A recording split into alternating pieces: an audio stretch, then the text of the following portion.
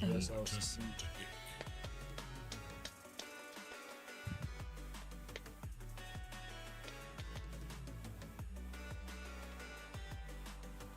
Siapa mid 喂？哟，被他吓跑，这样夸张。None on this stage shrink from a fight. What should I play? Your team must pick. Hyper. Holy shit. The draft. 10 seconds remain. 5 seconds.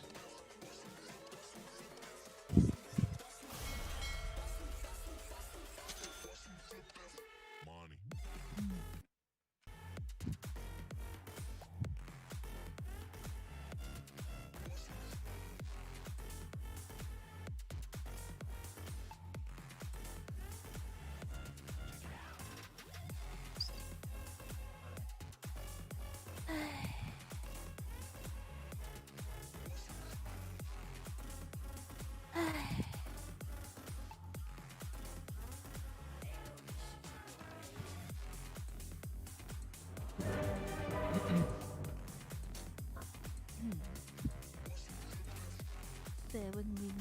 Mid ranger mid ha. Bukan support out there. I saw 7 wins in a row. 你 focus Admiral support of the fleet. 哇，好丑啊！这个船长。 So you say. The bag in flames. Prepare for battle. 哎，你中路要输吗？ Ow. Full sail ahead. 保持一下。对，这个我去下路呢。你上去啊哎呦，what the fuck！ Money.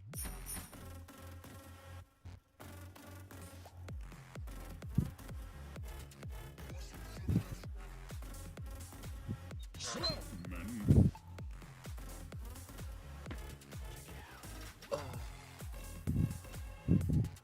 Fought to tame the lion. Shot protector. Wiper mid. I think. Yeah. TridentZ invokers. You're a are trusty support. mate. Let's shake things up. A battle seeks As you resolution. wish. Why CC don't come this far? I don't know. Step lively now. Your admiral is on board.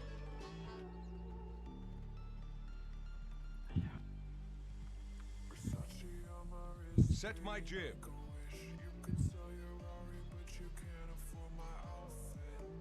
Of course. Step lively now. Your admiral is on board.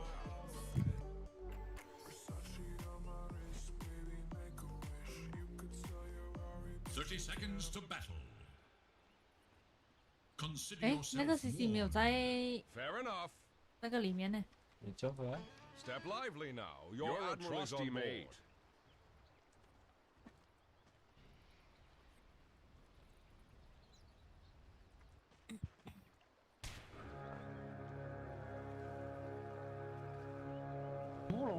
Ranger mid. 10 players compete for ultimate glory. Rough seas ahead, crew. Strap me to the mizzen when I give the word. 去的，这两个伤害很高的。 By your compass.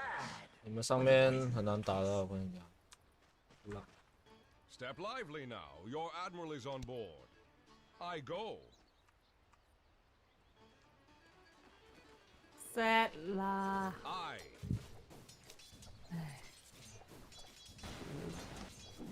Never. I change tacks.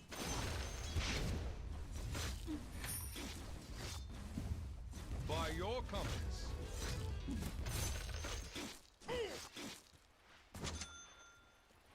I change tacks. Oh. Fair enough. Step lively now. Your admiral is on board. I go.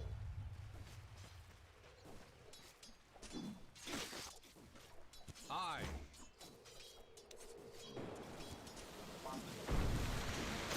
A new course.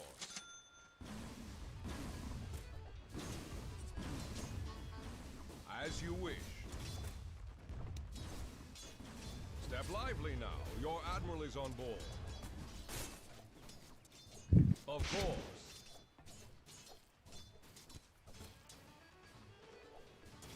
Set my jib.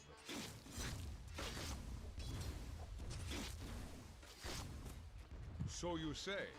Radiant's courier makes the The next level, please. Your top tower is under Catch of the day.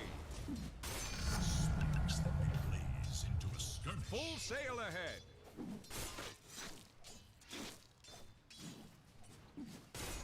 Full sail ahead.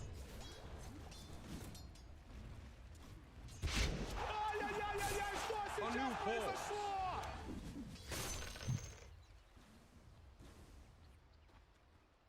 So you say.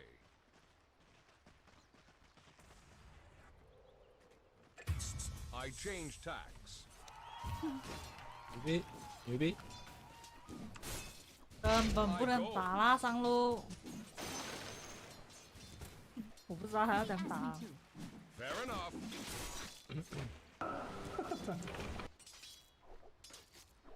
我真不知道要怎么辅助你啊！你太凶了。你点人就行了，你啥也不用干，要不然就拉野，可能不要站到我背后就行了。不要站到我背后，没什 Attack. 么用。 Okay, missing. I'm buoyed up. As you wish. 拉野吧，拉野吧，一直拉就行。我们 OK。 Keel haul the lot of them. 哎，我都不知道怎么打。一来的时候就去在身上，我这个真的玩不了。 Of course.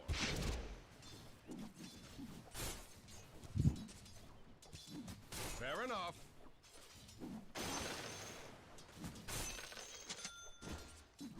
Never. A new course.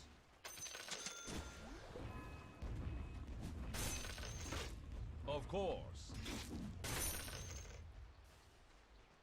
Step lively now. Your admiral is on board. I'll drag your bleeding head along.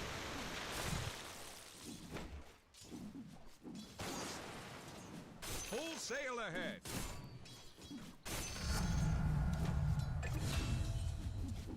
As you wish.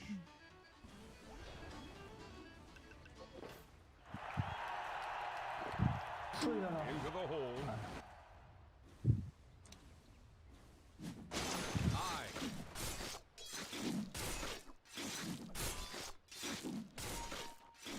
Splay your blood across the deck.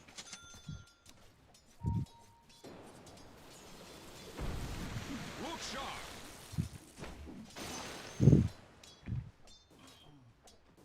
Batten the hatches.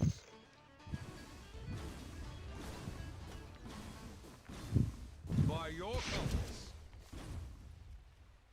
好低啊！拿不了， So you say. 上路应该拿不到。 Double damage. Ha! Yes. Yo ho ho!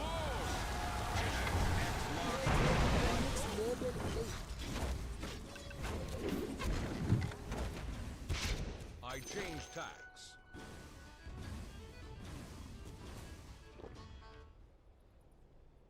Set my jib.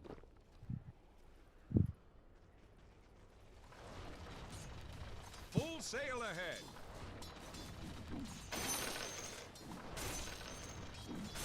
Fair enough.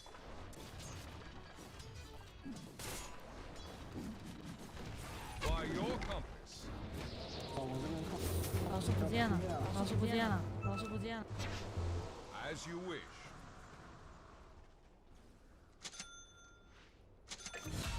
Of course. 哪一个我有我了的？怎么可以用？ So you say. 吃饱。 Killing spree. Booty. The next label play. The next label play. 说晚一 A 点可 new 以杀他。 pose. 看我这个捆吧，这个时间结束了你再可以吃。 Step lively now. Your admiral is on board. Here's a yardarm for you. 就把野了，上好。 I.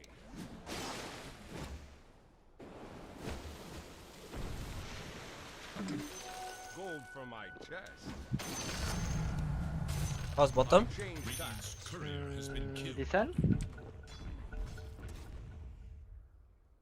Okay. What the fuck? Okay lah. Quite okay. At least I don't fit red. Now the fight resumes. Set But my we jib. follow the same thread. I go. Not yet. 可以杀他。 I change tacks.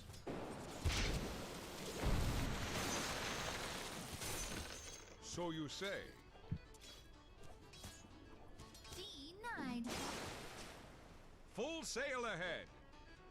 这个刺交到我们要死了。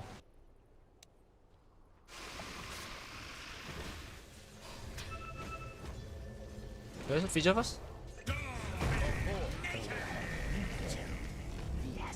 The next label play. The next label play. As you wish. Ramming speed. Set my jib. The next label play. The next label play. Your middle tower is defending itself. A new force. A rising tide. Your middle tower is under attack. By your compass. Where's the problem? I go.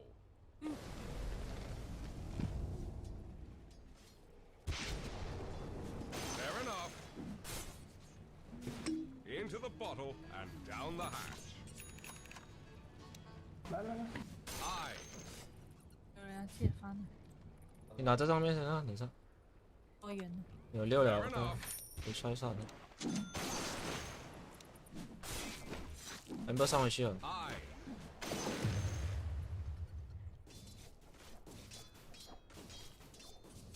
Of course. The enemy Step lively attacks now. your Your admiral is on 不 board. 能给的。 Run you through. Look to your top tower. A new course. That which protects. 有没有人就去这？有没有人就去这？没有。就刺 As 他 you 一下。 wish. Your top tower is under attack. So you say. 大树的东西的 CD 没火的。 Full sail ahead. Look to your top tower. Step lively now. Your Now admiral is you on board. must decide. What comes next? This'll trim your sails. Look to your top tower. No room to swing a cat in this crowd.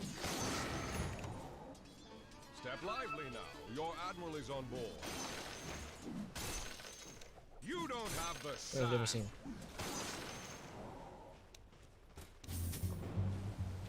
I change tacks.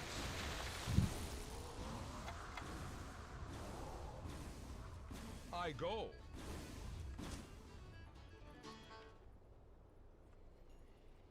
Attack!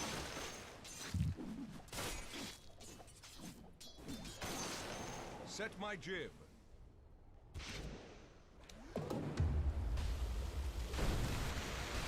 By your path, regeneration. 有人就去这，有人就回去。 Of course. Bounty which my Step matriarch lively now. Your admiral is on board. That's my strength. I'm under attack. By your compass.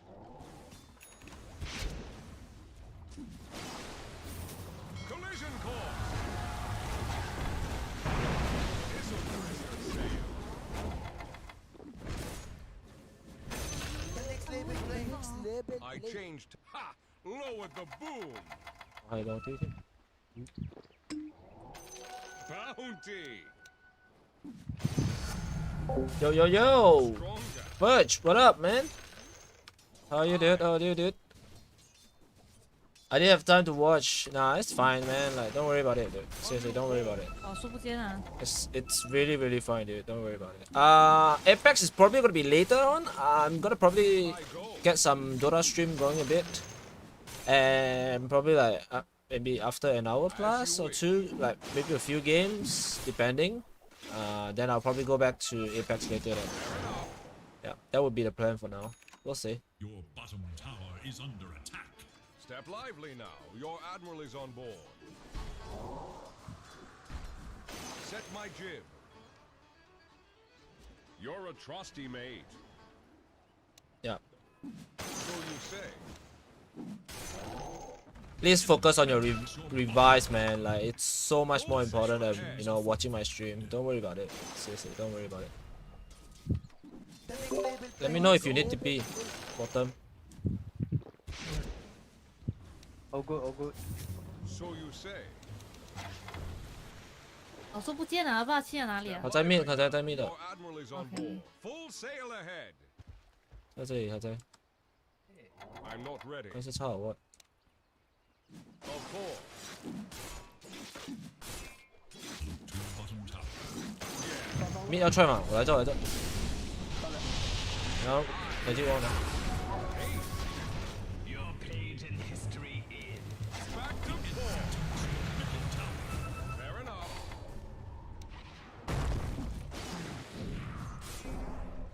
A new core. Your middle tower faces a terrible test. Set my jib. I get my Middle mid. tower has fallen. As you wish.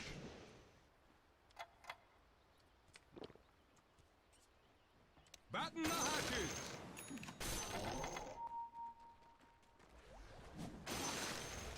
I change tacks. 给他第一陣，給他第一陣。 By your compass. 有人救，有人救。哦，风袭那个， Here's a yardarm for you. Your ship has sailed.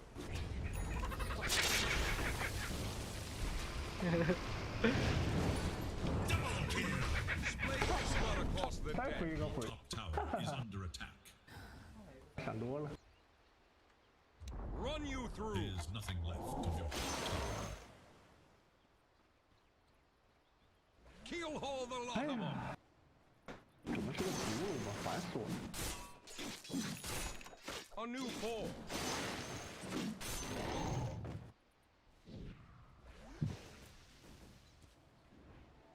Full sail ahead.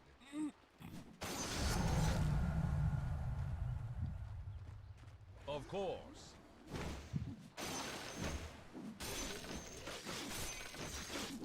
Fair enough. It's not time yet. As you wish. Step lively now. Your admiral is on board. You don't have the sand. I'm not ready. I go. What missing 了啊？ Set my jib. has been killed. By your compass. 那边好shot。 So you say. Ramming speed. High. Deluge. Drive your bleeding head aloft. The next label play. I'm not ready. The next label play. The next label play. The next label. The next label play. The next label play. No room to swing a cat in this crowd. Money changes. 而且很包呢，Amber。 High. 我手机。 A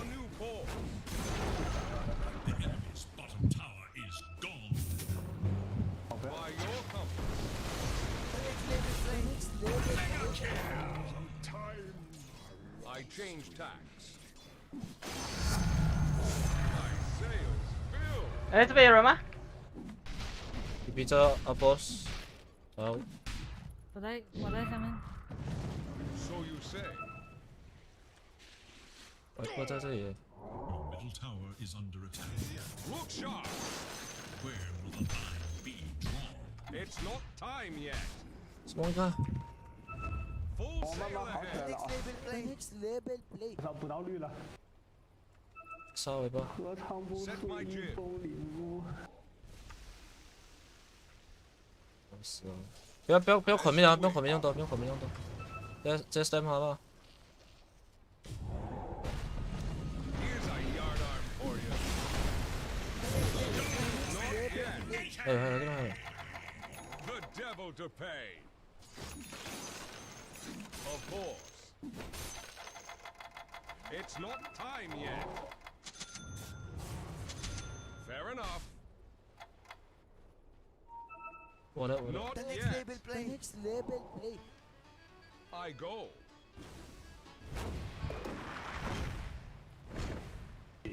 A new course. 全部得的。 Fair enough.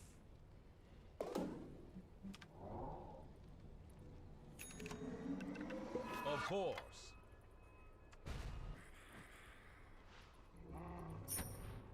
Set my jib.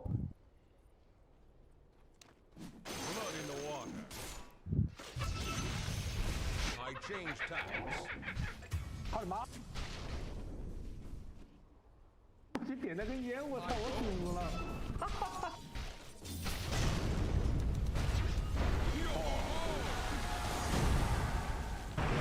As you wish.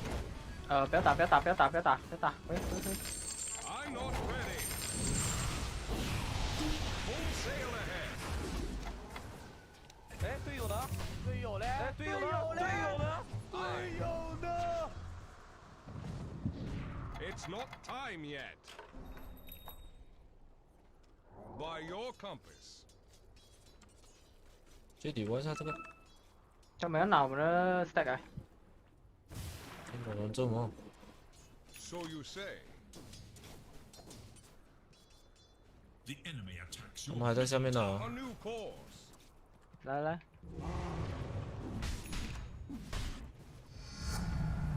I grow stronger. Amber 啊多少？ I change tacks.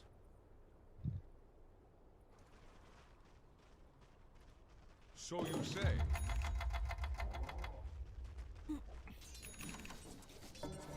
I'll take that.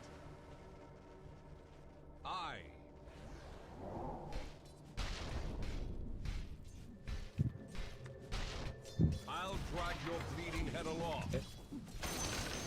来这，在哪边吗？ Attack! 上来这。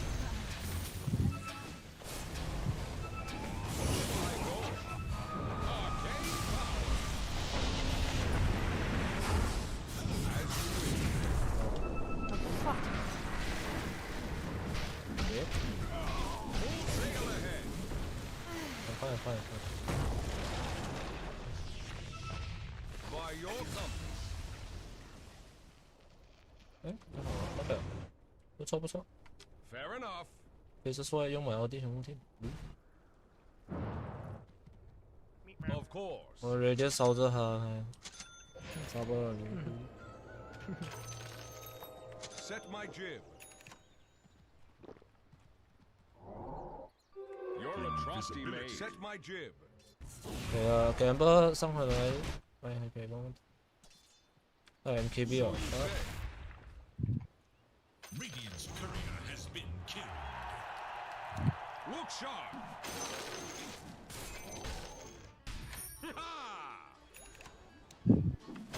Splay your blood across the deck. bottom 能 defend。 怎么去啊？你可以去啊，他没有 chrono 的话，他没有什么用啊。 Is under attack. 这个不是。 Dire structures are fortified. Not yet. Full sail ahead. ready. 他比 KB 哦，那个 Run you through. 我有大杀啊，加一波克一击我可以的。 I'm not ready. By your company. 来来，三小白，这 As you wish. 那个 distance 通常你 hex 先是最好的 ，hex 手就是容易的， hex，因为 hex 的我因为 hex 的 range 比较远，其实而且是 instant 哦的。，对，但是你怕的话，你这 hex 先，然后你才做你要做的东西。 No room to swing a cat in this crowd. 我其实是没有看到你 hex 还是3前那吧，我跟你讲。 Not 没有， yet. 我通常都是3弦的，我习惯了。我们可以，你 comfortable 就 OK 了，都可以的。 It's not time 哎 yet.，不罗你，来面上， Batten the hatches.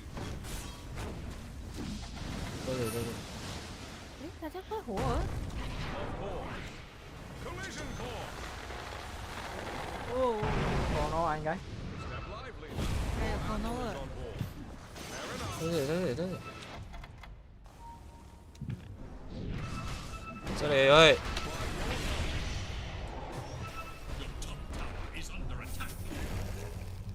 啊，这个地方封住了。 I'm not ready. nice。 Not yet. A new course. The next label play. Next label. 哎，队友呢？队友呢？队友呢？队友呢？选包。 As you wish. 拿家这拿中路， Your top tower is under attack. It's not time yet. Tower stood against the rising tide. 把塔推了吧。 Your top 那把它呀， Into the hole. 很难推。这个策略好，打不进。 side comes 还有大的啊，他还有大的，他还有大的。回去，我回去。 Full sail 来 ahead. 吧，来吧。 Regeneration. 往远往远。 Set not so safe harbor, eh? 不要！哎，我的走了，走错路。有3嘛， Out of mana. 3手游终于有3刀了。 3来呀，3来，我不是我讲，走。我看着就牛， A 可以。 new 走 course. 完你要死。 It's not time yet. By your compass. You're a trusty maid.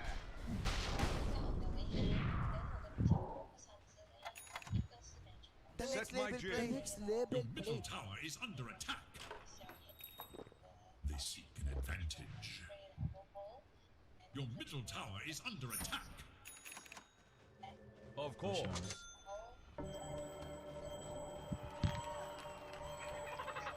I change tacks. I'm not ready. Immortality. Mighty Rokai is fit.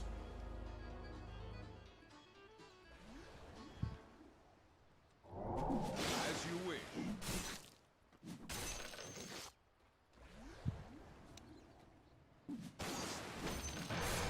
You don't have the sand.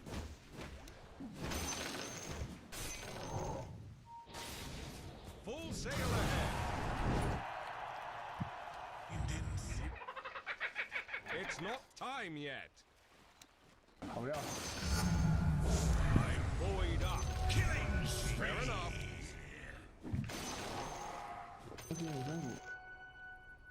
这个 I 拿， go. 我拿。 So you say.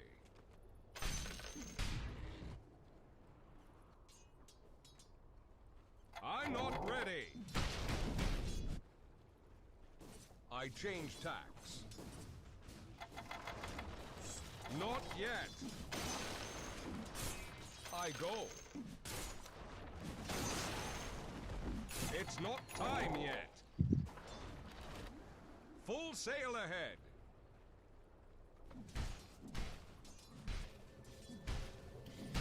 So you say. I'm not ready.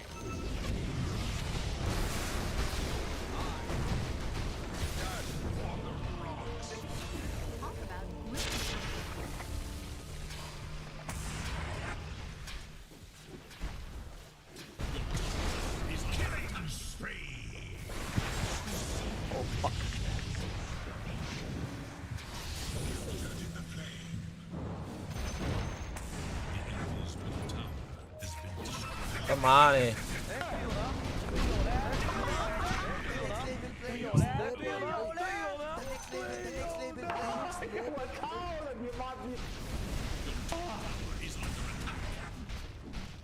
Dire structures are fortified. 他们心态崩。飞这个魂我点错了，我看到那个大树残血，我想要撞死。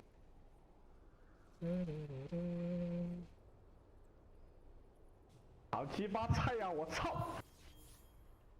哦，偷你朋友3。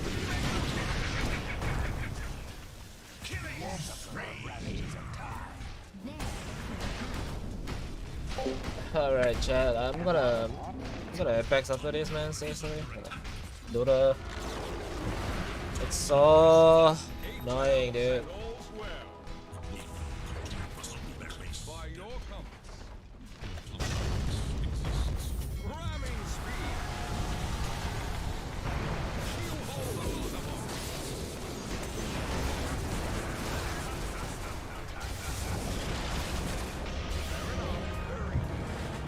You're a trusty mate. The next label play.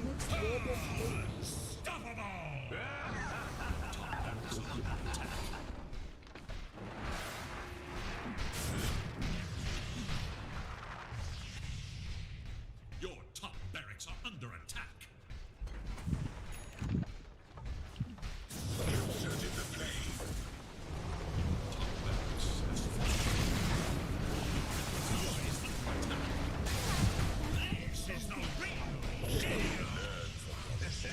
Your middle tower is under attack.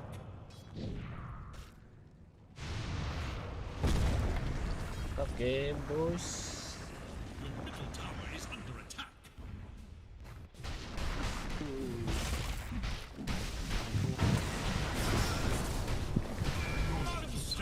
The next label play. Right, I'm gonna probably change up the thumbnail a bit.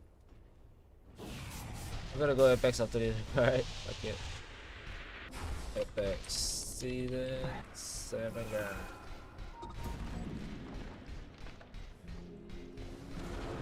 Middle tower has Any port in a storm.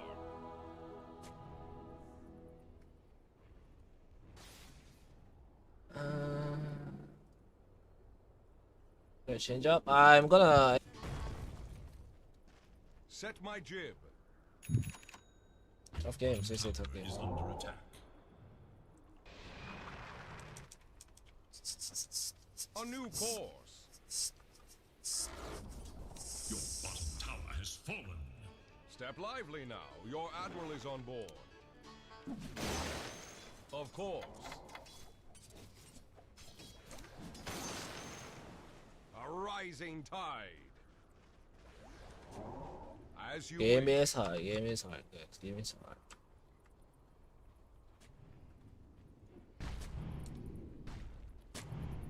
Full sail ahead.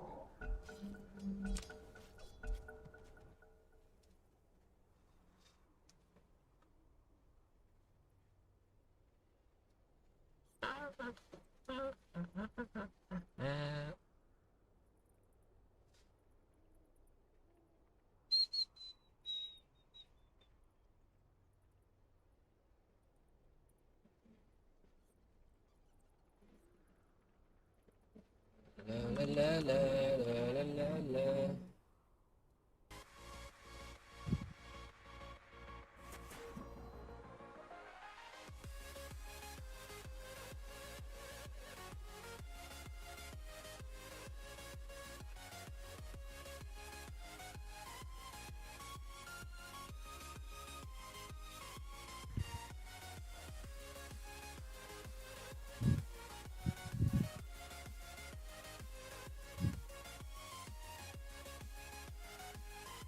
How I feel, guys.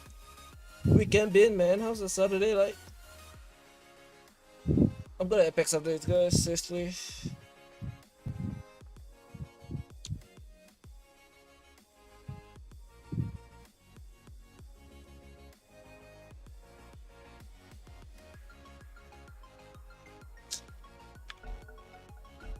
Fucking serious, man. The quest for ultimate glory continues.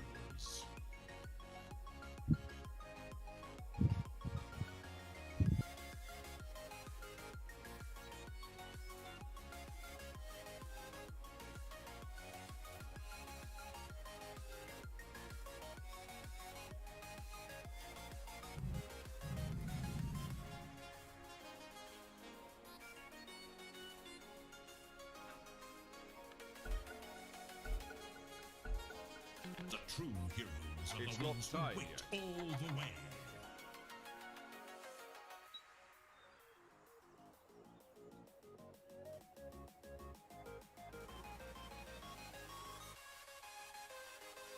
I'm so high up the level, dude. Like, seriously, I'm 21.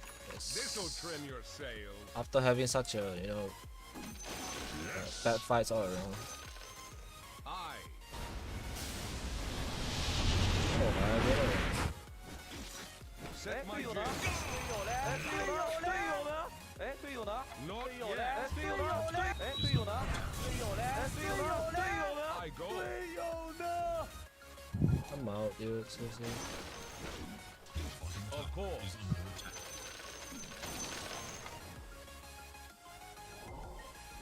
A new core.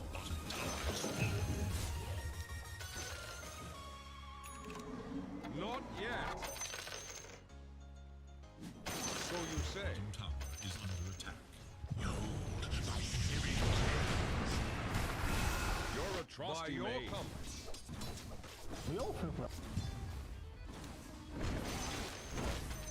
Fair enough.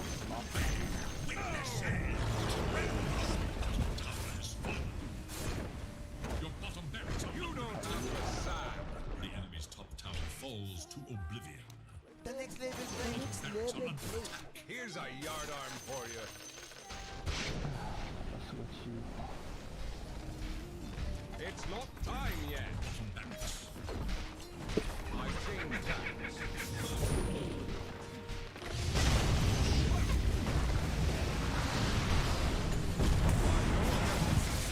Collision core.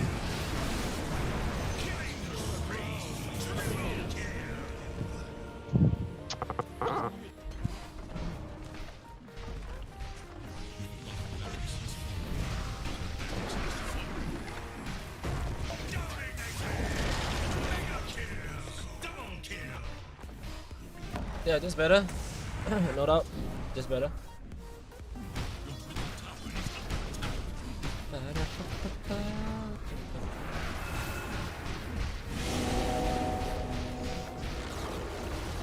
Middle tower is falling. Now to your middle barracks. Barracks has fallen. The enemy now have barracks. Middle tower is under attack.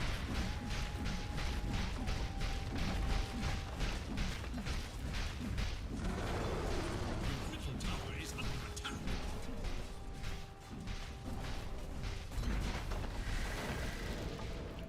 For those who are watching, I'm gonna go Apex after this. The next level, the next level, the next level, the next level.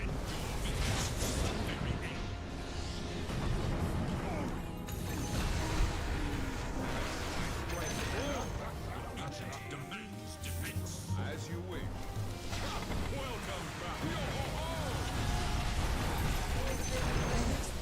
I'm under attack. The next level, the next level. Splay your blood upon the dead. I got to go, dude. 队友。 I'm gonna go Apex. Let's go.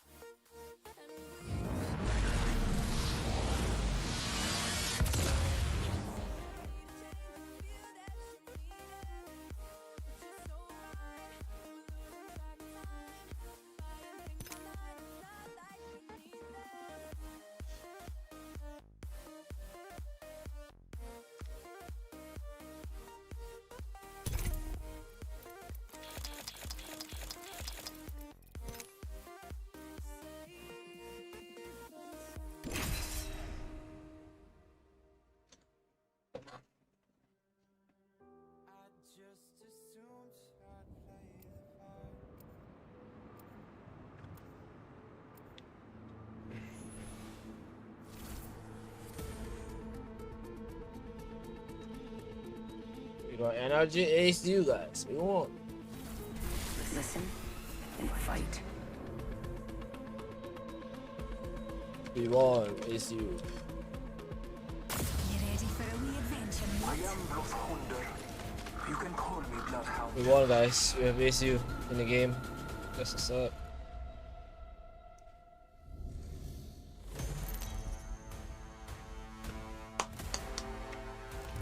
Introducing your champion. Pain, death, nothing phases me.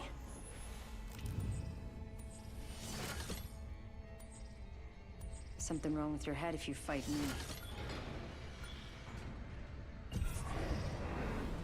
Let's land here.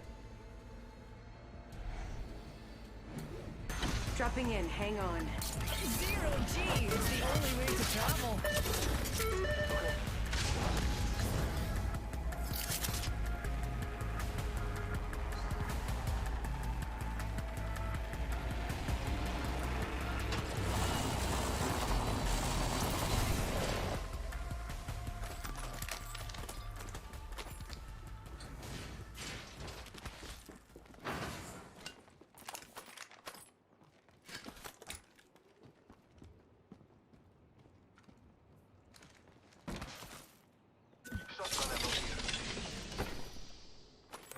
Attention, first blood.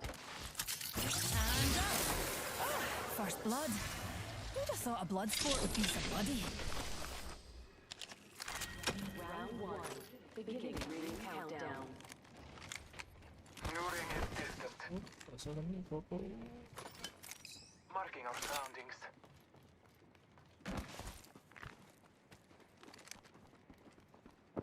I'm taking fire. New kill leader appointed. Getting shot at. Opening fire. Careful. New kill leader. Reloading. Reloading. Fallen. Enemy down.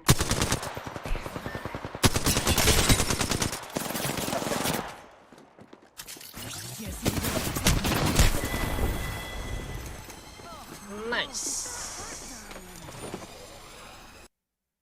Is you not doing it? Yes, is you not doing it?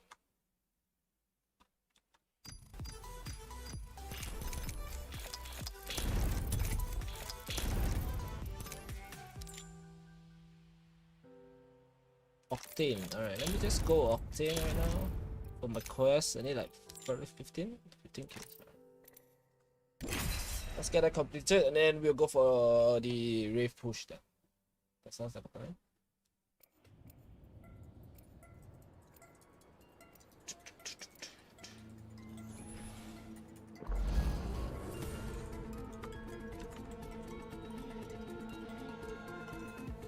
Oh, steamed.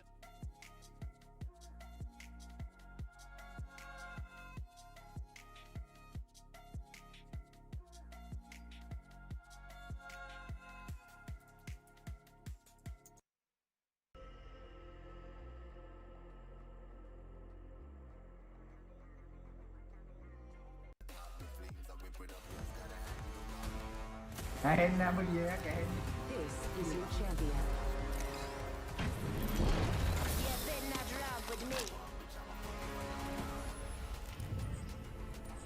I'm the jump master.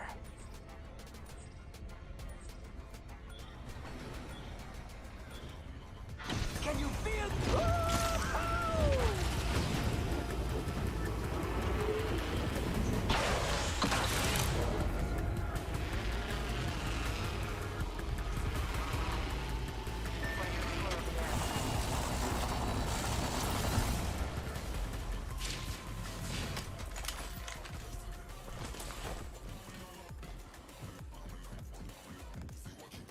Going to face.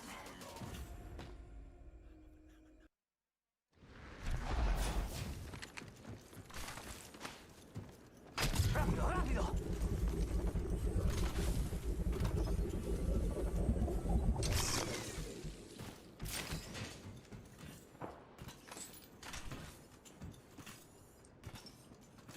Thank you.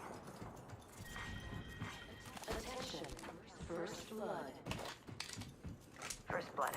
Should have seen that. Hostile I spotted. spotted an enemy. Firing.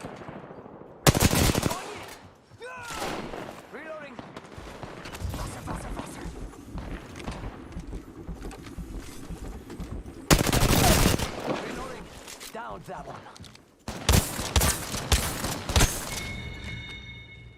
They're not getting back up from that. Nice choice. Reloading.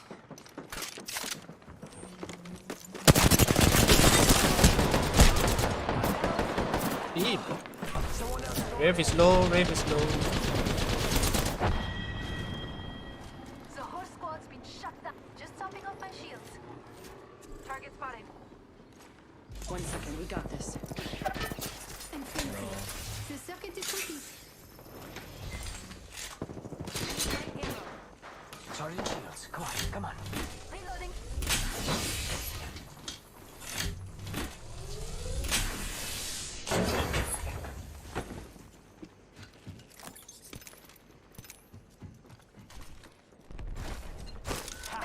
Hitting the eject point. Need to recharge my shield. Charging on my shield. Dude, my regen is so good. It's good. Recharging my shields.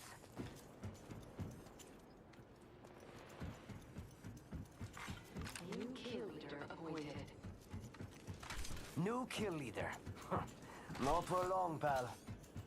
Probably need to get out, man. Pretty sure It's all, someone's got a shot on me. I need heavy ammo.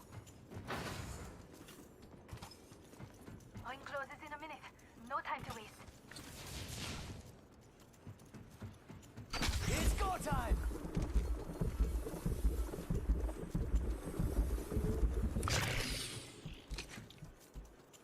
Far ring, 45 left. Heavy ammo here. Thank you.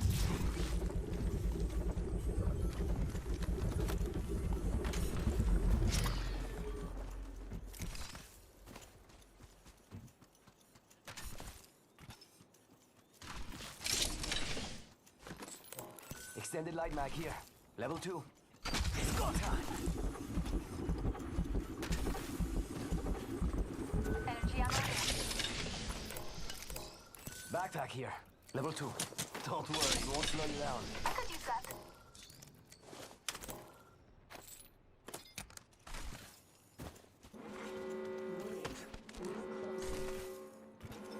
Ring's moving. Let's go. Allons-y. Merci. R99 here. That would come in handy. Shield cell here.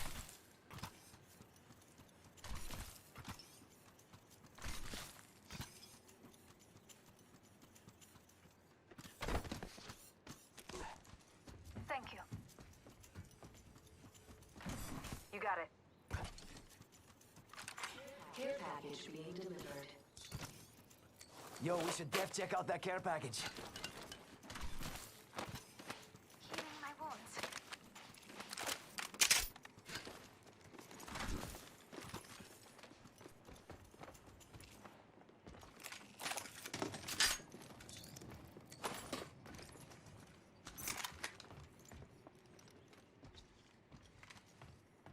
What is?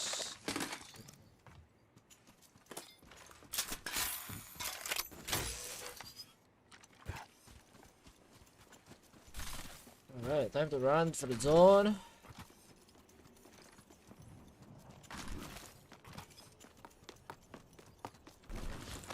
Volt SMG here.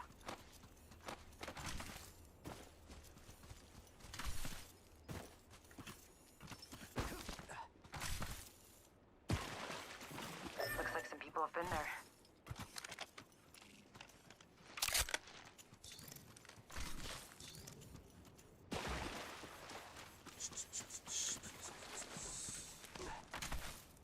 Must go faster!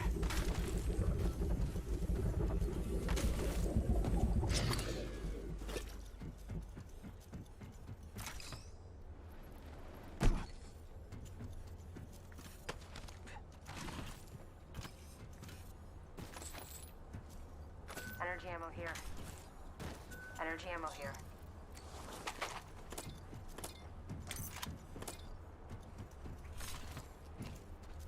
I think a 3 times now will be so good.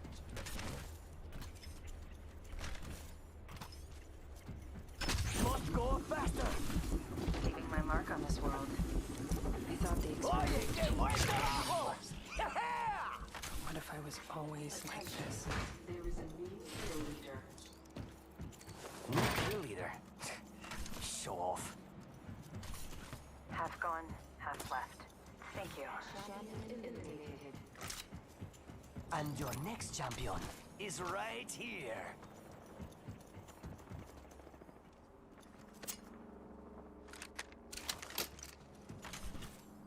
It's go time.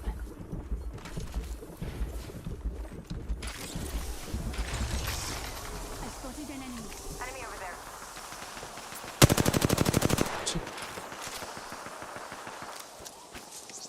Grenade out. Frag out. Throwing arc star. Throwing an arc star. Fire in the hole. Frag out.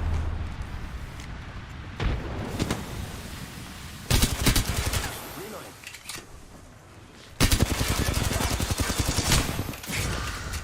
Reloading.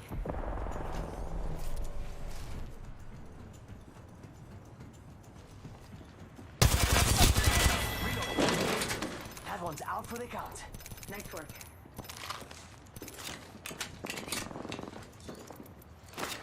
Making contact with enemy.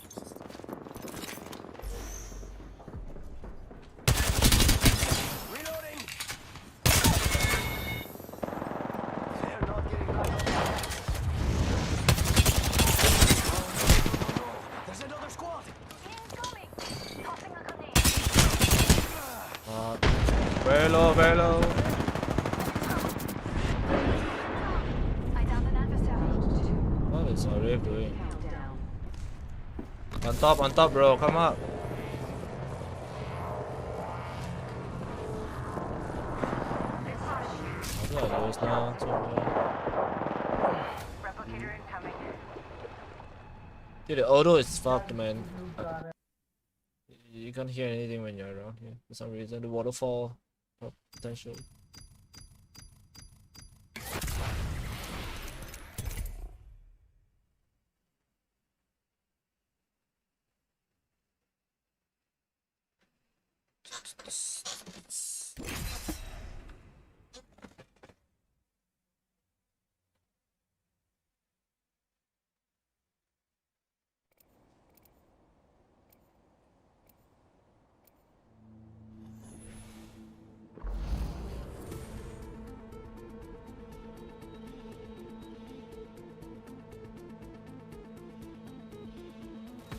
Harder, faster, stronger.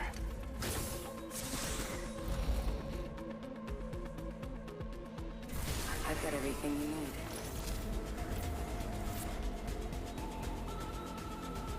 It's you and me, bro.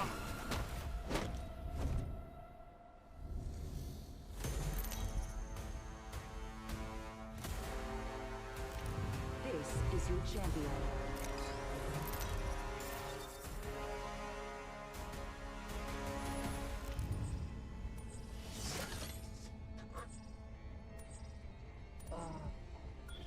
I'm the jump Let's land master. here. Olympus.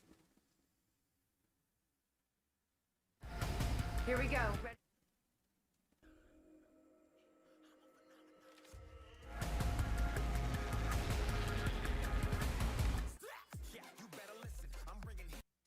Over there.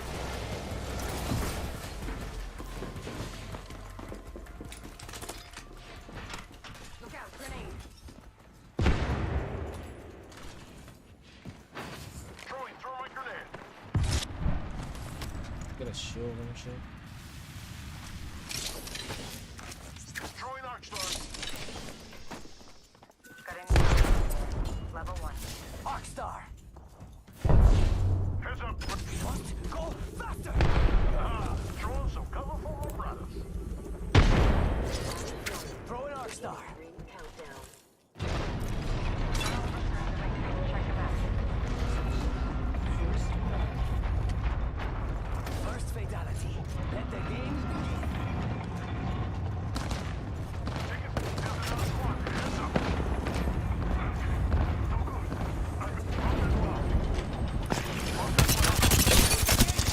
Reloading.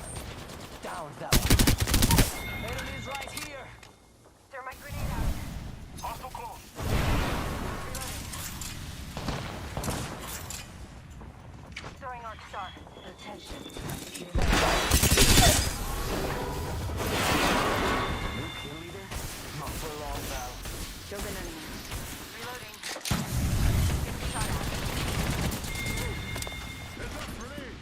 Holy shit.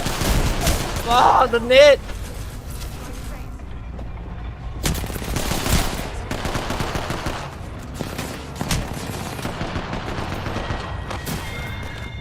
Oh, the net. What?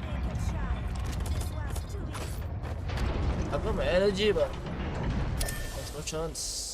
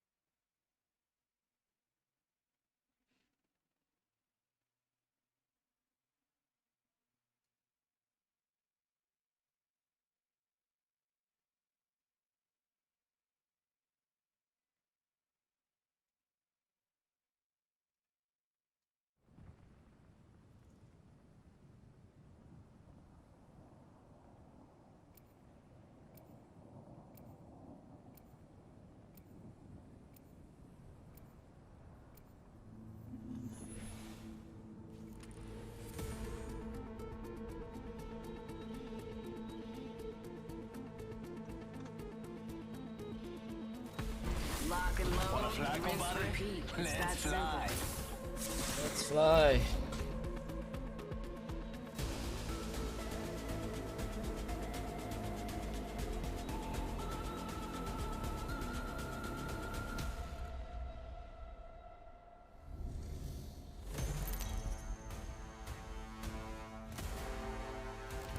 Introducing your champion. The battle begins. May the gods bless you. I'm the jump master, which should go without but saying. you were so close, darling. We should land there. Looks like fun. Oh, Vámonos!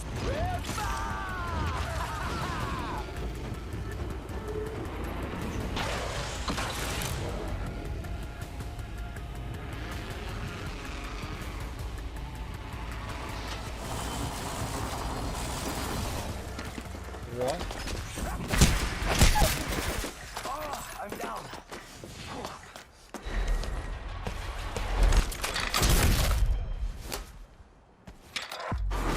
Ba-ba-da-ba-ba-ba.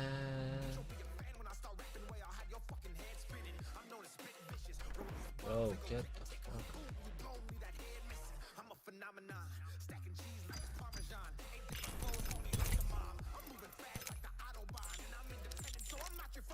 What's the Christmas thing? Let's try it. Winter Express or some shit.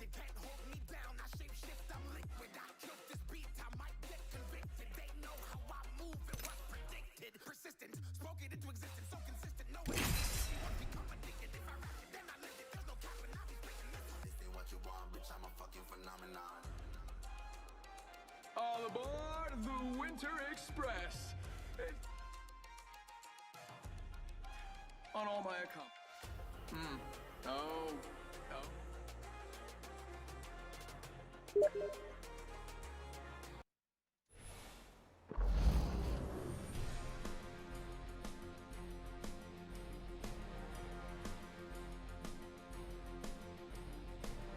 I got the need for speed. Octane loadout, charge rifle. So it's like we come down with this, is it? Nothing wrong with looking good in the ring. Potentially. I have no idea. there's a ring out there waiting for us.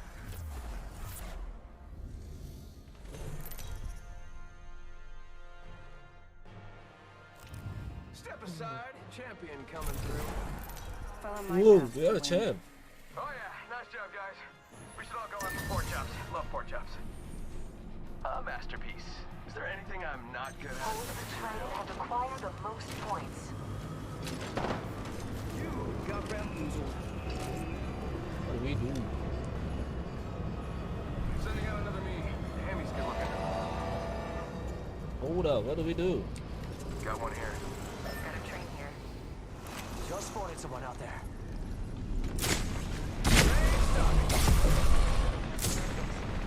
Please mind the fact that you exit. I'm clueless, bro. What can we do here? Back over there. Train's at the station. One other squad has boarded the train. Oh, I have zero idea what to do then, seriously. Contact with target.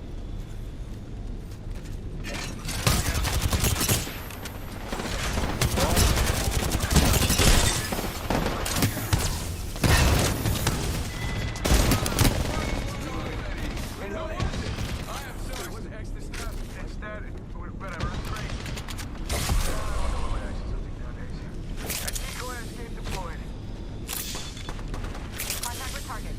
Un momentito. Hostile smoke.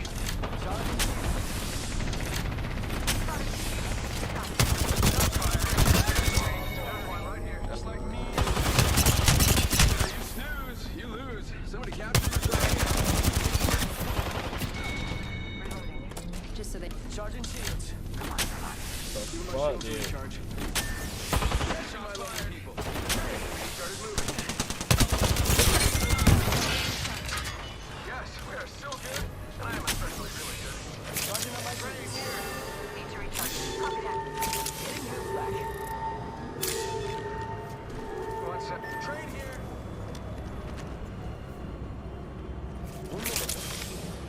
Yes, we are so good, and I am especially really good. Jump back here. Get like 3 kills. Heads up, got one here. Gonna lock down this area. Listen up, stop on the train for a moment. Yeah, but he's good looking. Reloading. That's gonna.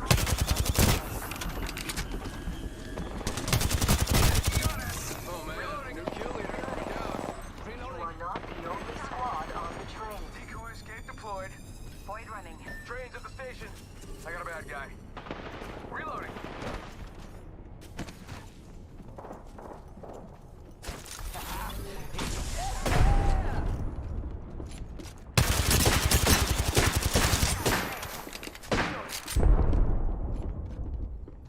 Healing.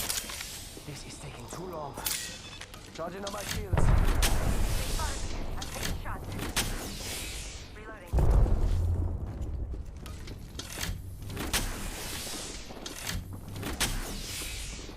Faster, faster, faster. Grenade. Recharging my shields. Taking him out with a decoy. Taking fire. Charging on my shields. One other squad has boarded the train. You had your chance. Getting shot. Reloading. Squad lost. Only squad on the train. Doing something like that. Oh. Okay. Using the trains at the station. My process of elimination through. Oh yeah, nice job, guys. You know, we should all go out for 4 jobs. Won this round, guys, because they killed everybody. Need to recharge my shields. I just gotta patch myself up. What, we win now or what? Friends, Patching myself up. people who fight each other. Trains moving. Got bamboozled. Yo, I need energy, man. Just gotta patch myself up. Healing up. Eyes are open. What's the objective? Oh, like we need to go far, I guess. Punching a tunnel. Portal placed. Whoa! Alright, now that was really something really. That took a lot out of me. Gonna guard this spot. Seen some battles Train here. before. That one needs work. Check out over there. Jump out here. We can fly like an eagle to the sea. Jump out here. Need a quick escape. Getting shot at. Need to recharge my shields.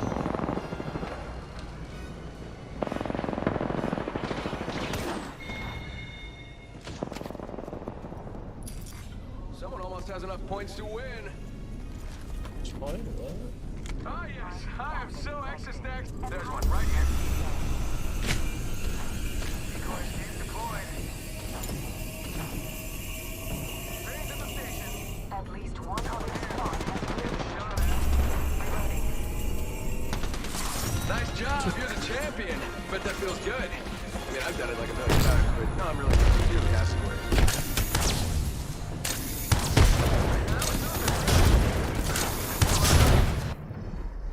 And we have our champion. I have no idea what just happened. I just probably like shoot people and then just I don't know. I don't know.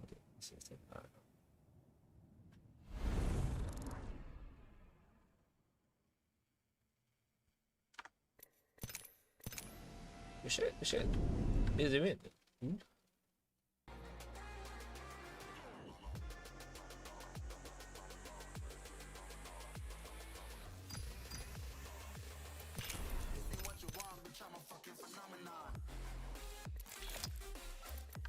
Man, no, it was weird. Probably not gonna play anymore.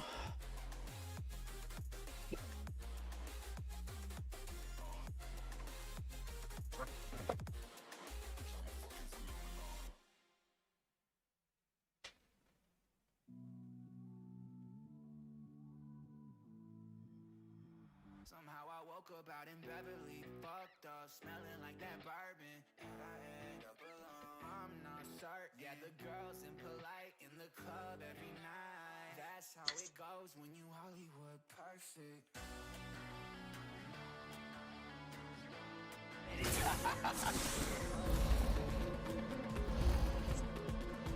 Real men use iron sights?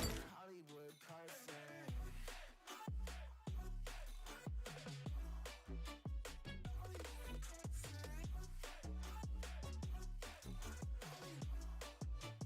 Hollywood perfect.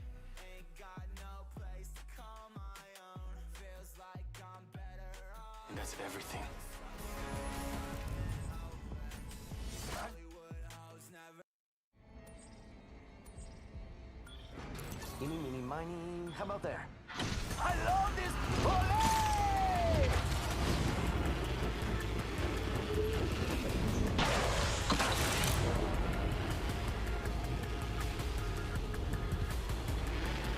Let's go, Rick.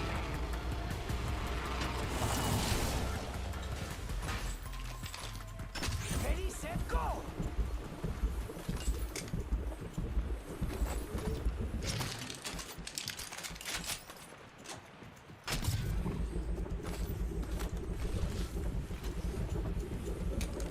Got an Evo here. Level 1. Up in the chimney.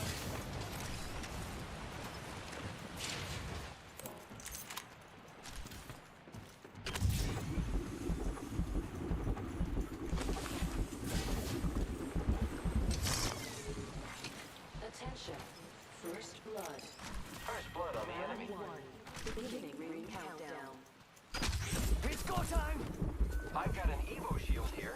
Cool. Level 2.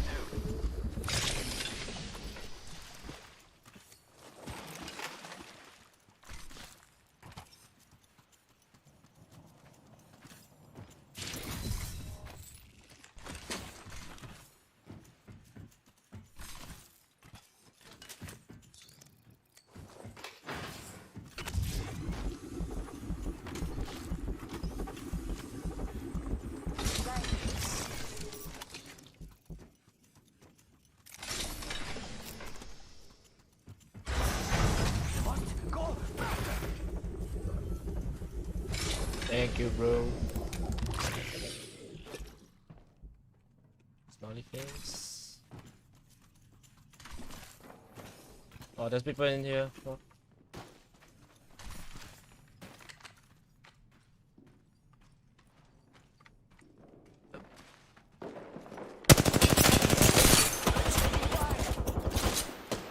Oh, wow, there's people. One is low, one is low.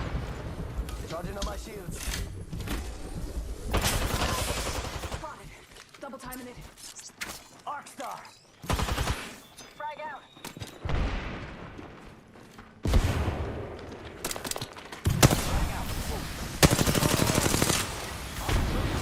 That.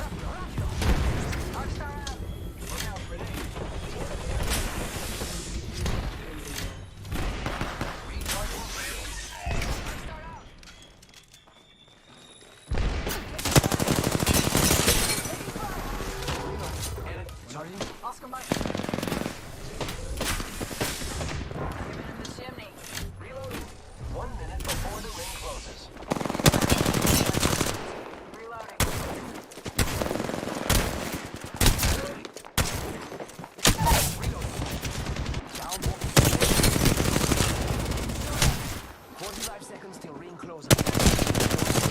Oh, low. I think they could win though. Nice. That was the whole squad. I got you, friend. No quarter given. 30 seconds remain. The ring is nearby. Shit. Just need a shield maybe.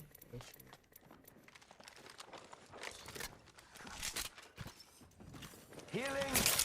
Ah, this is taking too long. Energy ammo here. He's got very little projectile drop. Need it. The ring's closed. 10 seconds. Energy ammo here. I am repairing myself. Optics here. Close range. Should I or should I just? I'm just gonna stay with Master. Ring's moving. Hustle up. Got an extended sniper mag here. I want to keep a lookout for you. Beautiful jump pad just sitting here.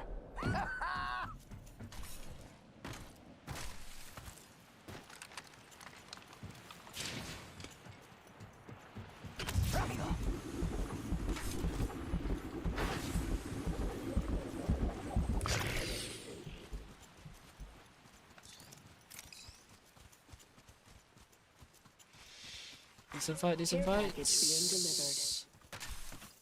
Care package incoming. Y'all earned this. Just watch your backs.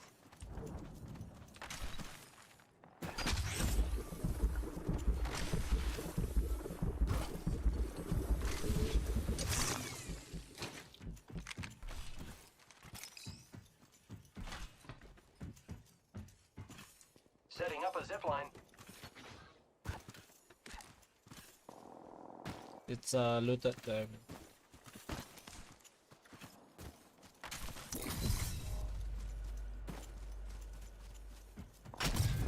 Faster! Team, I found the next ring location for us. Check your maps.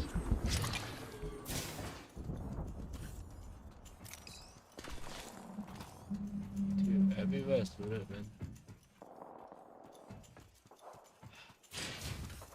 I need light ammo. Get ready, it's zipline time. Some other body I there. need light Let's ammo. see if we can get some loot. It's decent. Loots.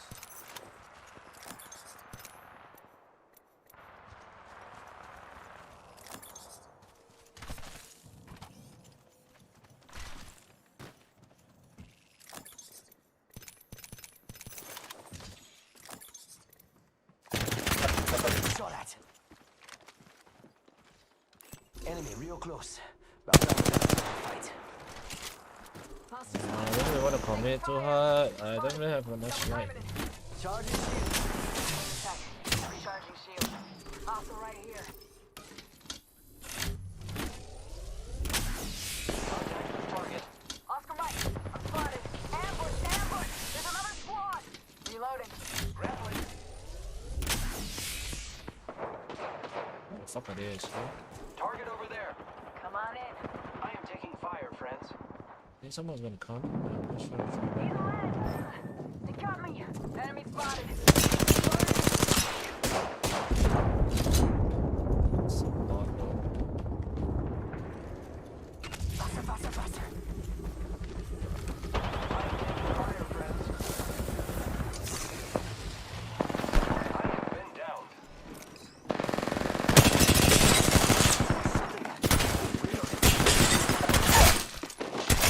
Down. Ah! I'm going to a party after this. You're not invited. They have but a I shotgun still bolt, like man. you. GG's. Good try, guys. GG's. 740 damage. Not enough.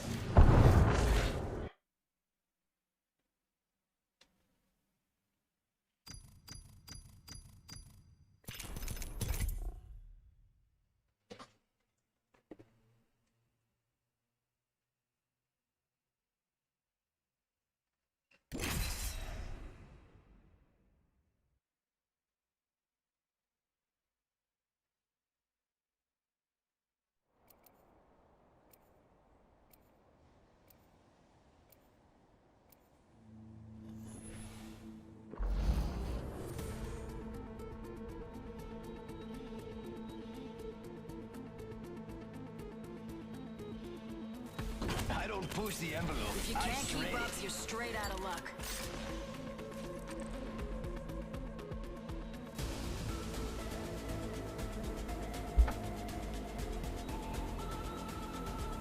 Let's have a wee play with the laws of physics, shall we?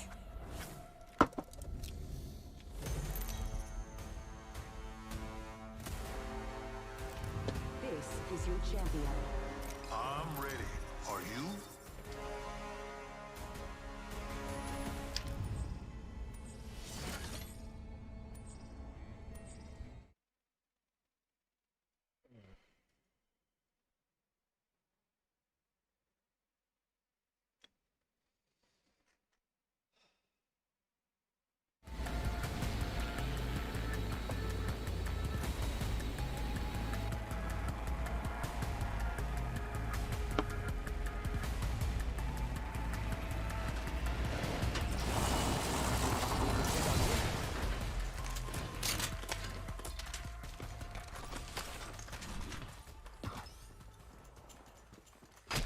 It's go time!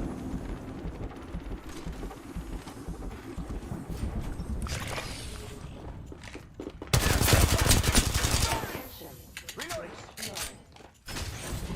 First blood. Gotta be someone. Bro! Down! Don't try to punch him, man. Actually got No, last hit, last hit, last hit. Last hit, man. Come on. bad guys. Let's do this. Fire. Oh, he DC'd? What the fuck? Fantastic. Tango down. Oh, no wonder I was like, how did he lost that?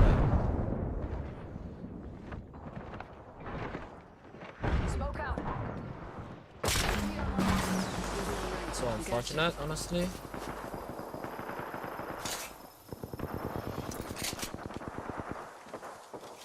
Charging up my shields. Putting lead down range. And your next champion must go faster. Reloading.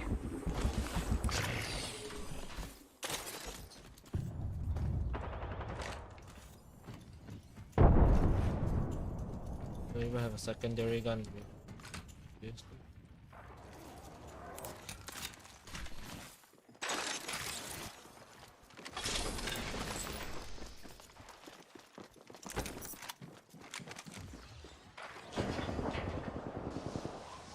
Putting lead down range.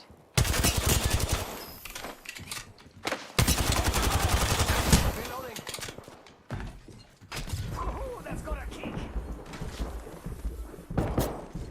Going too fast.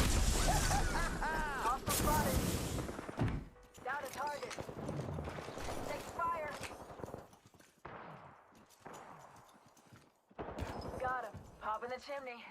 Charging. Make it two. I'm down. Need a medic.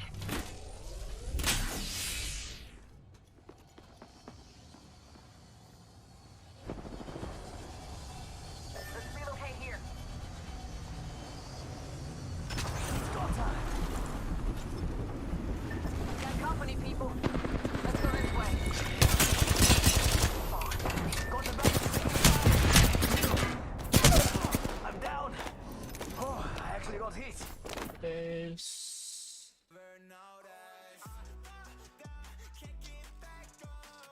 Dude, I should have taken my health up, man. It's my bad.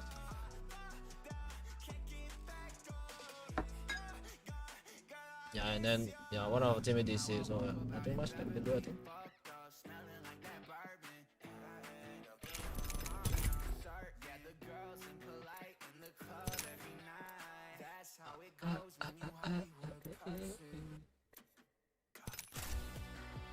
Ooh, pretty good, pretty good.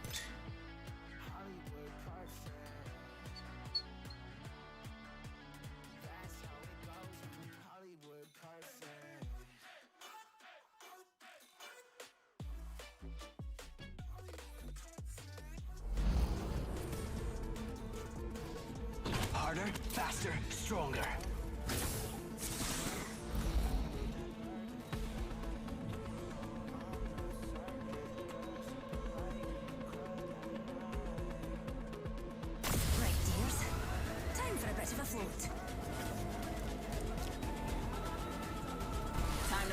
lead downrange.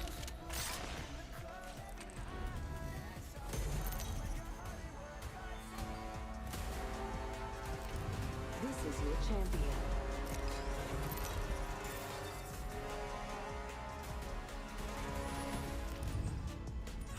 I'm the jump master, which should go without saying.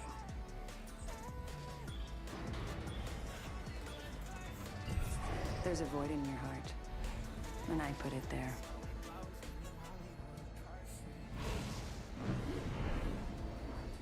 Truth is coming, and I won't be stopped. The Jump Master?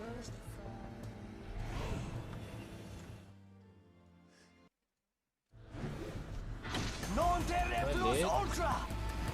Shit, damn.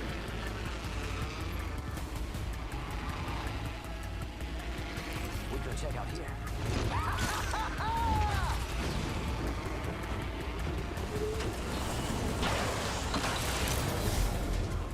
Another soft landing. Attention. It's go time! Another first world will combat. Need a gun, man. Round one. Beginning ring countdown.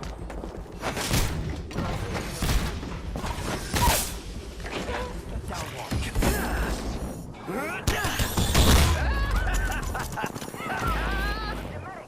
Easy game. I'd say eat my dust, but you're already dead, amigo. Near my out. I see shit.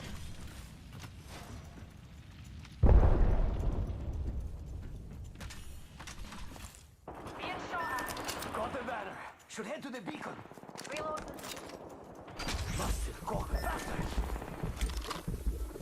Ah, that was the last one.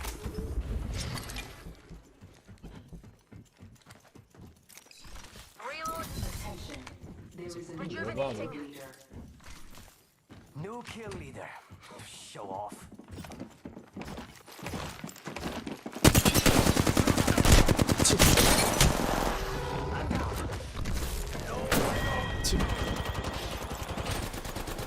Honey, I thought he was alone. I don't know about I was alone.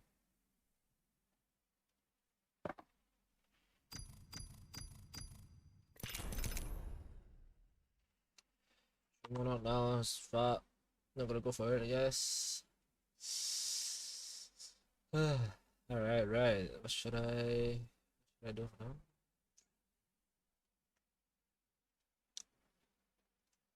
Kinda don't feel like playing Dota anymore, honestly. Kinda feel it. Not too sure, man.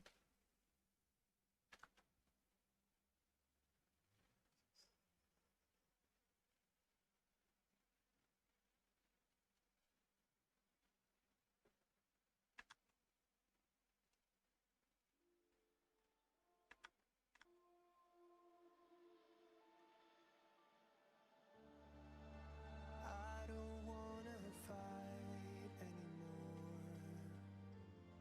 Just turn around and leave me. That tear in my eye. What's this guy?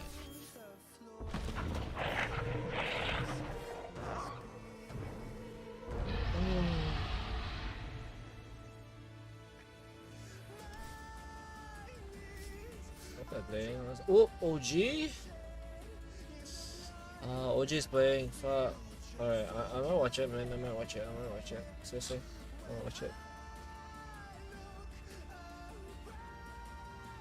I'm gonna watch it.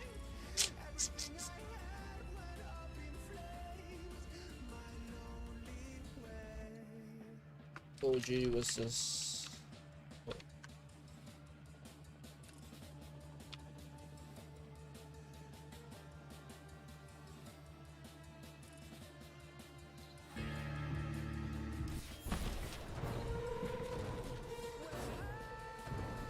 OG just error. Let's go.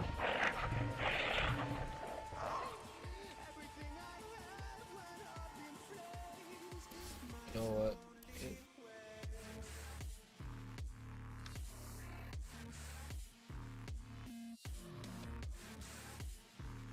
Let's go watch it, I guess. Look for the RP, lands onto both the Sven and the Bucket. They're going to try and use that opportunity to go some extra kills. Ramsey's jumping onto Saxa, trying to take him down as Samel's already been dropped. Ramsey's desperately trying to find the kill. Will be able to get at least one as Saxa gets finished off by the dagger off Ramsey's. But meanwhile, on the front lines have been Seb and Midway just going to town as Notel grabs another kill. They take down Solo for the second time, and now they're gone to the high ground. Zayat's gonna have to disrupt himself, keep himself alive. Thompson, he's being silly once again as they kill off Zayat. So now under the tier 4s, they just call it. They just call it. They are done. There's nothing left of the tank for 4 and 4. They decide, you know what, guys, this lanes, they weren't great. Reset, rinse and we'll go again. We want a game 2, and that's what going to be what happens here. That was dirty. Oh my! I've never seen a game crumble so quickly between 2 Division 1 teams. Oh my! That I don't even know what to say now, man. That it was insane.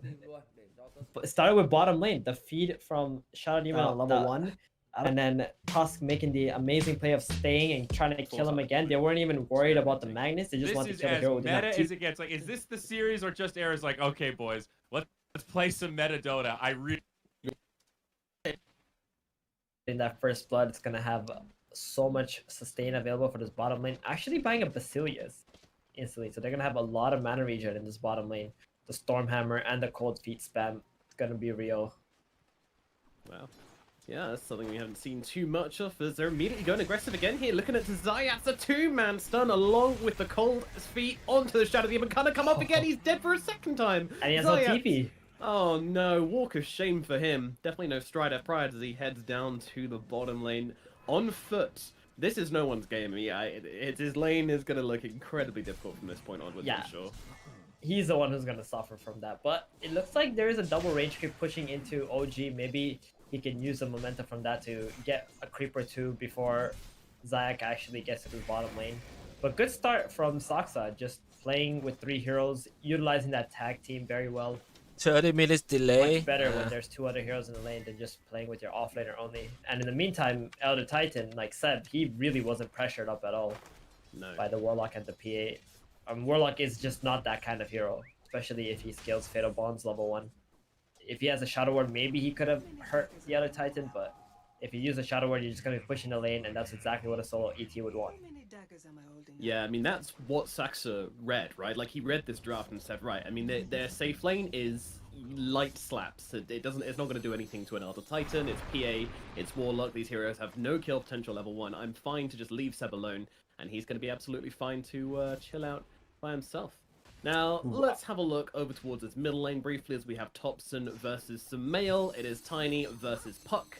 And so far, so good for Thompson. He is in control of this lane. Tiny, he's not doing too badly. He's got the lane pushing under his tower, so pretty even start things off. Yeah, Sumail's just focused on getting his farm, his levels up, and getting these power runes to rotate onto the side lanes. He's going to be the #1 space mate. The Warlock, meanwhile, there's Seb's Meteor Hammer coming on down to Solo. They're trying to save him, but they're not going to be able to. He's going to lose his life as well. Another hero dead, and another tower looks like it's going the same way as well as Mid one arrives. Pops that Godstring, just starts destroying this tower. He's got himself an Echo Saber and a Mask of Madness. There is no stopping this Sven. It's an absolute beast. Tower's still going to be alive though. Tiny is has revived. So there is some they still have that. Tower. But 8k goal lead on OG, this is crazy. It's ridiculous. I'm not sure if we've seen another game like this big of a lead, but I still feel like Error still have that, PA Magnus. Possible as the Tiny gets jumped right now. Zayat's going to try and help him out with the disruption, but when he comes back down, he's going to have this big angry spell on his face, although out of God Strength, meaning he's not doing a ton of damage, but it's going to be enough to bring down Sumail. Zayat's also going down to the rest of OG. Another 2 heroes going their way. 404, just kind of coil, though. Giving away a bit too much. There's the coil, there's the Ice Blast. Once again, going to miss. Doesn't make a difference, as they'll bring down no one regardless, and they look forward onto the Warlock as well. They are just chain feeding at this point as OG just keep on getting more and more kills in the middle lane. Maybe they can bring down Saxa here as Ramsey's in the neighborhood, but Mid one comes across. They throw down their Cold Feet and the RP, dragging them back under the tier 3 tower. Is that going to be enough to stop OG? They'll turn around onto Saxa. Saxa surely will fall here. Ramsey gets a little bit low, but lands a crit, gets the kill, and they will at least kill the Saxa Tusk. But man, it's such a small consolation prize considering how much they just lost. this is actually insane. OG just don't even care about the PA. They just like run down mid. You see a hero, you just coil them or snowball on them or stun them with the spend. Just keep going. Just kill whoever's there. Error, you know, they're trying to hold these towers, but it's so difficult because it's not even the towers that OG is looking for. It's actually the heroes. So it's making it very easy for them, for OG to get these kills. Mag having to buy back now. Desolator almost complete on the PA. Maybe just with this one Deso, they can try to build something up. But they have to use it. They have to use this Desolator to get like a kill or two and try to play from there on the side of Error. Because 10k gold lead, 14 minutes into the game. This is absolute insane lead they have right now. Yeah, it's a lot for need to make a comeback of champions, but Dessa picked up on the pier, but meanwhile Sumail getting jumped once again here. Thompson's on top, setting him up for the Ice Blast. Down he goes, reduced to rubble. Meanwhile Solo on the run, but mid-one's coming straight, and on top of him the Warlock's gonna fall as well. Denied to a neutral creep at the very least, but a small silver lining to a hideous series of events once again. At least the PA's farming. Uh-oh. They don't have a coil though. No. Ramsey should get away, right? Meanwhile, Notel gets yet another kill down in the bottom lane with mid one. They are really wanting Ramses here. My goodness, Thompson's on the high ground. He's going up into the enemy base. Surely they're not getting this kill. Thompson keeps going. He's not giving up. He's under the tier 4s. Jesus Christ. Thompson, he's maybe bitten off more than he could chew here. He's in the enemy base right now. Orb gonna come across. Is he gonna jump off to it? No, he's not. Trying to bait him out. The skewer's gonna drag him back in. Surely he did. He's still looking for Ramses. The A+ is gonna catch him. Oh my god, they get the kill anyway. Oh no, he was just a ward for the Ancient Apparition this whole time. Wow, that is okay. That was completely worth it for OG. Like Filthy. even though Thompson was in their base and he died, even though they have such a big lead, but the PA died in return, right? If the PA doesn't die, then it's a problem. But because the PA is dead, she's not going to be farming. She's going to be stuck at this items for a while. Meanwhile, mid one just having a jolly old time, about to finish and assault Kiraz in the next 2 minutes. Yeah, I'm not really looking at the net worth chart anymore. I'm just going to ignore the gold in this game. Might make things feel a little bit closer. Yep. Sumail, he has not been able to find a game either right now. He still wants to finish his Blink Dagger, but he's constantly getting ran at. Yeah. And he's pretty much the first line of defense for Error, so he has to be the one who's taking the hits. Oh boy, and a hit he shall take once more as Saxa punches him up into the air, killing him off yet again. These are some crazy KDAs at this point. I mean, this poor old Tiny is 1-5-2. He is not having a game. Meanwhile, No Tail, the Giga Chat No Tail, is 9-3-6 on this Ancient Apparition. That is ridiculous. Hey, it all started with that first blood, right? Off to a great start already, No Tail. And then that bottom lane was so dominant for them. Constantly spamming spells out thanks to the Ring of Basilius from the position 5 after getting that first blood. And then the dieback as well, that kind of ruined bottom lane. Then top lane, the Warlock PA, the Warlock just kept dying non-stop, wasn't really able to provide any help for the PA. Yeah, it was a delicate laning phase, and as the panelist said, you know, it was going to be a little bit too hard for 404 to be able to come through on this one. And now Roshan's going to go the way of OG as well. No contest from 404. They might know what's going on. They don't really care. There's nothing they can do about it. Fighting is just not an option for this team right now. They must wait, and they must try and just survive this mountain of gold which OG have. And hopefully they can find some sort of window to take this game back, but it's looking less and less likely by the second. Tier to tower top taken. Looks like they want to try to bring Error back into the base. They do have the Aegis, but without God Strength up, this could be a little bit questionable. Yeah, 3 seconds left on it. It's not gonna last. Ramsey's keeping back already. He wants to start slowing some heroes down. Delaying this retreat from OG.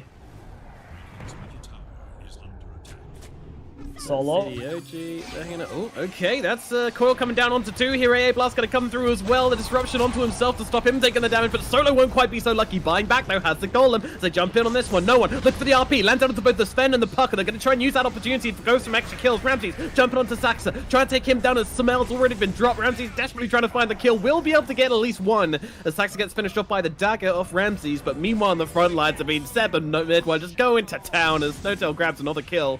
They take down Solo for the second time, and now they've gone to the high ground. Zayat's gonna have to disrupt himself to keep himself alive. Thompson, he's being silly once again as they kill off Zayat. So now under the tier 4, they just call it. They just call it. They are done. There's nothing left in the tank for 404. They decide, you know what, guys, this lanes, they weren't great.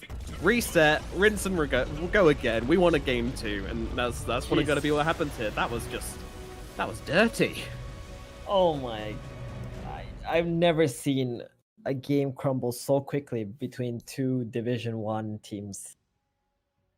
That I don't even know what to say now, man. That it was insane. It started with bottom lane, the feed from Shadow Demon on level 1, and then Tusk making the amazing play of staying and trying to kill him again. They weren't even worried about the Magnus. They just wanted to kill the hero who didn't have a TP, so they automatically won bottom lane like that. And then this top lane, Tusk ET versus Warlock PA, they pretty much killed this Warlock over and over again. And the Puck mid, like, it wasn't only the Puck holding the mid lane, but also taking away the farm inside the jungle.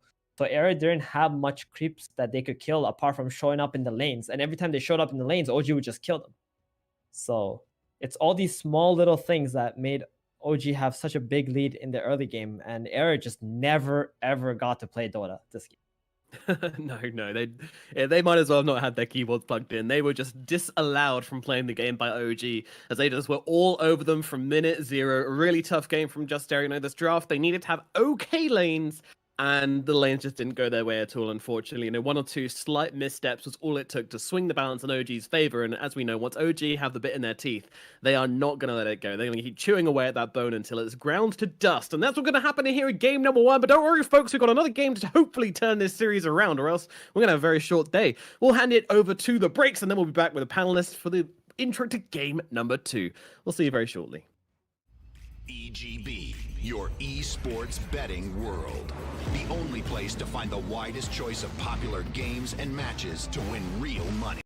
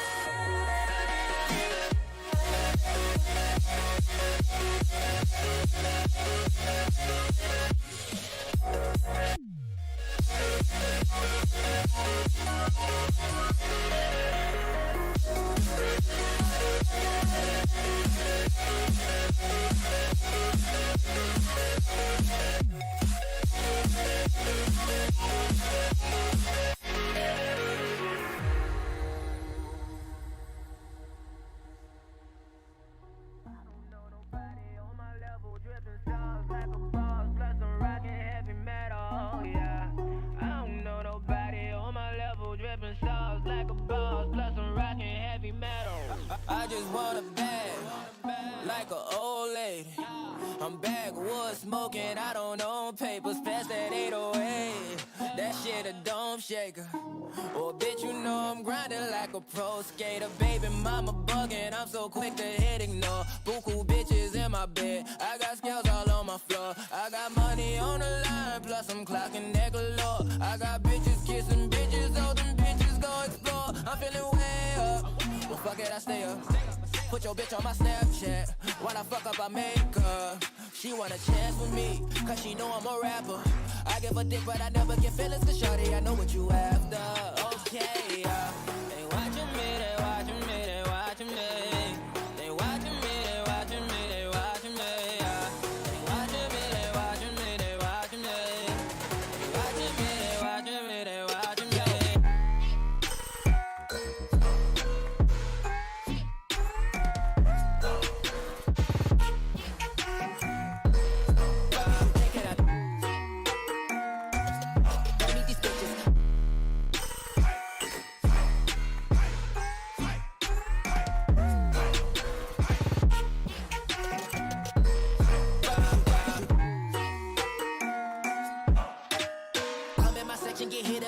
11 and 12, gon' find your ass way in New Orleans. Watch out, little bit, I'm jugging. Dissect your hand if your hand in my putting. Put 2 in your man if your man keep a looking. Act like a pussy, your panties get tooken. I'm not the type to go fuck with them niggas who fuck with them niggas who stay on some fuck shit. Young and trapping out the bando. From the ceiling fan to the damn floor, trying to stack my money up. Cause that's the only way we can go. Tell my mama that I'm okay. See the money coming through the doorway. Got a bad bitch with a lot of money, that's foreplay. Okay, they watching me, they watching me, they watching me. They watching me, they watching me, they watching me. They watching me, they watching me, they watching me. They watching me, they watching me, they watching me.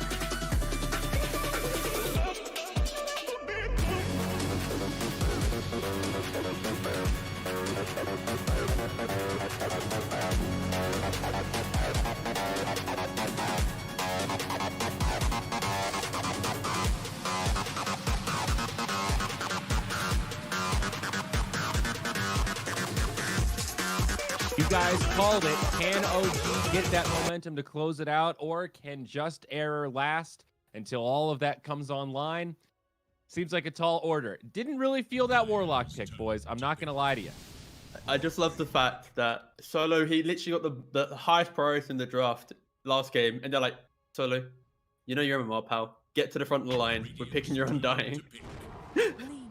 He's ranked 1001 or 200 right now on EO leaderboards, and he's a position 5 captain that's considered to be tier 1, right? And MMR doesn't matter. But what's funny is that he's always been like that. He's never really been on top of the leaderboards or anything. It doesn't really matter that much when you're a position 5 and the drafter, obviously, but it still does come in handy to be quick on your fingers. Yeah, absolutely. Just everything going right for OG, though. We're getting used to seeing Meteor Hammer now, seeing it pretty commonly on offlaners, but Elder Titan, a perfect candidate for that Meteor Hammer. You put him to sleep, you bash him with the hammer. Mm-hmm. It's just perfect. And the lore as well, T-Gov. I know that's what you draft based on, but, you know, the Titan, this outerly world figure, the meteors coming down to Earth, it's just beautiful. Second to that, he could have literally bought any item and they'd have still won this game on this ET. He could have bought a Dagon and we would be praising it. He could have bought hey, 3 I'd be laughing, cakes. not praising if that were. It's not the same though. It's not the same. No. He's going with the beam hammers. He's going with the lore as well. He forged. Yeah. He forged the ancient, and now he's destroying them with the meteor hammer. So big brain. It was poetic. It's poetic, but it's also not completely standard. But you see every now and then a meteor hammer on Elder Titan. It's not like completely extraordinary. Yeah, you know, the one out of 30 games when we actually get to see Elder Titan play core. That's also not even that's common also these true. days. But Undying Lina on one side, Morphling Earth Spirit on the other. Fairly meta-looking picks here. Why Earth Spirit here, I guess? We've seen him pop into drafts somewhat regularly, but not so much in the open. Have you not seen it? Yeah, sorry. Have you not Listen, seen please it? take it. What haven't I seen? Please educate me. The TMNT OG Earth Spirit and Morphling rolling in Kawabonga together. So basically, this is Earth Spirit, this is Morphling, and then like it's like roll, roll, non-stop. And this guy in the middle can't move. He's just stunned forever. It's quite poetic. Like the Meteor Hammer on the ET, this combo as well is equally as beautiful to watch. I see. So OG are going bowling, and they want to use just error as the pins. Is that what you're telling me? Yeah, exactly. And Ramses will be that #1 pin they're going to be looking to boulder down. Okay. They also what's funny though, before they played Earth Spirit on 4 with actually after they played Earth Spirit on position 4 and Morphling on mid, they played Earth Spirit on mid lane as well. So like, when you look at this draft, it still could be Earth Spirit mid, Morphling safe lane. It could be Morphling mid, Earth Spirit support. You can't really you can't really be sure. But I do like the Lina here overall. Yeah, versus Earth Spirit, once he rolls on top of her, it can be problematic. But this is a hero that historically versus mid Morphling has been drafted because you get a lot of that burst damage you surprise him with before he actually manages to morph. So, and even if he does, you're able to burst through that. So it's a decent pick. I would like to see Ancient Apparition really here. I know it's not that great with Undying as those supports, but maybe you can. It's so hard though. It's hard to squeeze that AA in. But I would still like to see it versus Morph. Yeah, I think just having more lockdown and early presence in the game will be kind of what I want to see from Just Era. Because that previous game, they had this draft where on paper you can describe it as like this amazing, entry to mid-game fight. But how do you get there? And right now with Just Era, they have the Undying laning here. They have this Lina laning here. They have ways to actually win lanes to get into that game. So, yeah. But just one thing though, when it comes to that last game, I would love everyone to go and take a look of how you counter that PA Magnus or Magnus plus anything. It's not only about the draft that OG had. It's about how they utilized it, stealing those stacks, running into their... That's the biggest lead I think I've seen recently at 10 minute mark. They were like 5-6k ahead at that point already. That's insane. Just by stealing the farm from the enemy's side of the map. And they go with the ET instead. This is something like... It's just as a counter as AA, maybe not as strong versus Morphling, not as strong of a counter, I mean, but it fits their draft better. Now you have Lina, Elder Titan on the offlane, that should be pretty solid. Yeah, a classic counter to Morphling, but I think when OG first entered this group stage, they played up against Virtus Pro, and they ran into like a Void and ET, and OG's playstyle fell victim to just the reset potential of these type of heroes, and that's where Era might be looking to emulate that when they pick up the ET themselves. Please run at us, but we'll eventually be able to have that reset factor and that big explosive damage if we can connect our spells. Looking pretty well-rounded for OG, though. Got that BKB Piercer now with the Bane ultimate. You've got mobility in the Ember, who can make a lot of noise for the Morphling. Good lockdown and pretty slippery heroes here between the Morphling, Earth Spirit, and Ember Spirit. They have 3 spirits already with the Morphling. What will they round it out with? T-Gub. Maybe a Void Spirit offlane? Can they do that? If they want to, I think they can pick literally anything right now, because guess what? Where's the lockdown on Just Era? How are they stopping OG from running at them? They have that ET. It's a good start to finding solutions, but they don't have that hard lockdown. And you meme about the Void Spirit, but for sure, it easily could be picked, and that hyper elusiveness very hard to deal with. One thing that was really bad for Just Era last game is you're playing into this Elder Titan with a lane that has only one slow, and that's it. And that's the dagger from PA. It's not good enough. Like when you're playing versus ET in the lane, if you don't have a big disable, then you need the purge. And OG right now, they have that Bane with the sleep, which is already pretty solid. If the Elder Titan is on offlane, I think they can deal with him. For me, if I'm OG here, though, I'm looking at like Seb's hero. Of course, you have to ban Viper, but you got like the Enigma, even the Darkseer, for example, could just round out their draft quite nicely. Or they ban the Batrider, but just any hero that can itemize quite cheap for itself and then just to play with the team. It's very scary in terms of the draft. A little bit out there, but something we have seen Seb play. What about the Centaur for OG?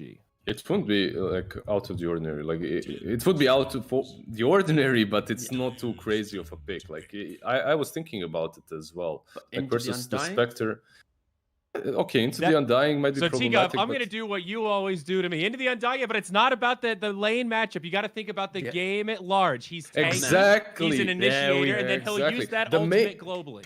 The main point here, the main point here is that it doesn't matter with the lane. You can still creep skip versus the Undying. It's always going to be the Undying, no matter what you pick. It's the Undying. You just creep skip. That's it. You dodge him. So Just Era, they don't have last pick once again. It would always be. We'll have to do that for the playoffs. We need to keep track of who actually picks side and pick, because right now I'd love to get into the heads of Just Era and go, are they actually choosing not to have that last pick in the draft? Are they actively deciding that die is better for them? Like that'd be, again, we'll keep note of that for the playoffs, but they now need to decide what they're doing with their draft, especially because is it the ET4 leaner mid picking up that offlaner last? Like what is their kind of combination right now with these heroes? Pretty flexible. Basically, we know the safe lane, right? Undying Spectre. Everything else still open-ended. Okay, so they'll put Lina mid. Yeah, they'll put Lina mid. ET offlane. For me, it wasn't about ET offlane. It was about like who's going to be paired with him. ET was obviously right. It was only the matter of Lina being mid or not. Now they get the ET, get the Shadow Shaman, and this is the thing. Yesterday we saw Lion. Today we see a Shadow Shaman. And those heroes are really strong versus Void Spirit, versus any of the spirits, because they bring so much control. So that's pretty solid. Still can be little bit iffy in the laning stage. Very slow. I love Shadow Shaman. I want him to work, but he's a little tough right now. And now the Phoenix for OG. Now they get some healing and even more team fight, and that'll be a Seb Phoenix. Like, I'm a little bit concerned again for Just Era, because I just look at OG's heroes and how they're going to group up so early. And Just Era, they don't have this lockdown. There's so much pressure on this Lina to have a good game and set the tempo of the game. She has to find these great rotations, unlock that quick safe lane tower with the Shaman wards, then play into a couple haunts and make OG have to think reactively. If that doesn't come into play because Lina has a bad game, suddenly you have OG knocking on your door, the Morphling running at you, this egg coming in with no real egg hitters outside of Lina. Like, I'm just concerned that Just Era, they set themselves up for another game where they have to survive to then come online.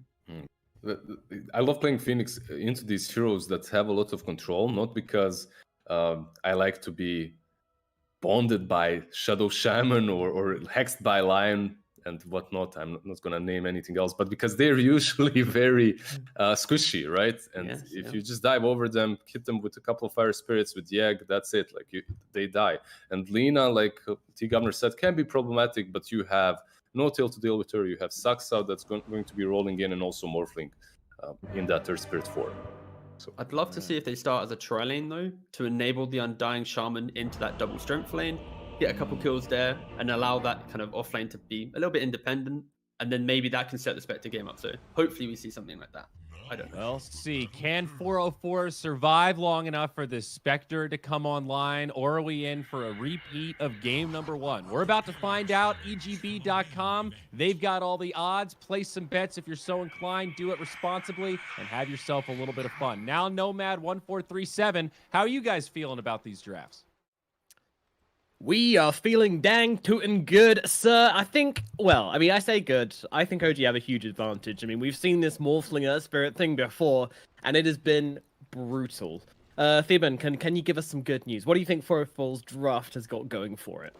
Ooh, Era's got that, high disables in this draft right now. They got the ET as well that they took away from Seb, which can pair well with the Lina. Then you got the Stomp, the Shadow Shaman Hexes. Oh, Solo. I think he's lose another first blood. They do have the Nightmare. Ramsey's coming over. Gonna wake him up actually to try and get him under the tower, but it doesn't make a difference. They're gonna connect with the roll though. Turning around gets a decay. That might be enough to keep him alive. Mid one comes under the tower and they will be able to kill off Solo, but Ramses might be able to get the return kill. Mid one's in some trouble. That dagger is on top of him. Ramses keeps on chasing. Under the tower he goes. Right click's coming through and Ramses will be able to bring him down. So it's gonna be a straight up trade here. Trading mid one for a Solo on the Undying, but it is first blood. I think Ramses will take that. It's okay if it was a first blood. The solo kill from the Spectre actually gives quite a lot of gold as well. So gonna be happy with that. Not the worst trade compared to last game. But yeah, so they got a bunch of disables on the side of Error, and I think Sumail maybe, just maybe, if you can get like a fortunate kill onto Thompson. Most of these Morphlings, they know how to play against Lina mid. Like, you would think Lina's a good hero against Morphling because he's got that high range, 2 nukes. But these Morphlings, they're very experienced and they know how to play around this hero. So Sumail, he's gonna bust out the big guns here if he wants to get a kill onto Thompson. Yeah, and we're not just talking about any Morphling. We're talking about a level 25 Master Tier Morphling here. So Thompson, he's played this hero a lot in officials. He's played it even more in pubs, and is going to be fully aware of how all of these matchups rock. So we'll surely see probably a pretty good time for them unless they can really step up on Sumail. Meanwhile, at bottom, a roll in onto Zayat. He's getting pretty low here. Seb and Saxa might just be able to run him down. The Fairy Fire comes out from the Shaman, but is it going to be enough to keep him alive? I'm not sure. Turns around the Ether Shock, but will go down. Meanwhile, Seb getting pretty low as well. No one wanting his revenge, but gets blocked by the creep, so can't get the last hit onto Seb under that tower, and will just have to back himself away. Not a great trade. Meanwhile, up at top lane, mid one's having some trouble here as Solo's trying to bring him down. He needs one more right click, but mid one, he's got the salve, and no tail turns around with his sleep, and that's going to mean Solo is unable to finish the job. Yeah, so they put this Ember and the Bane top, so they don't lane into the ET, and the Phoenix plus the Earth Split won't lane into the Undying. That's 2 strength heroes, but it looks like mid one is going to have a pretty tough lane here, since Solo is just going to constantly chase him out with this Undying that started with root to speed. So you can't really get away from him either. No tail. Bane, one of the better heroes to fight up into No one Undying, getting though. started on by Saxa and Seb here as Thompson goes down at mid, and it looks like no one might be dropping at bottom. No, just about gets himself away. What happened at mid? Oh, I was not seeing it, but this is exactly what I mean. You know, there's a chance that Sumail might be able to get a kill onto Thompson, and he does just that. Thompson was like, I think 2 XP from hitting level 3, where he pretty much kind of becomes unkillable. So Sumail going really all in onto him before that. Thompson died while being level 2 in this lane. Yeah, just catch him out with that agility shift to level 1. Meanwhile, Zayat's in trouble in the bottom lane as the roll comes in from the Phoenix. Swoop it on over the top, sending Zayat on fire, and Sax will be able to finish with the right clicks, but no one gets a return kill onto... Oh no, Seb denies himself to the neutral creeps. No kill for you, no one. And Seb's going to be the... Zayat's going to be the only proper casualty in this bottom lane. Well. Better start for Justera this time around. You know, they got that kill on Spectre early on, which he's now turned into a pretty good laning phase. Lina gets the kill up mid. Sumail smashing it in the middle lane currently. Thompson feeling under a lot of pressure. Yeah, but last time we also seen Thompson in this situation. He just ended up sitting around mid, farming the 2 camps next to the mid lane, and he was just able to catch right back up. No problem. It's also very, very difficult to kill this Morphling once he's already level 5, 6, 7. Get the higher levels into the attribute shift. Mid. Roll in, kicking him back. Sumail under the tower. Not going to get attacked by the tower. Tries to turn around with the LSA. Landed onto 1, but Thompson nicely dodging with the waveform. Sumail, though, just trying to threaten enough damage onto these 2 heroes to allow herself to get away. And I think that was a play, because Sumail does get out of here. Oh, the rotation not successful from Saxa.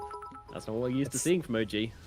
And Sumail is just so calm in that situation. Getting rolled on, kicked into the tower, realizing that Thompson has morphed a lot of strength. And most players would be focused on getting away from the tower, you know, just run away from the tower. But Sumail, he turns around, he's like, it's not aggroing me right now. I've got time to drop the stun. I need to turn around, just kind of do some damage, force them back, make sure they can't chase me because I don't want to get run down here. Solo very, chasing very with nice the haste. from Sumail. On Yeah, Saxa. He has a he's got rolling a roll. boulder in a second. Oh, that Sora did like nothing. Yeah. Meanwhile, bottom Seb getting shackled up. Yeah, he's going to dive across, though, into the trees. And with the TP away, there will be no chase. There will be no cancel. He's going to get out alive. Just making some time. Lane's definitely going way better for Error this time around. Yeah, and that's because they picked much stronger supports. They got the position 5 Undying. Shadow Shaman has an insane amount of base damage, good HP as well. Yeah, we were talking after the last game, just saying like those supports, you know, they just didn't feel like they did anything in the last game from the side of Justera. Oh, Seb in some trouble again. This time he gets the swoop away and will survive. Goodness gracious, he's really playing it on the edge down in this bottom lane on this Phoenix. Yeah, he is. He's only got 13 lasses as well, but no one. A little bit of trouble here. The Sunray is kind of painful. Getting stronger. Ooh, they can't finish the job though. Hilltime gets back under the tower and will survive, but just have to stick in the range of the creeps to get the XP, but can't come in for a CS here, that's for sure. If only Saxa was level 4 there. That level 2 rolling boulder would have been pretty nice. No one. There it is. Oh, they do get him.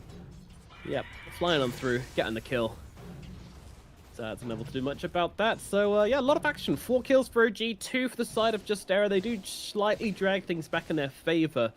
Mid one's having a pretty good time up in this top lane as he's moved up top and he's just kind of been taking down some jungle creeps along with some lane creeps, utilizing the 2 points of Flame Guard to get as much as he can from this lane. Yeah, mid one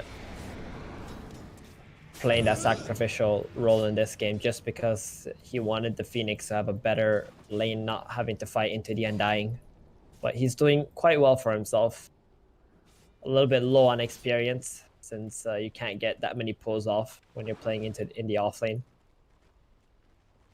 Thompson is pretty, decently caught back up. He's got that bottle. He snagged the Invis rune. So taking that away from the Lina, that would have been kind of scary for Thompson if Sumail was the one who got the Invis. Because when you're in the jungle as a Morphling, you're kind of just playing on really low HP, trying to make it super efficient, killing the creeps. Yeah, never feels comfortable whatsoever. It's a very awkward situation. But so far, Sumail hasn't been too lucky with the runes. Previous one getting taken by Solo, and the next one, of course, not going his way either. Throw a dagger onto mid one here at top. A lot of damage actually being dealt from the Lina. She tries to bait out the Life Strike Ray, drops the Laguna, trying to finish the drop. Does she have to range the goodness, the Soul Rip? It's not enough. Oh, they'll get it. They will get it. Mid one actually turned around to fill up his bottle on No Tail, and I think that's what got him killed off there. Oh, wow. I did not expect that Dragon Slave to hit at all, but yeah. Very unfortunate. Just a level 5 Ember, but that's okay, It's still the enemy carry. I guess in this game, it's pretty much the position 2 from the carry role, and Thompson is a real position 1 in this game. Nonetheless, a core kill, very big for Error. It's going to help them get out of this laning stage much easier. So the panel said, they are the ones who really need to play for the mid lane game. They need this. Oh, bottom. Seb, is he going to get stunned up? No, he's not. Sumail was ready to be able to combo onto Seb there if that Echo Stomp actually landed. Yeah, Seb maybe not realizing how close he was to death there, but still nicely sidestepping. The Stomp keeps him alive. He didn't know it at the time. Zayak going top with the haste here. I think we're going to see another kill coming out from Error. In they go, they have the grab onto the Bane. Bane being taken down first. No tell though, he's got a lot of tank ability, but not quite enough. The Edge will finish him up, but in comes Seb looking for a response here as they move forward onto Zayat. There is a tombstone down, so they'll have to deal with that first, and that's exactly what they're going to do. Take down that tombstone, jump himself away with the Fire Remnant, and they're just going to put this issue to sleep. No more fighting up in the top lane. They lose no tell, they'll accept that, and they'll just move on. Is crazy. Sumail has been moving around quite a bit, trying to make some space onto the side lanes. Didn't get that kill bottom onto the Phoenix, which is unfortunate for him, but look at the Morphling. He just sat mid, right? And he's just been farming the whole time. And now he's pretty much caught back up. He might even overtake Sumail very soon at this rate. Thompson's having an absolute free time in the jungle. No one exactly, almost level 9. So all Thompson really needed was to hit level 3, and then Sumail wasn't really gonna have any kill potential on him. But because of that one kill Sumail managed to get before Thompson got 3, kind of helped him get out of this laning stage ahead. But again, Morphling just does Morphling things, sits mid, protects his tower, farms around, and Error, they just don't have the option to go middle. Is there any way they can move in on Thompson and start to pressure him? Very hard. I think they're going to need to open up the map elsewhere and try to get Thompson to TP to those fights. Because if Thompson just stays mid the whole time, then he's not going to be helping his team. You're going to need to get him out of this mid lane right now. Pretty much this immovable wall just chilling there with 2,000 HP. Meanwhile, the Fire Buddies move into the enemy jungle and just start to take these stacks, and Ramses can do nothing about this. He's pinging out saying, guys, they're taking my farm, but now the rest of the 4-4, they're busy because there's a fight going down at bottom. Zayat is going to get taken down by Thompson. They'll move across, they'll be able to take down the tombstone as well. Meanwhile, No Tail's got the Fiend's Grip out onto the Elder Titan. It's a full duration here. No one needs to get himself away, but the Fire Remnant's coming through from mid one. They're going to get on top of him, bring him down as well. They will get the return kill onto Saxa, but that is not a good trade for Just Error as they end up losing 2. Oh, that's a terrible trade because they also used the Mass Serpent Ward. just to kill Sox out there. So they won't have that up to try to take the tier 1 tower bottom. Thompson gonna clean up this catapult as well. That means Error's early game tower taking capabilities has just gone down the drain. Ramses is just gonna continue to stay in the jungle, and I think this game is gonna slow down even further. OG are gonna be the one who have the potential to make plays now on the map. Now, do you want them to come in and try and invade Ramses' jungling space, or do you want them to try and take down the playmaker in Sumail? I think they're quite happy with just farming up for the time being until this Bane's grip is back up. It's got 50 seconds left. That was a costly soul rip. He just kind of rocked into Thompson, gave him a decay, gave him the soul rip, and then nearly got beheaded. Yep. And one thing to mention as well. Oh, they actually have a catapult mid. They're gonna use this catapult to actually try to apply some pressure, but they see Sumail. It's gonna be very hard to push into Sumail. They're still looking at it. In comes the Phoenix ultimate. They're going to try and bring him down. The Yules is out there trying to dodge the stun. Not going to quite happen as the Supernova lands onto 2. The Sun Ray is perfect. Down goes Solo and Sumail in quick succession. They'll move across towards Zayat as well. Tombstone gets dealt with. Everyone's being taken down, but they still want to try and make this fight happen. But Ramses jumps in. He's got no HP. Why are you in this fight, Ramses? He's going to get himself killed off immediately. I think he was escaping something down at bottom is all I can imagine as he gets killed off. Man, that was messy. Okay. That was so messy. Yeah, he got jumped by Thompson at bottom, forced to haunt away into mid. Looked a little bit awkward from our perspective, but it was the only play he could have made at the time. Oh, Seb just came in from the side. That was such a perfect goal, just slowing Sumail down, you know, and then gave him the opening for Earth Spirit to roll in while that Supernova was going off, and then they just killed the Lina. Don't even let the Lina cast spells to kill your creeps. Just like that, 5k gold lead. They had only a 1k gold lead before this. They're fighting so well. They're playing the map so well. Just Error. They need to come up with something smart real quick, because right now this game is slipping away from them. 1 minute at a time, and now Thompson jumping in onto these 2 supports. Down goes Zayas, completely eviscerated. They'll move across towards Solo as well. Solo trying to fight up into Thompson. He is trapped inside those walls. Does he care? Doesn't seem to. The String Morph coming through. He's running out of HP on the Morphling. Maybe it's enough, but it doesn't seem to be. Is it going to be able to instead take down Ramses? No one might fall. The Laguna Blade finishes off mid one at the very, very least, but everyone else might be able to get themselves away. Meanwhile, on the sidelines of the fight, Sumail actually gets and Saxa with that Yules combination, as no one did end up dropping, and the rest of OG just want to get themselves away. TPs are available, though no one and Seb still sticking around here. I'm not too sure. I mean, they have a Fiend's Grip. They might be thinking of doing something very, very naughty here. Nah. The word gets deworded, so he's lost vision on Note already. But that chaos they just created on Error's side of the map was just so good for OG. Mid one did die though, but that's okay. As soon as he's alive, he finishes Maelstrom. Got plenty of damage now. Thompson went top, took the tier 1 tower. He is making his way towards an Aghanims. That was still another big win for OG because Error had to spend so much time just trying to fend off OG in this triangle area. We also haven't seen the morph into Undying yet. That's going to be the big one. Like, that team fight is where Error is going to really struggle trying to kill the Tombstone. Yeah, we haven't seen that at all, actually. And even when he gets the Ags as well, that can be pretty fun with the Decay, but, I mean, we know what he wants to do. He wants to turn into Earth Spirit. Yeah. There is no doubt there. Double Spirit Bros. Indubitably. Meanwhile, Roshan, he is having his life taken from his very hands. 404, they are not in the mindset to do anything about it, and they don't really have the capabilities to do anything about it. This Roshan will inevitably fall the way off OG. Another objective going into their hands as Just Error continue to pontificate about what to do next, and the answer is not a whole lot as Solo's in a bit of trouble getting cooked up by that Sunray. Throws down his ulti, throws down the Tombstone as Ramses comes forward. He's got to be careful. They've got the Fiend's Grip out on him. He needs to get down to the low ground. Thompson with his double damage doing so much work. They'll kick him away and they'll bring him down with the flames of the Supernova. Laguna Blade will cut through Saxa, but Zayat's going to die in response as the mid one comes jumping on forwards. Looking for Solo, put to sleep for about a millisecond. He now turns around, keeps beating into this Undying, and the Sleight of Fist will finish the job. Mid one is not fearing anything right now. He doesn't even have the Aegis, but he's playing like he does as they take down 3 more heroes on the side of Just Error.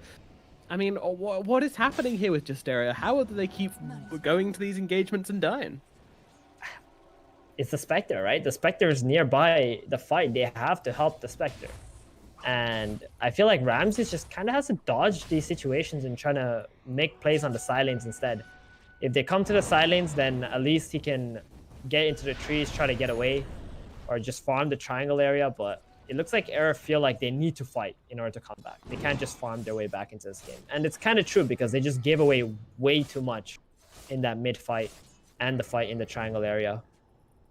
It all even goes back to the first Shadow Shaman Serpent Ward usage on the bottom tower or bottom team fight that kind of stopped their momentum as well.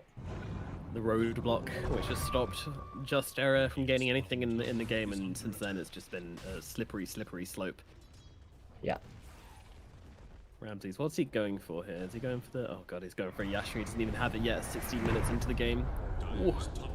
That is a very sad... Thompson? Although they might get Thompson here. This is his first life for sure.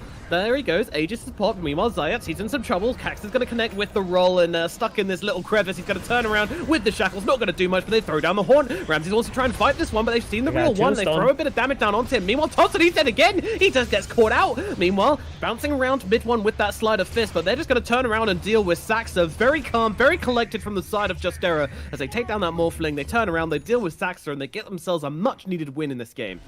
Oh, that was a really nice blink purchase from Sumail. Just seeing that the Morphling got caught out without his attribute shift on. Blink lean. Blowing him up. Yep, that's how he blew him up. And then they're just playing into their triangle area here. Error. Just trying to force OG maybe to make some errors around that area.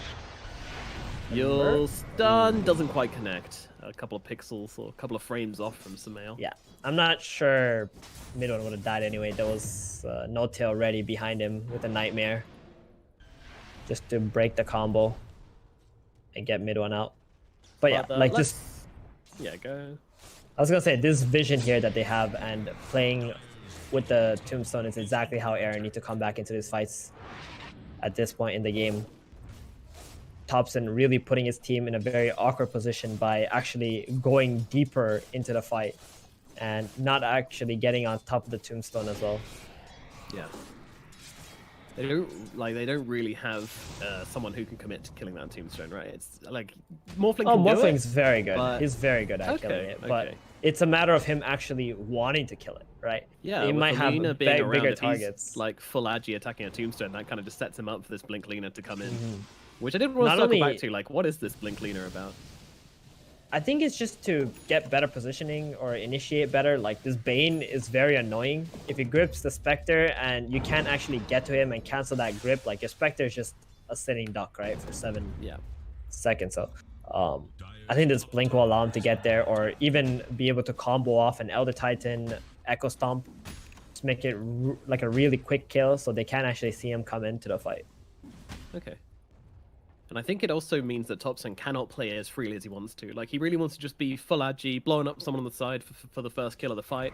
But if there's a Lina Blink, like, if she blinks in and yules you and you're full agi, you're dead. Like, she's just going to bring you down very, very quickly the moment you come back to Earth. Sumail will very unlikely miss the Light Strike arrays afterwards, so it's very, very hard for Thompson to play into this Lina with Blink. I like the pickup a lot. It was great. That's pretty much #1 reason why they were even able to start that engagement in their jungle area. Now in the bottom lane, they're going to drop the snakes just to bring down this tower. OG, though, they're looking for a bit of action. They have smoked up, and they're moving into the enemy triangle. They want to find somebody. At the moment, 4 heroes on the side of Just Era are on the bottom side of the map, aiding this push. Meanwhile, the Spectre, she is at mid, being careful until she sees someone. No one... Could be in some trouble here. Pops one smoke and pours out from the Shaman. He's looking quite dead here. And I don't think Error are going to take this engagement. They don't have the Undying behind no one to be able to put a Tombstone on this high ground. So... Alrighty, folks. Time for some chat engagement, guys. If you think that Elder Titan, aka no one, is going to die in this situation, please press 1. If you think that Elder Titan, aka no one, is going to die in this situation, please press 2. No one is gonna die? Is no one gonna die? Is he gonna die? Press 1 if you think he's gonna survive. Press 2 if you think he's gonna die. I might have said die twice. My bad. You'd be pressing 2 now, wouldn't you? You think he's dead? I think he's gonna change his mind and not walk up there. He doesn't see anybody hitting top. So this pause might have actually saved his life. And Phoenix doesn't have like a Yules or anything. Saksa might roll in, But Saksa also doesn't know where Solo is, so if he rolls in, he might put his team in a very awkward position if Solo was actually behind no one. So they're all thinking about these like possibilities, and in the end, I expect Error to just or no one to just back off, and OG to be like, "Go, go, go! We know where they are. Just go." You know, in OG fashion. Yeah, see hero, kill hero. That being said, though, I was quite surprised they made the smoke play when Ember was actually 100 gold away from BKB. He has the gold now after killing this creep camp, but he needs to go back to base to pick it up. Yeah. I can do so with a Remnant TP. Yeah, he's going to do it right now. I just noticed that he's actually throwing a Remnant out as we speak. It's going towards the ET. They want him bad. They want him bad. Meanwhile, Thompson's finished off Aghanim Scepter, by the way. If you haven't been watching OG's games as of late, the reason for this is because he wants to turn into Saksa. We have seen him do this before. I mean, the hero is just absolutely bonkers. Turning into this Spirit, flying around the map at 1,000 miles an hour. His catch, his reach, his damage is just absolutely absurd when he gets his hags. Hear me out, okay? Yeah. Instead of turning into Saksa, he turns into Seb. And then you double Sunray. You double Sunray the Spectre. And then she just dies. Okay. Yeah, we'll put that one in the maybe suggestions, I think, Theban. No, I've actually seen Morphling turn into Phoenix and double, like, they're actually double Sunray. It's some crazy stuff. So if like Earth Spirit and Ember Spirit roll in and they start locking the Spectre up, like I wouldn't be surprised, you know? The last time we saw Thompson play Morphling, he turned into like 4 different heroes in one engagement. Yeah, you're right. And also the Bane. We can't forget the Bane. With the Ags on Thompson, he's going to be able to cast this Brain Sap. I think it's 1.5 seconds, which you can cast it every time. Like 400 damage once the Bane's max level, that is. Interesting. So it's going to be pretty scary, and I might see that later on. Maybe if Thompson wants a bit of extra burst. Hey, if he goes Ethereal Blade, I can see Waveform in, Brain Sap, Ethereal Blade, Brain Sap, Agility Strike, Brain Sap. That's pretty. That's meaty. That's a lot of magic damage. I remember the days when Brain Sap was a pure damage skill, when Bane was actually a good hero. That was nice. Yeah, good times. Poor old Bane. Getting his time in the spotlight now, though. Only because a lot of the other position 5s have been banned out already. True enough. Yeah, Pos 5s and Pos 1s do seem to be the priority in these drafts, and of course, as always, the mid laners. But anyway, just looking at a couple more of these items, it is scary how far behind Ramses is. I kind of feel like they need a good fight on the side of Just Era to bring themselves back into this game. Otherwise, they might just find themselves getting run over. Most definitely. This is a very underfarmed carry hero at the moment. And can't help but feel like Ramses just tried to put himself in a very awkward position earlier in the game after having a pretty decent laning stage. Maybe trying to take too many fights, you know. This mid play was the big one, right? Like they jumped from 1k to 5k gold lead. They completely dominated the triangle area, and the other jungle area was also very hard for Era to enter once again. And the only thing that's keeping Era in this game is that play where they got the Morphling kill on top at the moment. And that's kind of like neutralized OG's progression in this game at the moment, like until this Ember finishes BKB pretty much, and then he's gonna go crazy again. All right, let's find out. Is no one gonna die, or is no one gonna die? You get what I mean? And they both disengage from each other. No one wants to take this fight. Cool. Huge anti-climax. All that pausing, and for what? As everyone just runs away, kites each other out, and yeah, nothing happens. Literally nothing happened. Mid one got his BKB. That happened. He went back to base. All right, he's ready to go. He's ready to play some Dota. No one are very fight ready. No one also went for the Meteor Hammer build. This is the exact build that Seb went for in game 1. Copy paste. Yeah. I thought maybe he would opt for like a Yules or something different, but he's still going for the Meteor Hammer.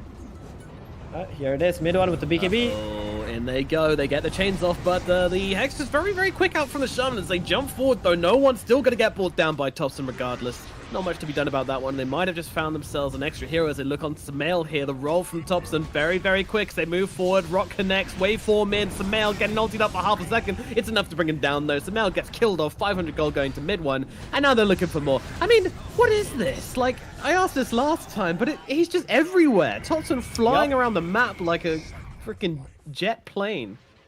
And every time he casts Morph on the Earth Spirit, he gets back all the boulders that he used. I mean, Earth Spirit can also do this, but he doesn't want to do it because he has a recharge time on his Stone Remnants. So, yeah, Thompson just went like this in one Morph duration. Next Morph duration, he's going to turn to Earth Spirit again. And they just can't farm anywhere in this area anymore. Like, that's what's just going to keep happening for... they're just going to keep running back and forth. Ramses does have a Manta now. I think they're going to want to look for a fight. Lane, Zaya's being jumped here. The Hex does come down onto the Ember. He hasn't popped that BKB. So still going to be able to get a kill into Zayas. No, now pop the BKB. Getting through solo as well. Both of these heroes going to get dropped. He's open, no, but not going to get killed off. Oh, no. And now they look forward. They're going to have to use them up. Mid one is pretty low. Can they finish the job? Yes, they can. One goes down. Meanwhile, Seb got to get stunned up. A Gouda Blade cut through Saxa. They get another. Seb in some trouble. They didn't have their Morphling for this engagement. And OG are actually going to be the ones who lose 3. The calls on no on the side of JustEra keep themselves alive, turn it around, and make a pretty big play in the middle lane. That is big. That was the Manta into a straight haunt, and they got 3 kills for Error. That being said, though, this is the position that OG want to be in, where the haunt's on cooldown. So as soon as everyone's alive, they're just gonna start running at Error once again. They ain't gonna stop. It's like you've triggered their trap card, you know. This is exactly what they were waiting for. Although they lost 3 heroes on their side. Yeah, it's kind of painful. It is kind of painful losing those heroes. It's going to take a bit of the momentum away from the OG side, but we're expecting them to get straight back at it the moment they're back up again. Spectre, though, now finishing the Manta, you know, she's got the ability to really do some damage in the fights now. And they jump forward onto mid one. He's going to get hexed up, shackles through as well, but the Nightmare's going to interrupt it from no tail. Allow him to get up that BKB and maybe look for the turnaround. Sumail, very, very low. He needs a way out of this one. Yours comes out onto him. There's nothing to save him. Sumail's going to get left behind as the rest of JustEra try to get themselves away. Mid one doesn't quite connect with those chains onto Solo, and they'll send the illusions back to try and deal with mid one. Chase him back with a bit of damage. Doesn't really care, though. No, Solo still very, very low. Adaptive Strike going to connect, and Saxa comes rolling on in to finish off the kill. Solo's gonna die. 2 heroes down on the side of 4-4, and onto the high ground we go. Thompson, he is not done at all. He's looking for no one here as the Smeeta Hammer's gonna come down. It's not gonna save him though. It's not gonna do anything as they will lose the Elder Titan as well. OG, they take 3 in the middle lane, getting revenge for the earlier series of events. There it is. Oh no, Ramses, really? Thompson, there's no chill for this guy as he goes on the high ground, kills off the Spectre under a tier 3 tower. The disrespect from Thompson here is just killing off everyone with the rest of OG. The whole team coming together, and I'll take a lovely warm bath in the ray of the Phoenix. Yum yum. And down goes that middle tier 2 tower in the same time. Can I say Nomad? But I told you so. You triggered OG's trap card. As soon as they're alive, they're gonna run right back at you. 13k gold. They amassed almost 8,000 gold from this one engagement. Like from the time that they clicked haunt, and by the time it's back up again, 8,000 gold. And they're not done they yet. are not done as they roll in once again. Zayat's going to be the target here. Sleeps pretty good. Zip puts 3 down. Thompson in the backlines just trying to deal with these heroes. I mean, 3 of them all gathered up together. Saxon will fall, but Zayat's going to go down immediately afterwards. It looks like Solo's in a bit of trouble. Thompson's going to finish the job. Now look across towards Sumail. Meanwhile, well, Spectre trying to make something happen here. Can't finish off no one. Will be able to kill off Seb. Meanwhile, they're diving deep on Sumail. They'll get that kill. In the backlines, though, Ramses is causing a bit of an issue as he's trying to run down No Tail, and the Sleep's going to help him do that as the Dagger does connect. Is there a Sleep available? Yes, there is. Illusion's going to take it off. No Tail does get finished. Thompson's now in the neighborhood. Spectre trying to bring him down the blade mail, doing a decent amount of work, but Thompson with the strength morph will be okay. Roll across onto the Spec. Now with mid one, jumping in with the Sleight of Fist. No one trying to do something to help Ramses out here. They might actually be out of spells on the Morphling. But guess what? He's got another Earth Sentence, which he turns to the Ember Spirit, and together they will take him down. Ramses gets double Sleight of Fisted, and he is gone. He removed the first chains only to get hit by the second one. Feels bad. Oh no. Yeah, this feels really bad. I mean, they got a couple of kills, but having your Spectre dead is by far the worst thing. He would have loved to have just been able to stay alive, maybe farm a little bit more, get another item. has 1,500 gold. At least an ulti orb or something, right? Before the next fight breaks out. But OG, Bane's back alive. Morphling just needed a little bit of mana. Mid one, he's about to complete his Octarine core, and OG is going to go back on the offensive again. Really? Oh, yep, Roshan. Roshan first. Roshan first. Okay, We're just going to take a right, nice then. small Rosh break. Okay. Short yeah. Rosh. Yep. Well, I'm sure Justera are going to relish in the time they've been given to actually get some items, but this will mean they're not going to contest Roshan. This goes down so quickly to Thompson anyway. This is why almost all the other teams have banned Morphling first phase against OG. Yeah. It's just such a treat to watch this guy play this hero. He's just insanely good with this hero. Still get to see the Bane morph. That's the one thing I'm hoping for this game. Even though obviously their Spirit morph is just completely broken, I'd still like to see it. It could be fun. He's going for I the have a Zero feeling that he is not even considering it. He's got like 3 other amazing heroes he could turn into who actually have mobility spells. Yes, but the other one would be a good meme, and that's what it's all about. Meanwhile, Snakes get dropped as bottom. Zayas is trying to put in a bit of pressure. Not doing a bad job, you know. These Snakes, they're doing their work. Pushing the tier 2. Go high Probably on won't be top. able to take it, but yeah. Yep. Snakes tickling bottom tower while big bad Morphling about to start smashing your tier 3. Yeah, they'll definitely have to respond to this one. Lina now with a BKB finished off, so she can stand her ground. Meanwhile, they've actually caught out Solo down here. No one does drop the hammer, but it looks like he will be dropping down the ultimate from No-Tail on the sideline, controlling up no one as they blow up Tombstone's still alive. Saxa. To be fair, they have killed Saxa, and the Tombstone is still alive, but the Supernova's going to come crashing down as Mid One goes deep onto Samael, kills him off. Zayat's going to fall as well. Under their tier 4 towers, they are still not safe. Solo with the buyback, drops down the Tombstone, still getting killed off by, or maybe not, as Spectre trying to turn it around, but it has to kill off the enemy Tombstone first. They jump forward onto him. Thompson's on top of him. Spectre's going to die, and in the fountain, they're going to look for more as they run onto the Shaman inside his very base. This is just brutal at this point. They get the full 5-man team wipe. Everybody on the side of Justera is dead, and now OG can do what they came here to do, and that is take some goddamn buildings. All they got was a Saxa. That's all they were able to get, and that's it. GG, well played. That's it. What a Speed series. run. Speed run in this series. Yeah. Well, I don't know what to say, folks. I mean, that was a game in which we watched, which we cast, in which these guys played. Beyond that, I mean, the rest is pretty evident. 23k gold a bunch at 28 minutes in game number 2. Game number 1, it was even faster. This was an absolute demolishment from OG. And, you know, this is what happens if you give this team Morphling and Earth Spirit, then these guys can do some pretty filthy stuff with it. They've got 2 excellent Morphling and Earth Spirit players, and that's just not something you're able to give up to this team. But, I mean, were there any other faults you could have drawn out of Justera from the series? Well, they just don't seem like they got their, game plan down, right? In game 1, they took like a Warlock, which is not suitable for the current meta. Then game 2, they have a pretty decent early game, but how they transitioned that early game into a mid game was just so awkward. Like, they're just not bringing enough numbers to the right place on the map. They're not making things happen like a team. It's just really weird. Like, even how the mid tower died, that catapult was alive on mid for almost a minute and a half before OG actually made a play to take that mid tower. And then Era's like, oh, guys, there's a catapult coming in. We got to defend this. But, some other teams, that would be their number 1 priority, to kill that catapult first before, they do something else. So yeah, a bit awkward from them. OG, though, like last week, they were so dominant in the series that we watched. This week, they're still dominant. So I'm beginning to see maybe a pattern here that, they're getting back into some kind of form that they would like to be in. I know they're on boot camp, so that probably helps quite a bit too. So this playoffs is going to look really good if we see top tier OG. It certainly will, But of course, we've got the play-ins to go before then, which it looks like OG is going to be heading towards. But you know what, cowboys and cowgirls, we're done. It's it for us. Just a very short day for me and Theben. We're going to send you back to our very gorgeous panel, which is patiently sitting and waiting for us to send it across them. Take it away, guys.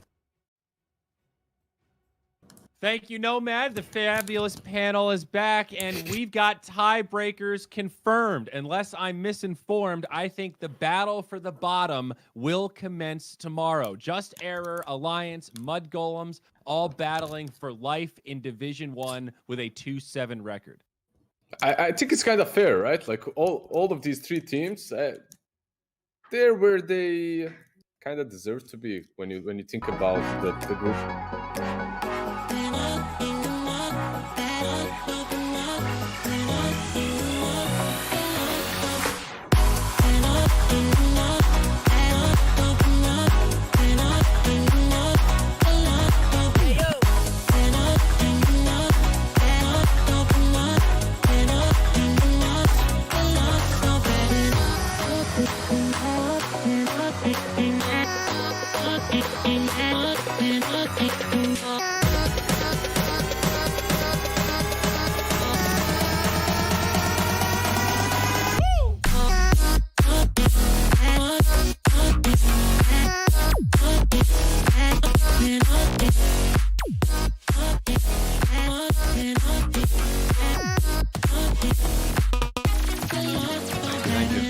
Yeah, I'm a fan too. How's life over at OG right now, buddy? You guys feeling good? It looks like you're in proper form here coming into the playoffs. Today was great. Dota brings good and bad days.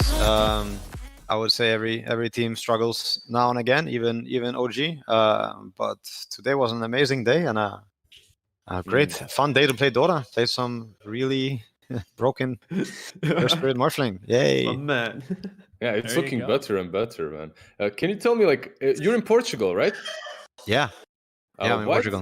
Why did you choose that country? Like, you weren't born there, right? Like, why did you move there? What's is it just sunny and Exactly. Born in Denmark, you get 2 months of sun a year, and you're like, these 2 months are the best months, or like the best time of year. And then you look around and you realize that other places might have like an extended summer or more than just 2 months and then 10 months of gray.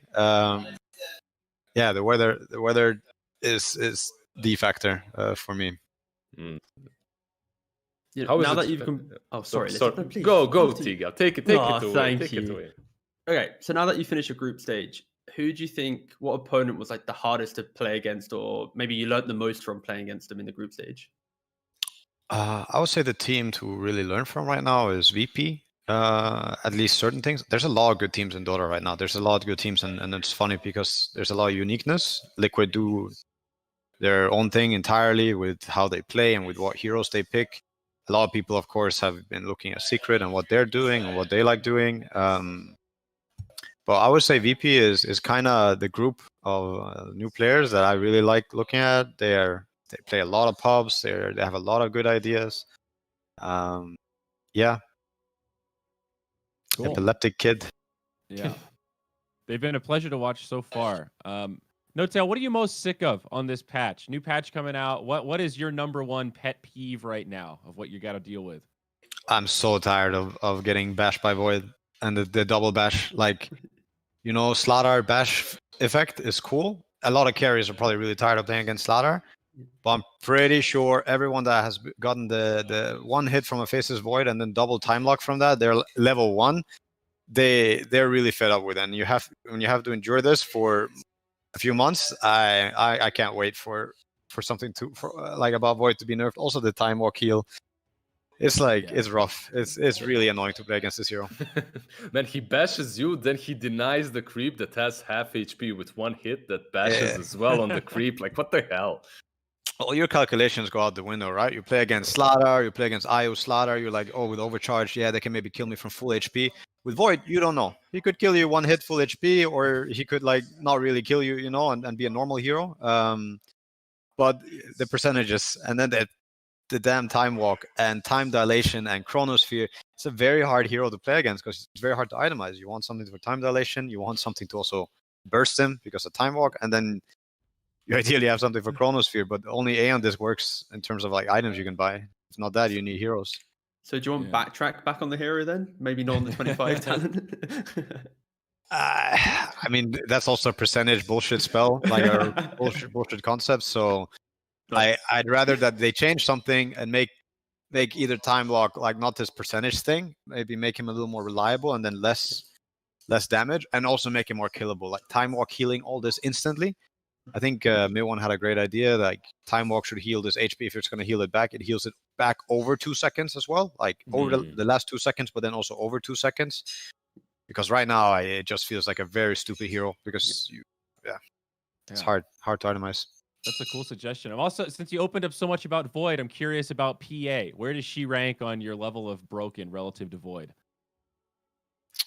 It's not the same, but I'm of course a +5 player, and I don't think there's +5 heroes that ever enjoy playing against this PA. Once she gets this Deso, or even later on, like there's again nothing you can do, nothing you can buy. Ghost Scepter. I hear people telling me to buy Ghost Scepter, and it doesn't work like that. Like you get critted one shot, it doesn't work. I played What it about yesterday. Sven? Sven's another carry hero that's pretty enjoyable, huh? But I feel these are more dealable. They're way more dealable. Yeah, I think the carries have had a really good patch. Hopefully they had a good time, but I think it's time that they feel a little bit of the pain, at least early on. Let's switch it up a little bit. Yeah, I like that. Some role reversal. That's what I'm talking about. All right, last question, No Tail. This kind of format we're seeing here, the Division 2, Division 1, we're moving into the play-ins. As a player, do you like this format? Do you like the group stage carrying some weight where if you're at the bottom, you fall down to Division 2? Of course. I think the tournaments that where the group stage seems redundant are the ones where the group stage doesn't really matter as much or at all. Sometimes the group stage really doesn't matter at all for the playoffs. I for sure think having merit in the group stage, if you're going to have it, is very ideal. Not having it can make a lot of these games just seem very redundant. But here, you incentivize people to play for their lives every game, every point, everything matters. So I like it. I mean, I didn't play in the Division 2, but I from what I see, there's a lot of Dota going on. We have Dota the whole week. I think the Tier 2 scene is doing better than ever. Funny enough, even during Corona, but I can't say that for sure or for a fact. But I like to see, Dota every day, every week, see some Team Empire. Haven't seen them play in a while and all that. So yeah, it's been good watch. Consistency is a big upside, man. That's definitely true. All right. Well, thank you so much, No Tail. Always a pleasure to hear from you. Hopefully, we get to hear from you again. Good luck in the playoffs, man. Hope so too. Thank you very much. Have a good one. Thank you, man. You bye too. bye. See ya. Ciao. Cheers. Okay. Well, great to hear from No Tail indeed. Boys, we got plenty of time to fill here because we're way ahead of schedule with that quick series. So per usual, we can bring it back and anything else you want to break down about this dismantling. I think Lizard touched on it after that first game, is you just have to look at how OG play their heroes within the lanes, right? Like you have that, in the second game especially, you have this Earth Spirits now farming bottom, the Morphlings jungling, Bane's mid. You now have the offlane and then the carry playing that offlane duo together. And just this distribution of farm on the cores, or the heroes in general, allow for everyone to get that little something. And then when they're suddenly invading that jungle, guess what? It's now 5 farmed high-level heroes fighting up against like a starved solo, a Spectre who's been under pressure. It's that kind of philosophy of the game that allows them to have this sudden like 5k lead. And I think just a lot of people can learn a lot from just looking at these two games and how to play the lanes and as a team. And it's just, beautiful to watch. Yeah. It was though David versus Goliath, right? Like, yeah, it was difficult for 404. Thompson When you is look at that pretty, second game too, at first decently game I was caught thinking, back up. okay, He's got that bottle. It's rough. The draft is difficult, but So they have an taking that idea. away The from second Lina, game, it that would have didn't been really look like kind they of had a scary for general Thompson idea about. if Sumail was the one who got the Imbis. Because when you're in the jungle as a Morphling, you're kind of just playing on really low HP, trying to make it super efficient, killing the creeps. Yeah, never feels comfortable whatsoever. It's a very awkward situation. But so far, Sumail hasn't been too lucky with the runes. Previous one getting taken by Solo, and the next one, of course, not going his way either.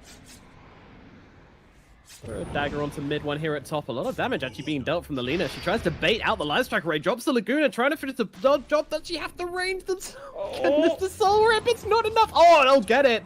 They will get it. Mid one actually turned around to fill up his bottle on No Tail, and I think that's what got him killed off there. Oh, wow. I did not expect that Dragon Slave to hit at all, but yeah. Very unfortunate. Just a level 5 Ember, but that's okay, It's still the enemy carry. I guess in this game, it's pretty much the position 2 from the carry role, and Thompson is a real position 1 in this game. nonetheless, a core kill, very big for Error. It's gonna help them get out of this laning stage much easier. So the panel said, like, they are the ones who really need to play for the mid lane game. They need this. Oh, bottom. Seb, is he gonna get stunned up? No, he's not. Sumail was ready to be able to combo onto Seb there if that Echo Stomp actually landed. Yeah, Seb maybe not realizing how close he was to death there, but still nicely sidestepping. The Stomp keeps him alive. He didn't know it at the time. Zayak going top with the haste here. I think we're gonna see another kill coming out from Error. In they go, they have the grab onto the Bane. Bane being taken down first. No tell though, he's got a lot of tank ability, but not quite enough. The Edge will finish him up, but in comes Seb looking for a response here as they move forward onto Zayat. There is a tombstone down, so they'll have to deal with that first, and that's exactly what they're going to do. Take down that tombstone, jump himself away with the Fire Remnant, and they're just going to put this issue to sleep. No more fighting up in the top lane. They lose no tell, they'll accept that, and they'll just move on. Is crazy. Sumail has been moving around quite a bit, trying to make some space onto the side lanes. Didn't get that kill bottom onto the Phoenix, which is unfortunate for him, but look at the Morphling. Like, he just sat mid, right? And he's just been farming the whole time. And now he's pretty much caught back up. He might even overtake Sumail very soon at this rate. Thompson's having an absolute free time in the jungle. No one's exactly, almost level 9. So all like Thompson really needed was to hit like level 3, and then Sumail wasn't really gonna have any kill potential on him. But because of that one kill Sumail managed to get before Thompson got 3, kind of helped him get out of this laning stage ahead. But again, Morphling just does Morphling things, sits mid, protects his tower, farms around, and Error, they just don't have the option to go middle. Is there any way they can move in on Thompson and start to pressure him? Very hard. I think they're going to need to open up the map elsewhere and try to get Thompson to TP to those fights. Because if Thompson just stays mid the whole time, then he's not going to be helping his team. You're going to need to get him out of this mid lane right now. Pretty much like this immovable wall, just chilling there with like 2,000 HP. Meanwhile, the Fire Buddies move into the enemy jungle and just start to take these stacks, and Ramses can do nothing about this. He's pinging out saying, guys, they're taking my farm, but now the rest of the 4-4, they're busy because there's a fight going down at bottom. Zayat is going to get taken down by Thompson. They'll move across, they'll be able to take down the Tombstone as well. Meanwhile, No-Tail's got the Fiend's Grip out onto the Elder Titan. It's a full duration here. No one needs to get himself away, but the Fire Remnant's coming through from mid one. They're going to get on top of him, bring him down as well. They will get the return kill onto Saxa, but that is not a good trade for Just Error as they end up losing 2. Oh, that's a terrible trade because they also used the Mass Serpent Ward just to kill Saxa there, so they won't have that up to try to take the tier 1 tower bottom. Thompson gonna clean up this catapult as well. That means Error's early game tower taking capabilities has just gone down the drain. Ramses is just gonna continue to stay in the jungle, and I think this game is gonna slow down even further. OG are gonna be the one who have the potential to make plays now on the map. Now, do you want them to come in and try and invade Ramses' jungling space, or do you want them to try and take down the playmaker in Sumail? I think they're quite happy with just farming up for the time being until this Bane's Grip is back up. It's got 50 seconds left. That was a costly soul rip. He just kind of rocked into Thompson, gave him a decay, gave him a soul rip, and then nearly got beheaded. Yep. And one thing to mention as well. Oh, they actually have a catapult mid. They're going to use this catapult to actually try to apply some pressure, but they see Sumail. It's going to be very hard to push into Sumail. They're still looking at it. In comes the Phoenix ultimate. They're going to try and bring him down. The Yules is out. They're trying to dodge the stun. Not going to quite happen as the Supernova lands onto 2. The Sun Ray is perfect. Down goes Solo and Sumail in quick succession. They'll move across towards Zayat as well. Tombstone gets dealt with. Everyone's being taken down, but they still want to try and make this fight happen. But Ramses jumps in. He's got no HP. Why are you in this fight, Ramses? He's going to get himself killed off immediately. I think he was escaping something down at bottom is all I can imagine as he gets killed off. Man, that was messy. Okay. That was so messy. Yeah, he got jumped by Thompson at bottom, forced to haunt away into mid. Looked a little bit awkward from our perspective, but it was the only play he could have made at the time. Oh, Seb just came in from the side. That was such a perfect goal, just slowing Sumail down, you know, and then gave him the opening for Earth Spirit to roll in while that Supernova was going off, and then they just killed the Lina. Don't even let the Lina cast spells to kill your creeps. Just like that, 5k gold lead. They had only a 1k gold lead before this. They're fighting so well. They're playing the map so well. Just Error, they need to come up with something smart real quick, because right now this game is slipping away from them. 1 minute at a time, and now Thompson jumping in onto these two supports. Down goes Zayas, completely eviscerated. They'll move across towards Solo as well. Solo trying to fight up into Thompson. He is trapped inside those walls. Does he care? Doesn't seem to. The String Morph coming through. He's running out of HP on the Morphling. Maybe it's enough, but it doesn't seem to be. Is it going to be able to instead take down Ramses? No one might fall. The Laguna Blade finishes off mid one at the very, very least, but everyone else might be able to get themselves away. Meanwhile, on the sidelines of the fight, Samel actually grabs and Saxa with that Yule's combination, as no one did end up dropping, and the rest of OG just want to get themselves away. TPs are available, though no one in Seb still sticking around here. I'm not too sure. I mean, they have a Fiend's Grip. They might be thinking of doing something very, very naughty here. Nah. The word gets deworded, so he's lost vision on Note already. But that chaos they just created on Error's side of the map was just so good for OG. Mid one did die though, but that's okay. As soon as he's alive, he finishes Maelstrom. Got plenty of damage now. Thompson went top, took the tier 1 tower.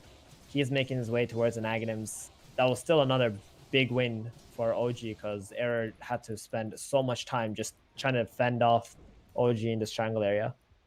We also haven't seen the morph into Undying yet. That's going to be the big one.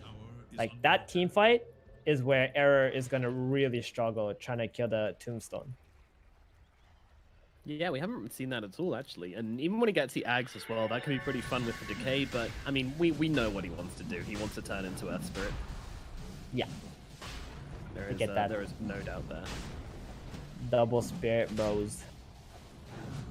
Indubitably. Meanwhile, Roshan, he is having his life taken from his very hands. 404, they are not in the mindset to do anything about it, and they don't really have the capabilities to do anything about it. This Roshan will inevitably fall the way off OG. Another objective going into their hands as Just Error continue to pontificate about what to do next, and the answer is not a whole lot, as Solo's in a bit of trouble getting cooked up by that Sunray. Throws down his ulti, throws down the Tombstone as Ramses comes forward. He's got to be careful. They've got the Fiend's Grip out on him. He needs to get down to the low ground. Thompson with his double damage doing so much work. They'll kick him away and they'll bring him down with the flames of the Supernova. Laguna Blade will cut through Saxa, but Zay's going to die in response as the mid one comes jumping on forwards. Looking for Solo, put to sleep for about a millisecond. He now turns around, keeps beating into this Undying, and the Sleight of Fist will finish the job. Mid one is not fearing anything right now. He doesn't even have the Aegis, but he's playing like he does as they take down 3 more heroes on the side of Just Error. I mean, what is happening here with Just Error? How do they keep going to these engagements and dying? It's the Spectre, right? The Spectre is nearby the fight. They have to help the Spectre. And I feel like Ramses just kind of has to dodge these situations and trying to make plays on the side lanes instead.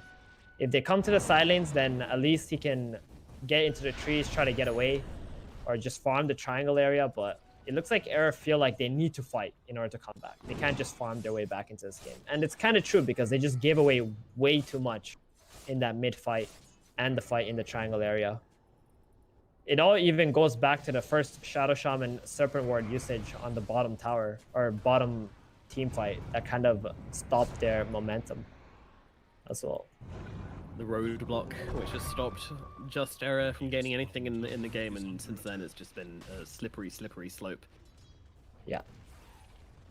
Ramses, what's he going for here? Is he going for the... Oh god, he's going for a Yashri. He doesn't even have it. Ooh. That is a very sad... Thompson? Although they might get Thompson here. This is his first life for sure. There he goes. Aegis is popped. Meanwhile, Zayat, he's in some trouble. Cax is going to connect with the roll, and stuck in this little crevice. He's going to turn around with the shackles. Not going to do much, but they throw down the horn. Ramses wants to try and fight this one, but they've seen the real one. They throw a bit of damage down onto him. Meanwhile, Thompson, he's dead again. He just gets caught out. Meanwhile, bouncing around mid one with that Sleight of Fist, but they're just going to turn around and deal with Saxa. Very calm, very collected from the side of Just Error. As they take down that Morphling, they turn around, they deal with Saxa, and they get themselves a much-needed win in this game. Oh, that was a really nice blink purchase from Samel. Just seeing that the Morphling got caught out without his attribute shift on. Blink lean. Blowing him up. Yep, that's how you blew him up. And then they're just playing into their triangle area here. Error. Just trying to force OG maybe to make some errors around that area. You'll stun. Doesn't quite connect. A couple of pixels or a couple of frames off from Samel. Yeah, I'm not sure mid one would have died anyway. There was no tail ready behind him with a Nightmare, just to break the combo and get mid one out. But yeah, like just... Yeah, go. I was gonna say, this vision here that they have and playing with the Tombstone is exactly how Error need to come back into these fights at this point in the game. Thompson really putting his team in a very awkward position by actually going deeper into the fight and not actually getting on top of the tombstone as well. Yeah. They don't really have someone who can commit to killing that tombstone, right? It's like Morphling can do it, Morphling's very good. but- He's very good at killing it, but it's a matter of him actually wanting to kill it, right? Yeah, he with might have Lina being around, bigger if he's, targets. like full agi attacking a tombstone, that kind of just sets him up for this Blink Lina to come in. Mhm. Which I did want to Not circle only- back to, like, what is this Blink Lina about? I think it's just to get better positioning or initiate better. Like, this Bane is very annoying. If he grips the Spectre and you can't actually get to him and cancel that grip, like, your Spectre is just a sitting duck, right, for 7 seconds. So I think this Blink will allow him to get there, or even be able to combo off an Elder Titan Echo Stomp. Just make it like a really quick kill so they can't actually see him come into the fight. Okay. And I think it also means that Thompson cannot play as freely as he wants to. Like, he really wants to just be full agi, blowing up someone on the side for the first kill of the fight. But if there's a Lina Blink, like, if she blinks in and yules you, and you're full agi, you're dead. Like, she's just going to bring you down very, very quickly the moment you come back to Earth. Samel will very unlikely miss the Light Strike arrays afterwards, so it's going to be very, very hard for Thompson to play into this Lina with Blink. I like the pickup a lot. It was great. That's pretty much number one reason why they were even able to start that engagement in their jungle area. Now in the bottom lane, they're going to drop the snakes just to bring down this tower. OG, though, they're looking for a bit of action. They have smoked up, and they're moving into the enemy triangle. They want to find somebody. At the moment, 4 heroes on the side of Justera are on the bottom side of the map, aiding this push. Meanwhile, the Spectre, she is at mid, being careful until she sees someone. No one... Could be in some trouble here. Pops one smoke and pours out from the Shaman. He's looking quite dead here. And I don't think Error are going to take this engagement. They don't have the Undying behind no one to be able to put a tombstone on this high ground. So... Alrighty, folks. If he Time for some keeps going, chat he's dead. engagement, guys. If you think that Elder Titan, aka no one, is going to die in this situation, please press 1. If you think that Elder Titan, aka no one, is going to die in this situation, please press 2. No one is going to die? Is no one going to die? Is he going to die? Press 1 if you think he's going to survive. Press 2 if you think he's going to die. I might have said die twice. My bad. You'd be pressing 2 now, wouldn't you? You think he's dead. I think he's going to change his mind and not walk up there. He doesn't see anybody hitting top. So this pause might have actually saved his life. And Phoenix doesn't have like a Yules or anything. Saksa might roll in. But Saksa also doesn't know where Solo is. So if he rolls in, he might put his team in a very awkward position if Solo was actually behind no one. So they're all thinking about these like possibilities. And in the end, I expect Error to just, or no one to just back off, and OG to be like, go, go, go, we know where they are. Just go. You know, in OG fashion. Yeah, see hero, kill hero. That being said, though, I was quite surprised they made the smoke play when Ember was actually 100 gold away from BKB. He has the gold now after killing this creep camp, but he needs to go back to base to pick it up. Yeah. I can do so with the Remnant TP. Yeah, he's going to do it right now. I just noticed that he's actually throwing a Remnant out as we speak. It's going towards the ET. They want him bad. They want him bad. Meanwhile, Thompson's finished off his Aghanim Scepter, by the way. If you haven't been watching OG's games as of late, the reason for this is because he wants to turn into Saksa. We have seen him do this before. I mean, the hero is just absolutely bonkers. Turning into this Spirit, flying around the map at 1,000 miles an hour. His catch, his reach, his damage is just absolutely absurd when he gets his hags. Hear me out, okay? Yeah. Instead of turning into Saksa, he turns into Seb. And then you double Sunray. You double Sunray the Spectre. And then she just dies. Okay. We'll put that one in the maybe suggestions, I think, Thuban. That's all right. No, I've actually seen Morphling turn into Phoenix and double, like, they're actually double Sunray. It's some crazy stuff. So if like Earth Spirit and Ember Spirit roll in and they start locking the Spectre up, like I wouldn't be surprised, you know? The last time we saw Thompson play Morphling, he turned into like 4 different heroes in one engagement. Yeah, you're right. And also the Bane. We can't forget the Bane. With the Ags on Thompson, he's going to be able to cast this Brain Sap I think it's 1.5 seconds, which you can cast it every time. Like 400 damage once a Bane's max level, that is. Interesting. So it's going to be pretty scary. I might see that later on. Maybe if Topson wants a little bit of extra burst. Hey, if he goes Ethereal Blade, I can see Waveform in, Brain Sap, Ethereal Blade, Brain Sap, Agility Strike, Brain Sap. That's pretty. That's meaty. That's a lot of magic damage. I remember the days when Brain Sap was a pure damage skill, when Bane was actually a good hero. That was nice. Yeah, good times. Poor old Bane. Getting his time in the spotlight now, though. Only because a lot of the other position 5s have been banned out already. True enough. Yeah, pos 5s and pos 1s do seem to be the priority in these drafts, and of course, as always, the mid laners. But anyway, just looking at a couple more of these items, it is scary how far behind Ramses is. I kind of feel like they need a good fight on the side of Just Era to bring themselves back into this game. Otherwise, they might just find themselves getting run over. Most definitely. This is a very underfarmed carry hero at the moment. And can't help but feel like Ramses just tried to put himself in a very awkward position earlier in the game after having a pretty decent laning stage. Maybe trying to take too many fights, you know. This mid play was the big one, right? Like they jumped from 1k to 5k goal lead. They completely dominated the triangle area, and the other jungle area was also very hard for Era to enter once again. And the only thing that's keeping Era in this game is that play where they got the Morphling kill on top at the moment.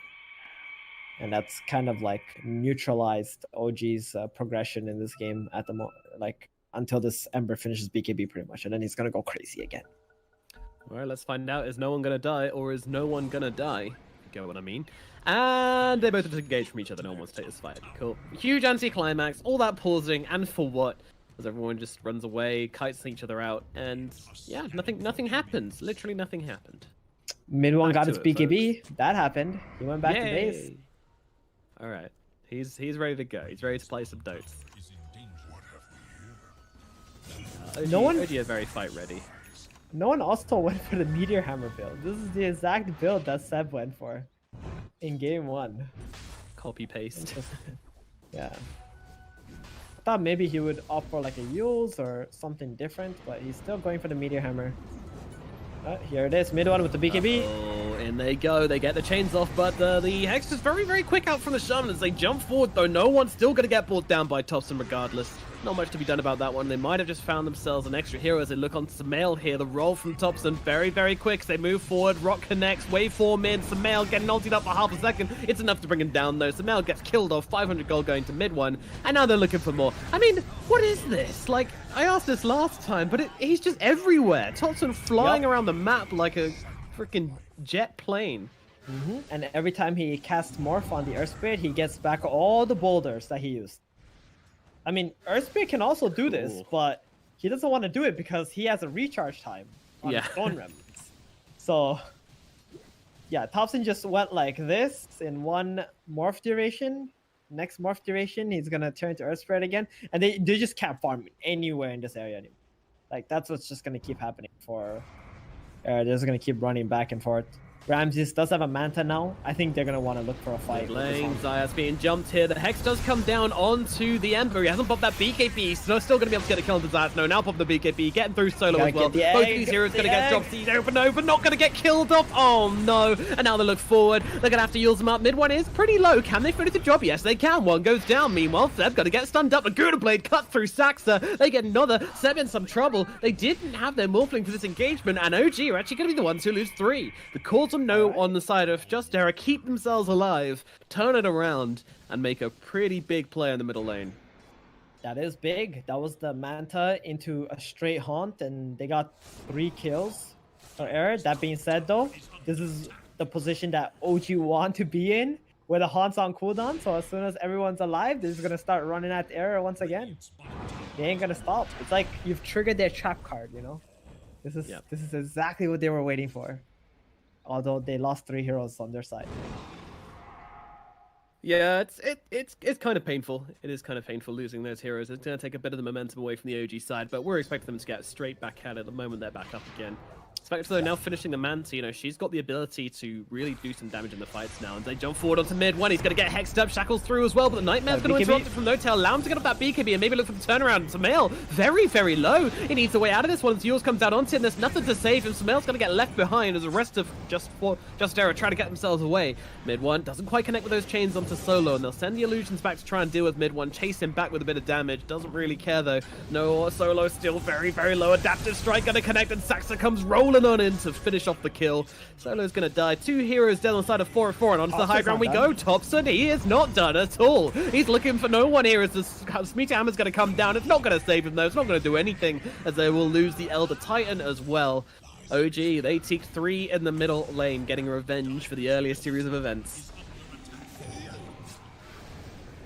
There it is. Oh no, Ramses, really? Thompson, there's no chill for this guy as he goes on the high ground, kills off the Spectre under a tier 3 tower. The disrespect from Thompson here is just killing off everyone with the rest of OG. The whole team coming together, and I'll take a lovely warm bath in the ray of the Phoenix.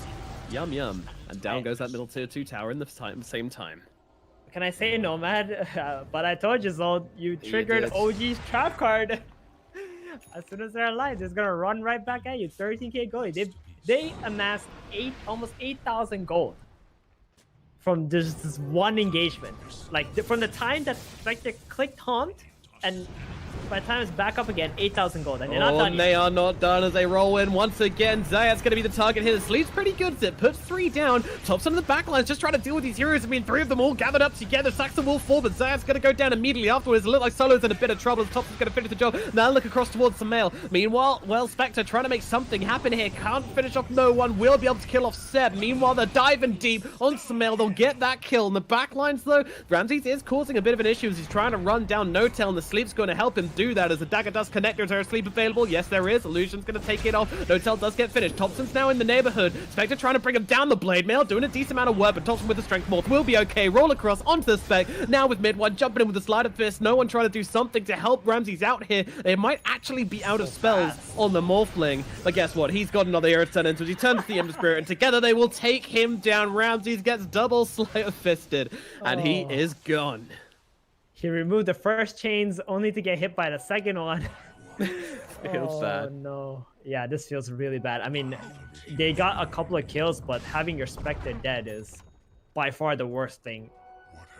He would have loved to have just been able to stay alive, maybe farm a little bit more, get another item.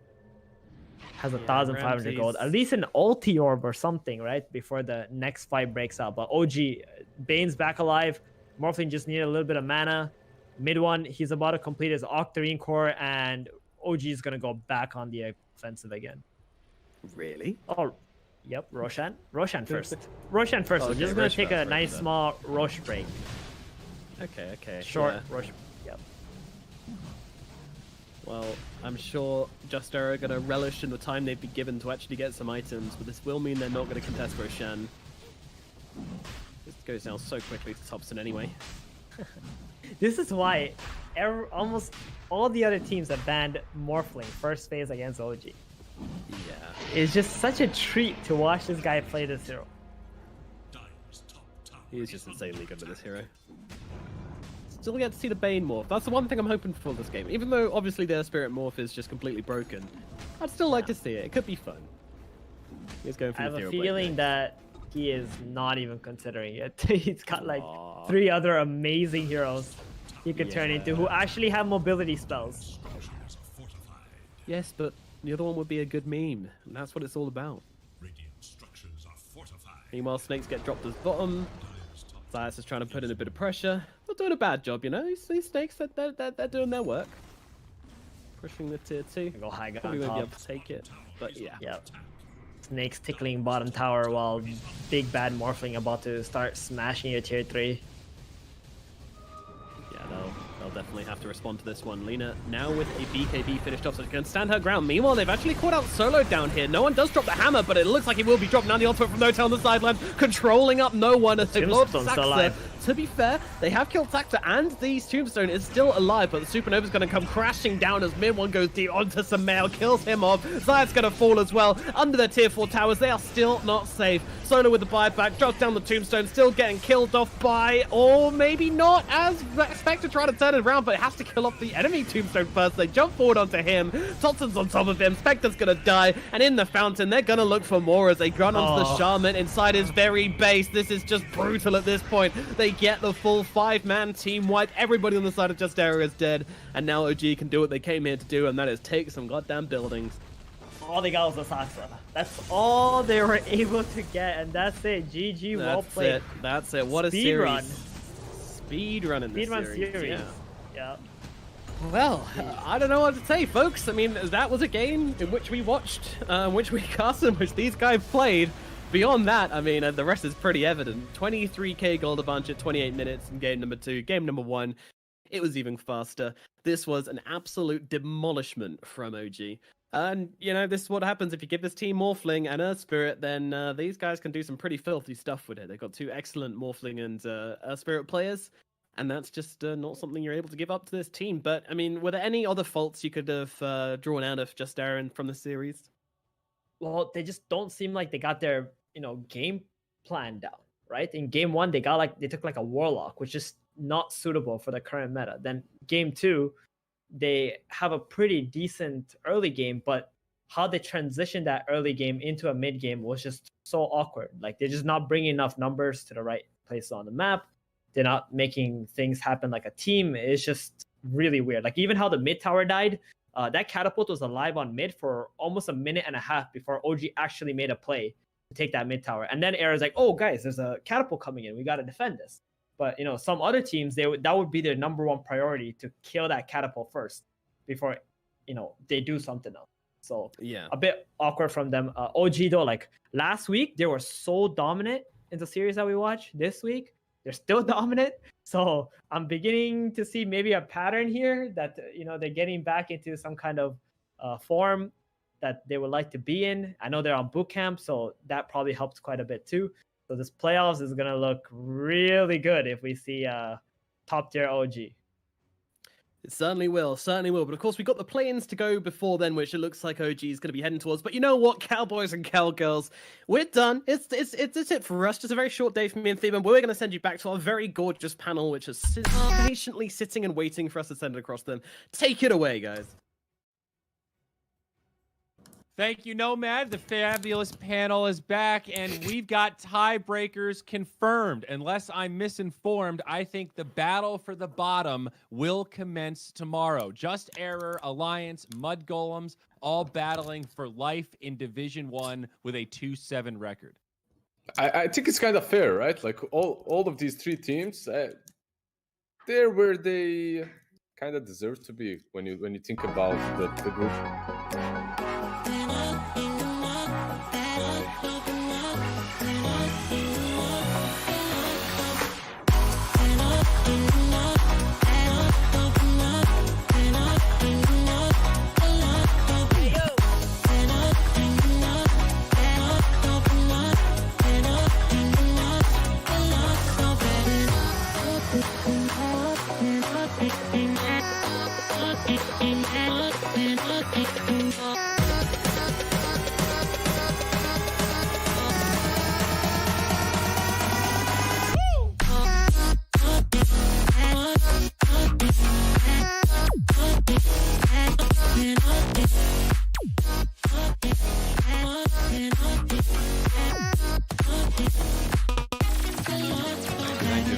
Yeah, I'm a fan too.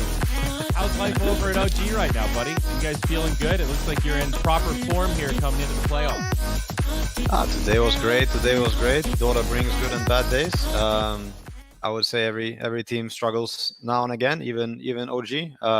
But today was an amazing day and a great, fun day to play Dota. Play some really broken First Spirit Morphling. Yay! Oh, man.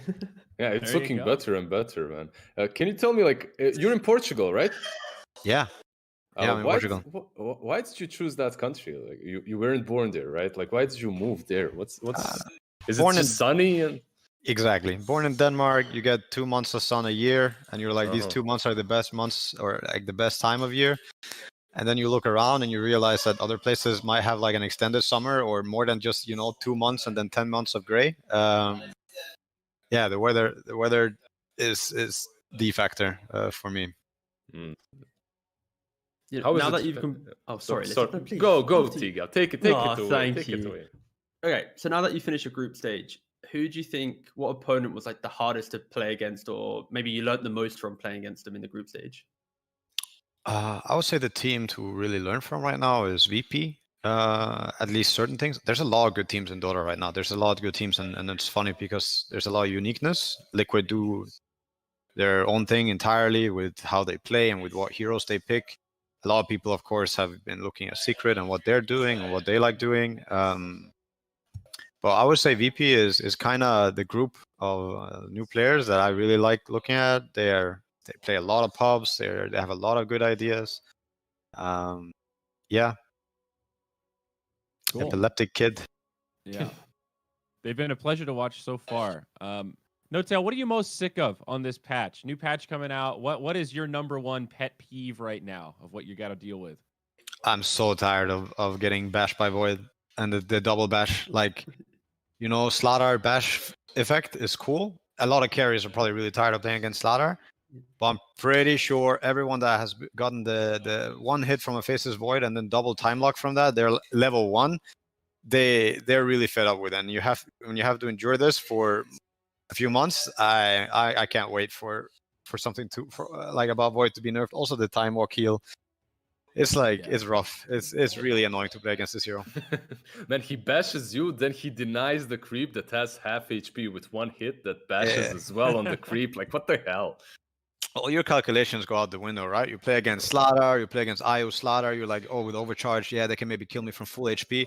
With Void, you don't know. He could kill you one hit full HP, or he could like not really kill you, and be a normal hero.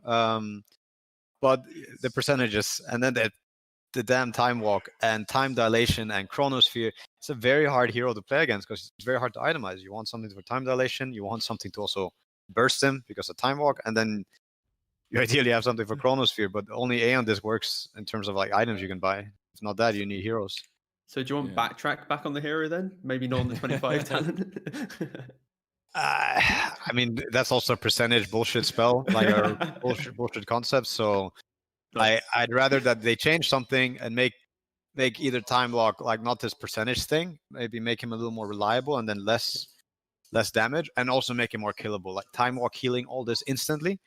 I think Milwan had a great idea. Like time walk should heal this HP. If it's going to heal it back, it heals it back over 2 seconds as well. Like over the last 2 seconds, but then also over 2 seconds. Because right now it just feels like a very stupid hero because it's hard to itemize. That's a cool suggestion. I'm also, since you opened up so much about Void, I'm curious about PA. Where does she rank on your level of broken relative to Void? It's not the same, but I'm of course a +5 player, and I don't think there's +5 heroes that ever enjoy playing against this PA. Once she gets this Deso, or even later on, like there's again nothing you can do, nothing you can buy. Ghost Scepter. I hear people telling me to buy Ghost Scepter, and it doesn't work like that. Like you get critted one shot, it doesn't work. I played what about yesterday. Sven, Sven's another carry hero that's pretty enjoyable. Huh? But I feel these are more dealable. They're way more dealable. Yeah, I think the carries have had a really good patch. Hopefully they had a good time, but I think it's time that they feel a little bit of the pain, at least early on. Let's switch it up a little bit. Yeah, I like that. Some role reversal. That's what I'm talking about. All right, last question, No-Tail. This kind of format we're seeing here, the Division 2, Division 1, we're moving into the play-ins. As a player, do you like this format? Do you like the group stage carrying some weight where if you're at the bottom, you fall down to Division 2? Of course. I think the tournaments that seem where the group stage seems redundant are the ones where the group stage doesn't really matter as much or at all. Sometimes the group stage really doesn't matter at all for the playoffs. I for sure think having merit in the group stage, if you're going to have it, is very ideal. Not having it can make a lot of these games just seem very redundant. But here, you incentivize people to play for their lives every game, every point, everything matters. So I like it. I mean, I didn't play in the Division 2, but from what I see, there's a lot of Dota going on. We have Dota the whole week. I think the Tier 2 scene is doing better than ever. Funny enough, even during Corona, but I can't say that for sure or for a fact. But I like to see, you know, Dota every day, every week. See some Team Empire. Haven't seen them play in a while and all that. So Yeah, that's it's the been good watch. consistency is a big upside, man. That's definitely true. All right, well, thank you so much, Notel. Always a pleasure to hear from you. Hopefully, we get to hear from you again. Good luck in the playoffs, man. Hope so too. Thank you very much. Have a good one. Thank you, man. You bye too. bye. See ya. Ciao. Cheers. Okay, well, great to hear from Notel indeed. Boys, we got plenty of time to fill here because we're way ahead of schedule with that quick series. So per usual, we can bring it back, and anything else you want to break down about this dismantling? I think Lizard touched on it after that first game, is you just have to look at how OG play their heroes within the lanes, right? Like you have that in the second game especially, you have this Earth Spirit's now farming bottom, the Morphlings jungling, Bane's mid. You now have the offlane and then the carry playing that offlane duo together. And just this distribution of farm on the cores, or the heroes in general, allow for everyone to get that little something. And then when they're suddenly invading that jungle, guess what? It's now 5 farmed high-level heroes fighting up against like a starved solo, a Spectre who's been under pressure. You know, it's that kind of philosophy of the game that allows them to have this sudden like 5k lead. And I think just a lot of people can learn a lot from just looking at these two games and how to play the lanes and as a team. And it's just, yeah, beautiful to watch. Yeah. It was though David versus Goliath, right? Like, yeah, it was difficult for 404. Thompson When you is look at that pretty, second game you know, too, at first game I was thinking, okay, he's got that bottle. It's rough. The draft is difficult, but they have an idea. The second game, it would have been didn't really look like kind they of had a scary for general Thompson idea about. if Sumail was the one who got the Imbus. Because when you're in the jungle as a Morphling, you're kind of just playing on really low HP, trying to make it super efficient, killing the creeps. Yeah, never feels comfortable whatsoever. It's a very awkward situation. But so far, Sumail hasn't been too lucky with the runes. Previous one getting taken by Solo, and the next one, of course, not going his way either. Throw a dagger onto mid one here at top. A lot of damage actually being dealt from the Lina. She tries to bait out the live strike array, drops the Laguna, trying to finish the job. Does she have to range them? Goodness, the soul rip, it's not enough. Oh, they'll get it. They will get it. Mid one actually turned around to fill up his bottle on No Tail, and I think that's what got him killed off there. Oh, wow. I did not expect that Dragon Slave to hit at all, but yeah. Very unfortunate. Just a level 5 Ember, but that's okay, you know? It's still the enemy carry. I guess in this game, it's pretty much the position 2 from the carry role, and Thompson is a real position 1 in this game. Nonetheless, a core kill, very big for Error. It's going to help them get out of this laning stage much easier. So the panel said, like, they are the ones who really need to play for the mid lane. They need this. Oh, bottom. Seb, is he going to get stunned up? No, he's not. Sumail was ready to be able to combo onto Seb there if that Echo Stomp actually landed. Yeah, Seb maybe not realizing how close he was to death there, but still nicely sidestepping. The Stomp keeps him alive. He didn't know it at the time. Zayak going top with the haste here. I think we're going to see another kill coming out from Error. In they go, they have the grab onto the Bane. Bane being taken down first. No tell though, he's got a lot of tank ability, but not quite enough. The Edge will finish him up, but in comes Seb looking for a response here as they move forward onto Zayat. There is a tombstone down, so he'll have to deal with that first, and that's exactly what they're going to do. Take down that tombstone, jump himself away with the Fire Remnant, and they're just going to put this issue to sleep. No more fighting up in the top lane. They lose No tell, they'll accept that, and they'll just move on. It's crazy. Sumail has been moving around quite a bit, trying to make some space onto the side lanes. Didn't get that kill bottom onto the Phoenix, which is unfortunate for him, but look at the Morphling. Like, he just sat mid, right? And he's just been farming the whole time. And now he's pretty much caught back up. He might even overtake Sumail very soon at this rate. Thompson's having an absolute free time in the jungle. No one's exactly, almost level 9. So all like Thompson really needed was to hit like level 3, and then Sumail wasn't really gonna have any kill potential on him.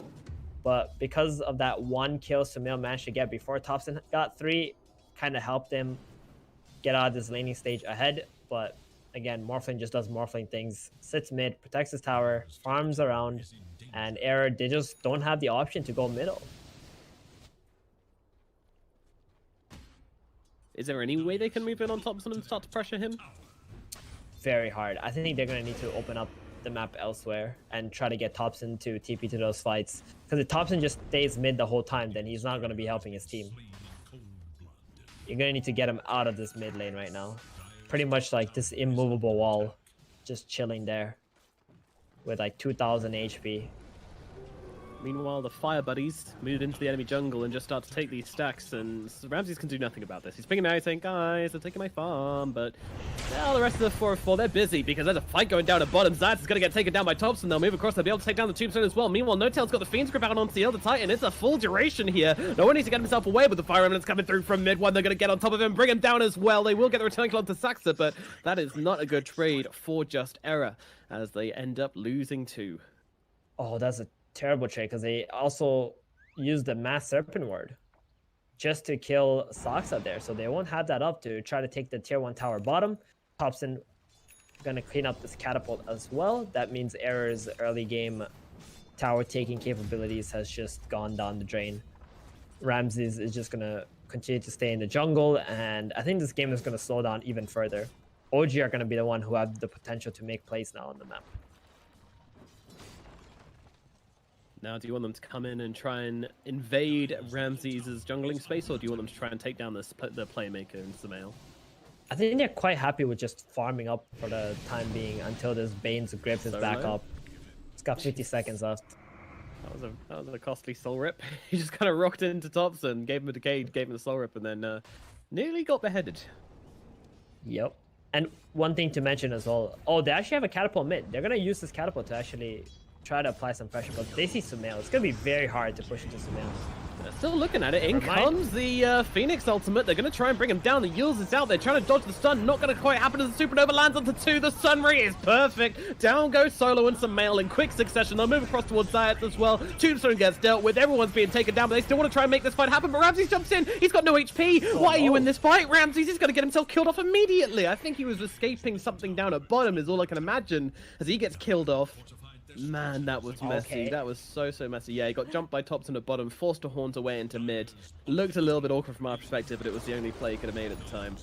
Oh, Seb just came in from the side. That was such a perfect goal, just slowing Sumail down, you know, and then gave him the opening for Earth Spirit to roll in while that Supernova was going off, and then they just killed the Lina.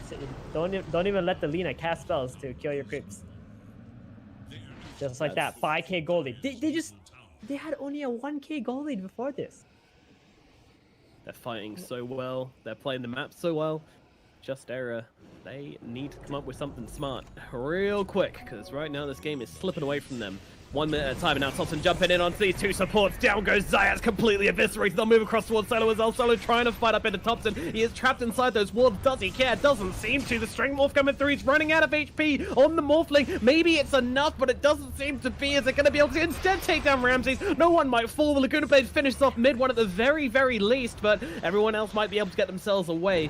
Meanwhile, on the sidelines of the fight, Sumail actually gets Saxa with that Yules combination, as no one did end up dropping, and the rest of OG just want to get themselves away. TPs are available, though no one and Seb still sticking around here. I'm not too sure. I mean, they have a Fiend's Grip. They might be thinking of doing something very, very naughty here. Nah. The ward gets dewarded, so he's lost vision on No-Tail already. But that chaos they just created on Error's side of the map was just so good for OG. Mid one did die though, but that's okay. As soon as he's alive, he finishes Maelstrom. Got plenty of damage now. Thompson went top, took the tier 1 tower. He's making his way towards an Aghanims. That was still another big win for OG because Error had to spend so much time just trying to fend off OG in this triangle area. We also haven't seen the morph into Undying yet. That's going to be the big one. Like, that team fight is where Error is going to really struggle trying to kill the Tombstone. Yeah, we haven't seen that at all, actually. And even when he gets the Ags as well, that could be pretty fun with the Decay, but, I mean, we know what he wants to do. He wants to turn into Earth Spirit. Yeah. There is no doubt there. Double Spirit Bros. Indubitably. Meanwhile, Roshan, he is having his life taken from his very hands. 404, they are not in the mindset to do anything about it, and they don't really have the capabilities to do anything about it. This Roshan will inevitably fall the way off OG. Another objective going into their hands as Justera continue to pontificate about what to do next, and the answer is not a whole lot as Solo's in a bit of trouble getting cooked up by that Sunray. Throws down his ulti, throws down the tombstone as Ramses comes forward. He's got to be careful. They've got the feed grab on him. He needs to get down to the low ground. Tops him with his double damage, doing so much work. They'll kick him away and they'll bring him down with the flames of the supernova. The Guna Blade will cut through stacks, but Zayat's going to die in response as the mid one comes jumping on forwards. Looking for Solo, put to sleep for about a millisecond. He now turns around, keeps beating into this undying, and the Slight of Fist will finish the job. Mid one is not fearing anything right now. He doesn't even have the Aegis, but he's playing like he does as they take down 3 more heroes on the side of Justera. I mean, what is happening here with Justera? How do they keep going to these engagements and dying? It's the Spectre, right? The Spectre is nearby the fight. They have to help the Spectre. And I feel like Ramses just kind of has to dodge these situations and trying to make plays on the side lanes instead. If they come to the side lanes, then at least he can get into the trees, try to get away, or just farm the triangle area. But it looks like Era feel like they need to fight in order to come back. They can't just farm their way back into this game. And it's kind of true because they just gave away way too much in that mid fight and the fight in the triangle area. It all even goes back to the first Shadow Shaman Serpent Ward usage on the bottom tower, or bottom team fight, that kind of stopped their momentum as well. The roadblock, which has stopped Justera from gaining anything in the game, and since then it's just been a slippery slope. Yeah. Ramses, what's he going for here? Is he going for the... Oh god, he's going for a Yashri. He doesn't even have it. Ooh. That is a very sad... Thompson? Although they might get Thompson here. This is his first life for sure. There he goes. Aegis is popped. Meanwhile, Zayat, he's in some trouble. Cax is going to connect with the roll and stuck in this little crevice. He's going to turn around with the shackles. Not going to do much, but they throw down the horn. Ramses wants to try and fight this one, but they've seen the real one. They throw a bit of damage down onto him. Meanwhile, Thompson, he's dead again. He just gets caught out. Meanwhile, bouncing around mid one with that Slight of Fist, but they're just going to turn around and deal with Saxa. Very calm, very collected from the side of Justera. As they take down that Morphling, they turn around, they deal with Saxa, and they get themselves a much-needed win in this game. Oh, that was a really nice blink purchase from Sumail. Just seeing that the Morphling got caught out without his attribute shift on. Blowing him up. Yep, that's how he blew him up. And then they're just playing into their triangle area here. Just trying to force OG maybe to make some errors around that area. Your stun doesn't quite connect. A couple of pixels or a couple of frames off from Sumail. Yeah, I'm not sure mid one would have died anyway. There was no tail ready behind him with a Nightmare, just to break the combo and get mid one out. But yeah, like this. Yeah, go. I was gonna say this vision here that they have and playing with the Tombstone is exactly how Aaron need to come back into these fights at this point in the game. Thompson really putting his team in a very awkward position by actually going deeper into the fight and not actually getting on top of the Tombstone as well. Yeah. They don't really have someone who can commit to killing that Tombstone, right? It's like Morphling can do it. Morphling's very good. But... He's very good at killing it, but it's a matter of him actually wanting to kill it, right? Yeah, he might have bigger targets. Like full agi attacking a Tombstone, that kind of just sets him up for this Blink Lina to come in. Which I didn't want to circle back to. Like, what is this Blink Lina about? I think it's just to get better positioning or initiate better. Like, this Bane is very annoying. If he grips the Spectre and you can't actually get to him and cancel that grip, like, your Spectre is just a sitting duck, right? For 7 seconds. So, I think this Blink will allow him to get there or even be able to combo off an Elder Titan, Echo Stomp. Just make it like a really quick kill so they can't actually see him come into the fight. Okay.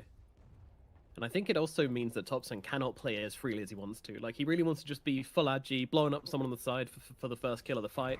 But if there's a Lina Blink, like, if she blinks in and yules you and you're full agi, you're dead. Like, she's just going to bring you down very, very quickly the moment you come back to Earth. Sumail will very unlikely miss the Light Strike arrays afterwards, so it's been very, very hard for Thompson to play into this Lina with Blink. I like the pickup a lot. It was great. That's pretty much #1 reason why they were even able to start that engagement in their jungle area. Now in the bottom lane, they're going to drop the snakes just to bring down this tower. OG, though, they're looking for a bit of action. They have smoked up, and they're moving into the enemy triangle. They want to find somebody. At the moment, 4 heroes on the side of Justera are on the bottom side of the map, aiding this push. Meanwhile, the Spectre, she is at mid. being careful until she sees someone. No one. Could be in some trouble here. Pops one smoke and pours out from the Shaman. He's looking quite dead here. And I don't think Error are going to take this engagement. They don't have the Undying behind no one to be able to put a tombstone on this high ground. So... Alrighty, folks. Time for some chat engagement, guys. If you think that Elder Titan, aka no one, is going to die in this situation, please press 1. If you think that Elder Titan, aka no one, is going to die in this situation, please press 2.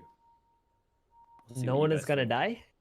Is no one going to die? Is he going to die? Press 1 if you think he's going to survive. Press 2 if you think he's going to die. I might have said die twice. My bad. You'd be pressing 2 now, wouldn't you? You think he's dead. I think he's going to change his mind and not walk up there. He doesn't see anybody hitting top. So this pause might have actually saved his life. And Phoenix doesn't have like a Yules or anything. Saksa might roll in. But Saksa also doesn't know where Solo is. So if he rolls in, he might put his team in a very awkward position if Solo was actually behind no one. So they're all thinking about these like possibilities. And in the end, I expect Error to just... or no one to just back off and OG to be like, go, go, go, we know where they are. Just go. You know, in OG fashion. Yeah, see hero, kill hero. That being said, though, I was quite surprised they made the smoke play when Ember was actually 100 gold away from BKB. He has the gold now after killing this creep camp, but he needs to go back to base to pick it up. Yeah. I can do so with a Remnant TP. Yeah, he's going to do it right now. I just noticed that he's actually throwing a Remnant out as we speak. It's going towards the ET. They want him bad. They want him bad. Meanwhile, Thompson's finished off his Aghanim Scepter, by the way. If you haven't been watching OG's games as of late, the reason for this is because he wants to turn into Saksa. We have seen him do this before. I mean, the hero is just absolutely bonkers. Turning into this Spirit, flying around the map at 1,000 miles an hour. His catch, his reach, his damage is just absolutely absurd when he gets his hags. Hear me out, okay? Yeah. Instead of turning into Saksa, he turns into Seb. And then you double Sunray. You double Sunray the Spectre. And then she just dies. Okay. We'll put that one in the maybe suggestions, I think, Theban. No, I've actually seen Morphling turn into Phoenix and double, like, they're actually double Sunray. It's some crazy stuff. So if like Earth Spirit and Ember Spirit roll in and they start locking the Spectre up, like I wouldn't be surprised, you know. The last time we saw Thompson play Morphling, he turned into like 4 different heroes in one engagement. Yeah, you're right. And also the Bane. We can't forget the Bane. With the Ags on Thompson, he's going to be able to cast this Brain Sap. I think it's 1.5 seconds, which you can cast it every time.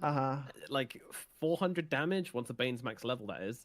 Interesting. So it's going to be pretty scary. I might see that later on. Maybe if Thompson wants a bit of extra burst. Hey, if he goes Ethereal Blade, I can see Waveform in, Brain Sap, Ethereal Blade, Brain Sap, Agility Strike, Brain Sap. That's pretty. That's meaty. That's a lot of magic damage. I remember the days when Brain Sap was a pure damage skill. When Bane was actually a good hero. That was nice. Yeah, good times. Poor old Bane. Getting his time in the spotlight now, though. Only because a lot of the other position 5s have been banned out already. True enough. Yeah, Pos 5s and Pos 1s do seem to be the priority in these drafts, and of course, as always, the mid laners. But anyway, just looking at a couple more of these items, it is scary how far behind Ramses is. I kind of feel like they need a good fight on the side of Just Era to bring themselves back into this game. Otherwise, they might just find themselves getting run over. Most definitely. This is a very underfarmed carry hero at the moment. And can't help but feel like Ramses just tried to put himself in a very awkward position earlier in the game after having a pretty decent laning stage. Maybe trying to take too many fights, you know. This mid play was the big one, right? Like they jumped from 1k to 5k goal lead. They completely dominated the triangle area, and the other jungle area was also very hard for Era to enter once again. And the only thing that's keeping Era in this game is that play where they got the Morphling kill on top at the moment. And that's kind of like neutralized OG's progression in this game at the moment, like until this Ember finishes BKB pretty much, and then he's gonna go crazy again. All right, let's find out. Is no one gonna die, or is no one gonna die? You get what I mean? And they both disengage from each other. No one wants to take this fight. Cool. Huge anti-climax. All that pausing, and for what? As everyone just runs away, kites each other out, and yeah, nothing happens. Literally nothing happened. Mid one Back got its to it, BKB. That happened. He went back to base. Yay. All right, he's ready to go. He's ready to play some Dots. No one- OG are very fight ready. No one also went for the Meteor Hammer build. This is the exact build that Seb went for in game 1. Copy paste. Yeah. I thought maybe he would opt for like a Yules or something different, but he's still going for the Meteor Hammer. Here it is, mid one with the BKB. Oh, and they go. They get the chains off, but the Hex is very quick out from the Shaman as they jump forward, though no one's still going to get brought down by Thompson regardless. Not much to be done about that one. They might have just found themselves an extra hero as they look on Samael here. The roll from Thompson, very quick. They move forward. Rock connects. Wave 4 mid. Samael getting ulted up for half a second. It's enough to bring him down, though. Samael gets killed off. 500 gold going to mid one. And now they're looking for more. I mean, what is this? Like, I asked this last time, but he's just everywhere. Thompson flying around the map like a freaking jet plane. And every time he casts Morph on the Earth Spirit, he gets back all the boulders that he used.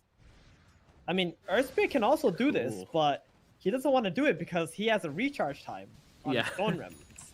So, yeah, Thompson just went like this in one morph duration. Next morph duration, he's going to turn to Earth Spirit again. And they just can't farm anywhere in this area anymore. Like, that's what's just going to keep happening for... they're just going to keep running back and forth. Ramses does have a Manta now. I think they're going to want to look for a fight. Lane, Zayas being jumped here. The Hex does come down. That BKB, so still going to be able to get a kill into Zayas. No, now pop the BKB. Getting through solo as well. Both of these heroes going to get dropped. He's open, but not going to get killed off. Oh, no. And now they look forward. They're going to have to use them up. Mid one is pretty low. Can they finish the job? Yes, they can. One goes down. Meanwhile, Seb got to get stunned up. A Gouda Blade cut through Saxa. They get another. Seb in some trouble. They didn't have their Morphling for this engagement, and OG are actually going to be the ones who lose 3. The calls on no on the side of JustEra keep themselves alive, turn it around, and make a pretty big play in the middle lane. That is big. That was the Manta into a straight haunt, and they got 3 kills for Error. That being said, though, this is the position that OG want to be in, where the haunt's on cooldown. So as soon as everyone's alive, they're just gonna start running at Error once again. They ain't gonna stop. It's like you've triggered their trap card, you know. This is exactly what they were waiting for. Although they lost 3 heroes on their side. Yeah, it's kind of painful. It is kind of painful losing those heroes. It's going to take a bit of the momentum away from the OG side, but we're expecting them to get straight back at it the moment they're back up again. Spectre, though, now finishing the Manta, you know, she's got the ability to really do some damage in the fights now. And they jump forward onto mid one. He's going to get hexed up, shackles through as well, but the Nightmare's going to interrupt it from no tail. Allow him to get up that BKB and maybe look for the turnaround. Samael, very low. He needs a way out of this one as Yules comes down onto him. There's nothing to save him. Samael's going to get left behind as the rest of JustEra try to get themselves away. Mid one doesn't quite connect with those chains onto Solo, and they'll send the illusions back to try and deal with mid one. Chase him back with a bit of damage. Doesn't really care, though. No, Solo still very low. Adaptive Strike going to connect, and Saxa comes rolling on in to finish off the kill. Solo's gonna die. 2 heroes dead on the side of 4-4, and onto the high ground we go. Thompson, he is not done at all. He's looking for no one here as the Meteor Hammer's gonna come down. It's not gonna save him though. It's not gonna do anything as they will lose the Elder Titan as well. OG, they take 3 in the middle lane, getting revenge for the earlier series of events. There it is. Oh no, Ramses, really? Thompson, there's no chill for this guy as he goes on the high ground, kills off the Spectre under a tier 3 tower. The disrespect from Thompson here is just killing off everyone with the rest of OG. The whole team coming together, and I'll take a lovely warm bath in the ray of the Phoenix. Yum. And down goes that middle tier 2 tower in the same time. Can I say Nomad? But I told you so. You triggered OG's trap card. As soon as they're alive, they're gonna run right back at you. 13k gold. They amassed almost 8,000 gold from this one engagement. Like from the time that they clicked haunt, and by the time it's back up again,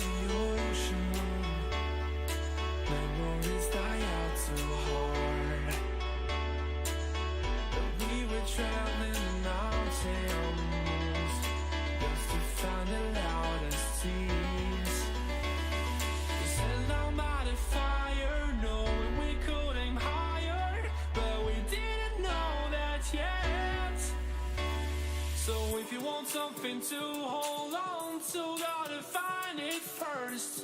But here I am, 'cause I've been laying under palm trees, waiting for the summer, knowing there's nowhere to go. 'Cause I am happy on this island, wanna be my farmland. I don't ever want to leave, I'm in a tropic club.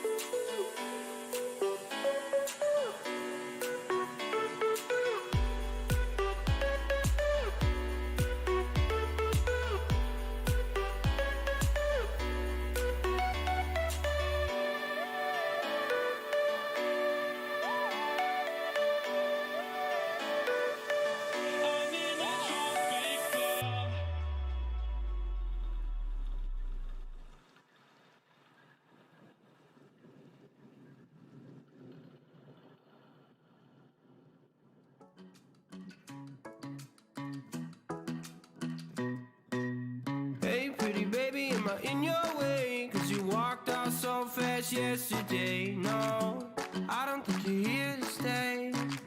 No, I don't think you're here to stay. So tell me what you want, tell me how you want it. Tell me all the reasons that you're running away. I don't think you're here to stay. No, I don't think you're here to stay. No, no, no. I just wanna be with you. I just wanna be with you, yeah. I just wanna be with you. Yeah, I just wanna be with you. I just wanna be with you. I just wanna be with you, yeah. I just wanna be with you. Yeah, I just wanna be with you. I just wanna dance all night, forget my problems, I might go insane. I don't really give a damn what they say. And now you know it. Hey, little lady said you feel the same, but I don't believe a word you say. 'Cause I don't think you're here to stay. No, I don't think you're here to stay. So tell me what you want, tell me how you want it. Tell me all the reasons that you're running away. I don't think you're here to stay. No, I don't think you're here to stay. No, no, no. I just wanna be with you. I just wanna be with you, yeah. I just wanna be with you. Yeah, I just wanna be with you. I just wanna be with you. I just wanna be with you, yeah. I just wanna be with you. Yeah, I just wanna be with you. I just wanna dance all night, forget my problems, I might go insane. I don't really give a damn what they say.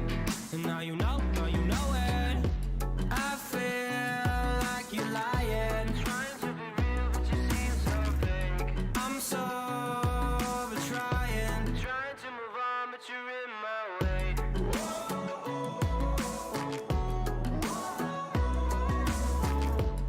I'm so over trying to move on, but you're in my way. I just wanna be with you. I just wanna be with you, yeah. I just wanna be with you. Yeah, I just wanna be with you. I just wanna be with you. I just wanna be with you, yeah. I just wanna be with you. Yeah, I just wanna be with you. I just wanna dance all night, forget my problems, I might go insane. I don't really give a damn what they say. And now you know it.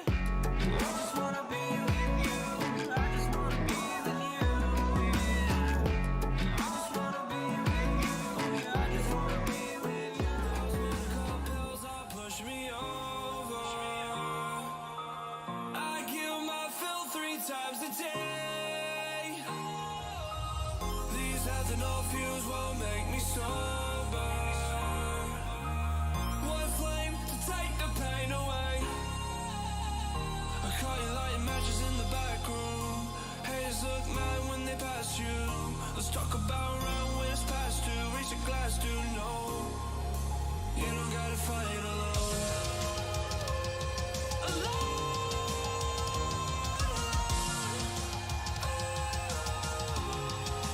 You don't gotta fight alone.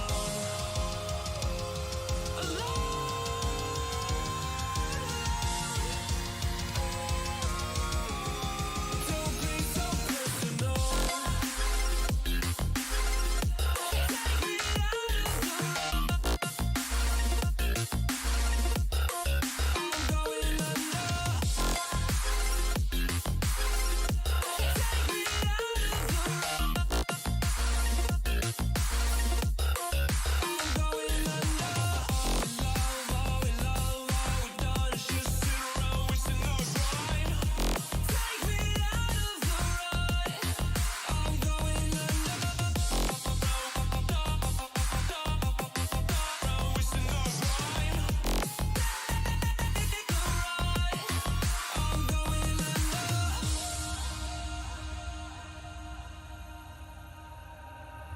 Everyone's seen death in their dreams, but we still wake up and go to sleep. Everyone's seen death in their dreams, but we still wake up from our sleep. I'll be home soon. You don't gotta fight alone.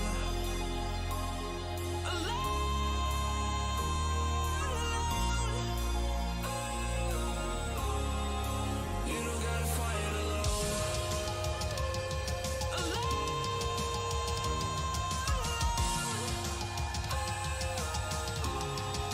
You don't gotta fight alone.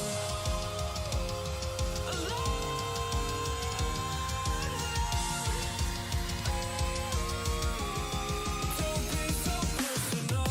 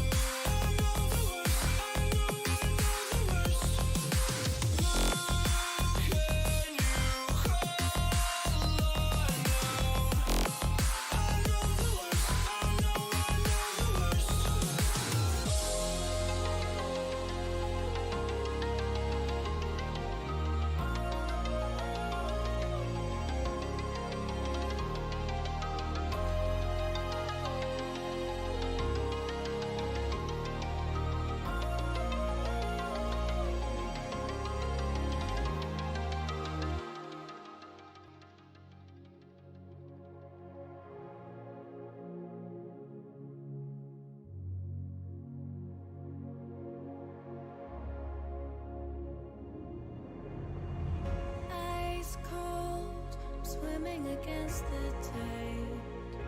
I wanna forget you, but you pull me in. I know this ocean is far too wide. I wanna forget you. Let me forget you. Push and pull, but you repel me, giving up this fight. Love and hate, we learned the lines.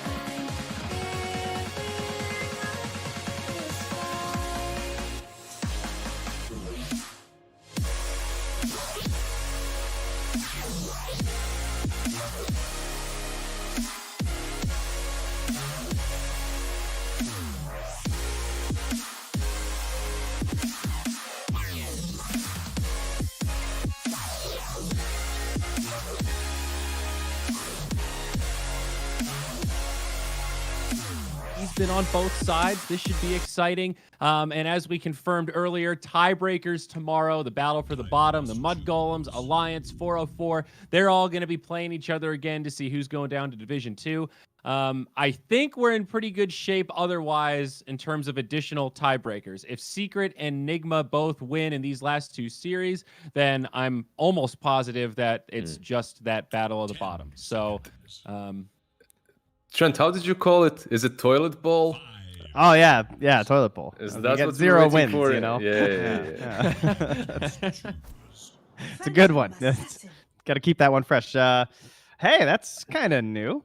I feel like we have not seen a lot of PA first picks. It is. Now, I want to get the stakes right here. Na'Vi, 5-3. Secret, also 5-3. If Na'Vi win this, they are on the cusp of being in the top 4 instead of the middle 4. So a lot on the line here. We are blessed with a group stage where these final 2 series actually are significant in terms of placing into the bracket. Yeah. So, I mean, they're both 5-3, right? So it's just Yes. like win. You really want to win this series. Do not lose. Get there's upper 2 bracket. teams, Virtus Pro and Viking, already confirmed top 2. So it's 3 teams fighting over 2 spots for the upper bracket. It's going to be interesting because Nigma is also 5-3. Will Secret show up? Will they play their A game? Or picking PA definitely looks scary already, but they did let go the Chen through, which is Navi's like #1 hero to go for. That Chen storm strategy that they're rolling out every now and then. Was it yesterday or the day before? I think it was yesterday. Yesterday, right? Sure. When they it just ended came the back game again so fast. Yeah. Chen, Troll, and Storm. Man, that game was quick. So, yeah, let's see. It's Puppy, right? Like if he's playing a best of 3, he's gonna have you. He's gonna let you have your best thing in the first game and then try to counter it out. See how it goes. Yeah, all right, now it was the 22-minute game 3 with the Storm Chen. Yeah. So we have no mag. It's already first phase ban. Is there a reason not to snap pick Slarder? They want the Mirana versus the Chen. So they're more concerned about Na'Vi because, like, you're not getting the Slarder more than likely now. And now Na'Vi have the exact same situation with the Storm Spirit. Yeah, but don't you just pick Slardar and let the Mirana go through? Like chances are they won't ban out Mirana. They'll ban something else different, right? But there it is. Slardar being banned out, that's like 90% from Na'Vi, I would say. But boys, this strikes me as the classic. All 3 of us have said this multiple times in drafts. If we can see it, Puppy saw this yesterday. So there has got to be some sort of a big brain strategy here. There's a reason that will somehow come to light that the Slardar was not picked up and why he let this combo through. Puppy knows. The mind I know games better are than beginning. to doubt the great puppet. Who's the puppet? I thought he puppeted the others. No, he's the master of the puppets. puppeteer. The Yes, puppeteer. The puppeteer. Puppeteer. All right, they ban out the Rubik. That was key yesterday in that lineup. Yep. Yeah, it was played on position 5 as well, right? Like that's how they roll. Well, always want to fly plays it. And he's Yeah. but he plays 4 when they do this. But this combo of Rubik and Chen, like Rubik Chen and Shadow Demon Chen, that's something like 2014 CIS votes. Every single scrim, every single game you would play versus CIS teams, this is the go-to combo, and they would just run across the map together and make stuff happen. Yesterday they made a lot of stuff happen, so a deserved ban. Slardar, by the way. Well, who could have guessed? Trent, what do you got pinned today? Is that a DR? You got the rapier? Oh yeah, we had so many rapiers this tournament. I picked up the rapier this morning. Last day of the group stage, repping the rapier. I think that's appropriate. It's been I feel like it's one of the heavy event. Yeah. I mean, okay, when the patch first gave Rapier True Strike and we had Medusa rolling, then there was a lot of Rapiers. That was pretty crazy. I feel like this is like the second highest amount of Rapiers we've seen with all these PA games and chucked around. We've had games with like 3 Rapiers, 4 Rapiers. We did see a couple of games in which Rapier on PA is unnecessary. They buy it, they lose with it. We've seen a couple of those too, but I don't mind it. I like that Rapier is this item that actually gets picked up regularly and not only by Hwost. It's all right. It's cool. We've had games with like 3 Rapiers. What's the deal with Morphling here? Can Secret Morphling in this situation and do like the aggressive Nisha Dota Morphling and give PA the space, do you think? Yeah. Because it has to go mid versus Storm. I think it's totally possible. It's not the best versus Storm overall. He can Yeah. reach you. He has a lot of damage, mixed damage that can deal with the Morphling. But overall, if they wanted to, why not? They can. I'd rather see them with something like a puck. I keep thinking standard. about what is Secret going to do in terms of invading to kill stacks, right? That is the linchpin of this Navi strategy with the Storm Chen. You know they're going to do it. You know the stacks are going to be there. How can we jump in and secure them? And the more I think about it, Mirana is an okay utility for that because of the Starstorm. You know, it hits a lot of targets. It's a lot of AoE damage, clears up creeps. That's one piece of the puzzle. Or you just take all of their big camps, right? Like you jump in with Mirana, you arrow the creep, go away. Once they stack again, take another big creep. I'm just curious what they're thinking for Zai this game. I don't know. Yeah, I think that's why you see Navi targeting it. I mean, they're still like Batrider, but I mean that all just depends on the matchup too. So maybe Sand King looks kind of all right as well. That's a good ban. I was thinking the same thing. Get rid of the Omni. Hey, it was played, right, recently? Was it Secret played Sand King, right, on offlane recently, 2 days ago? Someone did, yeah, it was them. They beat Alliance with it. Yeah, and Alliance actually played it in game 2 of the same series, so it was a Sand King heavy matchup. Yeah, it was also a Magnus Void game, though. So interesting, though, Sand King out of the sudden, like, we need a stun. Let's pick Sand King, whatever. It's a bit of a Zai classic, though. He's really good on those elusive, like highly mobile stunners like that. With the Mirana, it could be cool. There's also Mars in the pool still, by the way, that hasn't been touched. Something like Mars Phoenix is still out there. Like you could go Venge Drow is still Venge out there Drow, too. yeah. For Navi, that would be pretty sick. You have the Storm that creates a lot of space, and then you just follow up with Venge Drow. The problem is you would be playing Drow into PA, but I don't think you mind. I've seen that go both ways too. Yeah, I don't think you mind at all. Yeah. It's kind of like the Drow Morphling, where it's like sometimes you'll see the Morph team ban the Drow, and sometimes you see the Drow team ban the Morph, and you're just like, I don't know who doesn't want to play what in this matchup. Like, well, you've also got the Chen too. That helps a lot against the PA to offset some of the burst. You get one reset. You get marksmanship, right? Like your ultimate. They snatch the Mars, so this could be Navi playing the Phoenix Mars actually. Yeah, that looks really strong right here because he Could plays they grab the Phoenix, right? for Zai.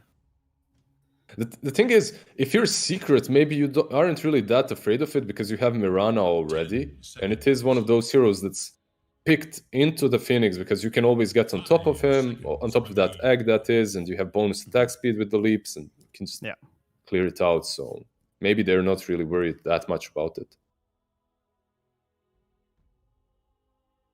It's just interesting seeing the offlane targeted so much in terms of bans. Like, are we getting into Axe territory for Secret? Is that kind of what we're down to? That and DK, right? Yeah. Okay, that's a good one. I think the instant stun would be really nice versus the Storm.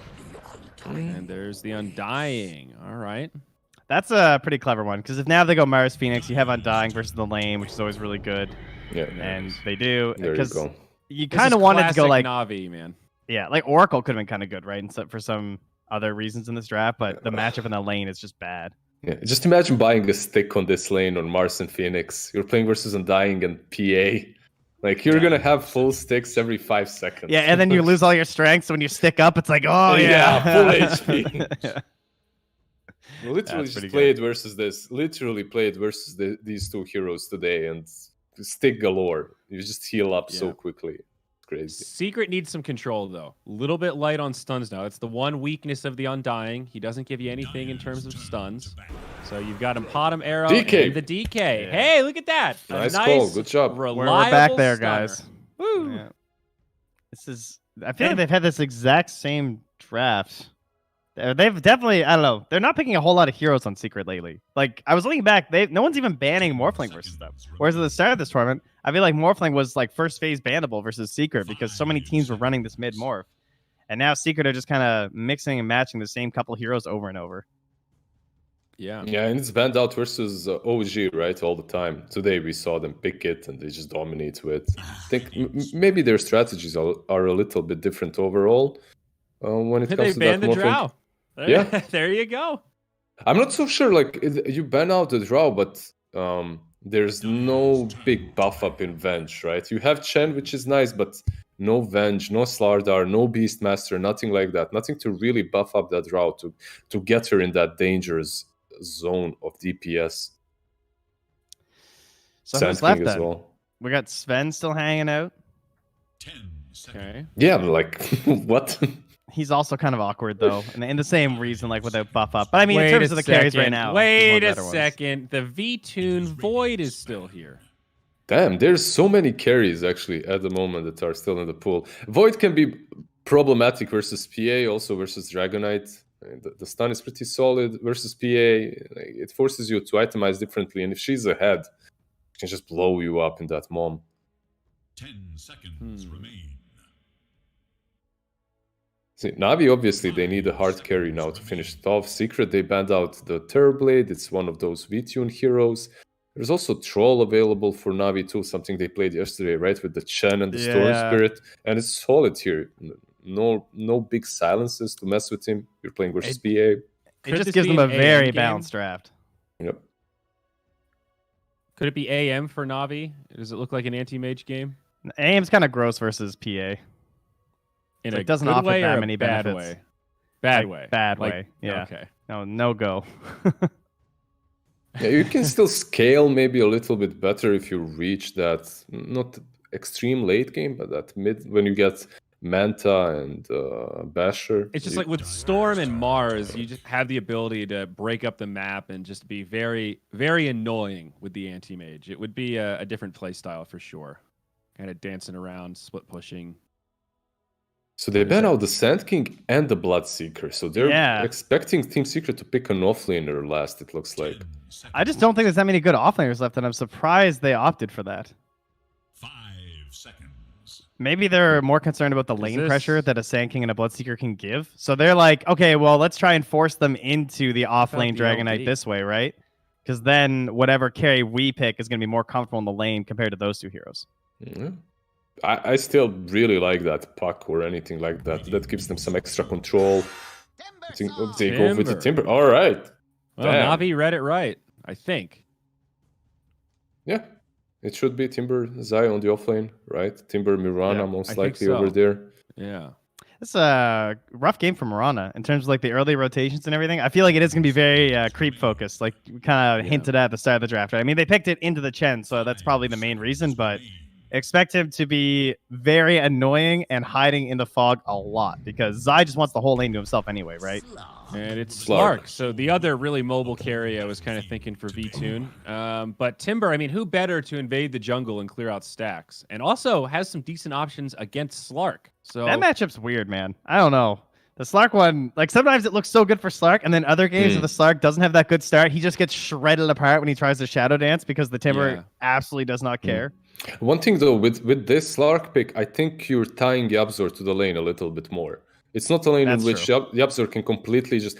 Their idea was, we'll have Zion Timber, whatever they pick, Yabzor will just rotate around, arrow creeps 24/7, get so much farm that it doesn't really matter that Zai is a bit sacked. But now versus Slark, that could be problematic because Chen and Slark, they could threaten him. interesting stuff. Quick predictions. Who do we actually like to win this game one? Ah man, PA's looked so good. I'm gonna go with Navi though. It's Storm Chen. I'm not running away from that combo now. Not gonna doubt it now. No, Okay, no. fair. Man, I'll go with Trent as well. Secret is secret, but this is Storm Chen on Navi. This is Mars Phoenix on Navi plus V-Tune Slark. It looks good. It looks solid. Okay, so comfort zone for Navi, according to the analysts. Folks, last day of the group stage, EGB.com. They got you for the bets. They'll take your action if you're in the right country, and you can do it and have some fun. Oh yeah. Now let's get into the casters. We've got Killer Pigeon and Pycat. Please take it away, boys. Oh yeah. Oh yeah. We here. Welcome, ladies and gentlemen. Navi versus Secret. An important one as well. Pycat. One of these teams can guarantee themselves the upper bracket by slaying the other here. It's a case of who's it going to beat though. And I mean, we were kind of looking at this draft at the end. You messaged me. You kind of saw the slot coming. It's V-Tune. It's Navi. Is it that final oomph to go with these other two combos that puts them over the edge? Or do you just have to bow down to the almighty Phantom Assassin? I mean, I was a little bit surprised because I feel like it was kind of telegraphed by the bans. And I feel like if you watched Navi play, then you would kind of know that they want to go for this hero, it's not really bad against like pretty much any of these heroes. It's pretty decent Slark game. The Timber matchup can become like two-sided, but it should definitely be a pretty good Slark game. And I feel like Na'Vi really got what they wanted. I don't feel like the Chen has really been checked. I mean, there's the Mirana, but they don't really have that much to stop. If Na'Vi group up and start to go like just start to ball up and go as group, it's gonna be pretty hard for Secret to fight unless they do really well in the lanes. Yeah, it looks like Secret's heroes, like, operationally, they're more independent, right? Like, a DK can rotate, make some things happen, a PA just have to farm up, Timber can absorb space, but when you talk about that 5-on-5... always want to fly, and the general, they might be in for a rough one here. It's the puppy boot. Oh, General was gonna die. Oh, Fairy Fire will keep him up. The decay might still get him. Looks like Puppy decides it's not worth it. He's like, no, the message has been sent. I am against double strength heroes. Bow down. This lane might be pretty dicey for Na'Vi. It's something you don't really think about until recently, right? Like, Undying hasn't necessarily been that much of a popular pick until recently, while the Mars plus Phoenix combo has kind of been the go-to whenever you're thinking Mars, right? Yeah, I mean, I feel like this Undying pick, I feel like it very rarely works, from what I've seen. There are a few games every now and then where the hero looks pretty good, and so far this is looking kind of like one of them. They don't really have any amazing tombstone killers. Slark is not bad, but not the fastest. Yeah, well, inside Secret, when it comes to that egg, they are going to have the Mirana. I guess the Mars can mess with it a little bit, but the Mars is the one being messed with right now, as he's going to try and run into the tree line. We'll get the salve off. Oh, Puppy, no. No. Wait, what? He lost his mango. This is going to be kind of awkward for Puppy. He also has a sentry on the courier. He wants to bring it out, remove the sentry to get the full camp. Now he's going to be this kind of useless block here. It's just going to... Yeah.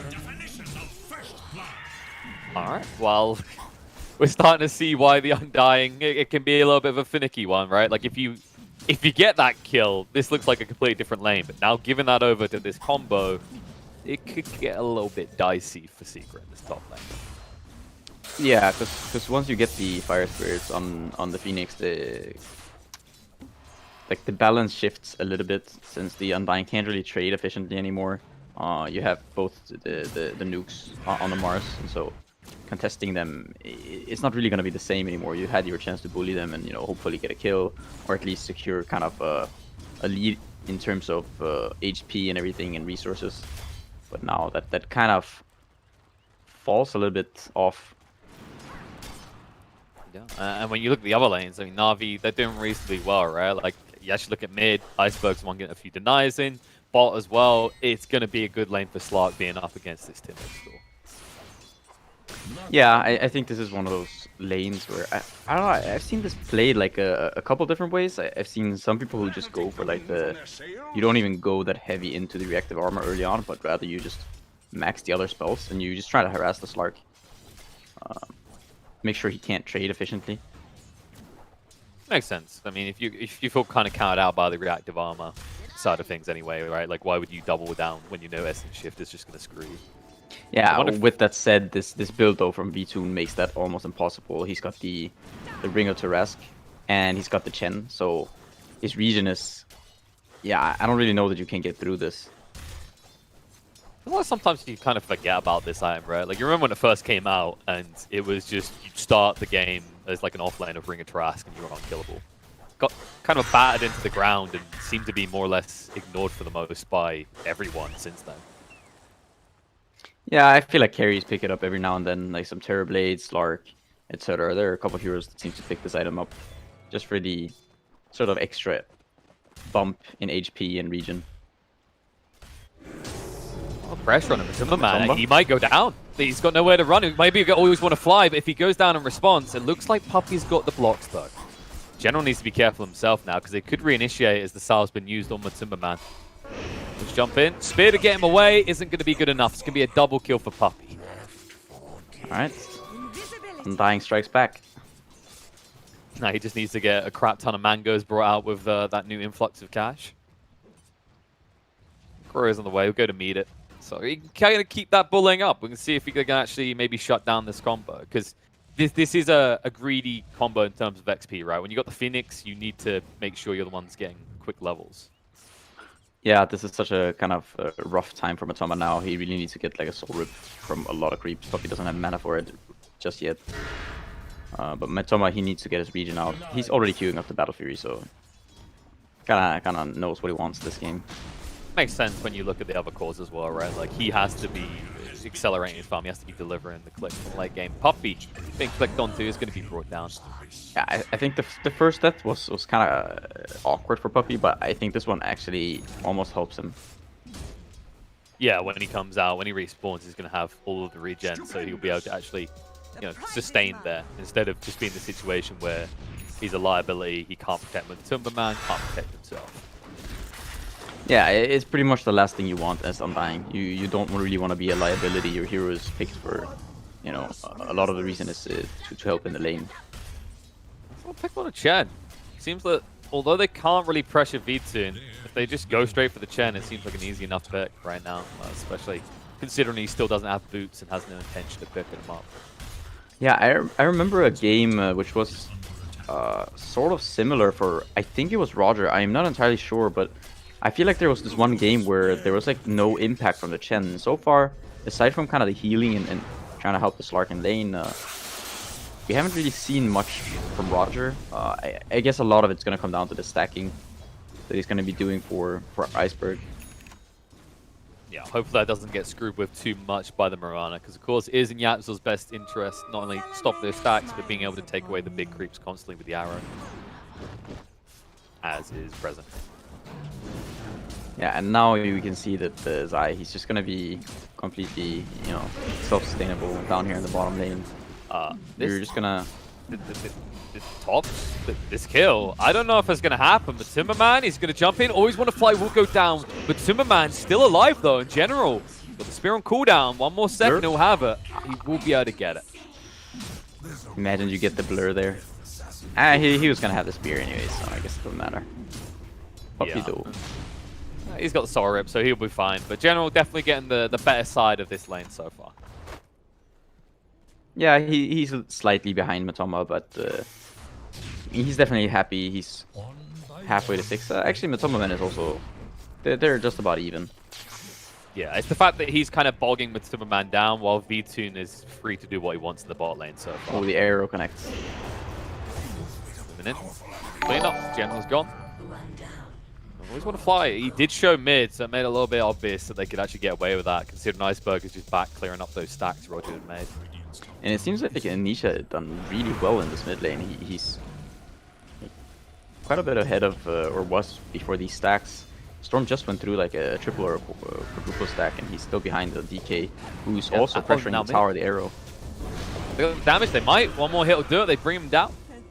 1 point stunts. Nice easy setup for those arrows to Yapzor in general. Still not level 6, so being in this mid lane just feels like a detriment, because now who's pressuring PA?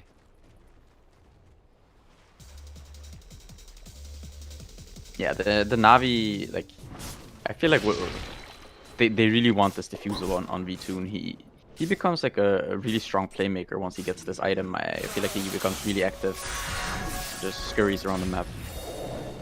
Yeah, while the PA won't want to fight for at least a few minutes past that point is the idea here. So it's kind of important that once Navi have that first item, they need to find a way to group up and make some plays. And once they have their 6s, you can see that should be fairly easy.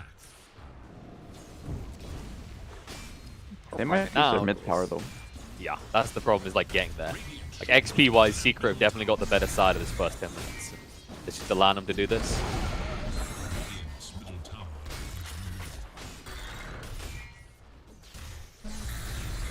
Puppey hasn't got the new skin. I'm upset.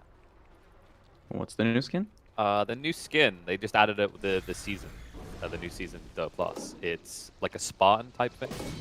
Ooh. It was the only skin I wanted. Guess how many packs it took me to get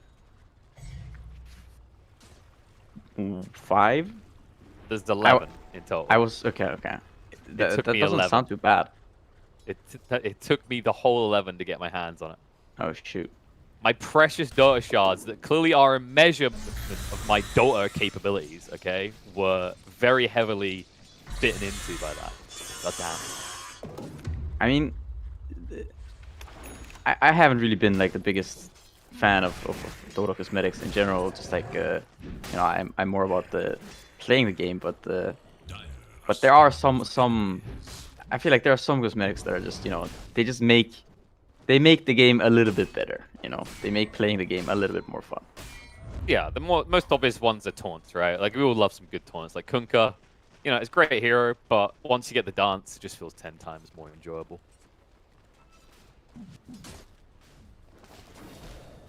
Yeah, I don't know. Some taunts, I feel like they're okay. Some taunts are. Some are really weird, like the lights of the one. Ooh, Buffy. Stunned up, baits him in, but the arena's going to go down. Iceberg's free to clean up one kill. Nisha might be in trouble as well, as Yapso has no way of assisting him anymore with the arrow on cooldown. Nisha will burn down and be killed off. They can turn around, maybe try and look towards side. The egg is going to be forced out. Iceberg in a lot of trouble. He's going to drag him to make sure he cannot return, but the damage is still going to be there. Zai able to move away, so they waste the egg for nothing. Yeah, very nice price high to get in there and help out, get the kill on Iceberg. Oh no, the Chen creeps. He loses most of them. Yapso might lose his life though. Spearthrower is good enough. Yeah, but this is the thing. The Chen, he was not even level 6 there, and I feel like once you get this army, you get this defusal on Slark. I do feel like you have a pretty strong team fight. I think you should be able to control the map kind of decently here. You know, you're gonna have your timing with the Orchids on the Storm. There's gonna be a defusal on the Slark. Of course, the egg level 2 is also gonna be a big timing. Na'Vi definitely have some good tools in this game to deal with the secret lineup. Yeah, and we see as long as they can try and find fights where Zai isn't, it's quite easy for them to take an advantage, right? Like I think that's the only kryptonite they have right now. Is a lot of these heroes hate playing into the Timbersaw. Yeah, in before Phoenix gets Vessel and a couple points in Sunray, Yeah, Timber he's kind of hard to deal with. I need to go for this build. I just keep seeing this more and more just casually on offlaners at the moment. It seems like the stat value is just too high to pass up.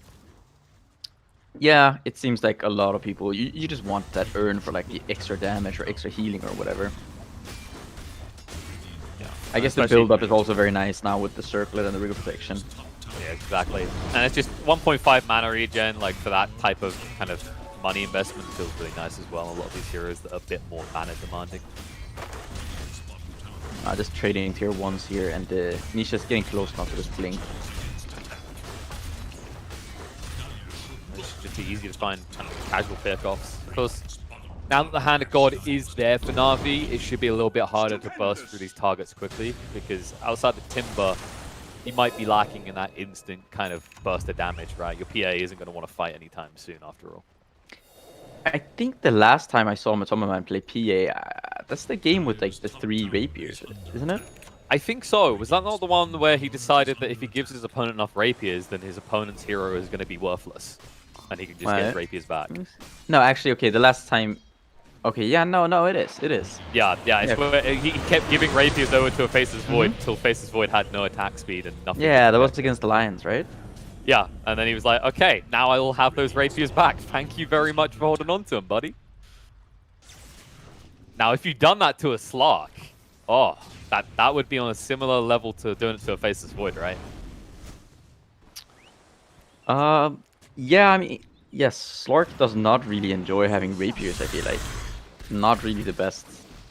I mean, it's okay, but he's not really the best rapier carrier. I like how this is how we will now measure Muntuma Man's PA performances. How many rapiers does he need to give his opponent to break them? I mean, it's a pretty kind of, you know, it's sort of a fascinating step, or a little. It's a unique way to win a game of Dota, you know. Just overload the enemy carry so that he doesn't have any more item slots for normal items. He only has rapiers, and then once you kill him, you win the game. It's like that teammate that tells you the reason he fed his lane is so that you can then go kill them and you'll get loads of XP and gold, right? It's like this is part of the strategy. We're going to give them that overconfidence and then they're worth a lot of money. Feed now. in harvest, Get return returns later. Yeah.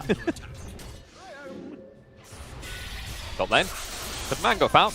He cancelled the TP. I don't think he got Vortex there, right? He just cancelled the TP. I think, yeah, he might have, but, you know, General was probably close enough for the spear. Either way. Nicely done. Take a little pick off. They did, of course, use the arena to make sure there's no response, but now with Matuma Man down, it's not like Secret can go make a play to create space for him. Instead, you can see Na'Vi just starting to absorb this top area. Yeah, one thing I kind of like here is, like, I feel like most Undyings, all I see them with is Tranquil Boots, and maybe, you know, maybe a Ring of Basilius if they're lucky enough, but Puppy's actually, he's kind of close to this mech here. It's gonna be a bit more tanky, not just go down all that easily, provide some more support in these fights. Might have some mana issues against the Slark, but overall, it's just, as you said, it's impressive that Undying has something. Like, you know, you compare these two pos 5s, you'd expect the Chen to have more gold in him at this stage in the game. But it's just something about the way Secret play. Puppy, he always finds that extra bit of change in his pocket. yeah, I just feel like I'm kind of worried for Secret by the Slark. I think this hero is kind of unchecked in this game. Block is here, ready to fight with Phoenix now here. Nice body block, V2. Bodyguard is Phoenix. Egg's going to go down. Diffusal used, Nisha dragged in, they can't get rid of the egg. Zaya's deep inside, trying to actually distract them. Nisha's going to be zoned away. Puppy is going to burst through and drop, as he will be brought down. They do commit the arena in the end. I don't know if they can get more out of this, though. Diffusal has been thrown out to Zaya. Oh, no, that is... I actually feel for General there. How does that not hit any of those trees? I just had to check, just in case Nisha or Zai had used their Quelling Blade there, you know. Just look at, I mean, it's like the trees, they are bending to the side, right? I know. I was pretty certain. I was just like, oh, she's about to get this spear to a tree. But... No clapping occurring here, but it's enough that they will feel confident about going into the pit, it seems. Yeah, I just think in these fights, it's hard to deal with the Slark. The way I think Secret deal with the Slark is by killing his teammates, removing this Chen and Phoenix from the equation. Like if Matoma Man gets this Desolator, and they can start jumping these targets and exploding them before kind of the fight happens. I think that's a way where, you know, past that point, then Slark can't really stay in the fight any longer and fight all these heroes. But killing the Slark is incredibly difficult with these heroes. It's very easy to dark pack most of these stuns. Well, the only real stun is the Dragon Tail and the arrow, and you know it's kind of hard to get these onto Slark unless he's snoozing. Yeah, unless you blink right in his face and stun him, it's unlikely you're going to be able to actually chain stun V2 up. And even if you do, it's the fact that he's got this double heal, right? He's got the Sun Ray, he's got the Hand of God, you've got this big kind of zonal denial with the egg in the arena. It's very hard for Secret to control the ebb and flow of these fights. Yeah, it's just so far so good, I think, for Na'Vi. About to complete the vessel on the Phoenix. Always on a fight, though. That tombstone feels awkward. Iceberg, he goes in, though. That's got the Aegis, so he doesn't care. He'll just move away. Forces out the Elder Dragon form, the Tombstone as well, so they're kind of happy with that. V2 looking to go in now, needs to be a little bit careful. So it looks like the rest of his team does one out. Oh, stun control, good. They're bringing him low. V2 and he's gone. They bust through him. General, the arena is not going to achieve anything. Maybe it stops them from finding more heroes, but considering use the egg, they just jump back in and look for more. Roger just tries to distract Nisha. They'll hunt back towards the back line and look to see if they can find Iceberg, who's low on mana. They've already cleaned up the bird. Chen's going to fall as well. Iceberg now out of mana. They do have eyes on him, but it looks like he's far enough away they cannot punish further. Yeah, and you know, I take back everything I just said. The only way to kill Slark is to kill his teammates. Not, but they kind of thought they were safe on this high ground. Secret have this ward up here, and so they choose to take that fight in that area because they know they have vision here. And yeah, you see the Slark. Yeah, he dies like I think at like the last point something second of that stun. Doesn't get the Shadow Dance off. I'm not sure. I think Roger might have been a little bit slow there on the heal because it's still up. So that might have actually saved the Slark. I mean, maybe they just didn't expect that much burst damage out the Timbersaw in that moment, because that was really what sealed the deal there, is he couldn't even hide the Shadow Dance anymore. It was just kind of funny the way that plays out, right? Because everyone else on Na'Vi is kind of determined to move away. They're like, okay, I think this is done. Let's just retreat. And I don't know if V2 was trying to cover their escape or just went into you-what main mode. As that's what Iceberg is doing now. He'll at least be able to get away with this, but he needs to be a little bit careful. Not really targeting and initiate on. They're going to try again on Anisha. They're going to pin him against the wall, but the arrow's going to come through. Connects on the slot. Does start packed it off. Nisha is still alive. Dragon Tail stun's going to come out. Nisha will fall. Zai just being ignored for all of this, but General being brought low needs to be careful. The Zombos, they are stacking up quick here. Handigo to try and get them out. Iceberg low on mana, but able to escape. Not committed, but they are the ones who come out a little bit ahead there as they do claim the Dragon Knight's life. Yeah, I feel like both these spells in this game, the Egg and the Tombstone, they're going to have quite a lot of value. Could see these teams start to focus and center their fights quite a bit around these spells. It's kind of awkward to use them very well as well, right? Because both sides, they have these kind of elusive heroes. You've got the Timber, the PA on one side, the Mirana. And on the other side, you've got the Slark, the Phoenix, the Storm Spirit. So kind of amassing that CC that can screw them over is a little bit difficult. They are determined to try and kill this Timber, but it just feels like they're jumping the gun a little. It looks like Matumba, he's decided to go for the BKB first before he's going into the Deso. Maybe he feels that he doesn't really want to have to deal with the being able to survive the Phoenix as a Vessel, Spirit, Spirit, you know, the Fire Spirits, the Vessel, the damage from the Egg. It's just gonna be kind of nice for him. You can still get that Vessel so quickly right after, as long as you're surviving. Yes, in that case, anyone who gets kind of pinned to the arena wall is probably going to die, right? Like that's the issue Secret has right now. While an Undying can clutch save you to an extent with these heals, it might not be enough.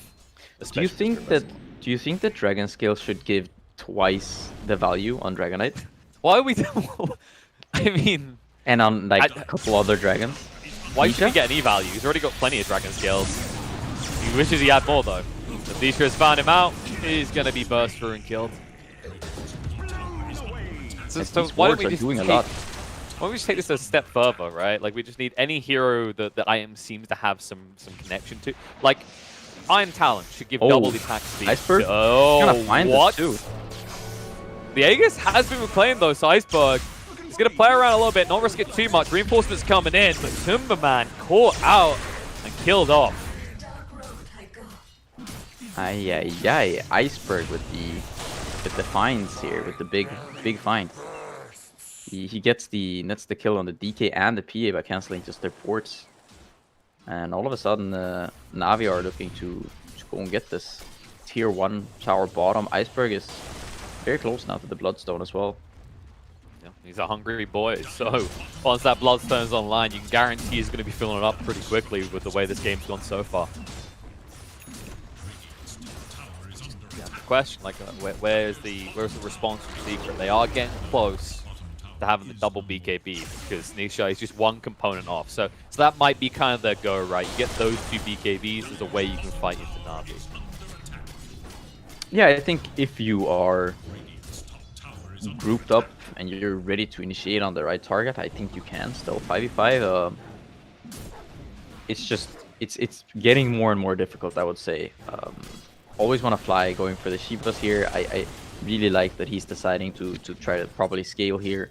The level 18 Phoenix with Shivas could be quite the issue for Secret. Sorry, you just got me thinking about these neutral items more now. It's like the you're trying to see if there are more heroes that I mean, they kind of are, right? Added like value. Net for a Meepo, right? Just give him a little AoE net instead.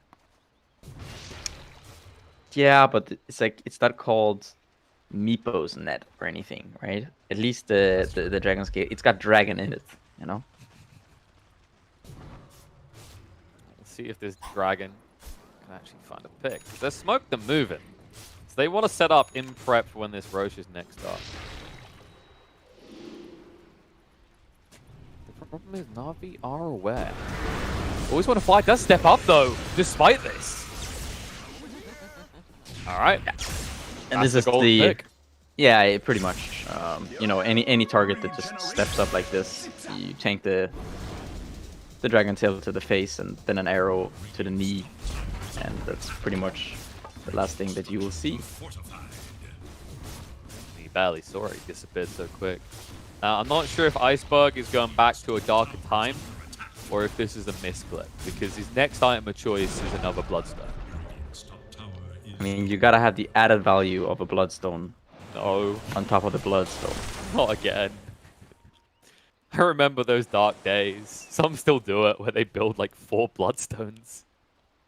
I don't think it's like they changed it, right? So like it's not as valuable as it once was to do this. Yeah, I do feel like they changed it. I recall also those sort of dark days. The infinite mana almost Storm Spirit. He's We'll not see if switching he it up, but you know, there are a lot of these pranksters with their builds. They like queuing up weird things and then just. Well, most of them are hiding it from you, right? The only one who's always been true is Yapso. I still remember that game where he kept just buying plate mails. That also sounds like a puppy thing to do. I think they all started queuing up plate mails. I can't remember. It was like a minus armor strategy, and instead of building like true items, they were just stacked full of plate mails at the end. It's a pretty cost-efficient item, to be fair. Most definitely. It's just when you get a late game, you kind of look back and you're like, what do I do with this now? Am I an AC builder? I guess Lotus is always good. Silly Iceberg, he's gone from the double Bloodstone build. Imagine if this was later in the game and he just mashed the quick buy and didn't realize what he had queued. Oh. Yeah. And the Rockman is he's back once again, waiting for new challengers to fight him. I think both of these teams can take out Roche pretty quickly. You've got now the 18 PA with Deso, and on the side of Navi you have this Alpha Wolf creep. Got a bunch of chain creeps. It shouldn't take too long for them either. I'm just looking at this Hellbear that is kind of... It looks like it's trying to challenge Roche, but is looking the wrong way. It's kind of fitting, actually. Liz is wearing a red shirt today, and he looks as built as this guy is.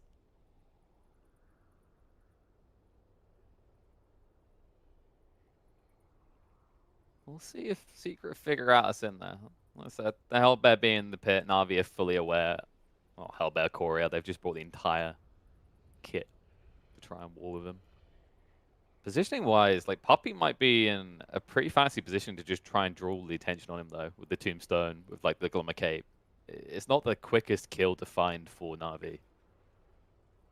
No, it's like, yeah, he does have the Philosopher's Stone, so I guess it makes sense. But you know, you've got already a Glimmer Cape and a mech on your position 5 Undying. And this man, he knows how to scale on his position 5s. You gotta give him that.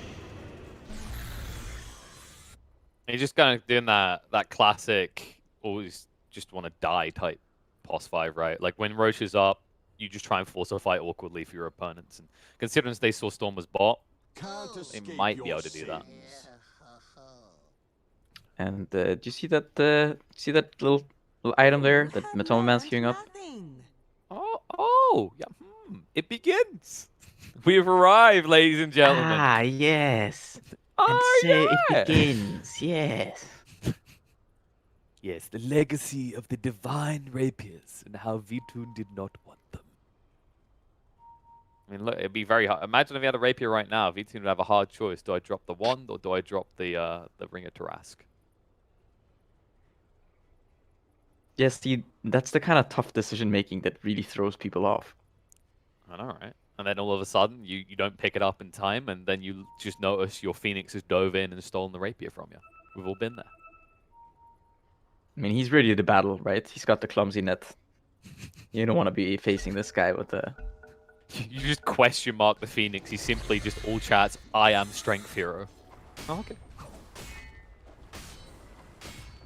I thought they're going to back up the awkward AFK issues, apparently. So Secret, they're going to be well postured to try and go in the pit if they want to. It's just it may be a tiny bit risky against the Mars-Phoenix combo.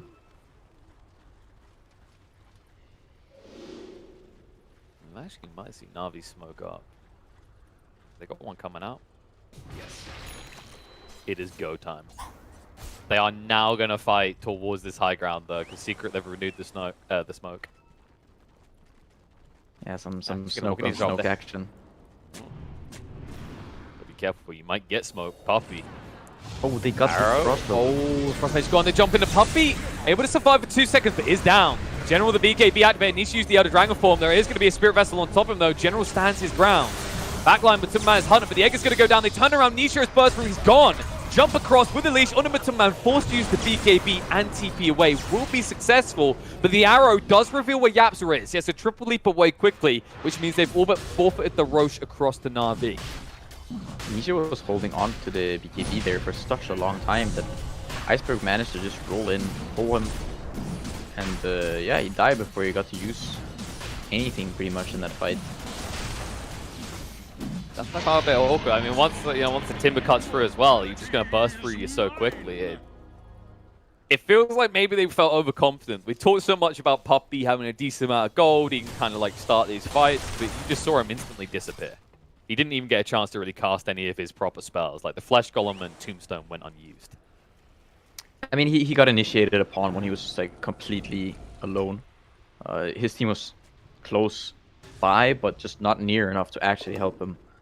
And so when you start the fight with just one man down just like that, then the fight does pretty quickly become quite hard. The real question is it going to become harder or easier when Matumman does make it to the graveyard? So Matumman is opting to go for the Paladin Sword over the Orb of Destruction here. Huh. Well, we had yesterday we saw a carrier that really loved his lifesteal. So this is another one of those heroes that could very easily just refill their health pool instantly with one big crit. And it's gonna be that Blur Evasion talent. Even though there's already an MKB, of course the MKB is only what 75%. So there is still kind of a high percent chance to miss every 4th hit. Do you want to go into the elaborate maths of the percent on percent? Uh, You know what would happen? You'd almost calculate it perfectly, but considering there's an 84% chance to miss the PA, it wouldn't work. Aegis already gone. That was a big crit. BKB Arena to cover him as he comes back up. Jump in's going to be there. The burst of room. Storm Spirit's gone for the second time. B-Tune will get through Puppy, but the BKB's running on Secret. There's no one else they can target. Instead, Secret will now pursue Na'Vi, who need to get out quickly. Dragon Tail's going to connect. The jump in, one crit would seal the deal. Always want to fly, is going to die. Beatstone trying to jump into the PA, will turn and fight with the lifesteal coming out. It's enough. Slark is stunned up for a long time. The follow-up stun, good enough to bring him low. Has to move away. General's being ignored. They want the big fish himself. Iceberg with this flyback, trying to find maximum value. Starting to get up on the PA, but he's going to turn around and fight him. They found the kill in the Slark, but Superman not able to move across just yet. Zai with the ultra kill. Punishing the side of Na'Vi, is going to hunt forward, looking for more. Yapsaw in with the arrow through. Iceberg able to dodge it just about. But having a fight in that type of area is just enabled Secret to look towards your base quickly. Yeah, that initial engagement, Iceberg kind of just wait. Okay, yeah, he's okay. Just storm pick. Oh no! They know. They see him. Iceberg, get out of there. Okay, he's gonna make it out. That was a little bit too close for comfort, though. Yeah, finding the storm right there so quickly, and him not having the BKB. At least he makes up for a little bit there. Make sure they don't lose any of the base. But it kind of shows how vulnerable Iceberg is in this game, right? Like, I think it took them 2 seconds to get rid of that first life. All they need is 1 casual crit, and half his health pool is instantly gone. Yeah, and he comes back and he just tanks the Dragon Tail to the face, and he's just gone. It's like we said before, yeah, you were right. You were just right too early. You remember when we had that Slark engagement where he went down awkwardly earlier on, and you said they have to kill all the other opponents first. I mean, we just got a preview of how cleanly Secret can do that. Yeah, if they bring down this Storm Spirit in the start of the fight, then it is gonna become very easy. And Zai also, he hasn't died this game. This is not like the most amazing Timber game by by any stretch, I would say. You've got the Phoenix, and the Slark is sort of dubious. It can go both ways, but This guy feel a little bit more vulnerable because they did actually just snipe out almost a completed Solar Crest alongside a kill on Puppey. So we'll see if they can actually capitalize on that. It feels unlikely because right now Na'Vi, it's almost like they just need to get that next item that gives them that way of locking in and finding some of these big cores. And the Iceberg now at least getting very close now to the BKB. He's gonna finish this wave, go back to base and buy the BKB once you sell one of these nulls. Meanwhile, on the other side, the mid component of Secret, he's about to have his Heaven's Outbid complete. Which, I mean, in this type of game, if you get on the Slark like that, then this completely makes sense with the Blur, because nobody else on the side of Na'Vi are going to be able to hit Matumba Man at all. Okay, so Matumba Man, he's just gonna go for the standing first. What a controlled and responsible choice. I was gonna say what a chicken move. Cow, you know? the other- I had much higher thoughts of. No, it's, we done the maths. We were figuring out how many rapiers it was going to take for this Slark to break when he has them in his inventory. We went the whole mile, and Matumba Man, he takes the safe route. Yeah, I mean, it does make sense. This game, you really want to have some more sustain. You don't want to be just pulled by the Storm Spirit immediately dead. The status resist gonna help you quite a bit. You know, the BKB with the Satanic and the Paladin Sword. We've seen what that can do. Do you ever think that there was maybe a stern talking after that series against Alliance, even though they won it? It's like, Matumba Man, don't do that again, buddy. Okay, that's a one-off gamble. Once the enemy team knows what's happening, they're not going to stack all the rapiers on one hero. Yeah, I don't know. I'm not sure. Sure what kind of mood Secret are in. You never know with these guys. General, they know where he is. General's got the Invis rune as well. B2's being a little bit obvious. Looks like Matumba Man will be able to back up. Have you ever had, like, what is the most outraged your teammates have ever been when you bought a rapier? There must be like one where they were like, why did you, what was the thinking behind this item choice? I mean, in matchmaking, it has happened on, you know. Oh yeah. Well, we know matchmaking happens all the time. Numerous occasions, but we want the actual games. Actual games. I'm not sure if I've ever like bought just, you know, like one of these casual rapiers. I'm sure I have at some point. I played a lot of Gyro, so I'm sure I have at some point, you know, bought the semi-unnecessary rapier that makes the game a bit scarier than it has to be. You might have to pause your thoughts. They're fighting. General had to BKB here. They did throw down the Tombstone. He's going to get the better side of this, though. Nisha is moving in. He's hit out by the burn, so he's not able to blink forward. He'll be able to back away. I mean, it was a BKB, but it's a BKB for the Elder Dragon form.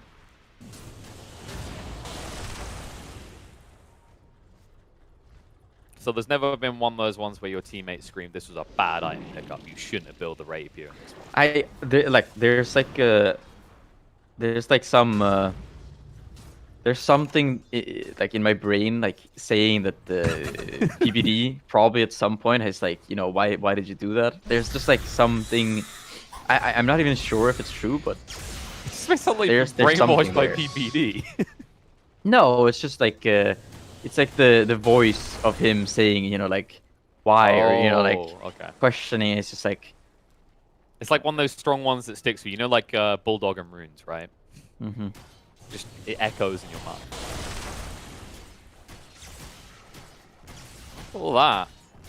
Secret now just backing up. With the Elder Dragon form on cooldown, they are reluctant to fight. And oh, they sniped out Yapsu's Coria. That was the complete E-Blade. So, a dicey situation for him, missing a big chunk of his change, and also keep in mind, you know, he still doesn't have buyback for 3 minutes. Wait, 3 minutes? No, sorry, it's buyback on cooldown. Not cooldown, words. He doesn't have the money. There we go. That's what I was like. Word hard, me not good. Herk Dirk. Word. How do word of do? Matoma Man, he's getting closer. He finds the leveler too, of course. I think this item is very nice for PA because PA's attack speed is really not that amazing. You don't buy any attack speed items except for treads. You just rely on the Phantom Strike, and whenever you're like chasing someone and then just having this added attack speed, also of course for the buildings, but in general, yeah, it's that fact that you become less reliant on the Phantom Strike, which means you can also kind of save it as your get out of jail free card. Also, they found a timeless relic on a DK. Like, and we've these got tier 4 items are looking spicy for Secret. The third Mr. Rockman here. No axe though. This Roche has to be contested by both teams. If Secret get it, they get the rapier on Matoma Man, and it's gonna be some scary 5 minutes for you. It has been contested by the valiant efforts of the Wild Wing Ripper community. It was him. He scared Secret entirely out of that pit. I think this has to be Puppy's favorite item in the game, the Witless Shaco. Oh yeah, as an Undying as well. Either that or the Magic Lamp. It's just like, it just screams Puppy, you know? It's yeah, just but look like, at his mana pool. I'm tank. me tank. I go in. Guys. Yeah, but Pycat, in this type of game, like 2 spells, he's going to be scratching his head going, what mana, how use? Like, look. Yeah, but yeah, he just got rid of it. He's like, no, it's a bad idea. I don't have enough mana for mech plus my combo. So I've given it to Zai instead. Why is Puppy carrying 4 neutral items? He can't decide, man. Just stop pressuring him. There's so Why many does he good have the ones. Orbital Destruction in his inventory? That casual punch he goes in that'll set up a crit that one hits someone. Is it the value for if they win a fight, then Puppy busts out the Orbital Correction to hit the tower and add... That could be. The added value. Someone's got to be thinking on the next level, right? You knew it would be Puppy. Everyone else are like, nowadays, they just like, which one, maybe 2 items do I want? He's sitting there, 3 or 4, just juggle them around. And there we go. Matoma Man is, he's ready to game. But is 1 enough game? 1 is definitely enough game, good lord. But Darby, they weren't expecting this. Too late, Egg's gonna go down, but they already got Aegis, Cheese, and Refresher. And that means you now do not have Egg for a noteworthy amount of time. Yeah, but Matoma Man, he committed the Phantom Strike. So he has to wait now for another... That's true. For Wait a minute. Another 0 seconds. Wait a minute, this hero has no cooldown. Hold on. Wow, that's unfair. Blur is 45 seconds, Pycat, okay? He had to put on cooldown. They do have to wait for the DK form at least. And there is the BKB, but it's immediately 40 seconds, and that's going to be at least half a minute window where you can try and jump on top of Na'Vi and just punish them for this. And Iceberg is going for this the Axe build with the Vortex, extra seconds on the Vortex, just to add a bit more control to the team. Maybe pull them all into the arena egg, or just allow Slark to keep hitting. The big brain plays you do on the edge of the arena and you keep pulling them into the wall. Actually, does that break the Vortex? I want, because there's a bunch of things that like break on the arena wall. I honestly don't know. Sai though, he's got the Witless Echo. He's sitting at 4k HP with his 40, 50 armor. Boots. Who needs Who them? needs them? You just park somewhere. Iceberg jump on Timber Man. Trying to bring them low enough, but a lot of this means they just don't add the damage. You can kill them once. Do you want to see what it'll do to you on the second try? I don't think I'll want to be in the neighborhood. 35, 42. That's the crit. A reasonable number. Dragon again, jump in, BKB's activated, they're trying to pin him, they pin him against the tower, not the wall though, and he's just going to stand his ground. PA down to half HP with the BKB activated, Moon on the General, will try and make sure he's facing towards the Phantom Assassin. Beat soon with the Shadow Dance now turning on the Timber Man as the BKB runs out. Puppy able to move away, and the egg once again, not really achieving anything, at least forces Secret back, but Na'Vi, they just committed a lot, while Secret, not really cooldown reliant, are they? Yeah, Matoma Man, I mean, he kind of found the worst target possible. He's trying to go kill this this Mars with the AC and the Bulwark. He just stands his ground and faces the PA. And even with a Rapier Desolator, the Leveler, you're not even dealing that much damage. it's an attempt that would take far, far too long. Because that's the thing, when the magic immunity is gone, you know that Na'Vi have the magical damage to just burst through this PA. It's why it feels almost like Secret need to try and find some big value out of this Aegis, right? They have to get a lane, considering they've invested in this Rapier the way they have. I mean, that's what you think. But if he gets enough gold, the problem is he's queued up an axe. Okay. Okay. So now he doesn't need. We can have the level up, but also do spider legs. He did sell his boots, so it looks like he's more committed to the spider legs than the level up.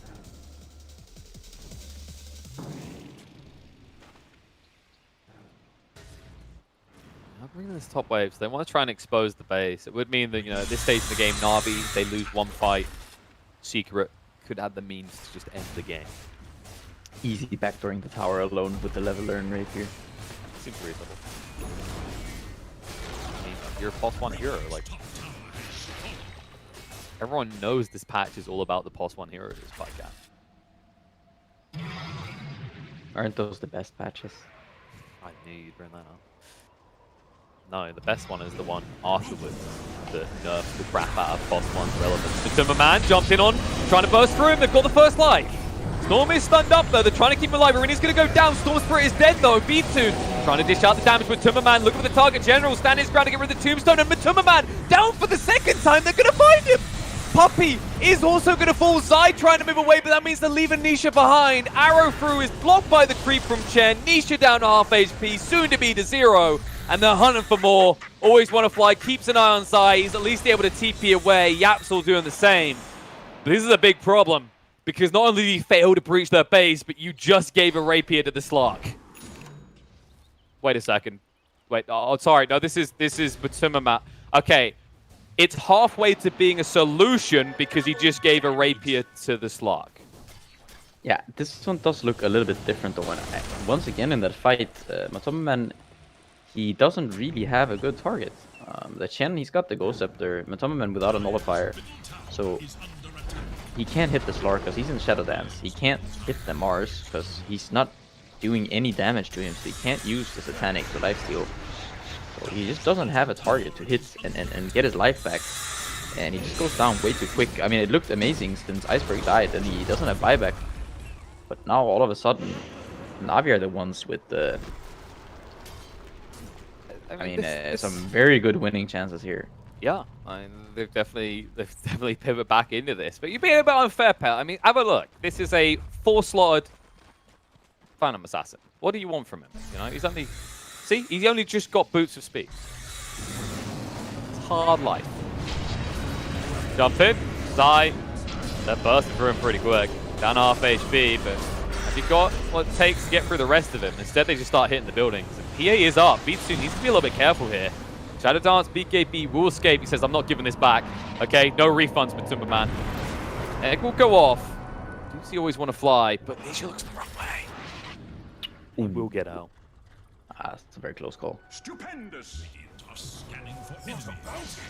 Yeah, they gotta somehow find this Lark. It's not gonna be easy though. This guy he's tough to kill. You've got all this heal from the Chen. You've got the Mars with the AC. You have Phoenix just the egg whenever, and well, of course the status resist from the SNY and just the raw HP. It just doesn't take him long to get through. He's gonna sell. He just goes for it. Okay. He goes for the Abyssal, so he's gonna have that Abyssal now on the Slark. He sells his boots, so both carries just, buybacks, boots. Nah. I just love the not for me, man. And he actually goes for the extra Shadow Dance duration. I think it's something you don't see. It's not that common, I would say, but in this game, it definitely does make sense. I mean, yeah, like how many stacks are you really gonna get if you're 4-hitting people, right? It's not worth it. That extra second, though, especially with the extra heals that come out, right? Because of the Divine Favor interactions, like it could easily save his life. I wonder, if he loses this Rapier, will we see him go for the Boots of Regret as they will now come to be known? Because Batumman, he hasn't upgraded his Boots of Regret, so it looks like he just wants a new Rapier again. Yeah, I mean, you know how this works. He'd sell him again anyway, so why upgrade him?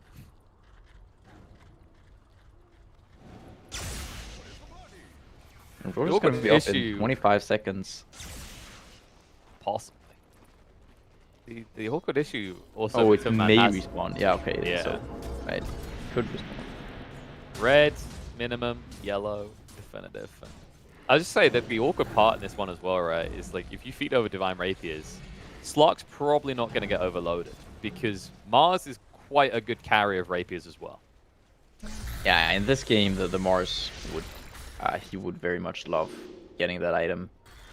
If the next Roche happens to spawn also with an Axe, which it will since it's the 4th one, then oh, jump in. There's the control. Zai pinned on the high ground. They got the damage though. Nice E-Blade save from Yapsor. Chain out is going to be a fail though. Zai in a lot of trouble. He's going to fall. Turns out 4,000 health is not enough to save a Timbersaw. Yeah, kind of just working against him. They're giving away more stacks to the Slark, but it's kind of crazy to think that's Zai's first death this game. I really like the fact that Yapsor did go for this E-Blade. It's a very good way of trying to help your teammates. And Hanisha. BKB TP away. Ooh, that abyssal range was, I think that was on. Well, I thought maybe they try and pivot that into a mid push. I mean, they could shift across there quickly now knowing that Zai's gone for 60 and there's no BKB now Nisha. But it seems like Na'Vi, they're kind of in a chill mode. They want to see Secret just come out and punish themselves, essentially. Yeah, and they just scouted it out. They know that the Roche is up. They've got the Rapier on Slark and the Chen with the Alpha Wolf, so this shouldn't take too long. Everyone is kind of machine gun moding this one down. The auras. Toughness aura, pack lead aura, speed aura. I believe, yeah, they did actually give the Axe to the Slark. I wondered. Just pouncing around for poor puppy. They look in all the wrong places. It looks like he just dodged death.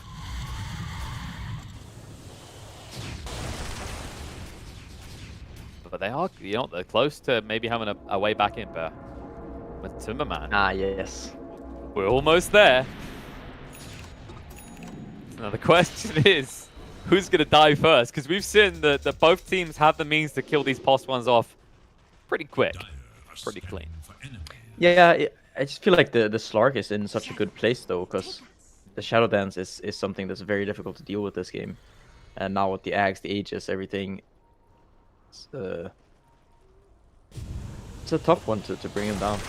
It is. The one catch here, right, is if you chain stun Slark, there is no kind of immediate save. Of course, this Aegis is your save for the next few minutes. But if you can wait that out, like there's still a clear kind of path to victory in these fights for Secret. Yeah, I do think that this starts to become when you ideally try to kill some of the others, but even that is not it's not that easy. Matoma man already with the Rapier. So queuing up the Axe next, or the Abyssal, it seems. Okay. We'll see if another one ends up going the way or not. I still love how we're always going to have this repeat pattern. It's like Rapier, and then Axe. Rapier, and then Axe. And Nisha. Uh-oh. We see the weakness of 50-minute games. Nobody has detection. Nisha, he has got the TP. He's going to blink TP away, but Iceberg sees him. He just gets a grab on him as he's about to complete the TP. Dead for 100 seconds. Meanwhile, mid. Scouting there by Iceberg. Uh-oh. Now, this is not ideal, because even if Zai gets away, how many stacks are you going to give across the V2? Not as many as he would have liked, so he does actually get away from it, but the Aeon Disc has been popped. So even Zai might not be able to stand between V2 and these buildings. I think they're going to force the Nisha buyback here, most likely.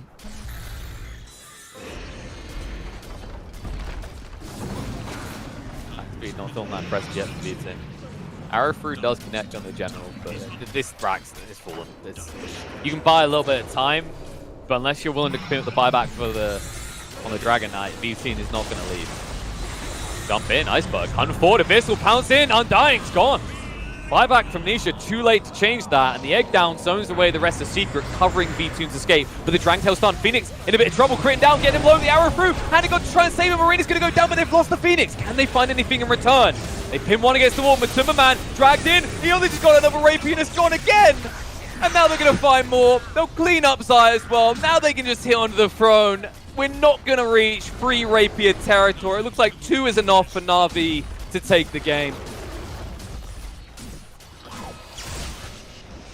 Yeah, General also finishing there with the Rapier of his own. The game is a little bit tough when you do give away these two Rapiers. Some decent carriers for those items too on Na'Vi. I think in this game, you know, maybe if you had gone for a slightly more kind of orthodox build, it would have worked out to your favor. But you know, you never really know with Secret kind of where their heads are at. If you know, if this is the real approach that they would have, or if it's just you know, just testing the waters, trying to figure out just how good this Rapier PA is. All right. Well, if you were in their situation, would you have bought the Rapiers when Matumbaman did? I feel like you could get an Abyssal first. I think if you get an Abyssal or a Nullifier, I feel like then it's kind of justified, because then I think you have an easier time sticking on these targets. But it's, you know what, that's a defensive point, but it's a reasonable one. Knoxville just informed me that since TI5, you've brought 5 Divine Rapiers and lost all 5 games. So I'm glad to see you're learning. See? See? Wait, since TI5, I bought 5 Rapiers in competitive Dota, and you lost all 5 games. Wait, I only bought 5 Rapiers. Only, yeah. You're a very reserved player, it seems. Damn. That doesn't sound like it's actually true, though. I'm fairly certain I've bought more Rapiers since TI5, but... I mean, if you were playing on a team right now, you'd probably buy more Rapiers in one series. That may be the case.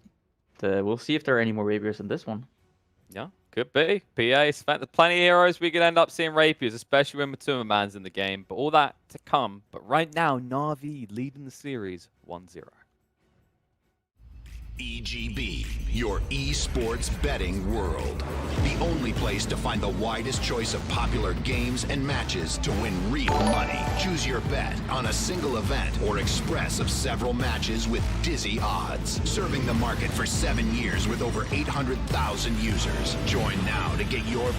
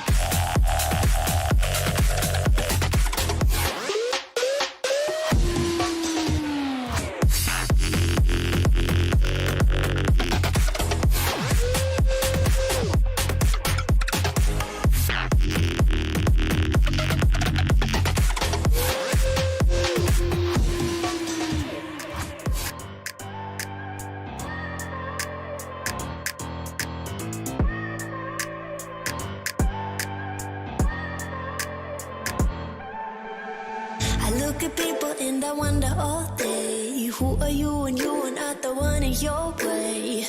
And then I think about myself and I stayed. I'm a pretty boss, look almost your brain waste.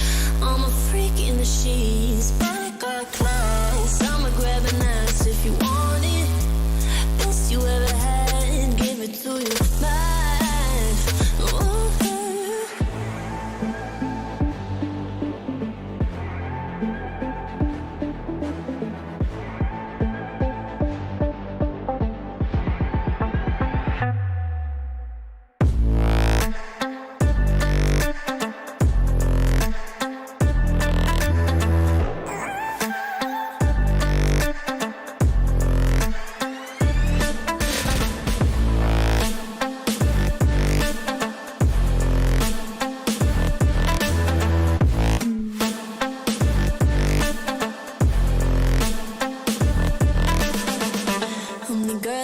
Talk about quiet with a big mouth. Listen for the doubt, then call it.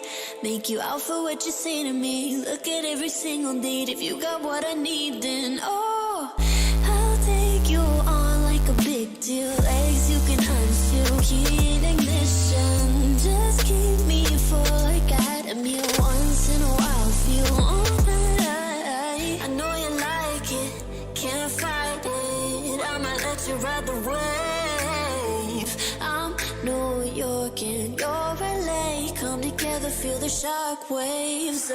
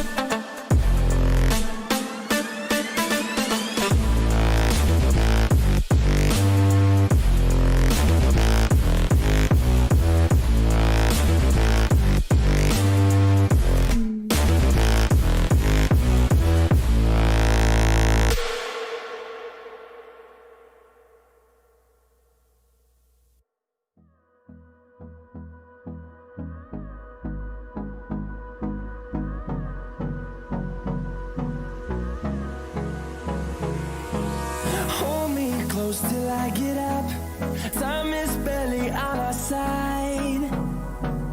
I don't wanna waste what's left. The storms we chase are leading us, and love is all we'll ever trust. Yeah, no, I don't wanna waste what's left.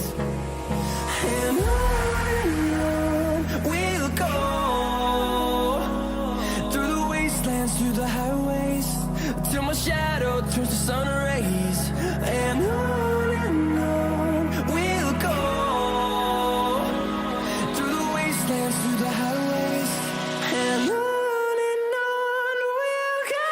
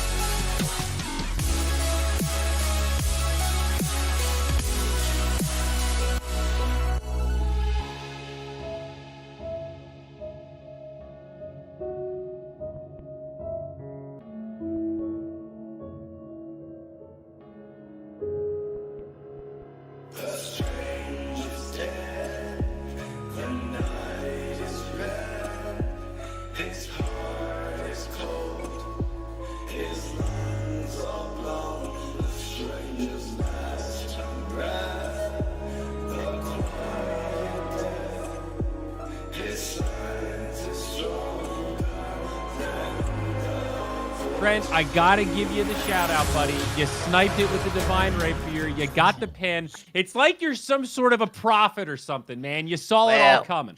Yeah, what can I say? Just get a few years in on this, guys, and you can see what's happening. And I didn't necessarily predict that it would be so similar to the last time we saw the Rapier. Matu just keeps buying these things. He's gonna get one of those coupon cards, like where you get a free sub. You know, soon he's gonna show up to the store. They're just gonna give him a free Rapier. It's gonna be awesome. That's good. The rewards policy. Man, Slark though, like this hero has some issues. We interviewed a couple of pros. They said this Slark, he's too slow. Kind of feels like you always need one more item. But when he hits critical mass and then gets a Divine Rapier, god damn, when he gets it, the window.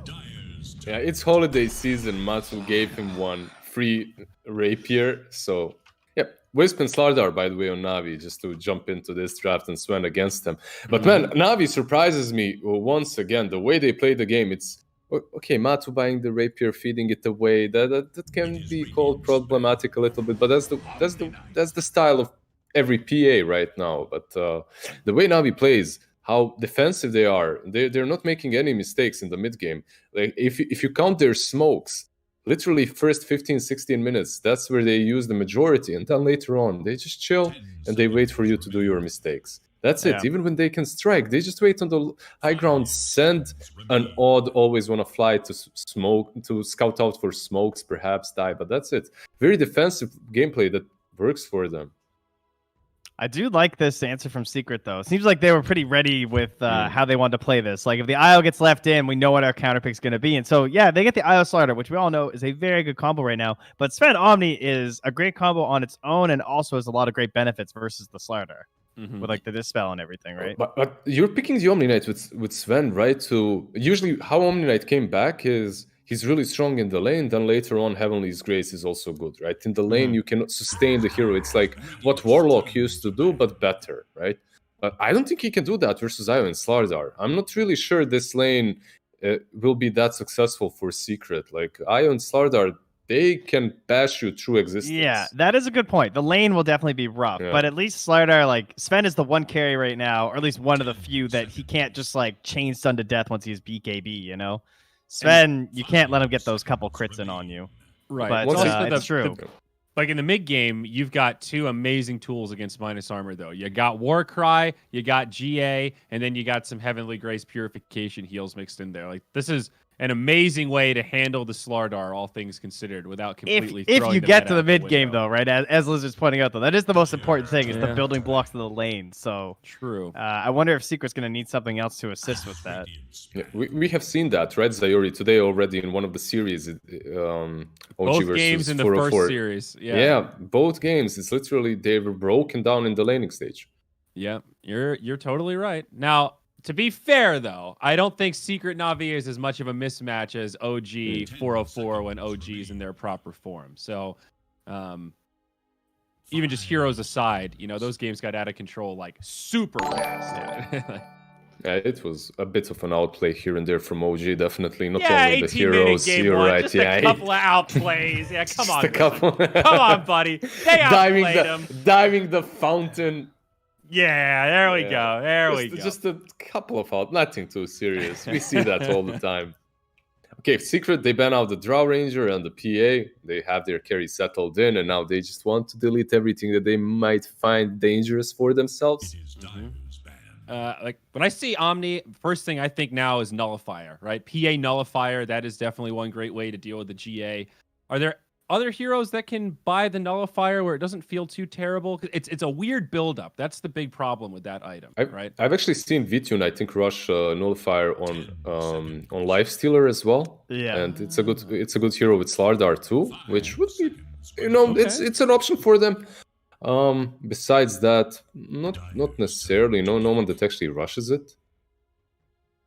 And a lot of heroes just don't really want to buy it. Like, think about Faceless Void. At what point do you mix in Nullifier? It's kind of clunky. It doesn't really jive with his whole kit. You're looking for more attack speed based items. I like the snipe on the Undying band though, right? Get rid of that double heal that we've seen, the IO. That has been a frustrating amount of sustain. We have seen the same combo fail miserably, though, right? Like Wisp and Undying when you're. Yes, I think I want to say Mud Golems. I think struggled with it a little bit because they were lacking stuns, maybe. Yeah, exactly. Could have been. And it's just when you don't have, but when you have a Slardar like Wisp and Undying are already pretty cold. Undying, by the way, Undying right now for me feels great. Obviously, it's picked all the time, but have you noticed how teams always fight around cliffs, right? And then you have that tombstone. It doesn't seem like a big deal to us spectating, but when you're playing the game and you have 10 zombies hitting you, man, that's disgusting. You're so slowed. And the 1800 vision night or day. Yep. Like, again, you always got to just factor that into a team fight. You just got to drop a free ward down in so many fights. And that's so good with these like giant carries. And the way Dota's played right now is you're just trying to enable the carry, right? And we always think about like, oh, attack speed or stats resistance. But vision is also a great enabler for all these carries because they're also all extremely mobile. Like Sven just needs to see the guy, and he's going to Stormhammer his way to victory. You know, fun fact, Trent, I think the Tombstone technically is a ward, or at least it used to be. That's why like the Glyph stopped working on it. They turned it into a ward status in terms of the game state. So there you go. It is just a big ward. It's a monolith, buddy. That's great. It appears. Can we get one of those like aluminum cosmetics? So it looks like that one that keeps appearing all over the world. That Undying can just drop that thing down. That'd be hype. That's a little too topical, I think. Leshrac though for Secret, a little bit of pushing, some more control, and now Phoenix for Na'Vi. So still a form of double heal, a little different, not as bursty, but some percentage-based healing and damage is pretty darn nice. Yeah, a bit more team fights as well. You do have this Slardar, so Phoenix shouldn't struggle way too much with egg execution. And there's not too many big egg hitters, right? Like you have Lesh, Sven, and Omni Knight. So they're gonna pick Mirana right here, though, Lizard, and that's gonna be their egg hitter. We've seen this. We've seen this in the last game. It didn't really work out that great. But they did have a Mars that time around, and he's much better at protecting egg than Slardar is. Give me the Yapsor Grimstroke. Let's do something a little crazy. Yeah, give me a leash. Give me double lightning. Real talk. That hero seems so good every time I see him, but he's just completely forgotten about. Now Earth Spirit, so a different flavor and a snap pick into the Lifestealer. Lizard, whoa. Huge. Wow, what a call. Slardar plus Lifestealer. Never seen this before. He's a visionary.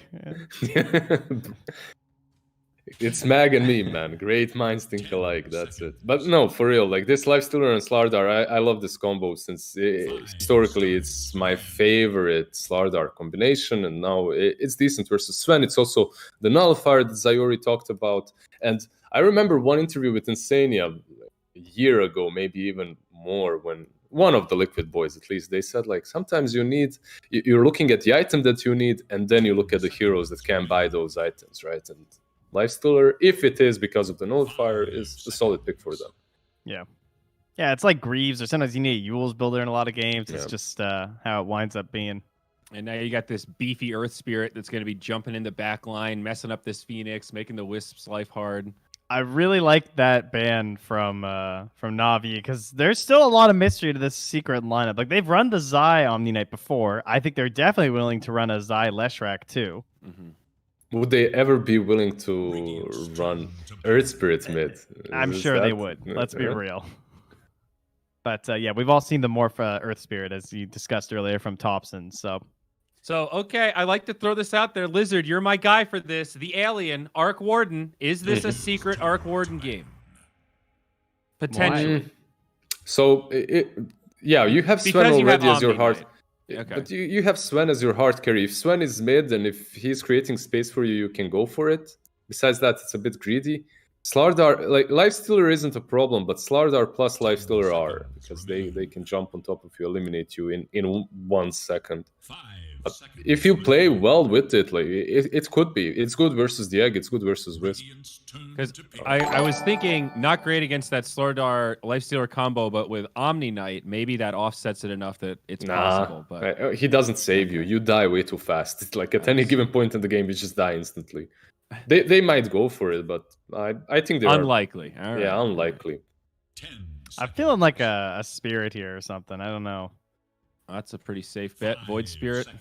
Yeah, I Although don't that's want them to usually go their all in general on like a magic damage hero like Zeus or something. I feel like they need a little bit of mixed damage remaining just because of this Omni Knight and like you don't want to go all physical like a TA or something and just like go all in on the minus armor. Storm would have been great. Like Queen of Pain kind of comes to mind. The Death Prophet is another classic to fit in with this minus armor. Like, right now, when you're thinking about it, you don't really have a way of dealing with the egg in teamfights. So maybe getting a hero like you just mentioned, Storm. Secret actually banned it out, but would be fine as a way to get on top of Phoenix for Secret. Yeah, on their side too. True. And yeah, they'll take the DP. There it is. Wow. Yeah. Another bold one. Very safe for Na'Vi, but great team fight. Double heal with the Death Prophet. So much synergy across these 5 heroes. Very straightforward. You know what they're going to do, but man, it's going to be hard to stop. Yeah, just a solid draft from Na'Vi. Like they have, when we talk about those check boxes, everything is checked. You have push, you have pick off, you have stuns, team fight. Pretty good draft. Now, Secret to answer this Death Prophet with, is this still Lash mid? What do you guys think? Because I don't know. Yeah. That's a great question. I almost feel like there's like an Invoker or something coming here, and they're gonna do like Lesh off lane. I don't even know. This draft, I feel like they need someone who can move around the map for the side of Team Secret as well. Something and the Dispel would be really nice. Yep.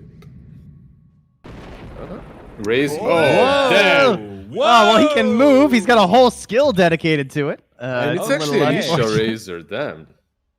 All right. Wow. I was thinking maybe they'll put the Razor into the Lifestealer lane, right? And that's how you play around.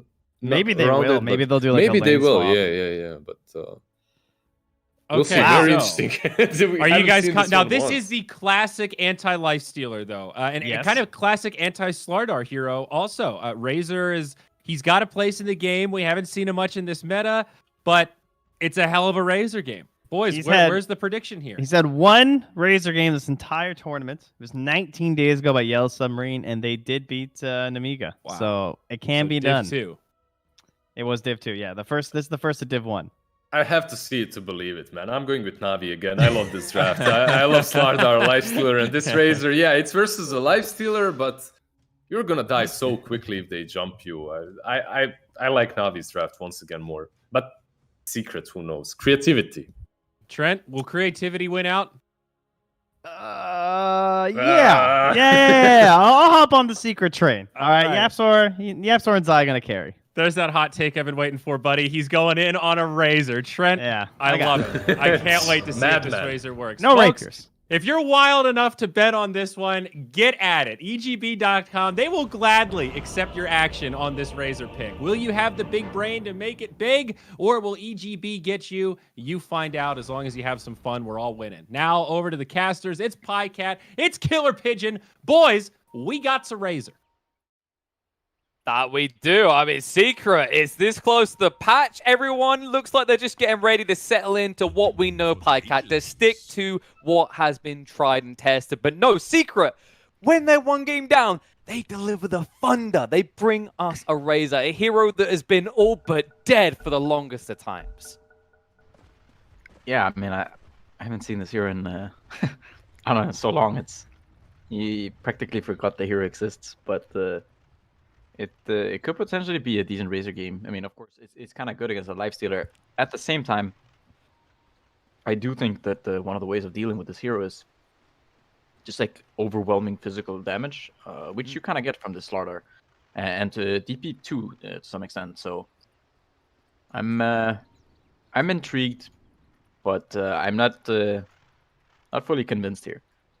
No, it could be the magical delivery for Secret to take this and even it up, or it just could be there's a reason we don't see this hero. It falls completely flat. What I love is it should be the classic matchup, right? Like over the years, if there's a matchup I can think of in the mid for Razor, it was always Razor DP back in those days where both of them were just looking to delete buildings. Yeah, I mean, I feel like they were played in the same era. They were kind of these it's two go-to for a lot of people. I think that was around the TA4. TI4, TI5, I think, yeah. Yeah, and no, it's interesting. I mean, the matchup itself, I think it's kind of a maybe not the most interesting one. I think it's been changed a little bit because I feel like DP used to be slower and Razor maybe slightly faster. So linking up with their DP shouldn't be as easy as it used to be perhaps anymore. But even just getting a couple damage, it can usually get you kind of the advantage you need to get CS. Yeah, you're trading health for damage, right? It's like, oh, I've siphoned you, oh, you've leashed me, we're both slowed, it's a little bit awkward. But I guess the other interesting part as well, right, is that maybe a big part of why we don't see Razor is it almost feels like his passive is currently very outdated. Because it used to have different components to it, right? I believe it used to have an AoE damage element, but now it's just bonus speed.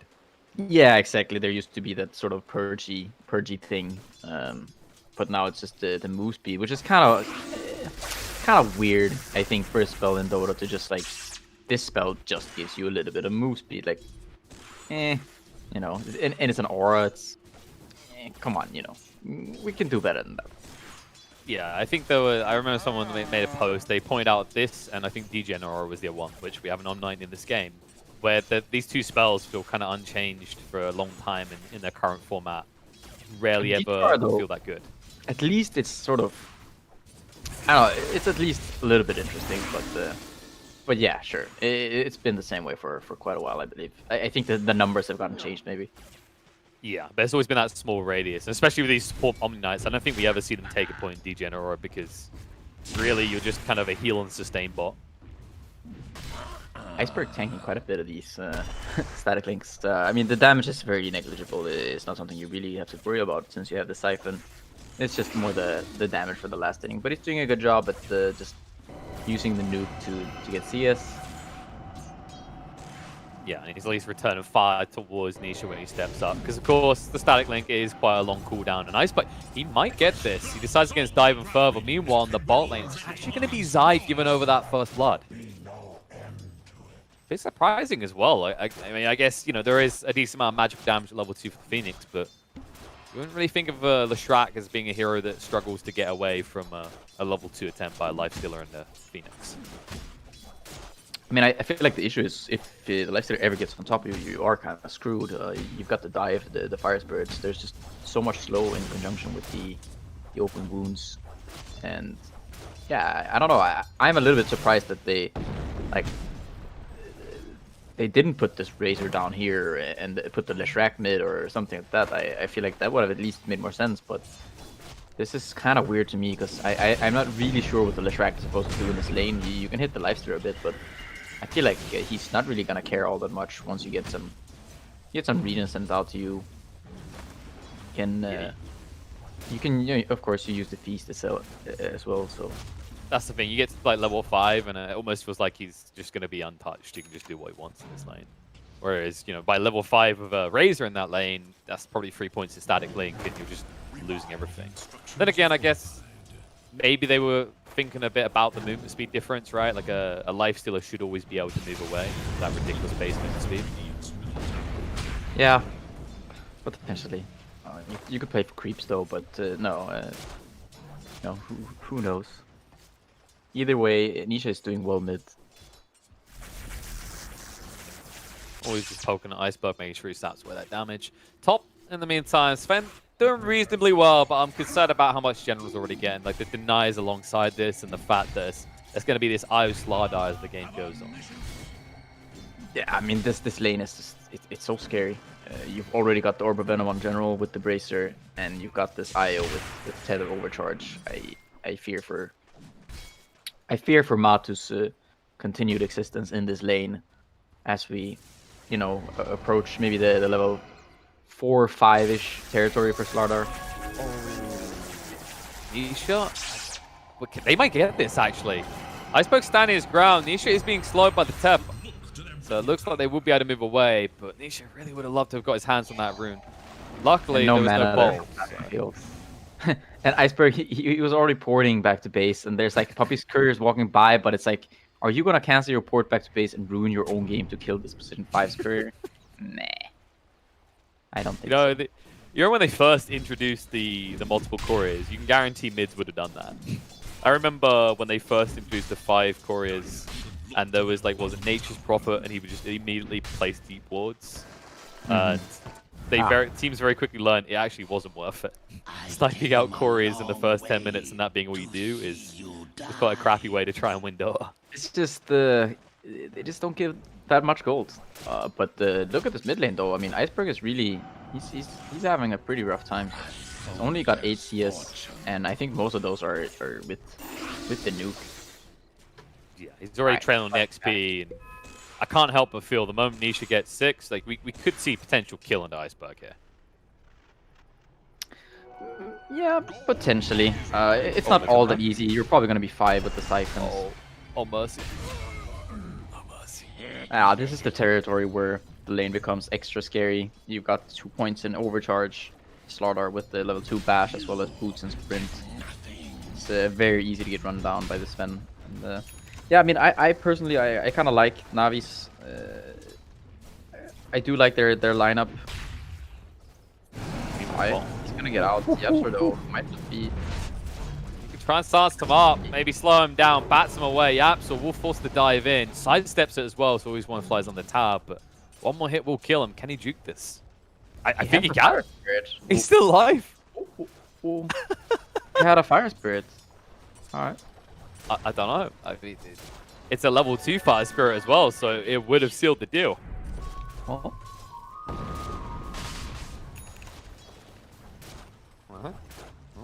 Dodging bullets for Secret in the bot lane. I think as well.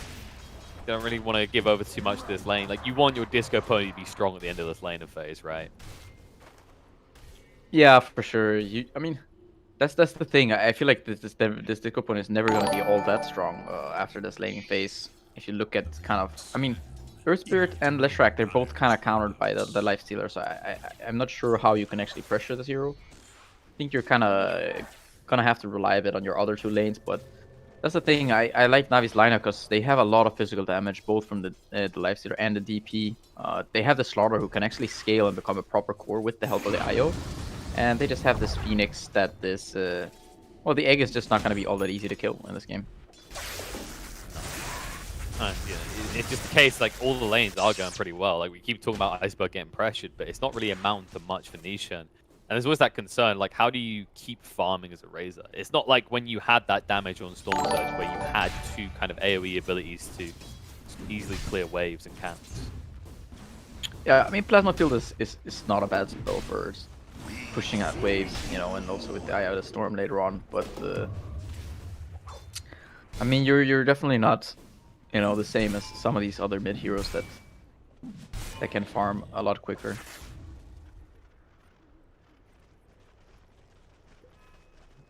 I wonder what the move is actually going to be, because like typically you'd imagine Secret they want to kind of pivot towards this bot lane, right? Like find a way to take this tower. Like you should be able to with the trap. I just wonder how you actually push into these type of heroes. Like the Phoenix alone could probably hold back your push. Yeah, I mean, I was actually thinking that they would have rotated the Upsor to the mid lane much earlier. Bottom. Oh yes, perfectly timed. Just baits V-Tune in, not a chance to hit that rage button. He thought he could just tank that stun and then just go on Zai right after, but the Upsor wasn't just waiting there. the opportune moment. That is the risk, right? Like, if you get caught away from the creeps, Diabolic Edict, even level 2, like, we've seen the type of damage this spell dishes out. And yeah, it's great you've got this rage, but guess what? Diabolic Edict is physical, so even a Lifestealer might struggle to stand up against that. Now with the rotation. He sure is Invis as well. I wonder if they suspect something's up, though. That was like a huge kind of salvation for Sai. If you look at the net worth, he's still down 1.5k net worth, you know, to the Lifestealer, but definitely sort of semi-salvaging some of that laning phase. Okay, Roger, he has no place getting away from that. I think he knows it as well. General luckily saved him because, you know, for the comparison, the other side of the map, after Timberman was starting to recover in this jungle, getting a cheeky IO pick in your farming pattern would have been a beauty. Yeah, Puppy here. I think they could just kill him, no? I think now they can. Like, whenever he uses Heavenly Grace, right? That was the issue. Overcharged to lower cooldown the Heavenly Grace, so he never could save Sven. Probably can't save himself if they just dive with the creep right here. There it is. Yeah, he should just keep dead here. He can't even use the ult. I mean, it's probably for the better. 110 attack speed. Balance in all things, but balance in all things. Oh, the DD. Oh, Iceberg gets it. He's gonna TP out. He might be dead. Whoa. No, he's dead. He's just gone. The DD is way too much. Nicely played by Iceberg, patiently waiting for him to walk up. Yeah, I mean, he just he read that situation very well. Just pops the X, so he could potentially Puppy. They made him in here. The reload's coming in. There it is. They're gonna arrive. Yeah, he's gonna come out. Good enough though, but Timman just trying to whittle away at Roger, gonna burst him low. They will kill him off first. Iceberg needs to be careful. The XO is running out soon. Zai is going to be brought low, will die. They did use the Egg to zone them away though, so they need to get out clean. It looks like they should be able to do so. Yeah, I feel like have to leave. Yapsel totally fine here. I think Secret should be the ones who are slightly worried. Oh, but Timman might get freebie. Oh, he can't. He gets to the cleave. Sometimes you look and see the range on cleave and you question it, right? That was actually quite ridiculous that he even clipped on him. Hey man, it's great cleave, okay? Yeah. It's not small cleave. It's not medium cleave. It's massive not cleave. It's great. Typical response from POS 1.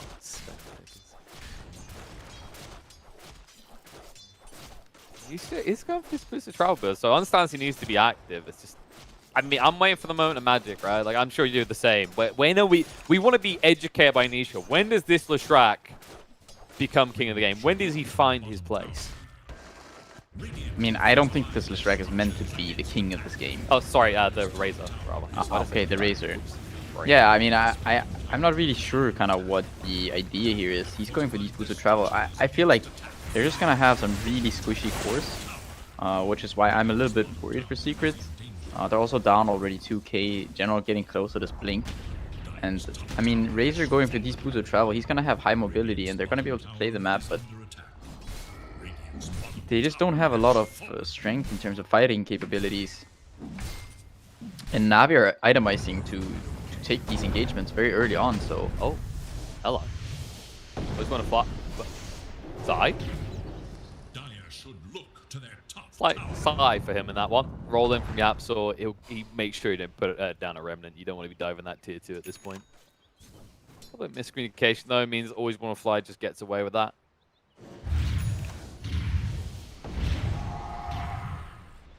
You're gonna have the blink now on General and 100 gold and the armlet on V-Tune, and I think that's gonna be sort of your kind of first move. I mean, it's scary because it feels like right now Na'Vi can just go wherever they want, right? Secret don't have a great way of pushing them out of these areas that they force their way into. Just feels like everything is on this Sven right now. And he is at least keeping up and farm, but you know, like you said with that armlet build, this lifesteal is going to be ready to fight a lot quicker than the Timberman is. Yeah, and I think this Slaughter lifestealer combo, I think they can kill pretty much any hero. I mean, Puppy has to be incredibly ready with the GA, but I think you already see that the VTune he's queued up. You know, post Manta, he's got the nullifier. So. Yep, understands his role. Whoop. Free roll of Secret will just be eviscerated there.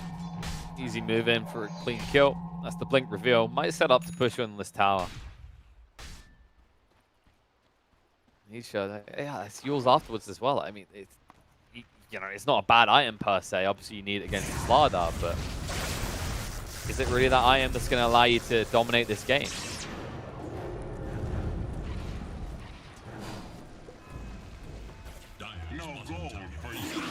Pair it with Iceberg, who's also got the Yules coming, by the way. Like, yeah, you're playing against a Sven, but he's going to have this window where it's a very useful item. And Na'Vi, they are playing towards that kind of quicker timing, right, with this lineup. They want to try and take over the map by 25 minutes. Yeah, at the same time, I do think their lineup actually scales very well. You know, just having this Phoenix as your position 5, it's always a way to make your lineup scale better. This Slaughter with the IO actually becomes a really good core. Speaking of IO, though, I get caught out. General Splashy was trying to play, regretted coming here because it turns out they were rotating behind the Timberman. Did at least force out the God Strength, mind you. So unlikely he's going to want to fight anymore. Yeah, Matu is just going for this kind of rushed axe here. I think he's got the Ogre Club. Yeah. So he's got the Echo Saber, Mask of Madness, and then just going for the axe. Makes sense. They need some more lockdown, right? Because it feels like right now there's a lot of pressure on Yapsor to initiate for them to find that opening target. And if you miss that roll, like, what happens next is the big question mark. Yeah, I'm interested to see kind of what the sort of roll size is going to try to fit into here. He's got the Greaves queued up, so kind of trying to add to some of that armor, just get a bit more team fighting. And we'll see someone who wishes they had more armor right now, as Roche is going to be claimed by Na'Vi. Secret, not really able to do anything. I mean, you have to know this is going on, but there really isn't any great way you can fight around this pit currently with your lineup.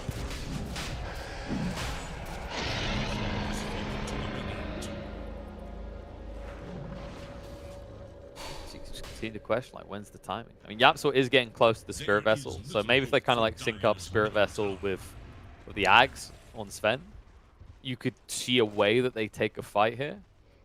Because they've done a good job of keeping their towers up, at least. You know, against this lineup, they've only forfeited one tier 1 over.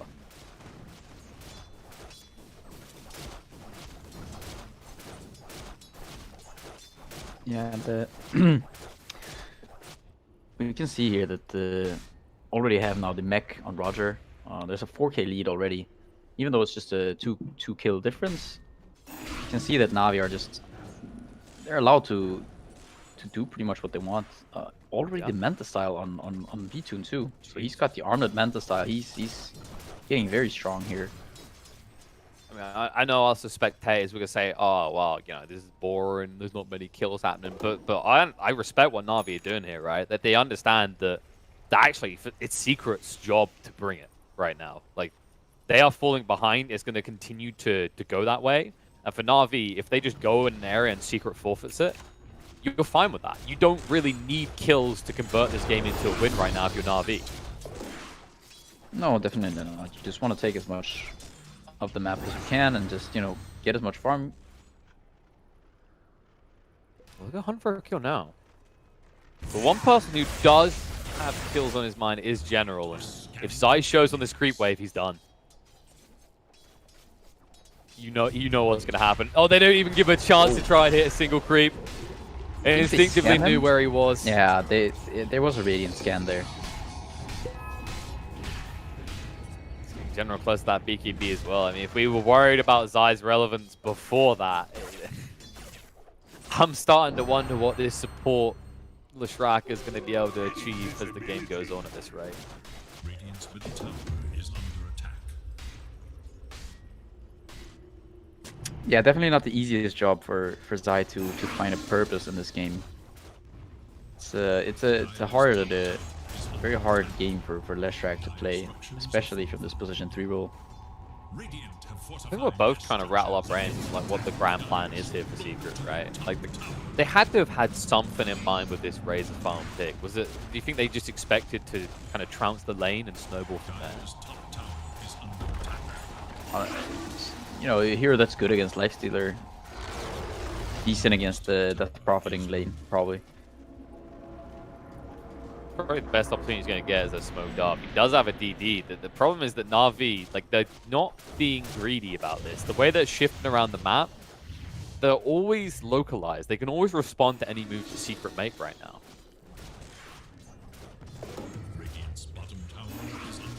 So you might always want to fly as the opener, maybe. The problem is you don't have the stunts. Nisha in a bit of trouble, needs to move away now. They can chase forward. DP down to half HP, needs to retreat. That DD doing a lot of work. Infest to try and save. Now the turn on Anisha. They have to use the GA to save him. Nisha will be able to walk away, but on the other side, they've lost Matumba Man. He got caught and cut off from his team.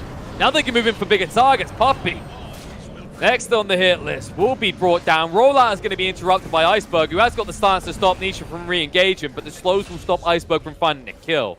This Puppy finally goes down. They will find general response, though. And Zai arriving looking for more. Iceberg, Exo's about to end, so he will heal up. Vito, however, is going to go in on Anisha, and it's too quick. He's gone. They'll move across for more. Zai just trying to burst through him quickly to roll through to try and buy some time for Zai. Leshrac trying to move away from this, but V2 only needs 2 hits. One more will do it. He walks into the base, and he will find it. On the other side, Roger at least brought down by Yapsor, but you know Yapsor is now going to die for this. Everyone on Secret dead, and they barely get anything out of it. Yeah, Nisha is sort of, I mean, he was dealing a ton of damage in that fight with the DD. He'd stolen like 170 damage, so he was hitting for some 400 hits or something. But then he just walks into the Lifestealer and he goes down, and kind of awkward engagement for Secret. It looked pretty good with Nisha trying to go on the Death Prophet and with the backup of the Omni, but the Matumba Man was just like completely separated from everyone and trying to fight the sort of the other part of Na'Vi, where he just got hit by this Lifestealer and Slaughter, and there's nothing he could do. That's kind of the big concern in this guy thing, right? Is like, it's the comparison what the offlaners are doing. Like, if Zai's put in the middle of the fight, he dished out a lot of damage, granted, but the difference is that General is delivering kills to his team, right? Like, he's actually the one going in. He's the one setting up. And when I look at the side of Secret, there is that question. It feels like Nisha's trying to start these engagements, but it's not this CC that immediately leads to a kill, right? It's like, I will scare them away with Static Link.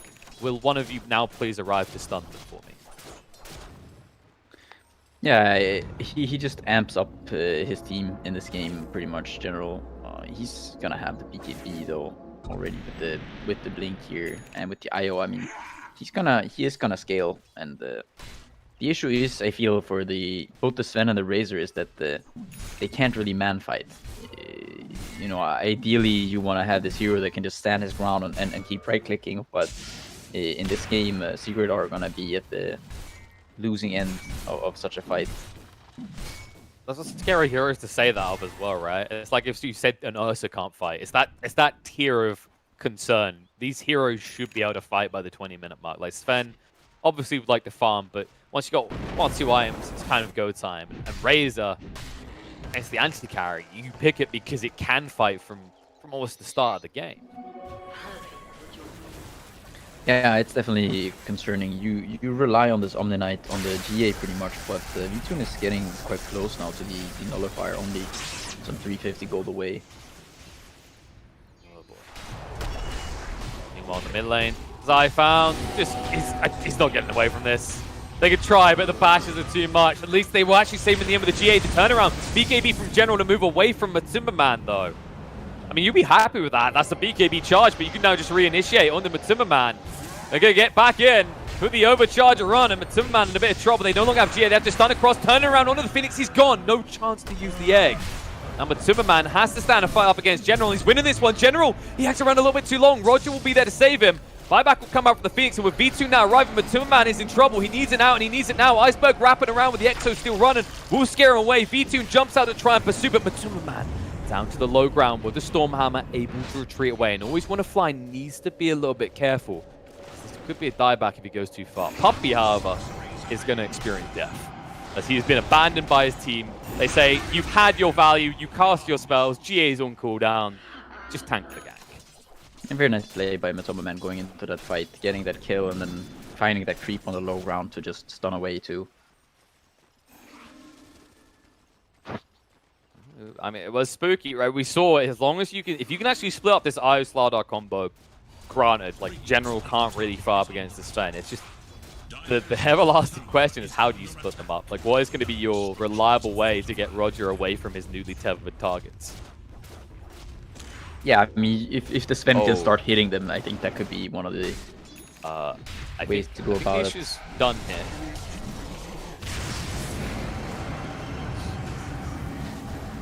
That is Slardar keeping pace for Razor. Razor, who has one spell entirely dedicated to me run fast, not hit me.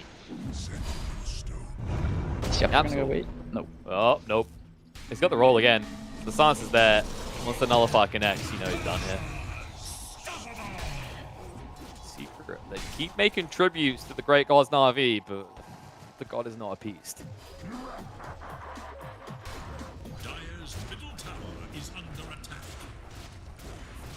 Keeps up. Once again, you kind of gotta look and you gotta go secret recovery point where. When two your cores are queuing up ACs, I'm not sure that's your. Not sure if that's gonna be a big enough recovery point at this rate. Yeah, it seems the secret are, you know, they feel a little bit disconnected. I think the wonky thing about it is that their heroes. I think they need this Razor to do really well in the laning stage. If you look at their heroes, they don't really have any ways of making plays.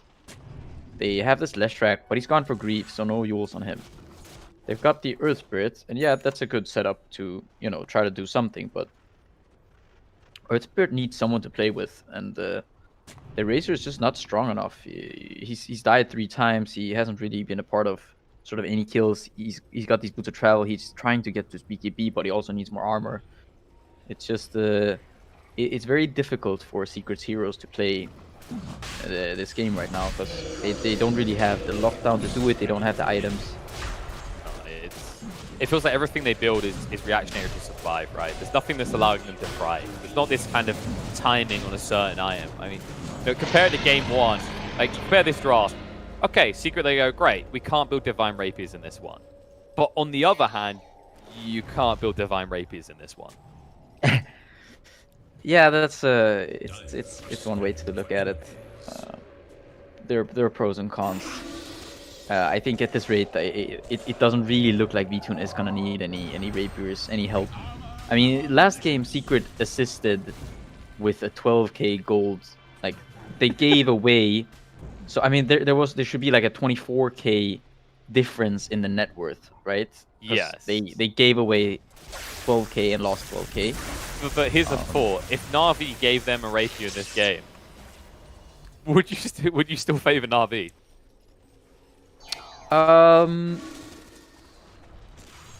Probably.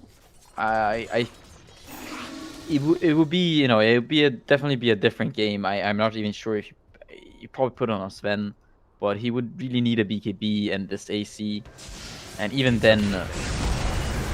We wish he had a BKB right now. General's going to stand his ground, but needs to move away. The reload coming in. The Timberman in too deep. He needs an out. He'll at least try and take General with him, but the stun's going to be there. He does get the kill. The GA is going to come out, but the egg is going to go off, and the Timberman going to be burnt up. Looking to take one more with him, but the attacks isn't quick enough. Yes! No, he can't get it. Io's able to move away. They'll clean up the Sven. Zai's going to be chased onto next with the nullifier activated. They will be able to find him as well, as he's too slow to escape. And it looked like maybe he'd at least be able to take the Io with him as well, but Matimba, man, it just feels like he's always an item or more behind the side of Na'Vi, never able to have the big impact we're used to seeing out of Sven's. Yeah, I mean, you think about how generally it goes between the Lifestealer and the Sven in terms of net worth. Generally, I would say that the distribution is about similar to this one, only the Sven is usually the one who's like 4 to 5k ahead of the Lifestealer at this point. Just because how much faster you can farm, but in this game, the Sven hasn't really been able to. Alright, well, you know, he's shown us why he likes to raise. Like, you can always run away from that. The problem is your buildings can't. I think you're right. The lifesteal's ahead in this situation, especially when he's supported by this cast of frontliney type heroes. It's just Sven has too much work cut out for him in this game. Yeah, and Iceberg is also he's dealing a lot of damage now with this Exo. Yeah, there's the Hop move away. Lost the tether. That's giving more damage to Nisha though. On Iceberg, so Nisha? He's in trouble. They've already lost Zai. Nisha, he might go down as well. It's going to be another kill for Iceberg. They'll turn around and the Puppy is also going to fall. And they might have left your base, but now Na'Vi, they might just go straight for the throat. What have you got left to defend with? Jump in from the Sven, but the stun's going to be there to control him up. He has got the construct, has to turn around with the bash. Is it too much for Timberman? He's going to fall. The GG is going to get called. Na'Vi completely and utterly obliterating Team Secret in this second game. yeah, and I mean the IO Slardar. I feel like this these combos, like this Slardar hero is especially, I think it just when it gets a lane where it's not terrible, you know, quite decent even, the hero looks so good when paired up with the right heroes. This type of minus armor strategy just seems to be quite efficient in this current patch. Both the PA Slardar, you see here once again the Slardar with the IO, just yeah, I mean overall, just I think today was you know, a very good day for Na'Vi. I think they look good. They had some really nice drafts too. I would think. That's I think that's what it comes down to, right? Game 1, Game 2. Na'Vi, it just felt like they kind of got what they wanted, which with the first game, we see this from Puppy a lot, right? Like he kind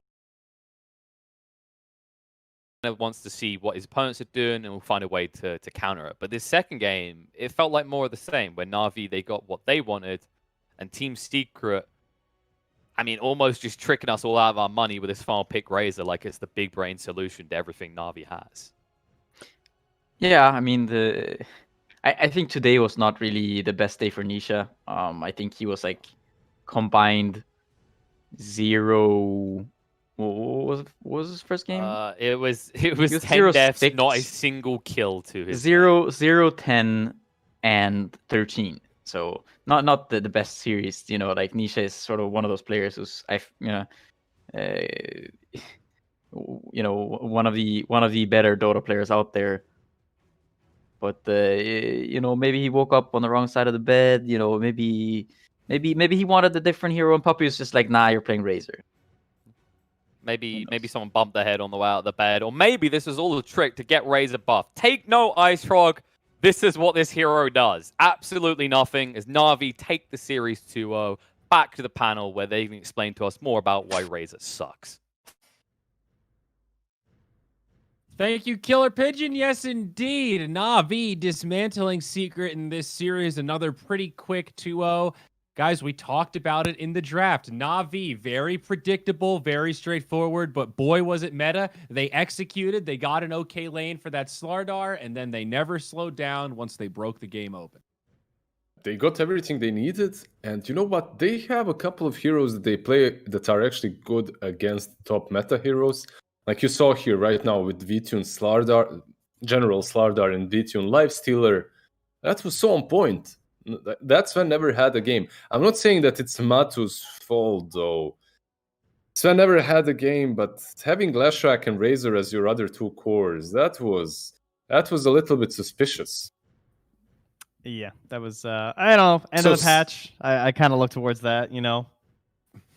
You know, it's time to maybe experiment, see if there's any sleepers out there.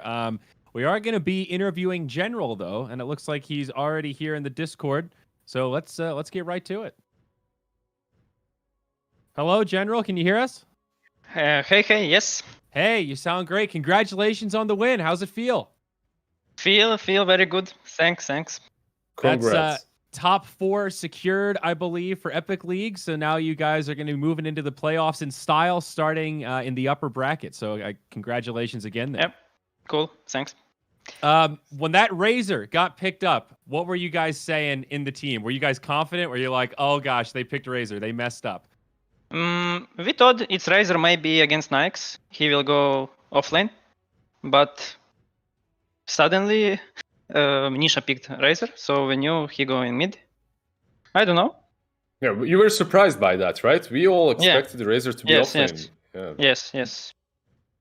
Do Can you guess why they did it? Because I'm also I can't understand it. I thought it's a counter in the lane to Lifestealer. Yeah, I think for them much better to put Razor off and Lash mid, right? Yeah. Yeah. I don't know what was their plan, but we were doing well on bot, so. Yeah, well, obviously the plan went well for you guys. So currently now, in terms of the upper bracket, it is now you, Na'Vi, Virtus Pro, and Viking all secured. We don't know who the last team is, but is there any team that you really want to play next in that upper bracket? Yes, we want to play Nigma. Ah, okay. So you're pulling for them to win the next series. Yes, I want Nigma to win, and then we meet them. You want your revenge, is that right? Yes. Yes. Ah, excellent. I like to hear that. Yeah, and for those that missed it, on November 27th, that was a 2-1 series. Nigma did win, but it was a really intense, close series. So that would be a fun one to rewatch. Yeah, I would like to play against them. General, I wanted to ask you about Void Spirit a little bit. We're usually on this panel a little cynical about offlane Void Spirit, except for when you pick it. When you have it on the offlane, we're all very excited to see how you make space, how you get into the backline. It seems like you really know the limits of that hero really well. I guess, can you talk to us about offlane Void Spirit a little bit and like your play style? Why is it that you seem to make him work in the offlane so much better than a lot of other teams? My playstyle is to making space. I don't like to farm. So I found this hero. Okay, I can do on this hero a lot of space without hitting creeps. So I can give Roger farm. We can make our position 4, position 5 big. While I'm spacing, maybe running around. Something, I don't know, just winning time. Doing something weird. Is Clockwork your favorite offlane? I love that Aghanim's build, by the way. Clockwork? Yeah, I 4 like bracers, Clockwork, Aghanim's. yeah, it was last patch. Now these I bracers know, don't work. Yeah. It's cool I like. Still.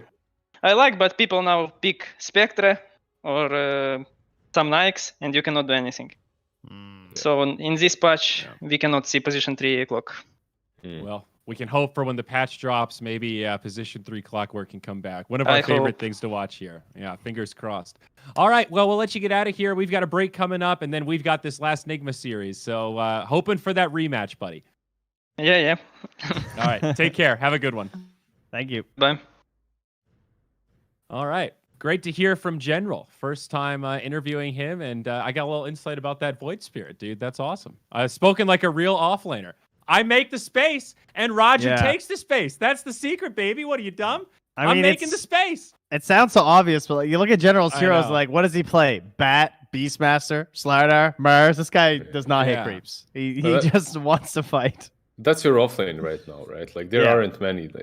You can ask Zai this for the last 2 years or so, right? It's the same thing. Like, I'm playing offlane. I get as much as I can, and then Yapsor comes and steals everything else away. It's the way it is. Yeah. He was ready for that answer about Nigma, though. Now I really want Nigma to win, too. Yeah. I want that rematch. Yeah. I'm feeling the same way. Luckily, we're not casting it, Trent, so we don't have to worry about any biased casters here coming in. Any other thoughts about this series, though? Per usual, we jump right into the interview. You guys don't get a chance to break down the second game. Anything else you want to add about Secret now starting in the lower bracket? Just interesting. Like, I don't really want to talk about Secret that much as Na'Vi, which took series clean 2-0 from them. They've shown so much growth in the last couple of weeks, right? And the way they played that first game wasn't that easy. It wasn't a complete outdraft, but the way they played it was really nice. Yeah, you can say that the Rapier dropping from Matumba Man is a big deal, but they had that game regardless, and they're showing some different approaches to how you should be rotating and when you should be utilizing your smokes in the mid game, which is definitely something that I'll at least look into a little bit more in depth. It's just interesting. I like that a lot about Rapier stuff. Like, it does feel like a, quote, throw for them to hand the Rapier over, but the game still had to get to that state where they felt like they needed to buy a Rapier, right? Yeah. So, yeah, exactly. And what's really threatening about these guys now is their drafting style. Like, what do you ban first 2 versus them? Do you just have to ban Chen and Io? Like Yeah, it that's doesn't feel good. kind of what it feels like, right? You can't give them one or the other. They seem so strong, but then there's just so many other options that are left in Dota right now. There's your Venge Drow, there's your Mag +1. Maybe they'll just start picking up Omni Lifestealer. Like they look like they're really prepared to just start bringing whatever strategy into their own folds. So I think it's a good idea, like you just said. The games that they did lose that I watched, teams usually did ban out the Chen in the first stage. So you get rid of the Chen and then you deal with everything else. I think that Chen just activates them so hard. In the first 16 minutes, they're in complete control. Alrighty. Well, Nigma Liquid, our final series for the group stage, and one that matters in terms of standing. So this is what we hope for, this is what we play for, and this is what we've got. Lord Gaben is watching over us from New Zealand, blessing us with all of the things that we wanted to see in this group stage. It's been a little bit of everything. We even got a Razor pick in this group stage. Come on. Despite it all, are you not entertained? We know that you are. We hope you come back in about 45 minutes because we got one more series after this break. EGB, your esports betting world. The only place to find the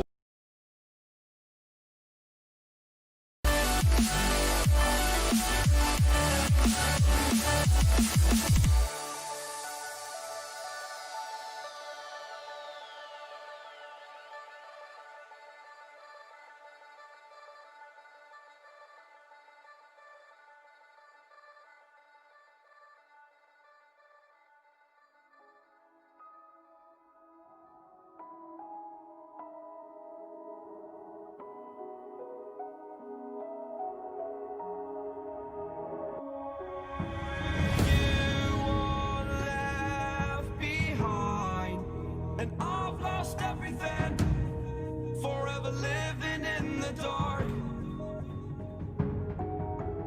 I feel so alive, still remembering what I want, but it ends with you. Candlelight has gone out, some will win and some will lose. Nothing much else to say, thought I was searching for something. Door has closed, not a sound. Take a look as I am now. Still I smile and don't speak. Will you please slow down? Slow down.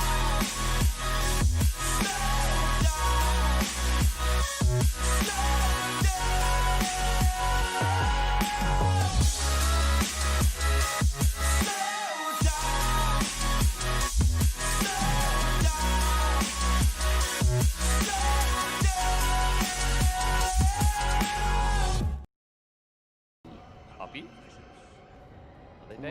The reload's coming in. There it is. They're going to arrive. Yeah, he's going to come out. Good enough, though. But two man just trying to whittle away at Roger. Going to burst him low. They will kill him off first. Iceberg needs to be careful. The Exo is running out soon. Zai is going to be brought low. Will die. They did use the Egg to zone them away, though, so they need to get out clean. It looks like they should be able to do so. Yeah, I feel like to leave. Yapsul totally fine here. I think Secret should be the ones who are slightly worried. Oh, but Tuman might get freebie. Oh, he can't. He gets to the cleave.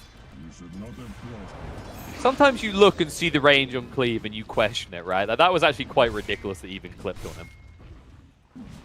Hey man, it's great cleave, okay? Yep. It's not small cleave. It's not medium cleave. It's massive not cleave. It's great. Typical response from POS ones. He's going for this boosted travel burst, so I understand he needs to be active. It's just, I mean, I'm waiting for the moment of magic, right? Like, I'm sure you do the same. But when are we want to be educated by Nisha. When does this Leshrac become king of the game? When does he find his place? I mean, I don't think this Leshrac is meant to be the king of this game. Oh, sorry, the Razor, probably. Okay, the Razor. Yeah, I mean, I'm not really sure kind of what the idea here is. He's going for these boosted travel. I feel like they're just gonna have some really squishy cores, which is why I'm a little bit worried for Secret. They're also down already 2k. General getting close to this blink. And I mean, Razor going for these boosted travel, he's gonna have high mobility and they're gonna be able to play the map, but they just don't have a lot of strength in terms of fighting capabilities.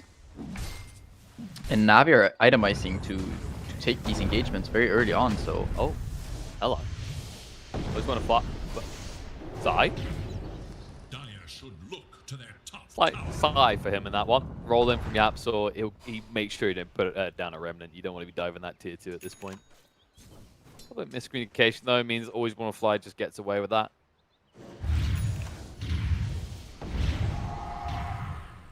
Like You're gonna have the blink now on general and 100 gold and the armlet on V-Tune, and I think that's gonna be sort of your kind of first move. I mean, it's scary because it feels like right now Na'Vi can just go wherever they want, right? Secret don't have a great way of pushing them out of these areas that they force their way into. Just feels like everything is on this Sven right now.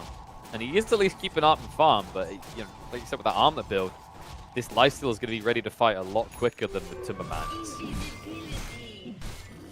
Yeah, and I think this Slaughter lifestealer combo, I think they can kill pretty much any hero. I mean, Puppey has to be incredibly ready with the GA, but we already, I think you already see that the V-Tune he's queued up. I know post Manta he's got the nullifier. So. Yep, understands his role. Whoop. Free roll of Secret will just be eviscerated there. Easy move in for a clean kill. That's the blink reveal. Might set up to push on this tower. He showed that. Yeah, it's yours afterwards as well. I mean, it's you know, it's not a bad item per se. Obviously, you need it against Slardar, but is it really that item that's going to allow you to dominate this game?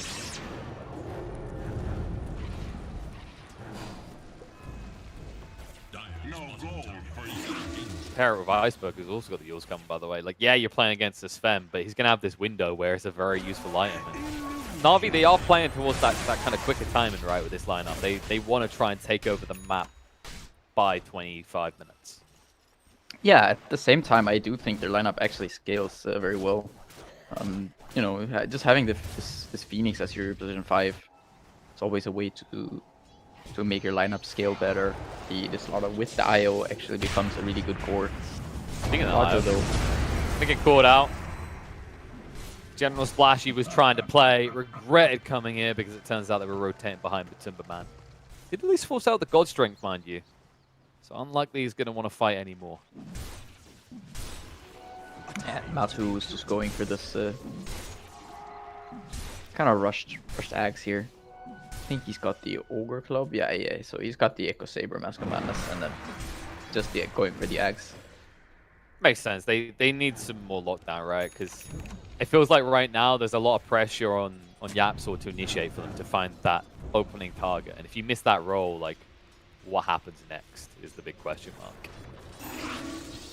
Yeah, I'm interested to see kind of what the sort of roll size going to try to fit into here. He's got the Greaves queued up, so kind of trying to add to some of that armor, just get a bit more team fighting.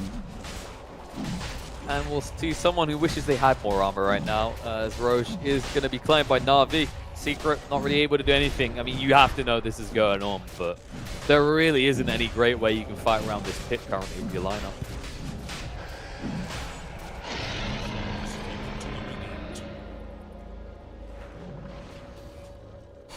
Continue to question, like, when's the timing? I mean, Yapso is getting close to the Spirit Vessel, so maybe if they kind of like sync up Spirit Vessel with the Ags on Sven, you could see a way that they take a fight here. Because they've done a good job of keeping their towers up, at least. You know, against this lineup, they've only forfeited one tier 1 over.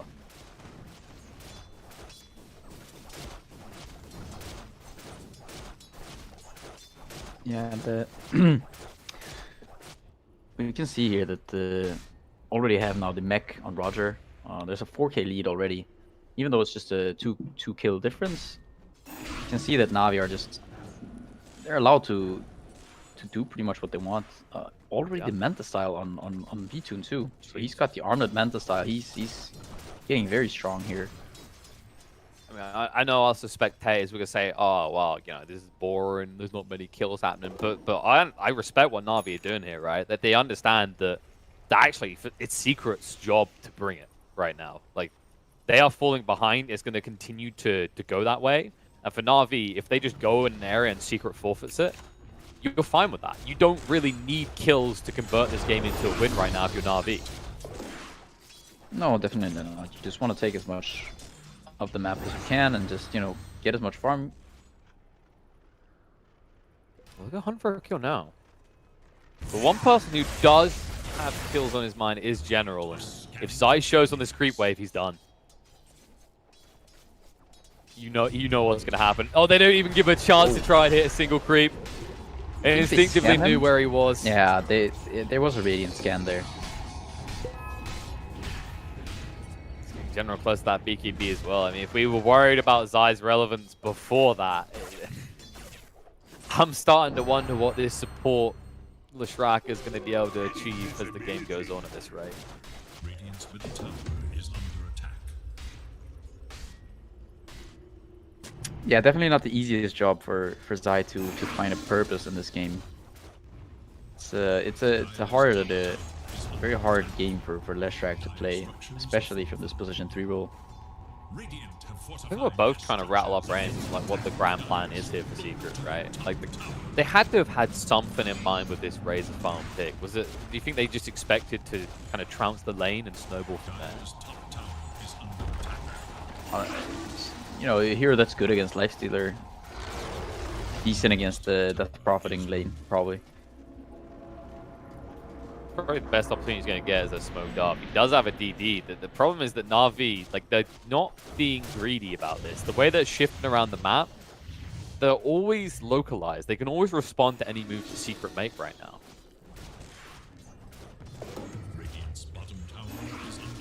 So you might always want to fly as the opener, maybe. The problem is you don't have the stunts. He's trying a bit of trouble, needs to move away now. They can chase forward. DP down to half HP, needs to retreat. That DD doing a lot of work. Infest to try and save. Now they'll turn on Anisha. They have to use the GA to save him.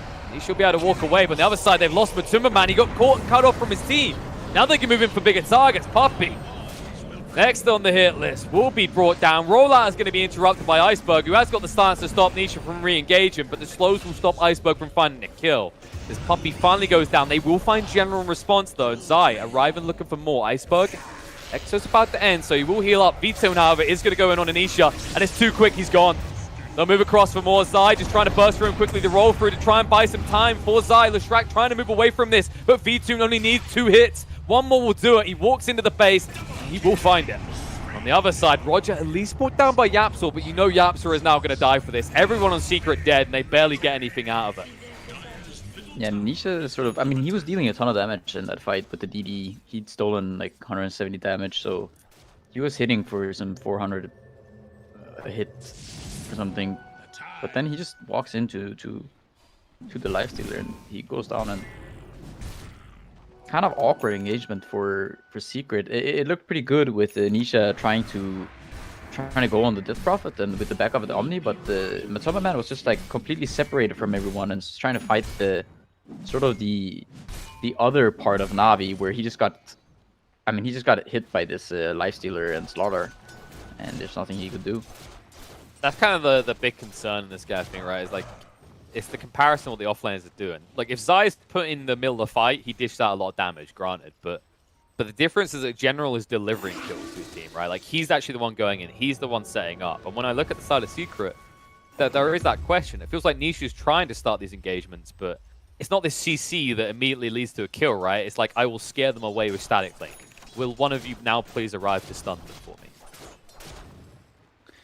Yeah, he just amps up his team in this game pretty much. General, he's gonna have the BKB though already with the blink here and with the IO. I mean, he is gonna scale, and the issue is, I feel, for both the Sven and the Razor is that they can't really man fight. You know, ideally you want to have this hero that can just stand his ground and keep right clicking, but in this game, Secret are gonna be at the losing end of such a fight. That's what scary heroes to say that of as well, right? It's like if you said an Ursa can't fight. It's that tier of concern. These heroes should be able to fight by the 20-minute mark. Like Sven obviously would like to farm, but once you got 1 or 2 items, it's kind of go time. And Razor, it's the anti-carry. You pick it because it can fight from almost the start of the game. Yeah, it's definitely concerning. You rely on this Omni Knight on the GA pretty much, but VENTUS is getting quite close now to the nullifier, only some 350 gold away. Oh boy. Meanwhile, in the mid lane, Zai found he's not getting away from this. They could try, but the bashes are too much. At least they were actually saving the end with the GA to turn around. BKB from General to move away from Matsuma though. I mean, you'd be happy with that. That's a BKB charge, but you can now just reinitiate on the Matsuma. They're going to get back in, put the overcharger on, and Matsuma in a bit of trouble. They no longer have GA. They have to stun across, turn around onto the Phoenix. He's gone. No chance to use the egg. Now Matsuma has to stand and fight up against General. He's winning this one. General, he hangs around a little bit too long. Roger will be there to save him. Buyback will come out from the Phoenix, and with V2 now arriving, Matsuma is in trouble. He needs it out, and he needs it now. Iceberg wrapping around with the Exo still running. Will scare him away. V2 jumps out to try and pursue, but Matsuma down to the low ground with the Stormhammer able to retreat away. And always want to fly needs to be a little bit careful. This could be a dieback if he goes too far. Puppy, however, is going to experience death, as he has been abandoned by his team. They say, you've had your value, you cast your spells, GA's on cooldown, just tank the gank. And very nice play by Matsuma going into that fight, getting that kill, and then finding that creep on the low ground to just stun away too. I mean, it was spooky, right? We saw it. As long as you can, if you can actually split up this Io Slardar combo, granted, like General can't really fire up against the Sven. It's just the everlasting question is, how do you split them up? Like, what is going to be your reliable way to get Roger away from his newly tethered targets? Yeah, I mean, if the Sven can start hitting them, I think that could be one of the ways to go about it. Issue's done here.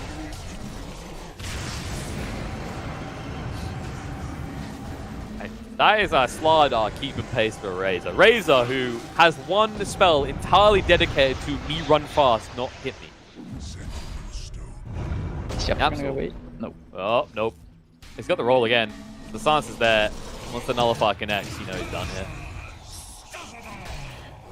Secret. They keep making tributes to the great gods Na'Vi, but the god is not appeased.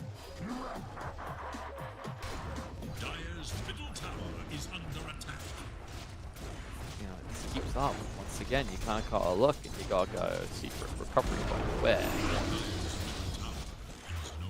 When two of your cores are queuing up ACs, I'm not sure that's your. Not sure if that's gonna be a big enough recovery point at this rate. Yeah, it seems the secret are, you know, they feel a little bit disconnected. I think the wonky thing about it is that their heroes, I think they need this Razor to do really well in the laning stage. If you look at their heroes, they don't really have any ways of making plays. They have this Leshrac, but he's gone for Grief, so no Yules on him. They've got the Earth Spirit, and yeah, that's a good setup to, you know, try to do something, but Earth Spirit needs someone to play with, and the Razor is just not strong enough. He's died 3 times, he hasn't really been a part of sort of any kills. He's got these boots of travel. He's trying to get to BKB, but he also needs more armor. It's just it's very difficult for Secret's heroes to play this game right now, because they don't really have the lockdown to do it. They don't have the items. It feels like everything they build is reactionary to survive, right? There's nothing that's allowing them to thrive. It's not this kind of timing on a certain item. I mean, you know, compared to game 1, like compare this draft. Okay, Secret, they go, great, we can't build Divine Rapiers in this one.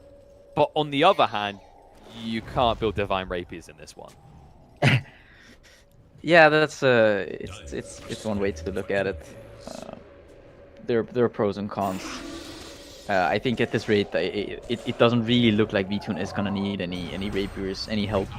I mean, last game Secret assisted with a 12k gold. Like, they gave away. So I mean, there should be like a 24k difference in the net worth, right? Yes. They gave away 12k and lost 12k. But here's the thought: if Na'Vi gave them a rapier in this game, would you still favor Na'Vi?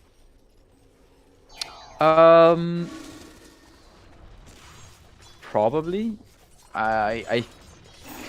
It would be, you know, it would definitely be a different game. I'm not even sure if you probably put it on Sven, but he would really need a BKB and this AC, and even then, We wish he had a BKB right now. General's going to stand his ground, but needs to move away. The reload coming in, but Timberman in too deep. He needs an out. He'll at least try and take General with him, but the stun's going to be there. He does get the kill. The GA's going to come out, but the egg is going to go off, and Timberman going to be burnt up. Looking to take one more with him, but the attacks, is it quick enough? Yes!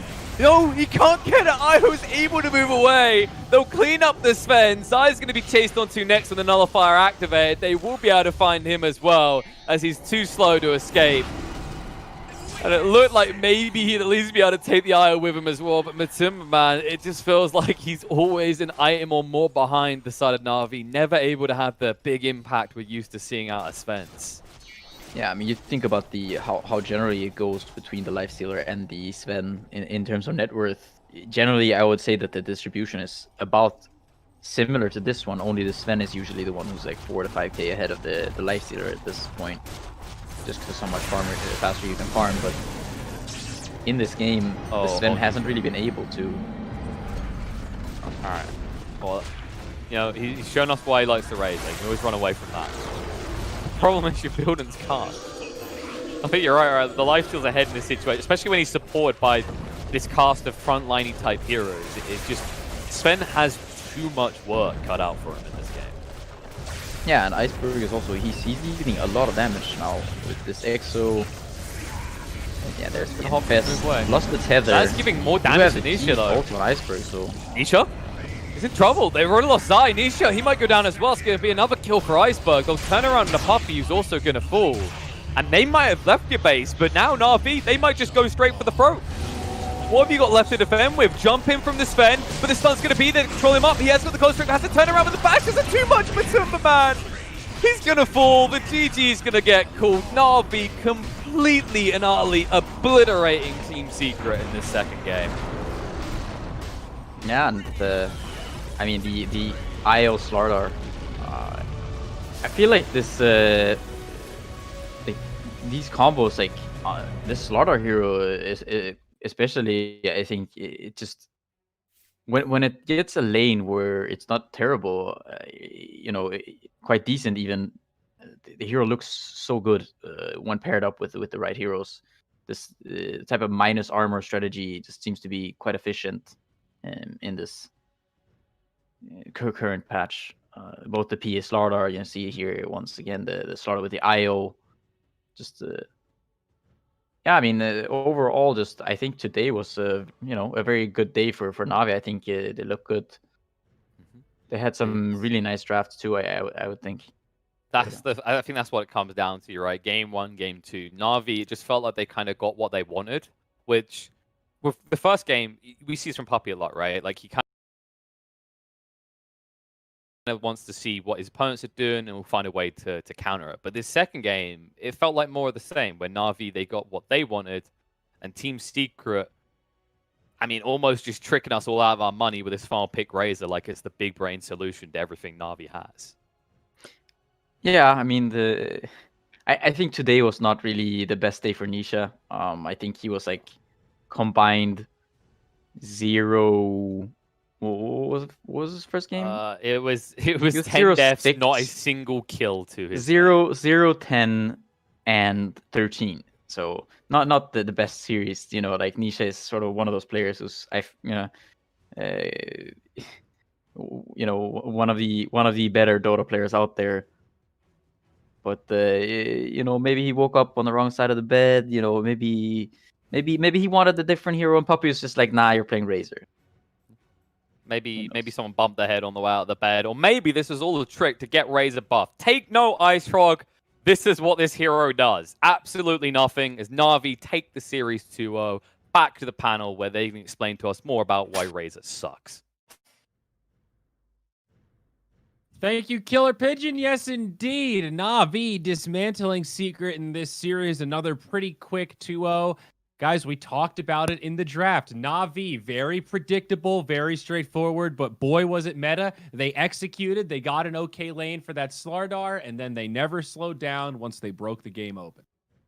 They got everything they needed, and you know what? They have a couple of heroes that they play that are actually good against top meta heroes. Like you saw here right now with VTune Slardar, General Slardar and VTune Lifestealer. That was so on point. Sven never had a game. I'm not saying that it's Matu's fault though. Sven never had a game, but having Leshrac and Razor as your other two cores, that was a little bit suspicious. Yeah, that was I don't know, end of the patch. I kind of look towards that, you know. You know, it's time to maybe experiment, see if there's any sleepers out there. We are going to be interviewing General though, and it looks like he's already here in the Discord. So let's get right to it. Hello, General. Can you hear us? Hey, yes. Hey, you sound great. Congratulations on the win. How's it feel? Feel very good. Thanks. Congrats. That's top 4 secured, I believe, for Epic League. So now you guys are going to be moving into the playoffs in style, starting in the upper bracket. So congratulations again there. Yep. Cool. Thanks. When that Razor got picked up, what were you guys saying in the team? Were you guys confident? Were you like, oh gosh, they picked Razor, they messed up? We thought it's Razor might be against Nikes. He will go offlane, but suddenly Nisha picked Razor, so we knew he go in mid. I don't know. Yeah, you were surprised by that, right? We all expected the Razor to be offlane. Yes. Can you guess why they did it? Because I'm also I can't understand it. I thought it's a counter in the lane to Lifestealer. Yeah, I think for them much better to put Razor off and Lash mid, right? Yeah. I don't know what was their plan, but we were doing well on bot, so. Yeah, well, obviously the plan went well for you guys. So currently now, in terms of the upper bracket, it is now you, Na'Vi, Virtus Pro, and Viking all secured. We don't know who the last team is, but is there any team that you really want to play next in that upper bracket? Yes, we want to play Nigma. Ah, okay. So you're pulling for them to win the next series. Yes, I want Nigma to win, and then we meet them. You want your revenge, is that right? Yes. Ah, excellent. I like to hear that. Yeah, and for those that missed it, on November 27th, that was a 2-1 series. Nigma did win, but it was a really intense, close series. So that would be a fun one to rewatch. Yeah, I would like to play against them. General, I wanted to ask you about Void Spirit a little bit. We're usually on this panel a little cynical about offlane Void Spirit, except for when you pick it. When you have it on the offlane, we're all very excited to see how you make space, how you get into the backline. It seems like you really know the limits of that hero really well. I guess, can you talk to us about offlane Void Spirit a little bit and like your play style? Why is it that you seem to make him work in the offlane so much better than a lot of other teams? My play style is to making space. I don't like to farm. So I found this hero. Okay, I can do on this hero a lot of space without hitting creeps. So I can give Roger farm. We can make our position 4, position 5 big, while I'm spacing, maybe running around, something. I don't know, just winning time, doing something weird. Is Clockwork your favorite offlane? I love that Aghanim's build, by the way. Clockwork? Yeah, I 4 like Clockwork, braces, yeah, Aghanim's.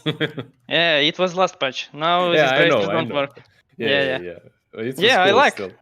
I like, but people now pick Spectre or some Nikes, and you cannot do anything. So in this patch, we cannot see position 3 clock. Well, we can hope for when the patch drops, maybe position 3 Clockwork can come back. One of our favorite things to watch here. Yeah, fingers crossed. All right, well, we'll let you get out of here. We've got a break coming up, and then we've got this last Nigma series. So hoping for that rematch, buddy. Yeah. All right, take care. Have a good one. Thank you. Bye.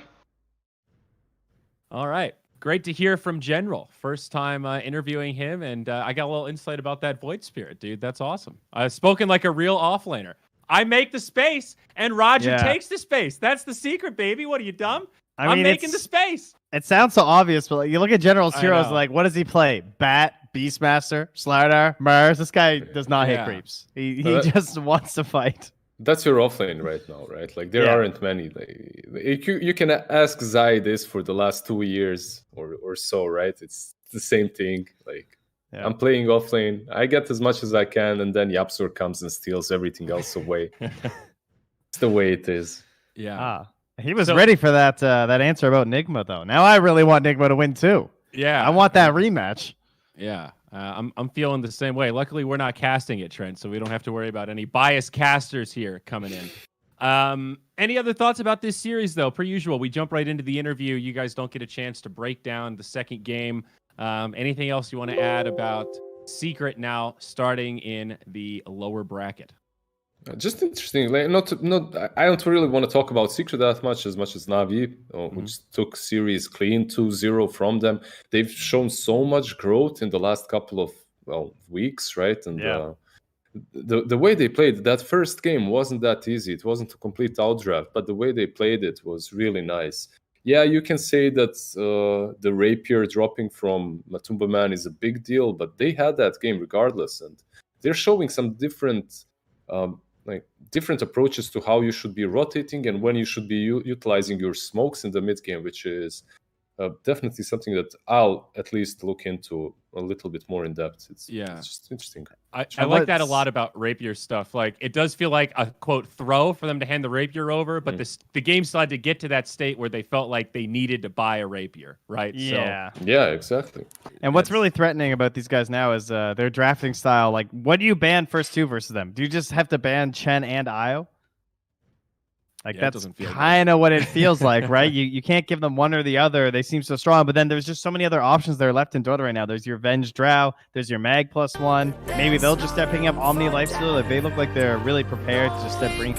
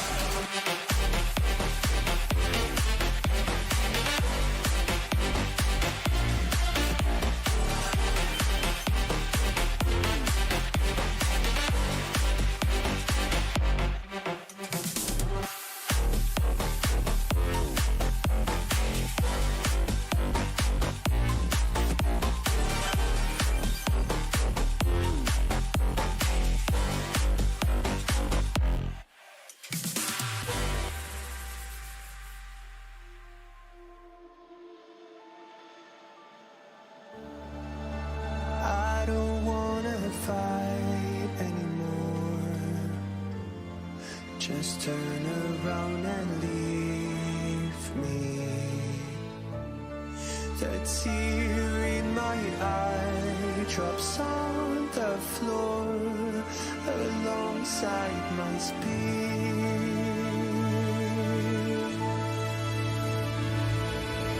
My knees are drenching in the blood I feel just to get in.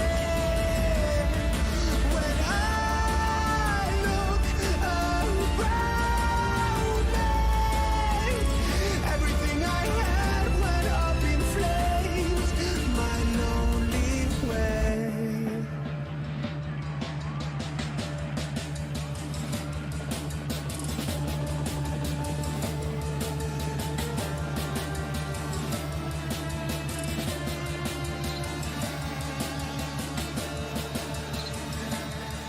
When I look around me, everything I had went up in flames.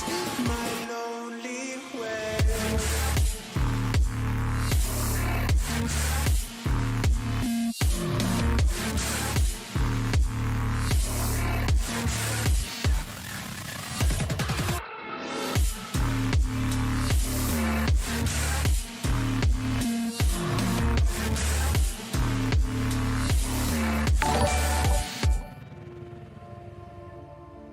I never pray to God anymore. I'd rather no one hurt me. redemption. I have waited for you to come and drown all my sins.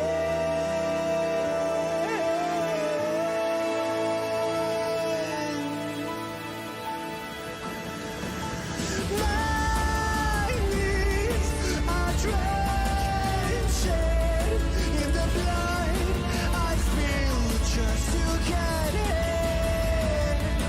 When I look around me, everything I had went up in flames.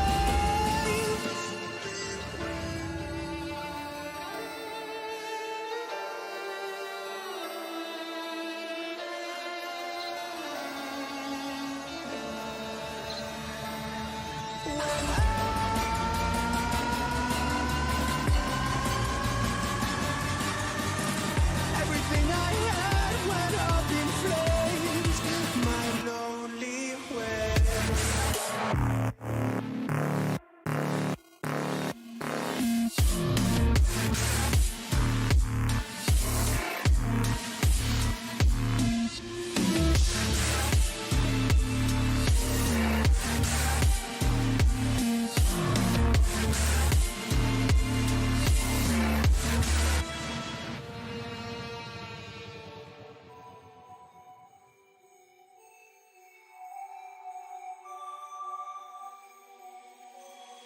Writers, write what they know. Liars, write what they wanna show. Singers, sing what they told. But I know you got something else to say. Like secret language, speaking in tongues. Snake like tongue tied, you on the run. Tribal dancing, I don't know what you are, you are, you are, you are. Summer floating over my heart. We're both dancing over the dark side. I don't know who you are, you are, you are, you are. You got letters sprinkled all over your body. If I join up the dots, it makes me feel naughty. I feel like I shouldn't touch. You got a no touching sign. I feel like I shouldn't run. You're blocking the exit. As we look at it, it can't be exactly the same because they had 2 groups in their group stage. We have 1 group in our group stage. So there are some slight differences, though it's the same spirit. The top 4 teams in Division 1, they're upper bracket. They're good. It's those middle 4 teams in Division 1 that move into the play-in. And then we've got middle teams in Division 2 that play into the play-in. I'm sorry, the top 4 teams of Division 2 play into the play-in. So the play-in is 8 teams.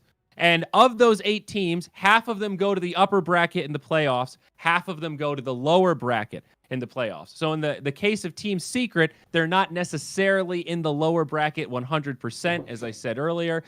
They're going to play in this play-in event, and that will decide their fate about which way they go. So it's these bottom 2 teams that will then be relegated. That has nothing to do with the play-in. That's really what I confused here, boys. The play-in has nothing to do with the relegation. The play-in is for deciding which teams go upper bracket, which teams go lower bracket. Yeah, you kind of lost me when you mentioned the term play-ins. I was like, That's fine. yeah, this is not gonna work out if I don't see it in front of me. Well, that's what I look. Do you want me to get my pen and visual paper, Lacoste, Lacoste? so I've got yeah. the paper on the floor. I can Yeah. start scribbling it down if you want. We get some. T-Gav, you new might need to graphics. draw us a flow chart for this next panel break so that we can really You keep really it going. digest I'll get my this. paper in preparation. But either way, Lacoste, we've got some fun tiebreakers here. The Battle of the Bottom, as I've been calling it, the Toilet Bowl, as Trent's been calling it, Alliance, Just Error, and Mud Golems. The 3 of them will be duking it out tomorrow in a 3-team round robin, head-to-head. First team to win 2 will be secured, and the bottom 2 will be going down. That's already set up. But we've got a crazy potential tiebreak here, and that is if Liquid win this series, that would put OG, Nigma, Secret, and Liquid all in 5-4 draw, and that would be 4th place through 7th place, which of course is that cutoff for top 4, whether or not you have to play in the play-ins. So we'll have a second set of tiebreakers. Now you're probably asking, well, Zyori, how's that going to work? Are we going to do 2 round robins at the same time, or are we going to stay up all night, or golly, what are we going to do? I got no idea. I have no idea. So we're going to cross that bridge when we get there. And of course, that only happens if Liquid wins this series. If Nigma wins this series, we don't have to worry about it. It's just that toilet bowl tiebreaker that comes into play. So a lot to digest there. I apologize, but in lieu of visual assets here, Dota Radio continues on in spirit, boys. But we got a draft. TLDR, if Liquid win, 4-way tiebreak. Many tie breaks. Plus a 3-way Nigma win. Doesn't No matter. tie breaks. No tie break. Just some toilet bowl Except- tie break. Yeah. No Okay, cool. additional tie breaks is Yes. probably the way to say it. Okay. This is exciting. Yes. All right. So it's pretty cool that our final series here really does carry a lot of weight. We got two classics, the Slardar opener, and now Team Liquid get their prized Oracle. This is what Insania loves. And hey, having a dispel against that corrosive haze sounds pretty good. Yeah, I mean, he really shines on those saving heroes whenever he plays it. Like, his positioning is extremely good. Like, whenever I see Ilias, like, before he joined the top tier teams, he was most of the time playing Oracle, and he's the second guy that comes to my mind whenever I see an Oracle pick. You know, just always having that healing salve, sometimes having an urn, just to amplify that healing during the ultimate. It's all good, but most important thing about playing the Oracle is where you are standing. Oh, yeah. Positioning all day. And now a healer secured for Nigma with the Phoenix and a snap pick Bloodseeker. I like the idea from Liquid's opening, because when you have this first pick Slardar, and eventually let's say they go for like a PA or any kind of also core, it's all about movement, right? It's how you enter the fight and you can move around. And Bloodseeker and Oracle, they are two very good heroes to deal with that. Of course, Oracle can take away the sprint, and then of course Bloodseeker with Rupture, it kind of mitigates the Slardar presence within those engagements. So they're kind of soft covering themselves from the Slardar pick, just with these two heroes for sure. I keep forgetting that sprint is dispellable. Keep reminding me of that, because I feel like it shouldn't be dispellable. That's a pretty hard blow to the Slardar. I guess not many heroes that can dispel it, but Yeah, because Slaughter right now is really a weak hero, right? So you need to buff him up somehow. Yeah, exactly. No, I think I know what you're talking about. You know, sprint was not costing mana before, then we added 25. Like, yeah, it can't be dispellable. I mean, I'm using mana, you can't dispel that shit. yeah.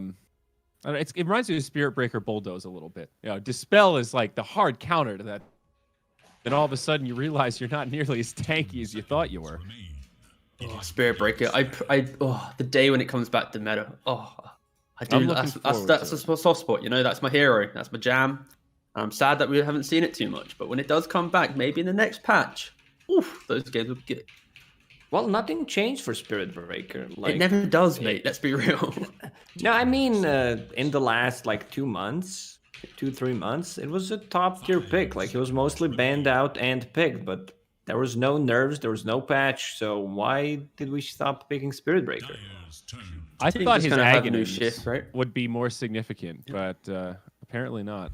It gave it a small bit of flavor, especially with Viking. I think they're the one team to really kind of rise to prominence, right? But our last teams just kind of shift away from things. Even if there's no patch, teams will just have kind of a soft spot for new heroes. There you go. Can't even talk. Bans, though, all looking pretty good. Lifestealer Storm, two heroes that combo well with the Slardar, and Death Prophet, Drow Ranger, Troll Warlord. All icky heroes that are very much enabled by the Oracle. Yeah, it's also the idea of like the Drow deals with the Slardar in lane, the DPs that too much push deal with the Oracle, and it's interesting Liquid didn't actually ban out the PA. Is that because they're just going to block pick it themselves, or oh no, they're not. So does Nigma actually value this PA highly? You'd expect so, especially with the Slardar combo for sure. Yeah, I mean, it's a no-brainer. You have PA to find the Oracle. You have Slaughter. We've seen it multiple times. How strong it is. Like, you're killing the Roshan. You don't necessarily need to go for Battlefield. Like, you go for different kind of items. I think when you have Slaughter in the team, it's the same when you have Anti-Mage plus Mag. So you get Mask of Madness, then you get Deso. You don't get Deso on Anti-Mage, but you know what I'm saying. Yeah. But that's where the Bloodseeker covers you from the Slardar PA, right? Because PA naturally blinks in and out of the fight. And through that blink, if you're ruptured, you have to stand still.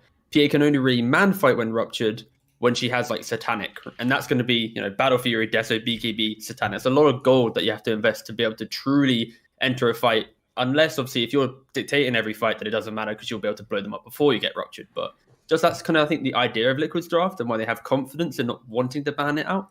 So I think they already have some answers to deal with that potential combo if Nigma were to go for it. Imagine if they spend all their time and still ending up picking Phantom Assassin. That would be something. That's a classic draft, you know. This is where like someone's bickering about if they want the hero picked or not. Okay, you go for a Rubik.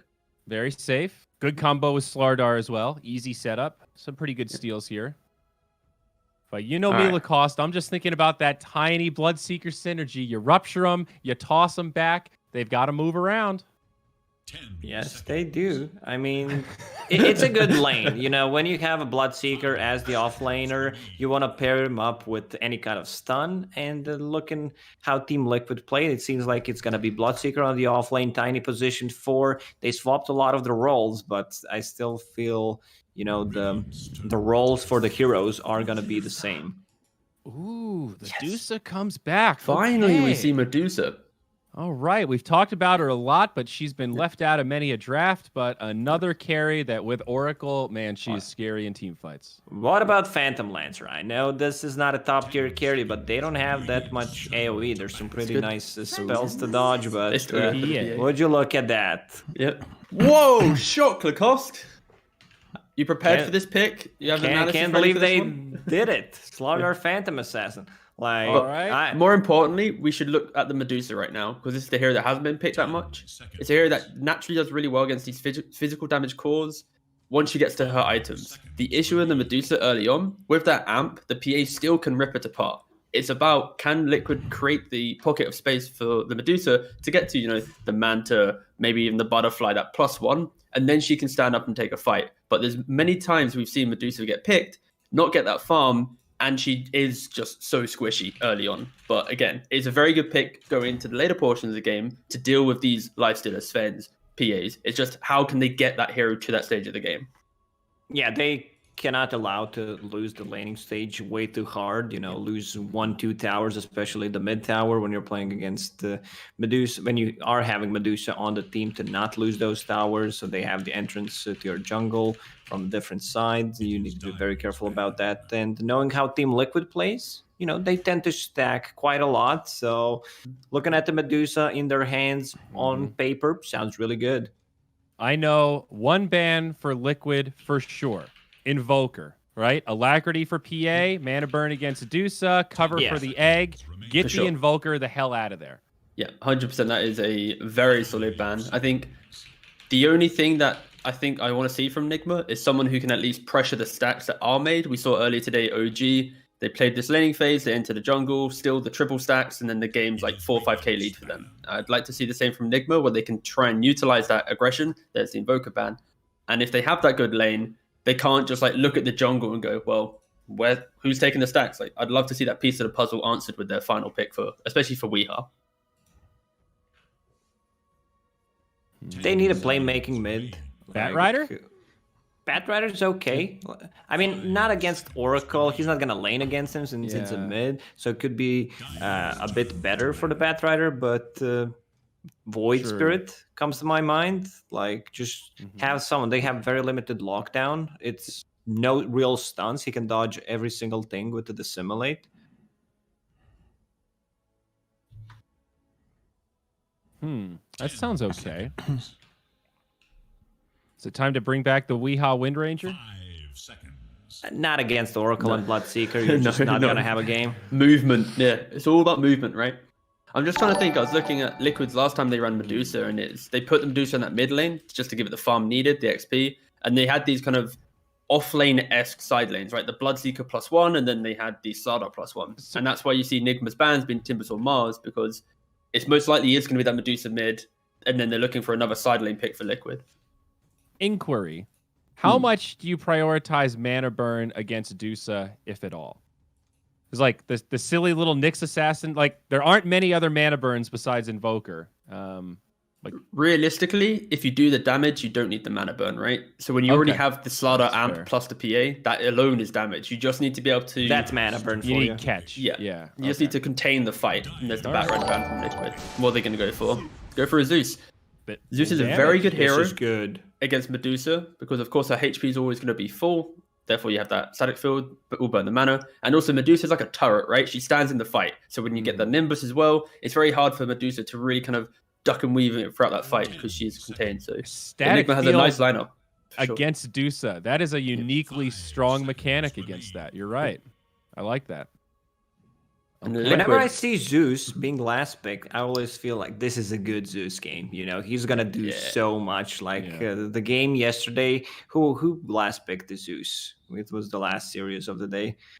It's a great trivia question. It was Alliance. It was Alliance, yeah, and Nice. they really dumpstered that game. Yeah, I just had to think for a second. It's game 2, but yeah. Was that think or click? No, my hands are here. I was not clicking anything. I have a mechanical keyboard. If I clicked anything, you could hear that. Nice. Yeah, all right.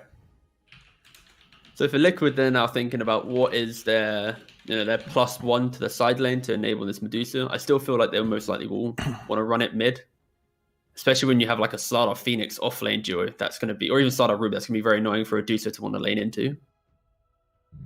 They can do Medusa side lane against the Slardar. It's a range hero, something that you want to ban out. This is why Enigma banned out Drow Ranger. They banned out the Troll, who can transform, of course. But yeah, seeing Lashrak as a response, this is the hero that can buy time. And like having Bloodseeker that's going to give attack speed to Medusa at the later stages of the game, or Spell Amp to Lashrak. Okay, still, I really love the Zeus pick. Like, they don't have that one guy that's, just going to run in. It's a position for Tiny. If Tiny's not going to get the good time, I'm going to Blink Dagger. If he's not having a good early time, then this Zeus is just going to shine. And we've seen these, like, static lanes where no one is actually getting the kills for the first, 5-6 minutes. And then Zeus suddenly gets level 6. Bam, he gets the first blood. But I think that it's the flip side to that, though, is how Liquid, they have the answers to what Nigma wants to do in those early fights. Nigma love to try and take fights when they're not really ready and to overwhelm. And when you have the Oracle Leshrac combo, that Bloodseeker, that Tiny, all these early fighters, if they get ahead in that early point in the game and then they start dictating the tempo, there's a lot of pressure on this Zeus to be that tower defender. Nigma don't really have that hero that stands in front of the tower, right? They have initiators, they have re-initiators, and they have people who stand way back, but they don't have that one innate hero that wants to enter the fight, unless You PA have has that. Slardar with a hood. That's the front line. Okay, that's this that's is the what all build you've for got. him. Yeah, exactly. Like if you look at the lineups from both of these teams, they don't rely on any cooldown. Like they can keep fighting all the gonna be a time. So bloodfest. like, post 15-20 minute mark, we're gonna see just probably constant fighting. Well, gang, EGB.com, they've got you covered. It's not just picking winners. There's all sorts of things you can bet on, like how many kills are going to be in this game. This might be one such game for that. Do it responsibly, have some fun, but click that link below the stream. Time for the casters. We didn't get predictions. We don't need them because it's going to be a good game. We're just cheering for good Dota. Suns fan, Cinderin, hello. Anybody home? It's your turn. Hello? Hello? Greetings. Salutations. Cinder, they didn't give predictions, so now you have to talk for 3 minutes straight to not only give your predictions, but what the panel would have predicted as well. Can you do that? I can. Unfortunately, I have to inform you that your microphone is crackling a little bit, but I figured this is the perfect time to say it because I have so much to talk about in this game about how much I love the Radiant draft. I think it's amazing. I can't tell if you're joking, by the way. I am not joking. So Jesus Christ. This Enigma draft, in my opinion, is really powerful. I'm surprised that Liquid gave some of the things away that they did. Obviously, it is something Liquid have been known to do in some series, where they will give the enemy team some of their best picks. Personally, I think it's a very scary prospect giving GH Phoenix and Mind Control Slardar. I think in many ways it's maybe their single best heroes in this current patch right now, and that Enigma have won a lot of games on the back of these two heroes on these two players. It's not just that. The Zeus pick was amazing. I think the laning stage is set up nicely for them. I'm saying a lot of good things about Enigma, and I don't want to count out Liquid by any means. I do favor them based on strategy, but something that Liquid's lineup really has going for that is they can make a godlike Medusa in this game. You give it Blood Rage, you have Oracle protecting it. They've run this strategy before. They go high ground when Medusa has 2 items and win the game, and that's probably the plan against this PA. Thank you so much for continuing to talk, Cinderin. I got no fix, bro.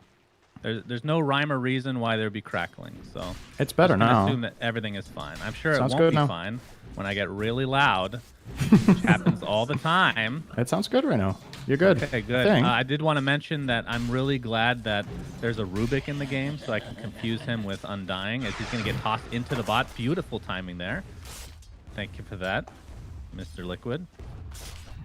As Taiga is going to be pulling these creeps, it looks like, from Kuroki. He's going to get a little bit of harassment off as a result. So let's talk about this bottom lane. PA, Rubik versus the old Tiny and Bloodseeker. Going to confuse him with Doom, of course, because they have the same color combination.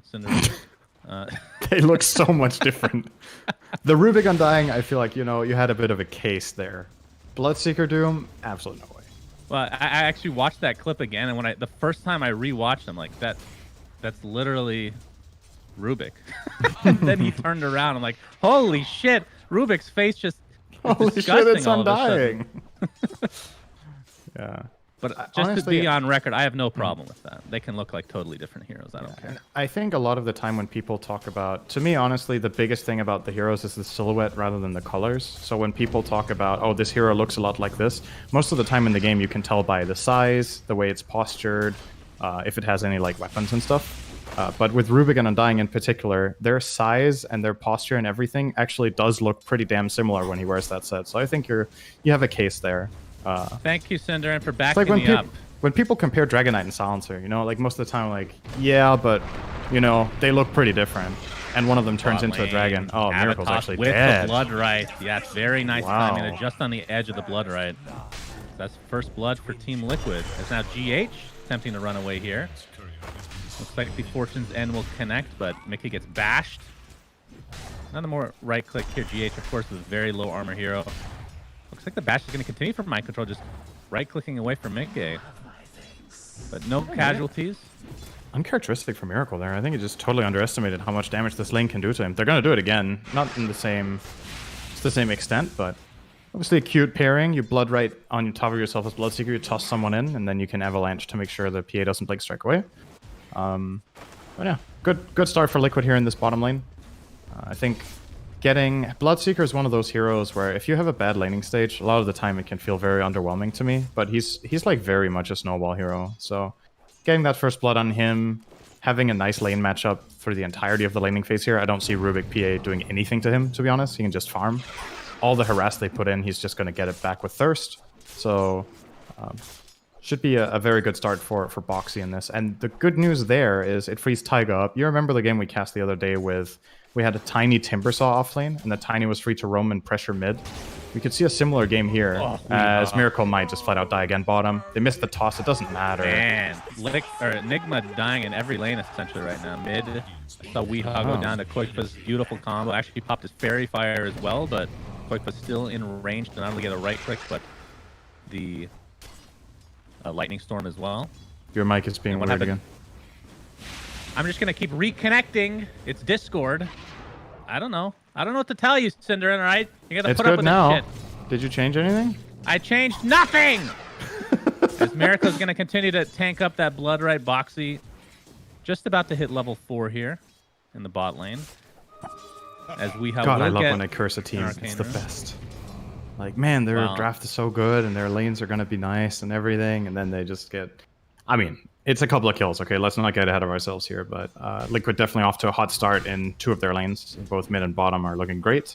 The lane I did highlight the most, of course, is the one that Nigma are winning, which is the Slardar Phoenix lane into Oracle Medusa. I don't think Oracle Medusa have a reliable way of winning this lane. Slardar is very strong against these slow heroes that don't have reliable stuns. There's a little bit of a root, but there's no slow, no attack speed slow. Makes it very easy for him to lay onto targets. And Insania could actually... He needs to be a little bit careful here. He does interrupt the pull, so nicely done. Could have maybe been gone on here, but they will protect the bounty rune with Slardar. And Kuro will also steal one. Click it. Okay. He didn't click it. Now he's maybe gonna... he's dead. For sure. No talking. I'm using a different microphone just for you, Cinderin. It's my shitty mic, which of course will probably work. Top lane, we have a crush into the bash, onto Insania, and... Even with the ultimate expended from Weehaw, desperately needs that kill, as he is a little bit behind in terms of net worth. But with that, he's actually bounced back to basically evening up towards this mid lane. And we talked about how Enigma got off to kind of a meh start, and in terms of Weehaw, we've talked about this so many times. That's kind of a standard thing for him in lane, but he's probably better than anybody at bouncing back. Maybe Sumail would be #1 on my list. His bottom lane, Avatos into Blood Right again. Miracle, Phantom strikes to the Siege, but looks like he might get right-click down, but the TP here from Kuroki is enough to dissuade his pursuiters. Kuro didn't bring a salve though, so Miracle, yeah, he survives, but he can't touch creeps with anything else than Phantom or Stifling Dagger right now. That's just, if he comes in close, he's dead, and waiting for this tangle will take a while. Good rotation mid though from GH, using the Icarus dive to get in on the Lesh, set up Zeus for that kill, get him the power rune bottom as well, which would be an illusion. As, well, maybe I have to eat my words, they might be able to kill Taiga here. Kuro is low. Right coming in again, Miracle is just going to tank it up. He does get the kill in the meantime. Boxy, empowered by all these low HP heroes, will continue to right-click Miracle, who's getting healed by GH in turn, and here comes Weeha. Rotation from mid, but Boxy is way too quick. No Thunder God. He'll be okay. Yeah, another 40 seconds to go as Weeha's working on a Boots of Travel to start things off for him. But we didn't really talk about the mid matchup. What did you think of the Zeus versus Lesh as just the matchup overall? I think it's pretty even. It's one of the heroes that, like, Leshrac wins a lot of lane matchups mid, but against Zeus in particular, you don't really have that range advantage where you can bully. Any melee hero Leshrac basically wins against on just the threat of Split Earth plus Lightning Storm, but Zeus can stand several hundred units behind even his own creeps and still cast Arc Lightning for CS, and Leshrac can't match that with his deny damage, so usually you just farm. It's kind of the same logic, right? In a way, the heroes counter a lot of the same heroes in mid. It's about that ranged harass, but against each other, they just both sustain and hit creeps, so yeah, can't say I'm too surprised. Rotation from Taiga into the mid lane is... Weeha does have his ultimate to work with now. His courier did get killed. I'm not sure if anything was actually on it, though, of consequence, but... Make actually expended Stone Gaze. Yeah, interesting. Oh, he's going to lose his courier to Bash. That's his treads. Oh, that is so bad. Yeah, now Mind Control... So bad, lol, chat might say. Just going to continue to try and 1v3 here. Has really tunnel vision on Insania. Unfortunately for him, the Crush will not connect this time around, so he's going to get brought down one way or the other, but Zeus helping him get a kill there, so it ends up being a 1-for-1. Could have been a lot worse for sure. Yeah, killing those treads is a pretty big deal. It's 2.5 minutes roughly that Mickey doesn't have that, so will affect his farming speed. Boxy getting some help. He's dead. Of Taiga.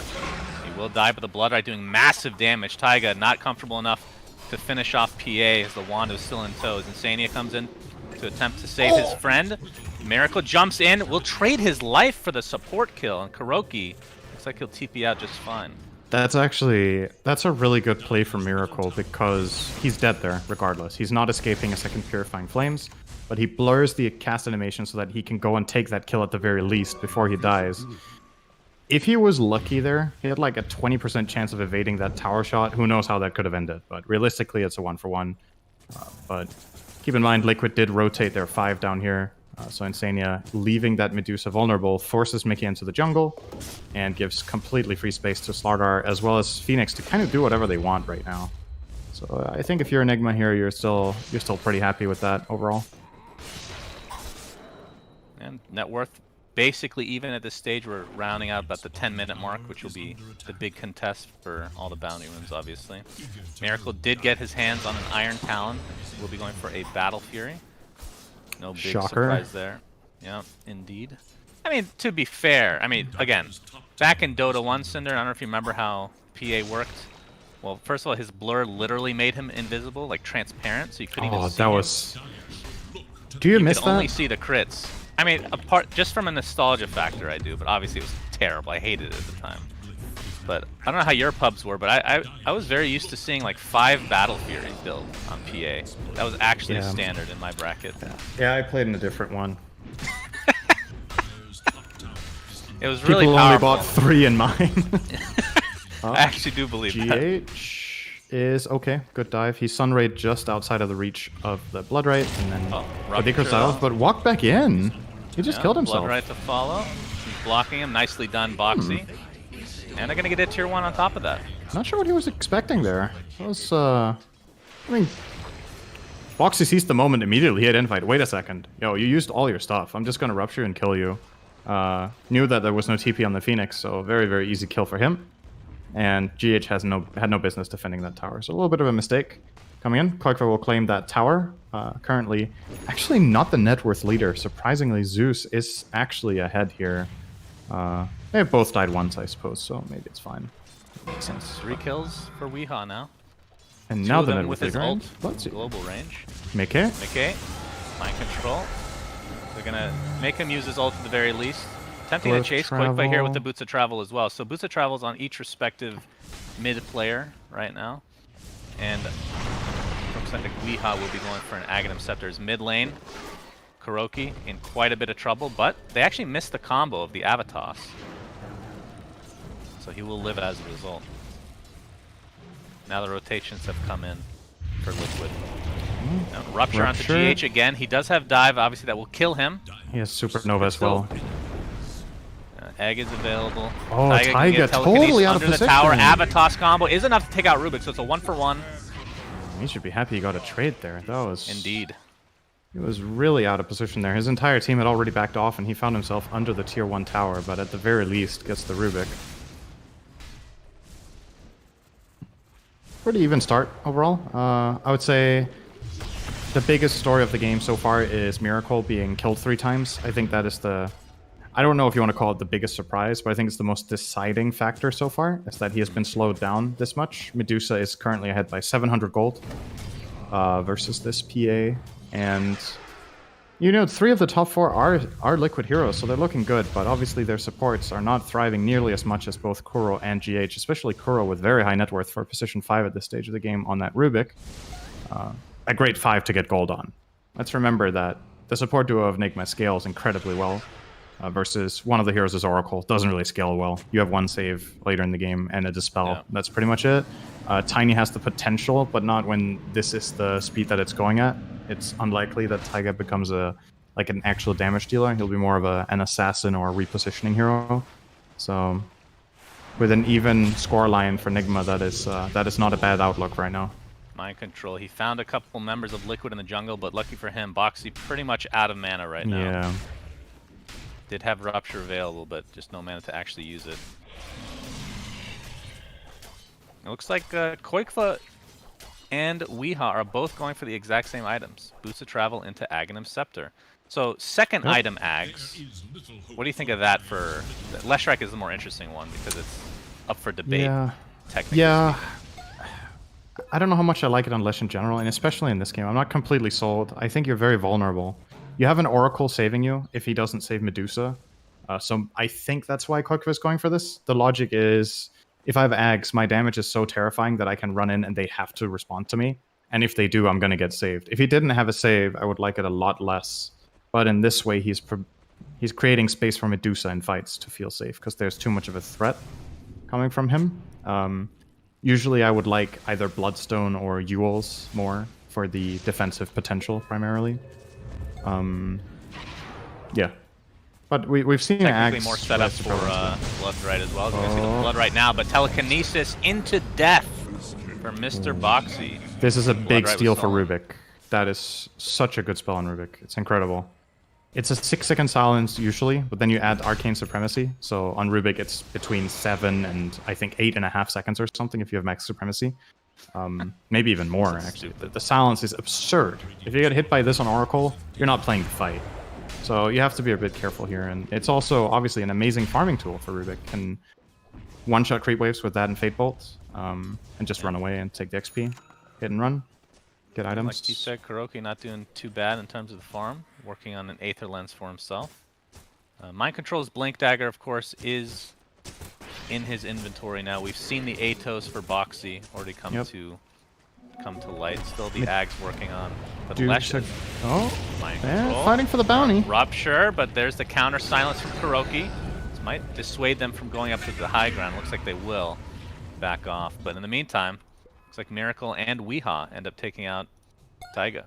Yeah, did Taiga get the rune? He did. So at least he died for the rune.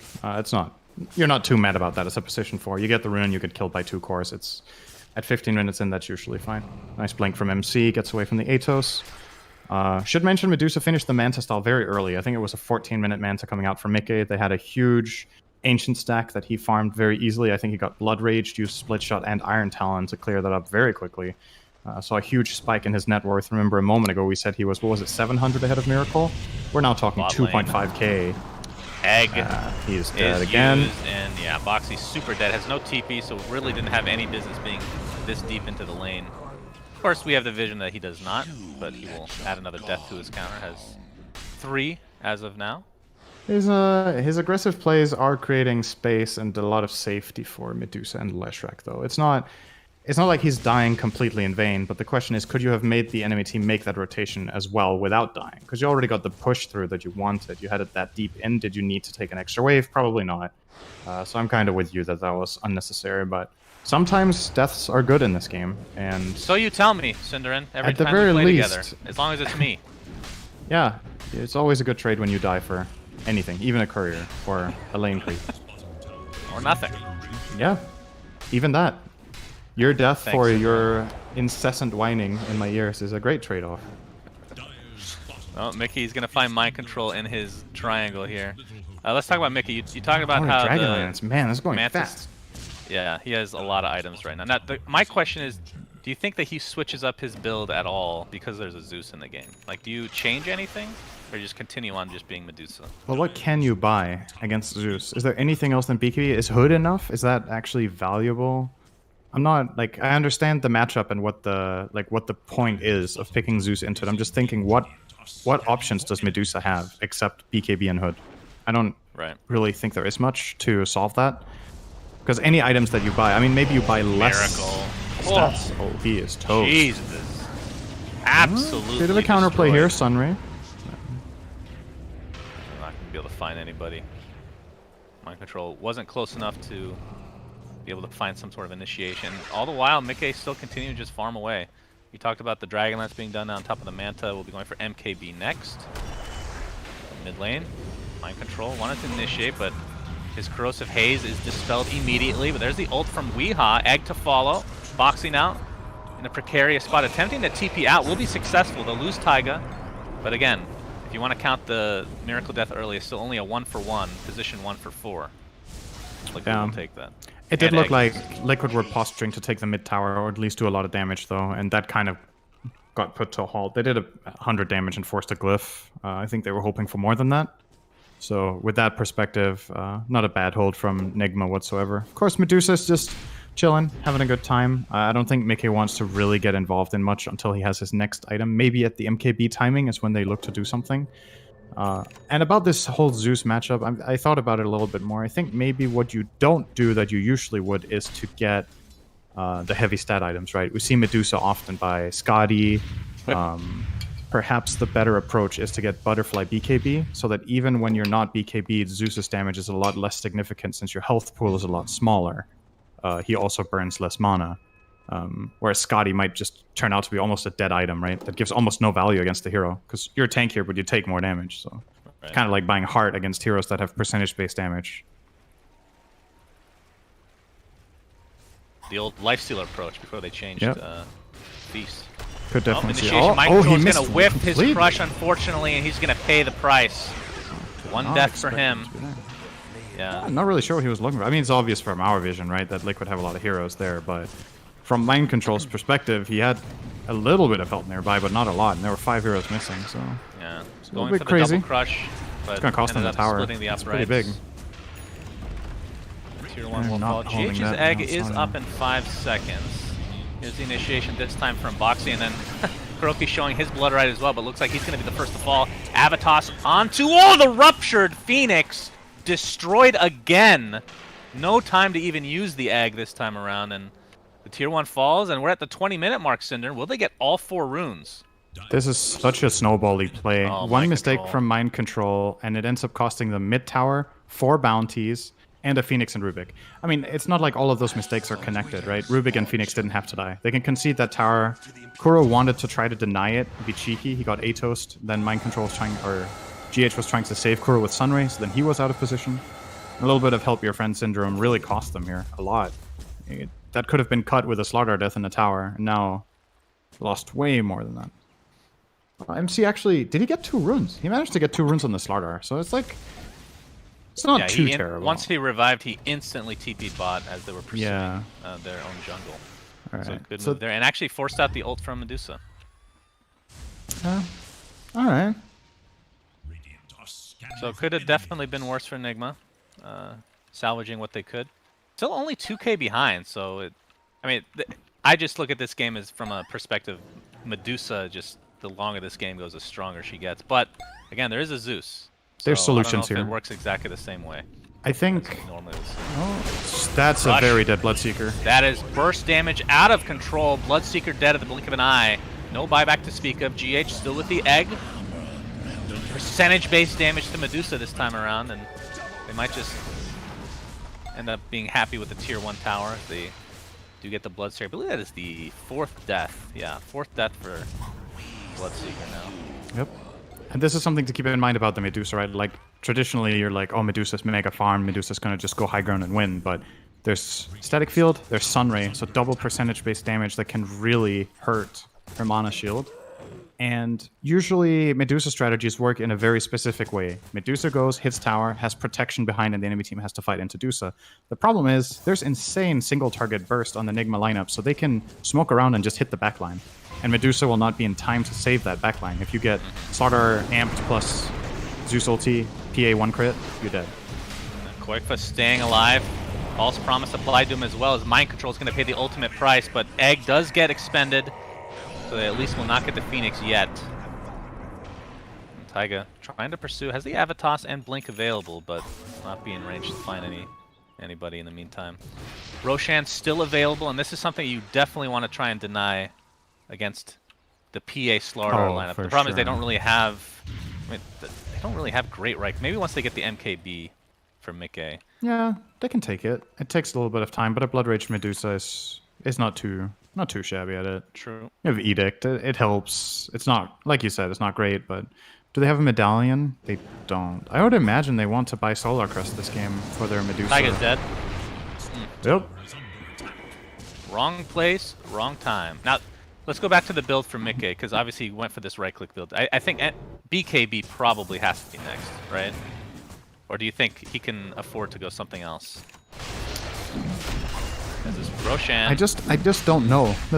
I have to say I don't know. I think if he goes BKB, the problem will remain the same, right? Where, yeah, you're not gonna die, but how do you protect your teammates if Enigma get the jump? That's still my biggest fear here for Liquid is if Slardar, Zeus, and Phoenix just get to cast their spells and soak, PA will kill 2 or 3 heroes behind Medusa. Oh, they might try to go on Medusa here. Yeah, with the newly minted Aegis, he's gonna pop the Stone Gaze, and Slaughter will turn to Stone immediately. But Oracle's already dead, so that's their save. But Miracle, way in front, ends up expending his Aegis in turn. And Weeha tossed into the brunt of the damage. 50 seconds on the deck for him. No buyback whatsoever. It looks like the fight's going to break up a little bit as Oracle buys back in the game. Avatos is available. Avalanche is more than enough just to take out Kuroki on his own. And all alone is this poor Miracle PA.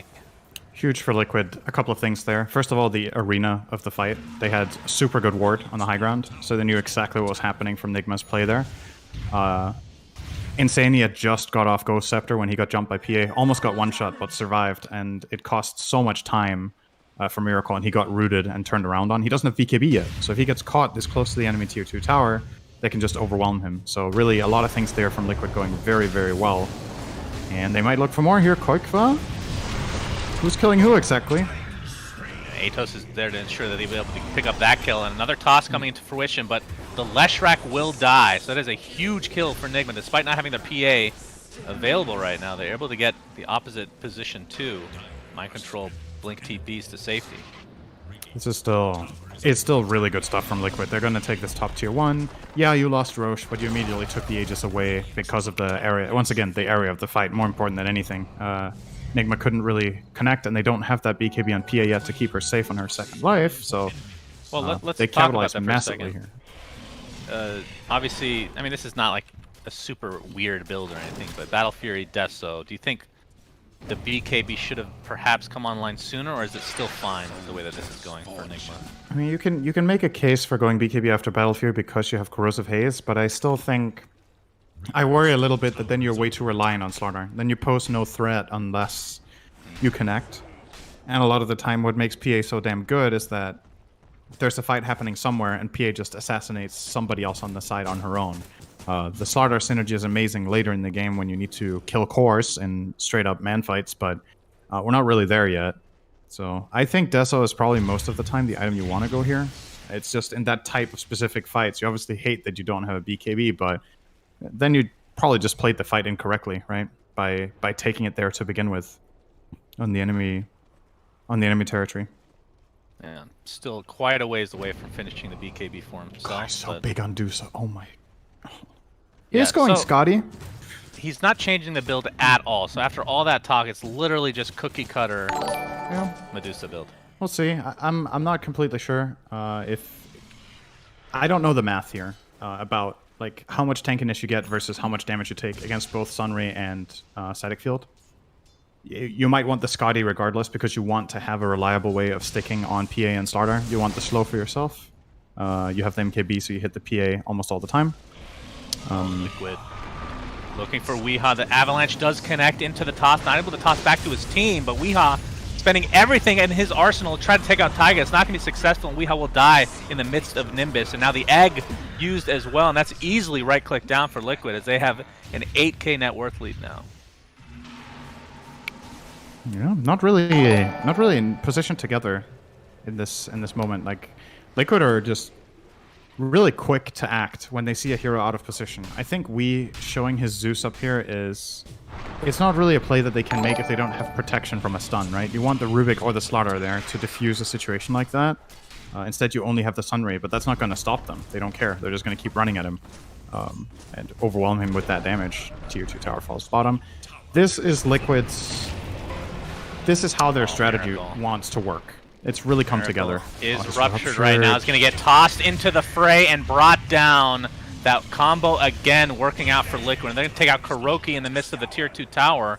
Man, and Liquid are starting to run away with this match. And I mean, you talked about Mikkei's farm, Cinder, and he wasn't even involved in that fight. But look at the net worth discrepancy right now. Not even remotely close. No, Nigma have really fallen apart. All these deaths that they've had, especially in the PA, has just given Medusa such a massive lead.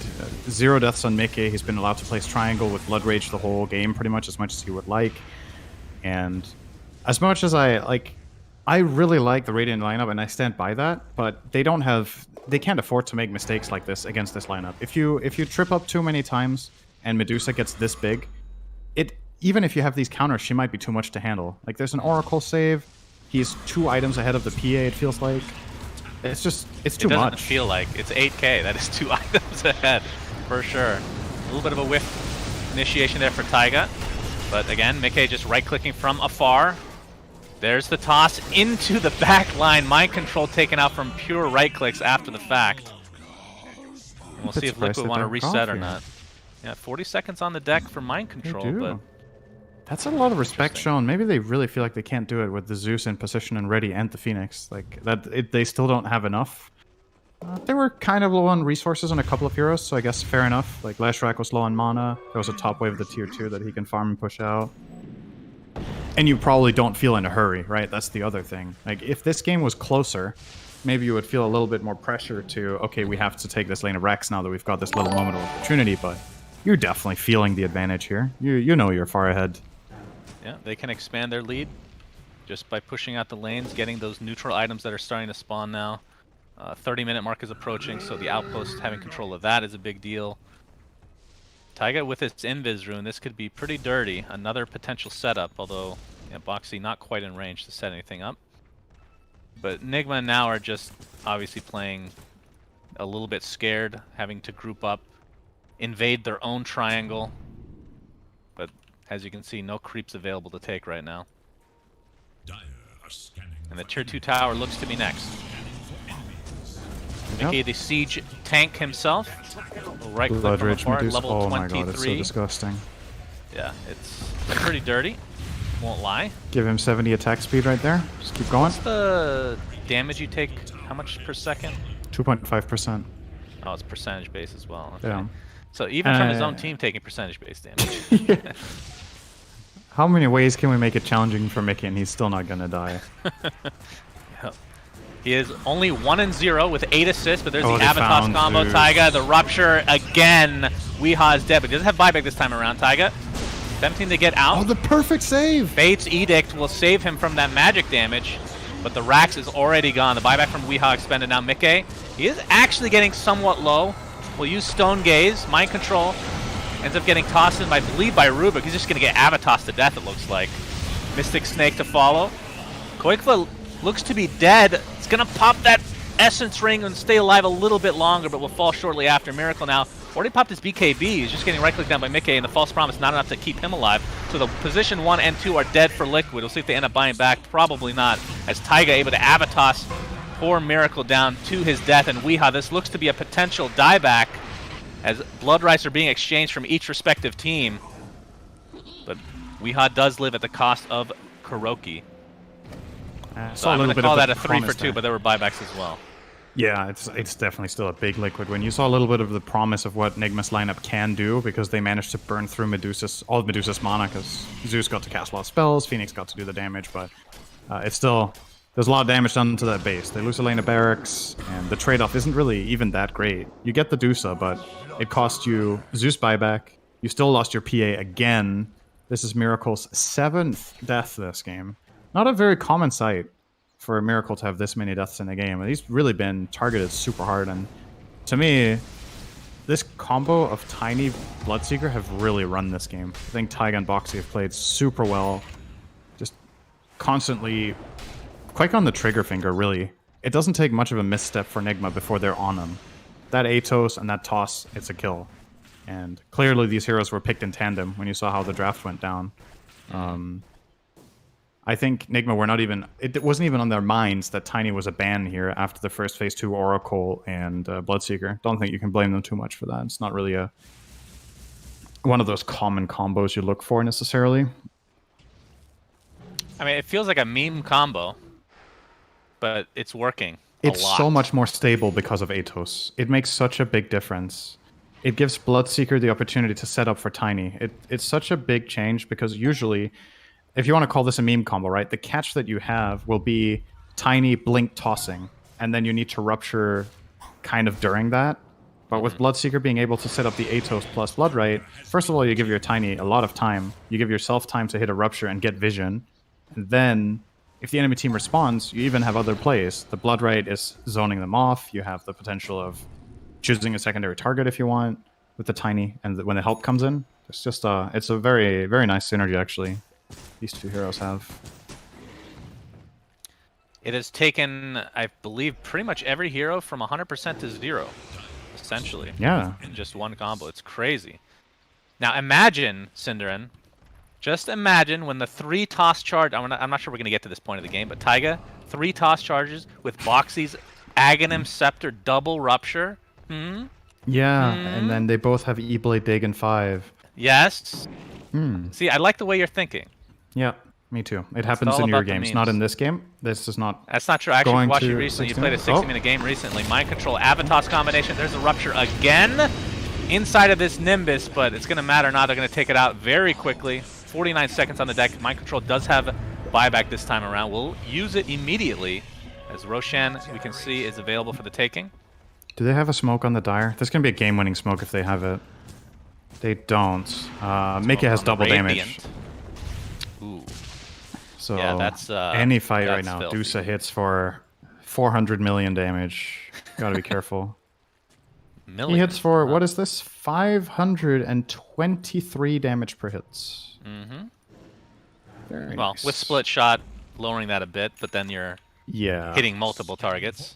Yeah, so then she's hitting for 2,000 instead. If you like that more, then yeah, I guess. I'm a little bit surprised.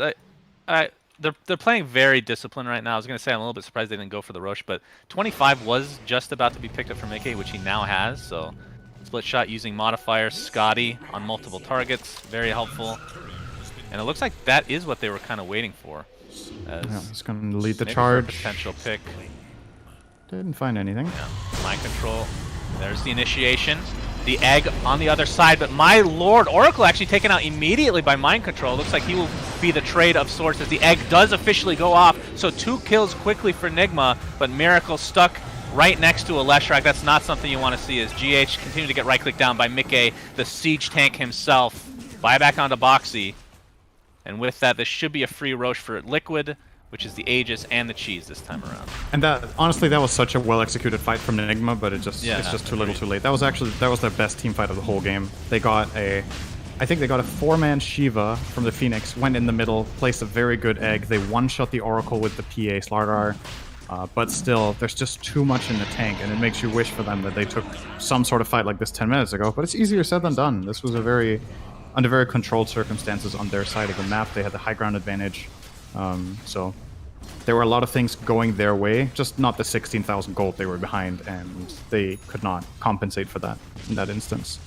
Leshrac and Medusa just pumping in these fights. If you don't kill them and the fight remains static, eventually your heroes fall. They just can't sustain against all this.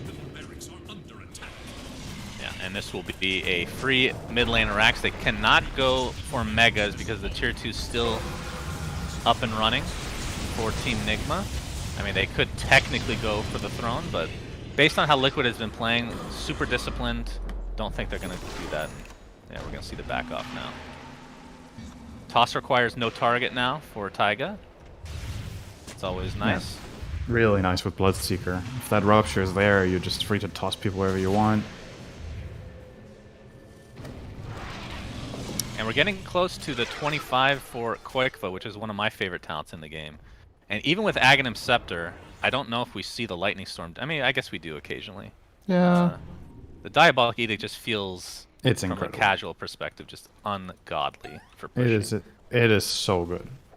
It's not only for pushing either. It's a lot of damage in teamfights too. Like, it's just true. You can't ignore how much this does. Oh, they're in on Tiny. Yeah, they actually use False Promise onto Taiga as Mind Control looking to be brought down. Ruptured in the river. The egg is expended. We'll be able to right-click this down. It looks like it will survive and go off eventually. Mind Control dropping extremely low. They do get the Tiny, but it's going to cost them both Slardar and Rubik. And now the chase is on. Taiga finds poor little GH on that Phoenix. That is enough for the kill. So it's a 3-for-1 with the buyback now on Liquid. So 5 versus 2. They're just going to go down the top lane. This is more than likely the end of the game unless Liquid back off. I think if they can see that there's no buybacks here, they feel very confident. Phoenix doesn't have it. In their minds, they're probably forcing a Phoenix buyback here, but it's not there. Oh, Zeus. Taiga again. Yeah. Goodbye, Weeha. That should be GG. I just want to quickly talk about this. Aghanim Scepter for Leshrac, but you go 0 talents for Lightning Storm. He ignored both of them. It just seems weird, right? It just seems counterintuitive. Yeah, I need the numbers on this. I still think this is. I just think these talents are most of the time just better. I don't think he needs the slow. I don't think he needs lightning storm damage because the edict is still more powerful overall. Oh, Mind Control's super dead. Yes. Better get Taiga. Are they gonna back off here with their megas? No. I'm not Seems like they want to keep yet. going. That is technically a dieback for Tiny. Yeah. I mean, Aegis is still in there for Mickey. As Kuroki jumps right next to him, has the toss available, brings him back into the midst of Miracle, who's just getting right-clicked down with that MKB. Weeha's dead. Nigma just dropping like flies. The Aegis finally consumed, but it's going to cost Nigma their entire team as GG's finally come out. And Liquid take a 1-0 lead in this best-of-3 series. Very nicely done. All right. That was a very excited dog about that game. Thank you, I don't know if you Onion. can hear that. Yeah, he is. Appreciate that. He's a big Liquid fan. He loves that water. Maybe he needs some right now, but yeah, solid game. Really. I think they played super well. They played to their win condition, understood how to build up this Deuce and Leshrac and play. Really, once again for me, this Bloodseeker Tiny combo was just filthy. This game, I think they did so much work. Loved Nigma's draft. I think they got it handed to them this game. I think they got outplayed. The lanes, the start for PA went terribly in that bottom lane, and it really hurts. I'm not sure how much of that is on play and how much of it is on what options they really have in that laning stage down there. So maybe you could have done something about that to give Miracle better conditions to carry this game. But don't want to take anything away from Liquid. They're super good with this Bloodseeker Medusa strat. It's there to stay for them for sure. You gotta maybe respect that if you let them have that first phase Bloodseeker. It's something to look out for.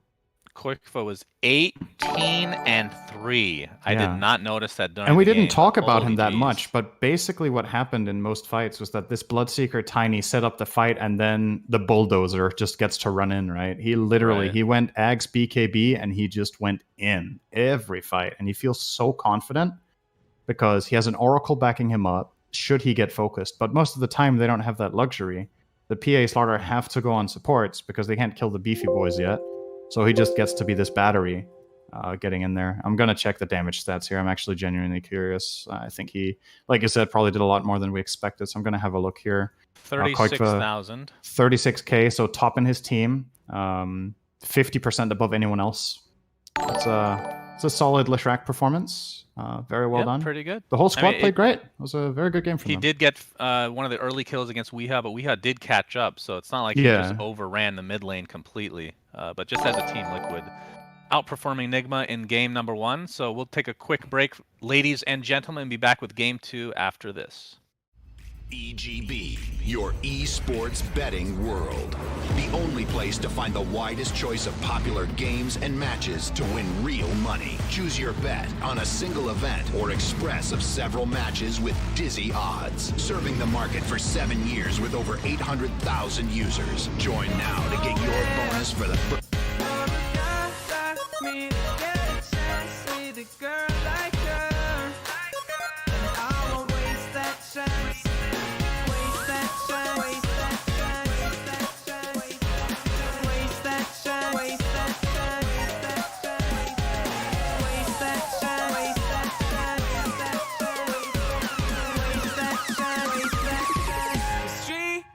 Me like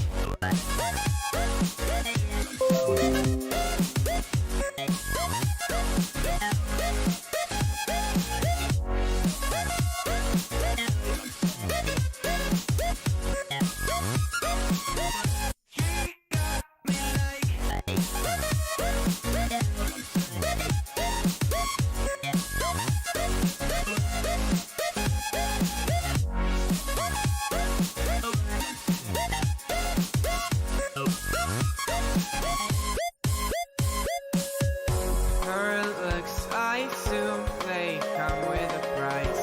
She's smiling, but that may just be a disguise. I wanna say hi, but I'm scared she'll kill me. Could we? Will we? Would she? Probably not. But I don't care, 'cause I know it's so rare.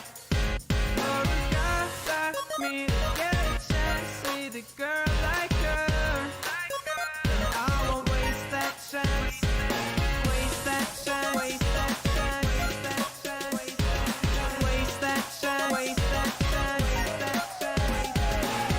that chance. Waste that chance. Waste that chance. Waste that chance. She got me low.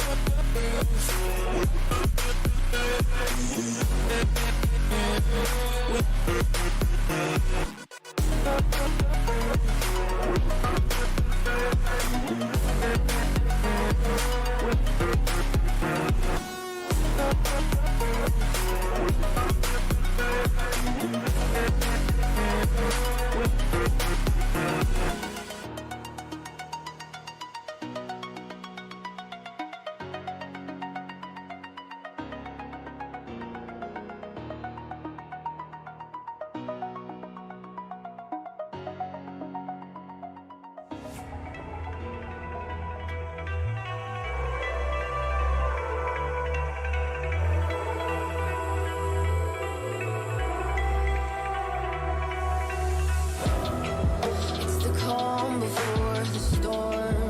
Things aren't as they were before. Your best start rising. Did you think you could keep us out?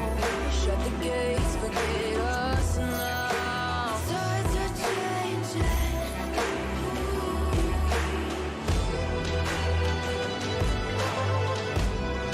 Can you hear this sound? Can't stop us now. We're not back in town, know what we're doing. Things are about to change, it's evolution. Voices shake the ground, you feel it moving. We the revolution.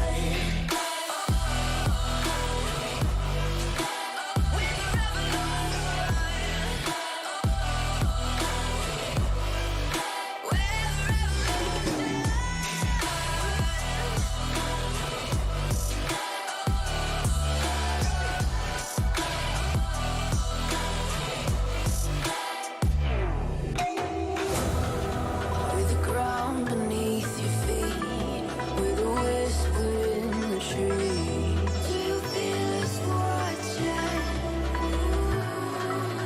Hunger in our eyes, victories on our minds. It's our time to rise.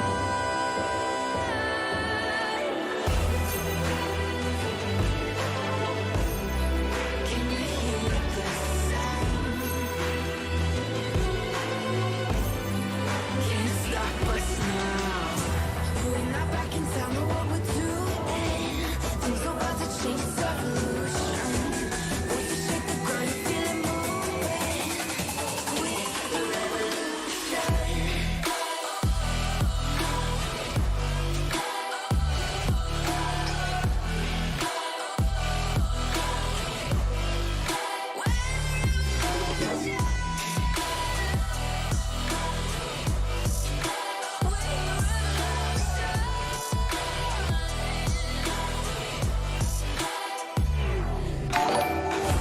We're not back in town, know what we're doing. Things are about to change, it's evolution. Voices shake the ground, you feel it moving. We're the revolution.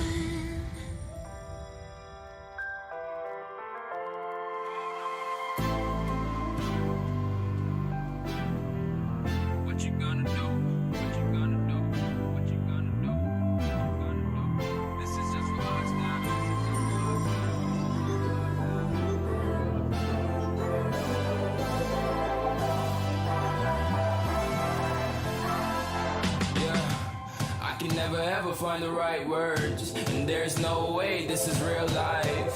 There's no telling you're the right girl. So I can only say that it feels right. It feels right. It feels right. Yeah, I can only say that it feels right. It feels right. It feels right. Yeah, I can only say that it feels right.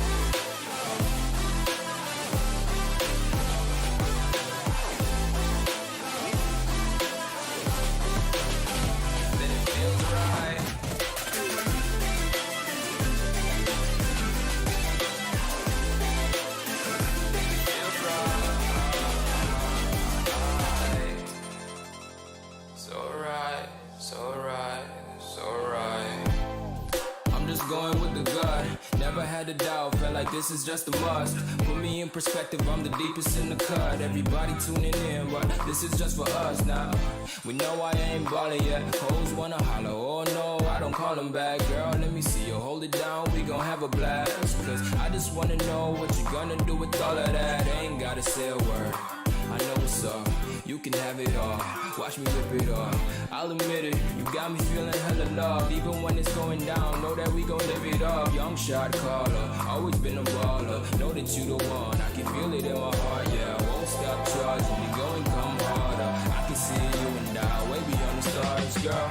I can never ever find the right words. And there's no way this is real life. There's no telling you're the right girl. So I can only say that it feels right. It feels right. It feels right. It feels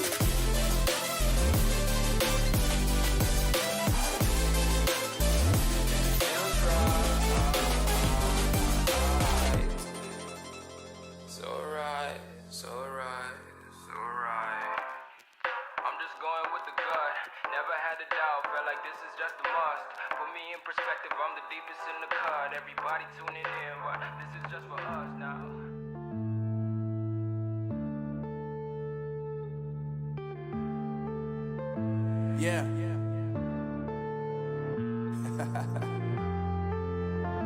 Unknown Brain. Marvin Divine. I'm saying bye to all the lies and all the times you cried, saying that I wasn't right, yet I was right by your side. You manipulator, playing games, your friends commentators, and I don't know what you say about our private conversations, but it's got them hating. Thanks to all the rumors you be claiming. It's cool, I'm done with you, so they can throw you a celebration. You gon' hate it when you see me with somebody living better. I'm trying to tell you that me just doing me gon' have you jealous. I know that I gotta stay away from all your games. Yeah, I know that I found somebody else to love me one day. You'll realize the grass ain't greener on the other side. No, you did me dirty for the last time, so now I gotta say goodbye.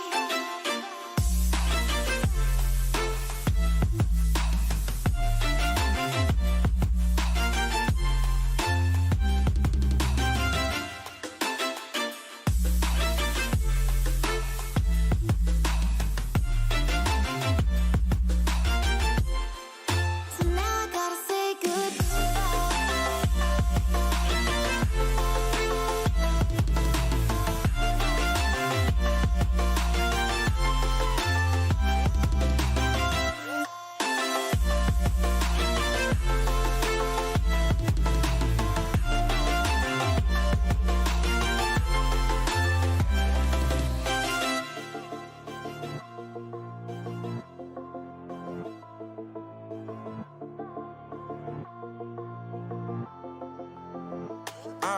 Yeah, my life is lovely now. I'm focused on me. You said you were about to die. I guess the car is All right, boys and girls, we're back. Lacoste, T-Gov, hello, Enigma, Liquid. Game 1 goes the way of Liquid. I just got a DM as we were loading in that made me chuckle. Zyori, please fix Suns fans' microphone. Also, keep up the good work. We're working on it, folks. We're working on it. Wires are being moved around. Mixers are being swapped out.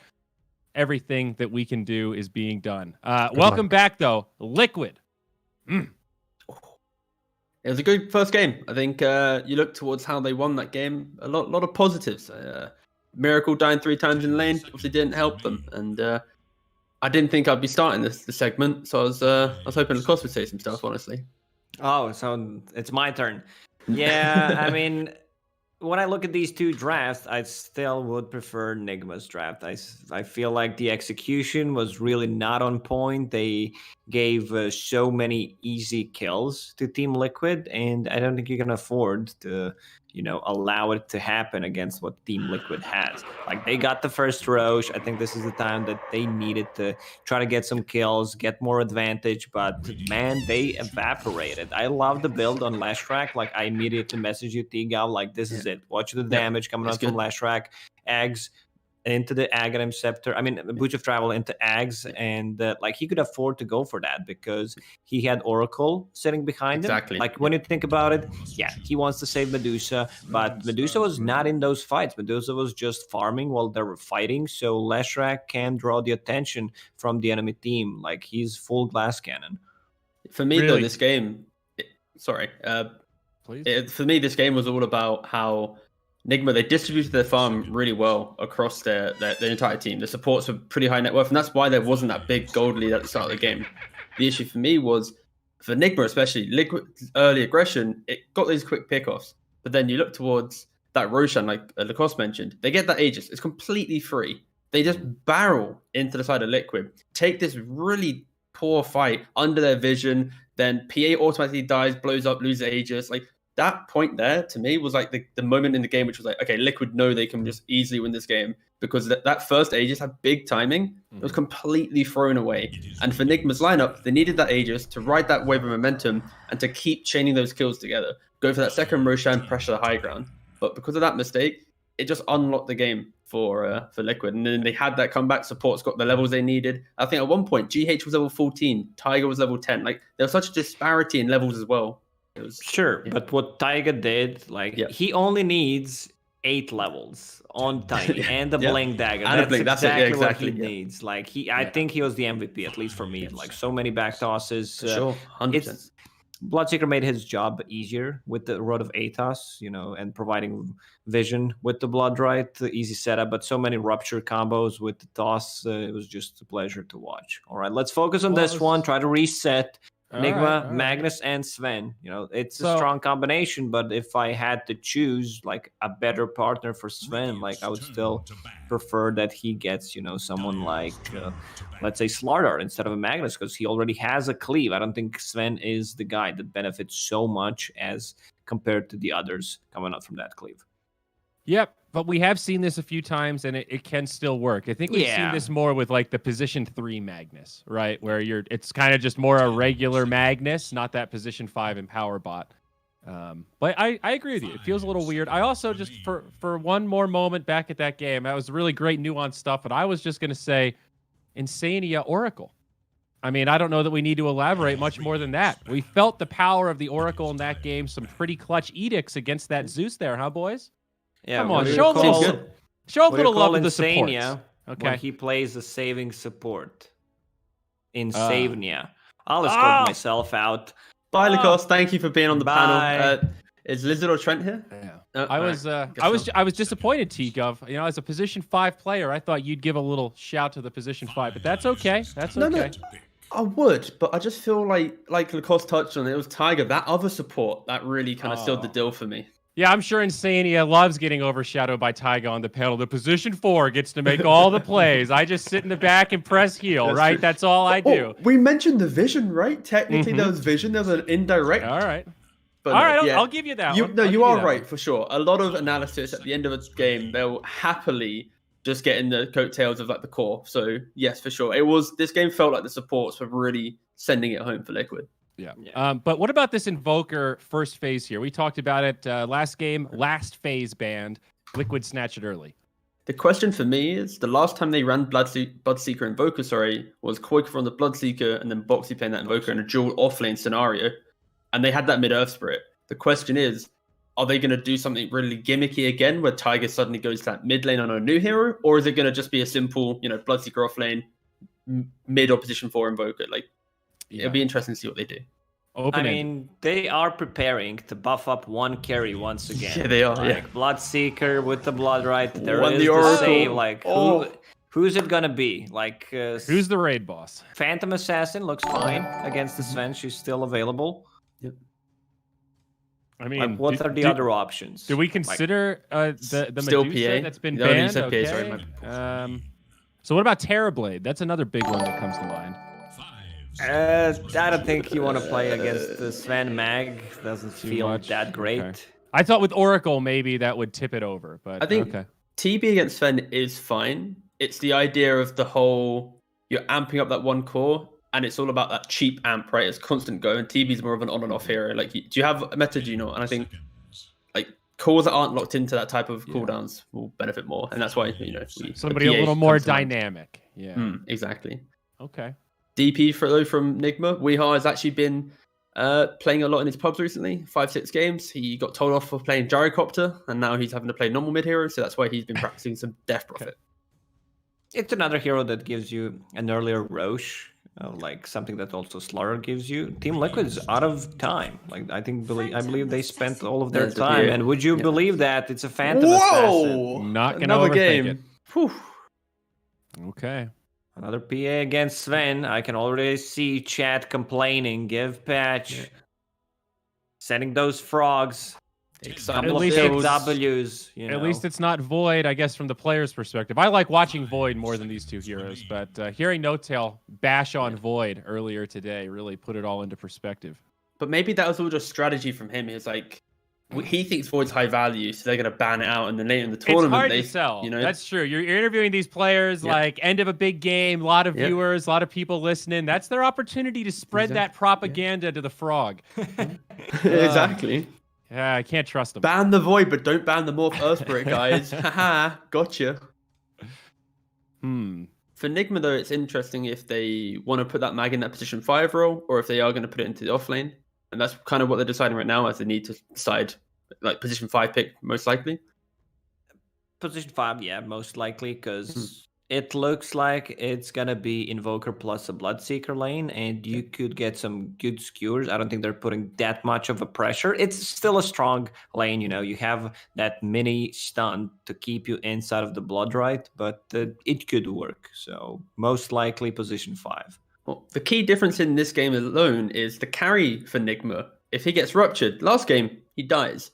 Sven, though, with the Yag, Superman, you're fine. You're just flying through the air. And then you land, and then you're like, well, I got to stand still again. So I will say, though, just looking at this draft, if it is a 5 Magnus, I like the DP with at least one form of healing. It can be like a Phoenix or something that's not a burst heal. It doesn't have to be an undying level, but any kind of save or reset can just enable her to do so much more. It's like DP plus Oracle is such a different beast than just DP with a minus armor draft.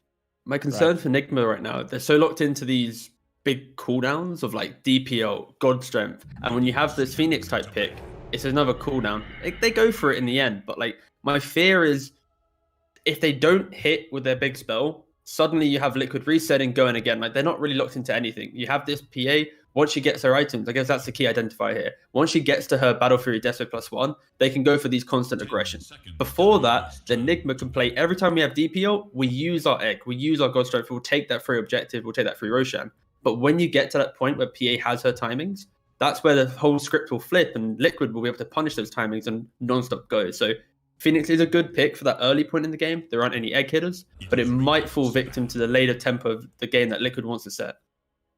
They don't have the real egg hitters, at at the early stages of the game, but there is going to be Bloodseeker's Q, Invoker with the Alacrity, Phantom Assassin. Once she starts to get the items, it's going to be easy. The only BKB piercing ability that they have is Mag's RP. You know, Mag's a really good hero for protecting the egg once they start grouping up, but I'm a bit worried about the cooldowns. Like, they have 4 out of 4 long cooldowns on Nigma, while Team Liquid has none. Yeah, false promise is like your only cooldown. Coup de grace, yeah. Not a big deal. Yeah, big cooldown there. A couple of offlaners getting banned out. Beastmaster, the Slardar, now Lesh removed by Nigma. I just really hope Liquid goes super creative here with this last pick. Like they put that Quaker in the offlane Bloodseeker, and they allow Tiger to move into that mid lane. I just really want to see Liquid just really lean into how they've been playing the tail end of this group stage. Or they just go for a normal pick, it's fine. But I just pray that one game. That was really smart. Either they go for something different or they don't. Thank you, Lucas. No, I've learned everything I have from you. So I just thought I'd try and impress you right now. Did I impress you, Lucas? You did. You really did. Yes! You made me chuckle. Guys, I've learned something in this group stage, and it's that Axe is not that great of a hero right now. I was so excited for this guy just like a week ago, and then Lacoste poo-pooed it, and then we saw it, and now I'm poo-pooing it, and I'm very nervous for Nigma. That's a tiny last pick for Liquid. We've seen this a number of times now. Great catch, great initiation.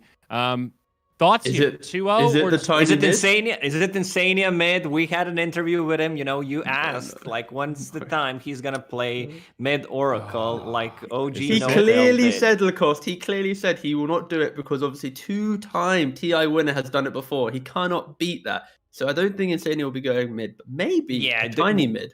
A lot of people were watching that stream, you know. So as I already said, he's spreading the propaganda. He's giving the lies to all the people. Like, we're not gonna play it, and in the end, he ends up playing a mid Oracle. All right, so predict it this time, boys. Game 2, who's taking it? Are we 2 for Liquid? What do we got? Yeah, I think Liquid have that kind of no allegiance to cooldowns, where once they get the PA to her timing, they're going to be able to prop her up into this great game. Nigma, they have to get this Svenna game. They need Axe to have a game. They need DP to have a game. And there's so many factors they need to take into account that if they don't take that early lead and hold it, I think Liquid will just be able to continuously whittle down Nigma. So yeah, I think Liquid has this. We talked about Team Liquid, like what they do with the lanes. I still feel this is going to be boxy mid Invoker against the Dead Prophet, and Taiga will play position 4. So, like, this is the flexibility that Team Liquid has, and if they can, you know, just try to reset without the casualties, they have really good heroes. You have Invoker to, you know, use Tornado, EMP, you have Oracle, so they can play around these long cooldowns that Nigma has and just punish it. All right. Short cooldowns versus long cooldowns. Let's see what happens. EGB.com, folks. That was a weird way to say it. EGB.com. Check them out if you want to play some action on this series. They've got all the odds for you. You know where to find the banner by now. It's below the Twitch stream. Get at it. Now, Suns fan, Cinderin, take it away. I can't wait to hear the vocal chocolate. Suns fan, please carry it. Hello? Hello, Cinderin, are you The there? vocal chocolate. It made me really, really hungry as an American. Cinderin, we have a PA versus Sven, a hero. One hero has an inherent cleave, the other one has to buy it. One has an inherent blink strike, the other one has to buy it. Who will prevail in this very unorthodox matchup of heroes we never get to see? And Sven the guy who versus has PA. the cleave also has another cleave to give him double cleave in his True. team. Yeah. Well, it's not quite double, Cinderin. No. I believe that Sven's cleave inherently is still more cleave in terms of the It is, AoE. correct. You know. It is bigger and it is Not more to damage. correct you. No, it's okay. You get to be right sometimes. Thank it's you. not technically double. It was a manner of speech. Thank you, Cinderin. I don't know. I just this is such a this patch draft for me at the stage that we're at right now. It's like who can make the bigger big boy? We have a Sven with Empower. Well, we have a PA with Blood Rage and Alacrity. They're looking to make these carries into absolute monsters. I think the thing that the panel spent the most time on is the cooldown reliance, and I think that's what's really important here, is that when Nigma take fights, they have to invest.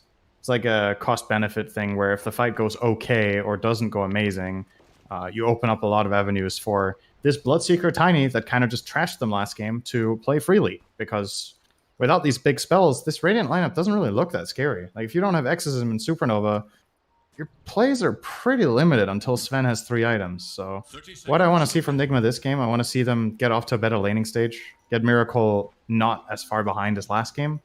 But I do worry a little bit that whether Magnus Sven are able to pull that off against this lane. I don't think Magnus Sven is a much better lane against this PA Tiny than this Bloodseeker Tiny than the PA plus Rubik was last game. But we'll see. Maybe things will go very different this time in this lane. Yeah, we're going to have a fight for the rune. Toss to start things off. Into the Fortune's End. Kuroki taking a lot of damage with that blood, right? Will survive at the end of the day. So let's talk about this Bloodseeker Tiny combo that we saw last game. Oh! He cliffed himself, Kuroki! On the cliff, ladies and gentlemen. I don't think Toss can reach. It can if you... It can. Insania is coming up. There's the toss onto Insania, and Kuroki will die. First blooded in the most embarrassing fashion possible. So Liquid already with an excellent start. It could be more embarrassing than that. He could have also dropped his boots. Okay, sure. I mean, and you then can say that like, literally where are my any boots? scenario. Where are my boots? Well, he's back in lane already, looking scary. So I was expecting something like a Snapfire to come out as a last pick for Liquid as position 4 for something for the egg, but I didn't realize that Tiny was still in there. So Liquid or Enigma let Liquid pick Tiny last. They had the opportunity to ban it. They're not scared of this combo. They Do you think that was just an aberration, or are we going to see that? Yeah, I don't know. I felt like maybe they thought last game that they played poorly and gave too many kills, and it's not just the combo itself, but it's how they did, which I would not disagree with. I think they did not execute too well. Oh, he's actually going to get killed there. And that they thought Medusa was the bigger problem in this build-up strategy. But yeah, in my perspective, I don't think they need more against the egg than this. I think you have enough attack speed between Alacrity and Blood Rage. If you're in position in the fights to hit the egg, you're going to be fine. The challenge is to ensure... Oh, quick toss there. Just almost got skewered by Kuro. Taiga is still fine, though. Weeha on its Death Prophet against Boxy's Invoker mid. So switching up a little bit positioning-wise here.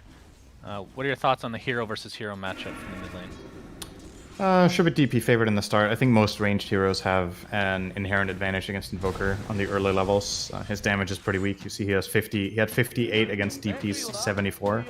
So that is like playing a melee hero against a melee hero with Quelling Blade. Pretty disadvantageous. But over time, Invoker, as he gets some levels, as he gets the second null, he closes the gap, and then he starts being really obnoxious with the mana burn. But for now, Weeha should be building a slight advantage as he is. But doesn't look too bad for Boxy though. He's 8-1. It's mainly the denies against 9 and 7. It's a big deny advantage for Weeha. We'll see how that lane progresses overall. Do you think this bottom lane is gonna be able to pressure Miracle enough to keep him from just free farming away? It's a Sven Magnus versus Tiny Bloodseeker. Well, I'm thinking again from the perspective of last game. Last game it was PA Rubik, so this time the boys are beefier, right? Both PA and Rubik were less beefy, but they also had less play potential against the lane. I would say on Sven Mag, you're not really doing much to Bloodseeker again, so it's kind of similar, but you're harder to kill. Maybe that's enough. I still worry though that they just eventually start harassing Miracle so much that he needs to invest his gold into regen, and once that happens, then you're still winning the lane by a pretty significant margin. Currently slight lead for Quick though, but Miracle out of regen. Kuro has 1 salve, 1 tango. It's not too much to work with. Top lane, Cinderman. Mind Control has been cutting these waves left, right, and center. Purifying Flames, the second one to come from Insania, is enough to take him out finally. GH dives away. He got 3 waves worth of farm, basically solo. It wasn't solo XP, but got all the last hits. So that's at least a good start from that perspective. Yeah, that's fine. Even though he dies, he's still top net worth. It's obviously better if it's avoidable. I didn't see the whole play. I don't know how it started, but cutting with X. A lot of Fairy Fires being popped here. Weeha's going to get tornadoed by Boxy, but there is the Crypt Swarm to finish him off. That must have been like basically exact damage. That was really close. Level 3 Crypt Swarm. Oh, I thought for a second he was going to get regen there. Oh, you got a haste. I used my fairy level 1. Haste is also really good. He's going to be able to go to base faster and get that refill. Wait, so Boxy used his Fairy Fire by mistake in base, or what is he saying? Maybe. Yeah. He used it by mistake, didn't have it. He just has to let him know that I would have killed you. Yeah. If I didn't F it up. I would have killed you if only I didn't fuck up. Yeah, exactly. It makes him feel better at the very least. I think that's fine. Up Stormhammer in the bot lane. Taiga is going to get the toss off though for Miracle. Kuroki missing the skewer, but Taiga's still in a lot of trouble. A couple more right clicks would Blood suffice. right in a second. Kuro needs to be careful here. Miracle continuing to chase. Blood right is going to connect onto both heroes. Oh no. And the first to fall is the poor Magnus. Now Miracle finally will get some retribution. It's a 1-for-1, but now Quickly is just going to continue to right click. Yeah, Earn already picked up. Damn, that was really fast. But the deny into neutrals. That is a huge freaking stack. Jesus. Yeah, that's crazy big. I think Taiga wasn't expecting that he was going to be in vision there for Stormhammer, but Miracle somehow found just a brief moment, really. I don't think that would have been more than like a half a second later. He would have been fine. As again, MC will get cut now. That's the one benefit to dying on Tiny. Boxy dies again. So this time with the help of both Kuroki and mostly GH. Able to secure this lane for Weehaw, who had the Exorcism pops. He's going to be able to do at least a little bit of damage to this tier 1 tower. They're going to pop the fortification, though. Tiger's going to be back in 10 seconds. Yeah. Maybe a slight switch of lanes, potentially. Well, Taiga still has the Avatos available. There's the Blood right to set it up. Oh, he felt the toss. Not able to get it off, though. There finally gets it off into the tier 1 tower. Invoker on his way. Another TP as well, but Weehaw not taking that much damage. Cold Snap going to keep him in place. Tornado to follow, but it's just not enough damage, at least not yet. But there's the Blood right. There's the setup. Finally, they're able to take out Weehaw. It takes the entirety of Team Liquid, essentially, to get this done, with the exception of Mickey in the top lane as a PA.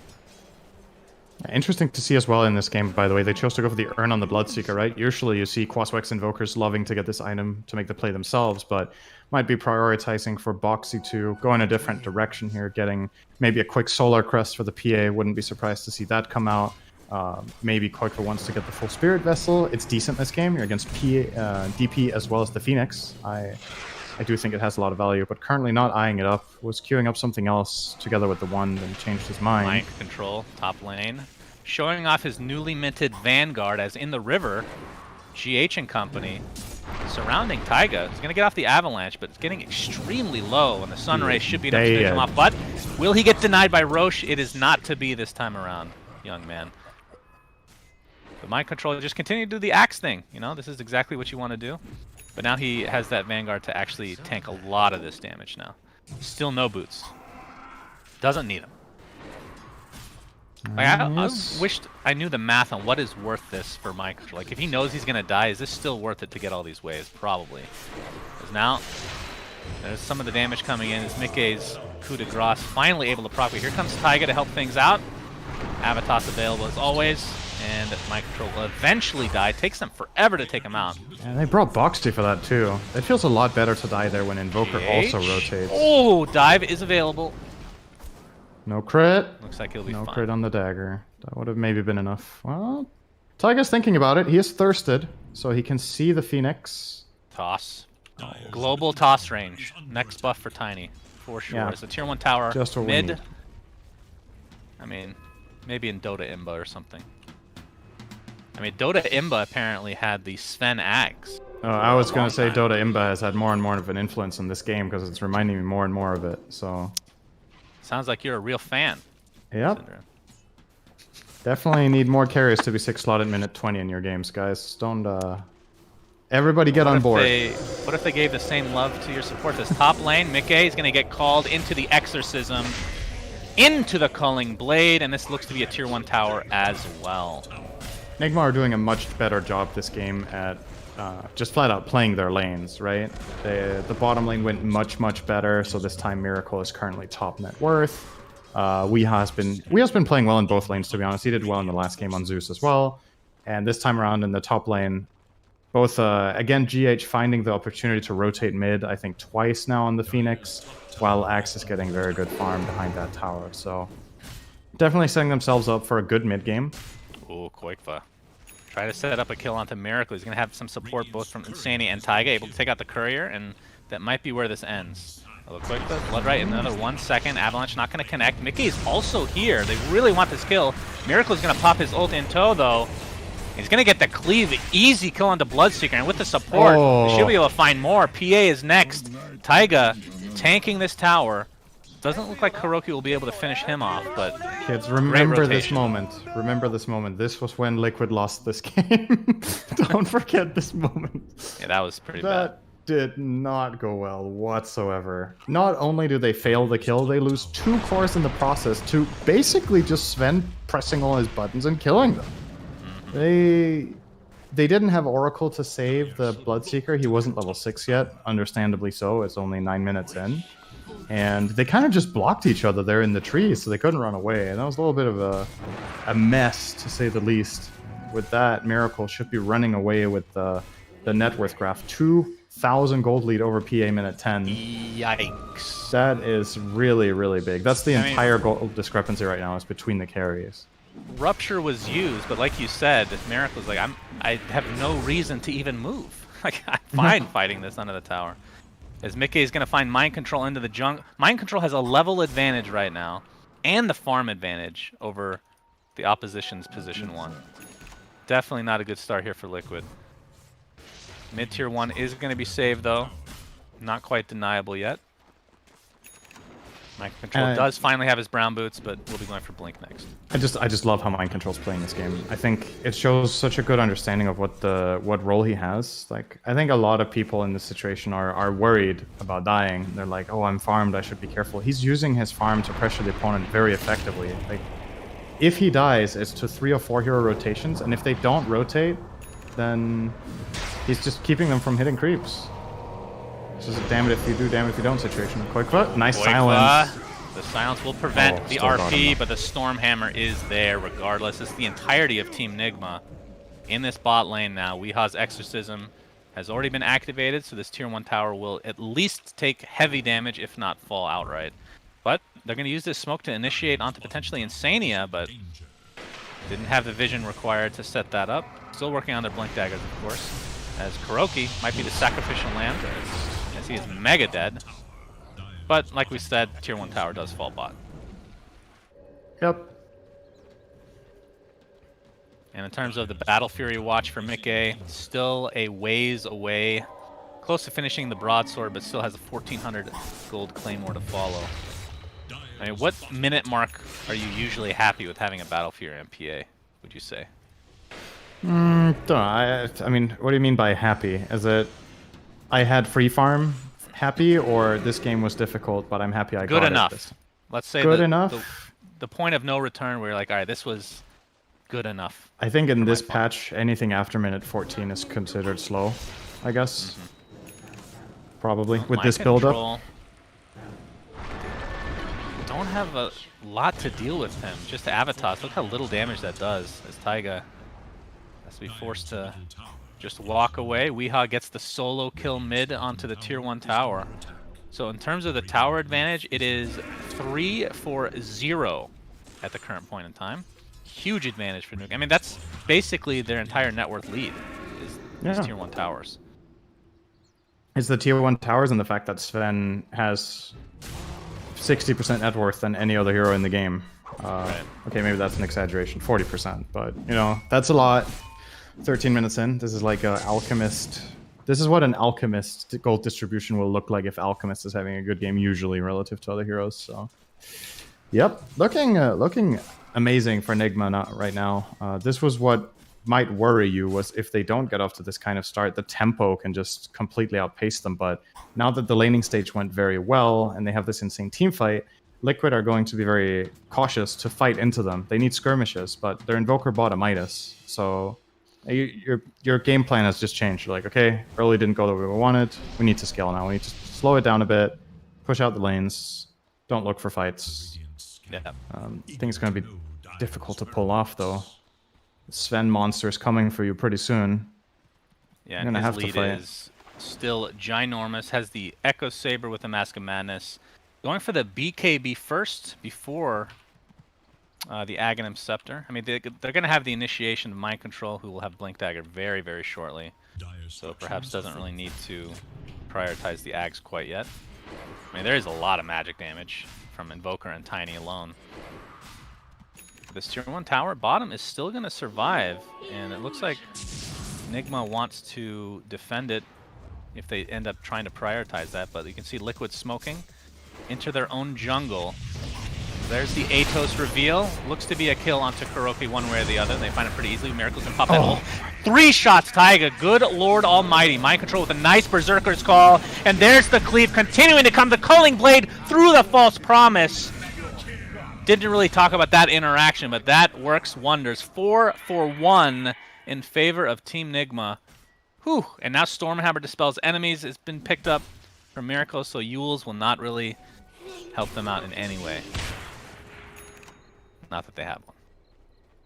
They definitely can. Yeah, it also dispels Fate's Edict, which could turn out to be interesting, right? It doesn't dispel it on himself, but it dispels it on the target. So if somebody is getting saved from, say, Phoenix Sunray or yeah, just some magic damage, random magic damage coming out from DP or the Magnus, whatever it is, you can get rid of that Edict defensively as well. Although most of the time Insania will probably be hoping to press it onto Sven. However, you know, the cast range isn't the greatest, and usually when you're Oracle and you show yourself to Sven, you get one shot because Sven's very big and then you die. So, gotta be pretty careful with that. Fortunately, you can itemize against Sven by buying all sorts of defensive items like Yules, Ghost Scepter. Lol, just kidding, don't buy them, you're gonna die anyway, you're just fucked. Like, good luck, you know? Don't show yourself to Sven for the rest of the game, stand really far behind, and wait for someone else to get jumped. I mean, obviously, this is a little bit of a, you know, you have to play it like that. Top lane, Mind Control, he's going to get ruptured and tossed. There's the combo, attempting to TP out, but will not be successful. So Liquid finding a little bit of that juice from game 1. They just need to do that 10 more times to get back into this game. I mean, this is a monumental lead for Nigma. Definitely 16-minute mark, 6k net worth lead, and most of that is on Sven, it feels like. Bloodseeker looks like he'll get initiated with a nice tornado from Boxy onto really 3, and that'll save Koikva at the very least and break up this fight entirely. I mean, I'm obviously, you know, I'm half kidding with the Sven thing, right? We've seen a lot of games where it's crazy, but what you need to keep in mind in this game is that positioning really is paramount against Sven. It is the one primary way you can solve a super farmed Sven is by having a save hero and having really good positioning. You have counterplays to Sven in this game until he gets... I mean, he has the BKB, but then at least he doesn't have the Ags yet, right? When he gets the whole package, it gets difficult. When he has BKB and Ags, whichever one of the two he has, but not the other one, you have solutions. If he has Ags, you can tornado him instantly when he lands, or you can save the target of the stun with the Oracle. If he has BKB only, he doesn't follow, and then you can counterplay once again with an Oracle save.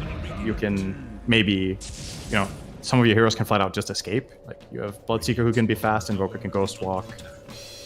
Maybe you have some cute toss saves, whatever it is, PA. Insania is dead. Just wanted to update you on that. Thank you. As Nigma able to take the Aegis, put it on Miracle. And like you said, does have that 10-second BKB and just not working on the Aghanim Scepter.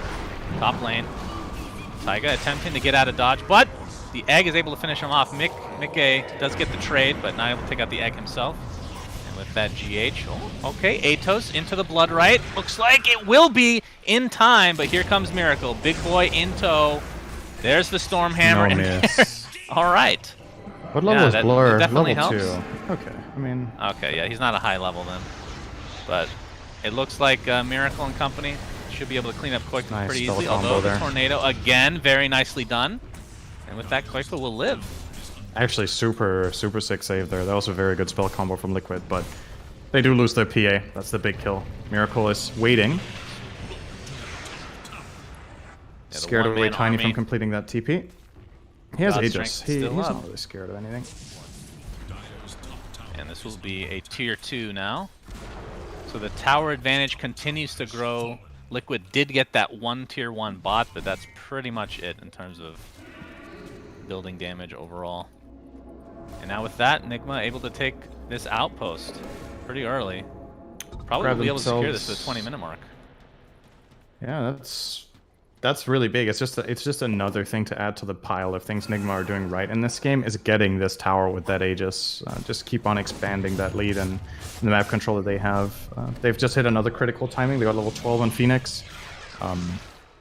Usually, I would say for this dire lineup, there's tools and ways of killing the egg, but it just feels really difficult. The many ways they have of protecting this egg makes it almost always just a flat-out hard disengage for Liquid, and that's tough. And it means if you get jumped by any of these stuns, the egg feels safe to follow through. Ghost Oh, Scepter good call. is going to save Boxy for now, or I should say Koikba, but not for long. A 2-for-0 into the tier 2. And yeah, I just can't see, I mean, even from itemization standpoint, you talked about an Invoker having to go to the Midas to try and catch up, but that's not going to pay off for quite a while. And then from Mikkei's perspective, does have the Battle Fury, will be going for Deso, but we've been seeing him just melt, regardless of the damage he's outputting. This is another one of those type, like we talked about it last game where you thought it was still fine. Like this game, do you think that it's still right to go for the damage over trying to survive? But maybe even with BKB, it's not going to make much of a difference against Miracle, who's this ridiculously farmed right now.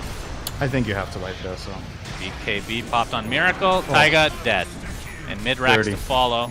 God Strength still activated right now. And the 20-minute racks is Nigma's. And with all these towers on, especially the top lane, they could technically go for a second lane if they wanted to, but obviously with God Strength now down. Wait for GDS. Just Nexus chill. is another 70 seconds. Miracle's Axe is flying out to Did him. Did you say GS? GDS. GDS. Yeah. It feels like it's longer than saying God Strength. Just as Is it? long. I don't know. I think it's mainly a thing in the CIS community, actually, to call it GDS. I think that's what... I don't know why That sounds like that a is. performance-enhancing drug. I guess. I mean, it's pretty works that way accurate for Sven, to be honest. It is full-on doping mode. You get enraged, too. I think that's one of the side effects. I think it's fair enough. Mask Foam of Madness coming from and the mouth. doping? Dude, it is out of control, Yeah, man. He is that's true. That's a good point. full-on Alright, I'm okay rabies with it then. mode. Uh-oh, Boxy's found out. And I'm just going to go on a limb here and say that he is dead. Let's see if I'm correct, Cinderin. Yup. Nice, Mind you Control were right not today. able to chop him down, though. Hey, I was right once earlier as well. You commended me. That's a personal best. Don't 2 in forget 1 it. day. Oh, and Sanya. Whee! He is also dead. I'm going to call it now. There we go. All right. 3 times. I'm just going to do this the rest of the game. Damn, you can get so many predictions right in the game if you say people that get jumped by Sven will die. That's actually incredible.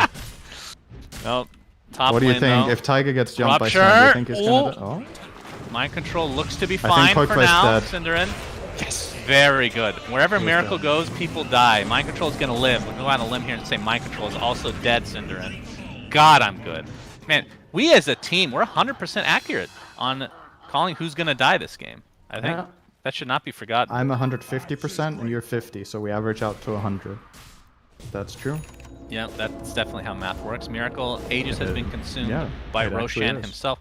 Now, here's a real lore question: Oh. is we're gonna wait for Mikkei to get destroyed by Miracle, but Insania is there with the save. Insania will likely die as a result of this. Indeed, that is the case. Now, the question is, can Miracle go through this false promise? It doesn't matter. Jesus, horse! Just cleave off those creeps. Thank you, Miracle. This game is not even remotely close. Good Foxy, why God. did you have to go and try to help? GG is called. I mean... Oh, Sven my in a God. nutshell, ladies and gentlemen. Shannon, 3-game series. We haven't had that in this tournament so far. Every series we've had has been a 2-0 beatdown. Yeah, but this has been a really 1-1 count as a game? beatdown. This We've is had not a 1-1 game. beatdown. Very good. Absolutely smashed this game. Wow. Ooh. That was filthy. I really think the key difference once again between game 1 and 2 here is Miracle had a much better time, and this play bottom that failed from Liquid was really costly. They rotated so many heroes to try to kill the Sven. He gets a double kill basically on his own, and you just blew out all steam from it. You needed to play recovery mode the whole time. Invoker goes Midas, Boxing needs to farm the jungle, and it's just the Miracle show. You're just giving him so much opportunity. Also nice to see Axe work. I think X did a great job this game. Mind Control, great farm. The dagger reveal got them 2 kills. He kept finding double calls, including on Insania. So very well played by Enigma in this game. I think that was great turnaround from game 1 from them, right? Just full on reset and just back to work. Well, I mean, we shouldn't be too surprised with that based on the Yeah, that's history true. of... I mean, both of these teams, I feel like, coming off of a one-game stomp going against them, they would be able to come back and not let that affect them. But yeah, Miracle 13-1 on Sven, absolutely crushing everybody. And that is going to be the end of game 2. So stay tuned, friends. We'll take a quick break. And with that, we will finally cast a game 3. Can't wait. EGB, your esports betting world. The only place to find the widest choice of popular games and matches to win real money. Choose your bet on a single event or express of several matches with dizzy odds. Serving the market for 7 years with over 800,000 users. Join now to get your bonus for the first deposit up to $600. EGB, you know for sure who's gonna win.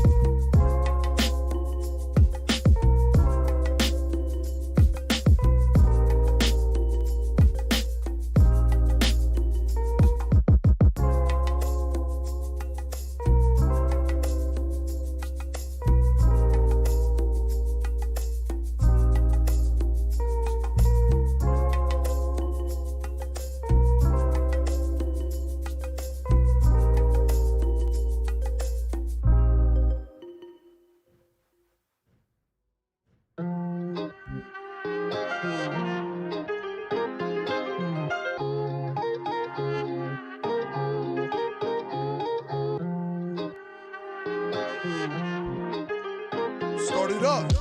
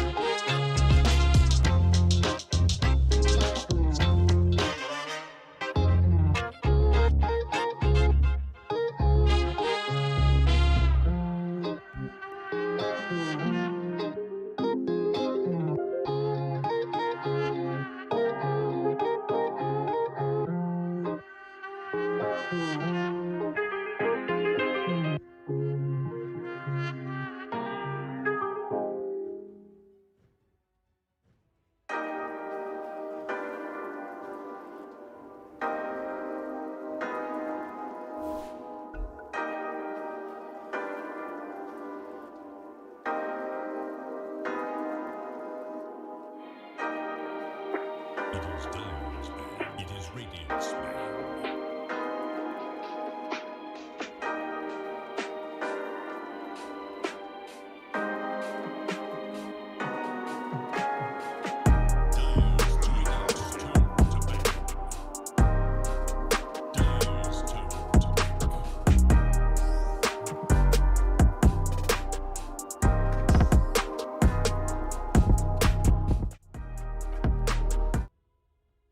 All right, folks, back again. Our final game of the group stage, the Game 3 decider, Liquid versus Nigma. Nigma secure Game 2. It was a quick one, 23 minutes of gameplay, 26 to 12. They slaughtered the Insania Oracle this time. Well fought by Liquid. Yeah, it was absolutely beautiful from Nigma. Don't worry, you got it. It was beautiful from Nigma, right? Just when we were mentioning their draft and what it had, what the capabilities, it was about winning the lanes and holding that aggression the entire time, keeping it at the throats of Liquid and not allowing them to get to the point where they can pick apart the cooldowns. 20 minutes later, game's over. You know, they played phenomenally. It was beautiful. Also, I just got banned in Twitch chat for typing in all caps. So, yeah, that's really sad. Well done. Let that lesson, Someone or let that be a lesson to unbanned. everyone else out there. Yeah. You know, watch the shouting in Twitch chat. The bot is angry today. is. T-Gov just learned firsthand. Yep, Sven pops off again, and Mind Control made that axe look more than playable. And I feel silly now for poo-pooing on it, but we're going back to some familiar stuff here. Magnus Sven on one side, Oracle Slardar on the other. Well, where do we start for Sven? He has built-in Battle Fury. He has AoE armor. He has stun. He has a Dispel. He has double damage. Am I missing something? He has free armor, free move speed as well. Free move speed, yeah. Yeah. I just like what how else you is said, there? where do we start with Sven, as if it's some sort of a new advent. Like, well, where do we even start with this guy? I mean, there's so much to go over. We don't have any time. Like, And then we'd already done it in about a minute. But no, yeah, Sven is a absolute, he's a delight of a hero in the meta. Of course, he pretty much is the full package. And teams, of course, at this point, they should know how to deal with it. And you see from Liquid's response to the Sven, like they knew it was coming. You see that Mag, you got that Sven vibe coming through. Liquid, they go for that Slardar. It's much more potent here in the lane. It can actually apply pressure. And it was mentioned during the cast of those two games. It's simply, Nigma played really well that game because, Miracle, he had that platform to play off. Of course, when Liquid rotated into that bot lane, giving Miracle that double kill, kind of propelling his game even further, it was easy for it to become the Miracle show. Game 1, he died 3 times, completely different story. He relied on his team. And that's where Liquid, with this Slardar pick, it might apply that pressure to mitigate that factor and then allow Liquid to actually have some entry into the game. by the way... Yeah, go ahead, Zuri. Well, I wanted to ask if you guys agreed with what Synderin said in that game about the moment that Liquid lost when that PA died down in the bottom lane, I believe. Do you agree with that general sentiment? I have Synderin muted. I only listen to Suns fan. Oh, okay. It's much more enjoyable. You guys should try it. I'll have to try that for this game 3. But was that kind of the time that it flipped, though? Was that really the... Okay. You gave Sven double kill. They came in hot in the laning stage, and after 10-minute mark, they almost killed all tier 1 towers, and they just rolled over Team Liquid. Yeah. It's one of those things that simply, when you have the cooldowns, if you're the one dictating the tempo, you can play off of that. But anyway, we now have Nigma with the Morana pick. Mm-hmm. It's about, I think, just having that lane pressure, and especially if...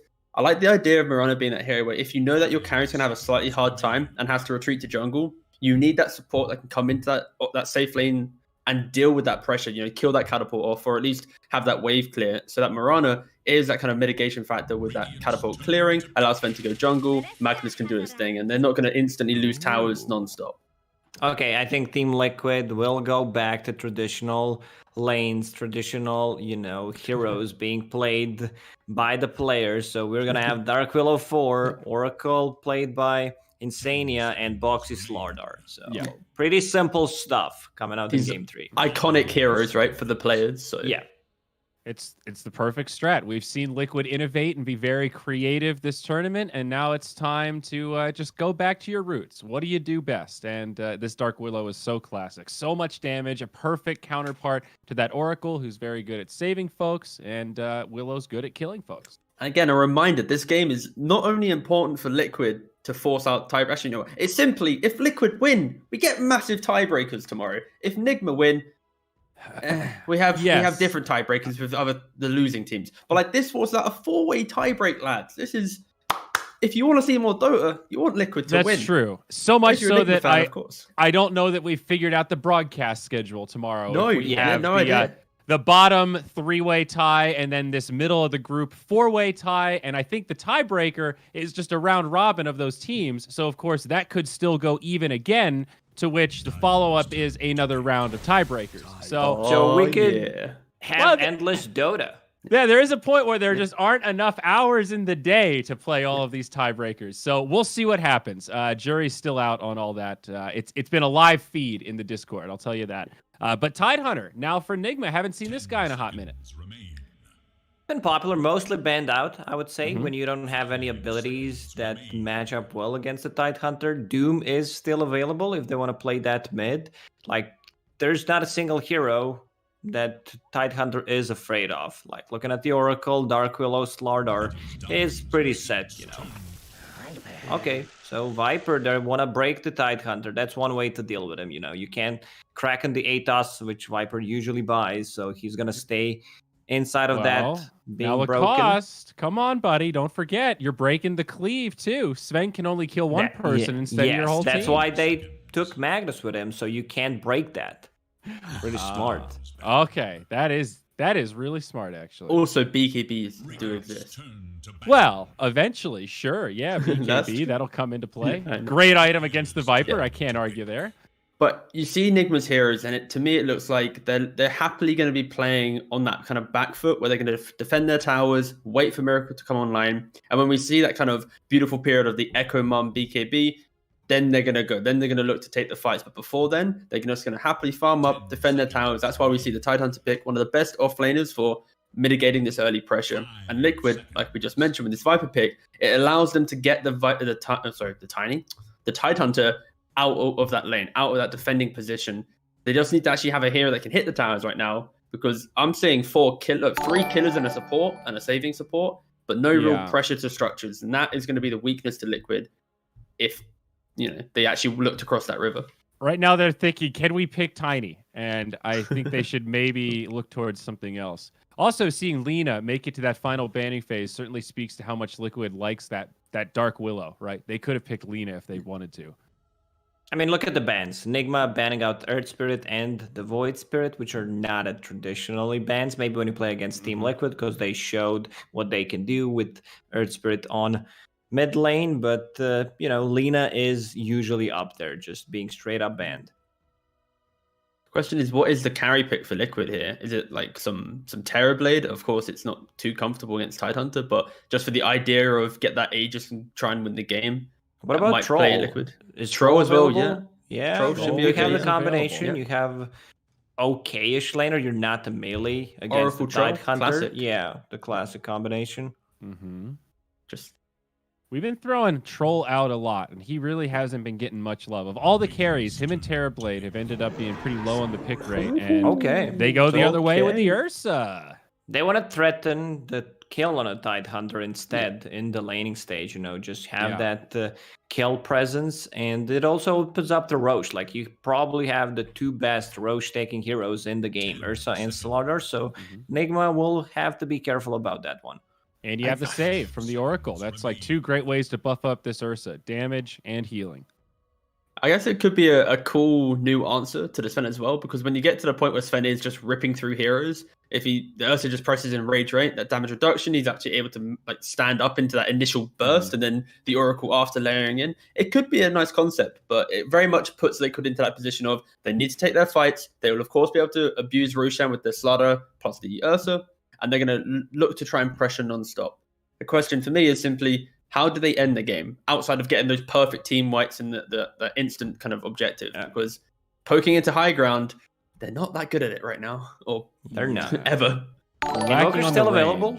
They need the hero that can lane against mid Viper. They know it's a matchup, so you want to get a hero that can try to out-regen it. It's good at disengaging things against the Ursa. Okay, this also works. Lots of regen. Great there. against Ursa, just in general. And there are going to be some really costly spells coming out from like Dark Willow and Oracle. So Bogdan's Ward is really good. Like, you have 3 cores. I mean, Viper relies on some magical damage, but also prefers to use the right clicks. So Pogna pick, I'm really liking it here.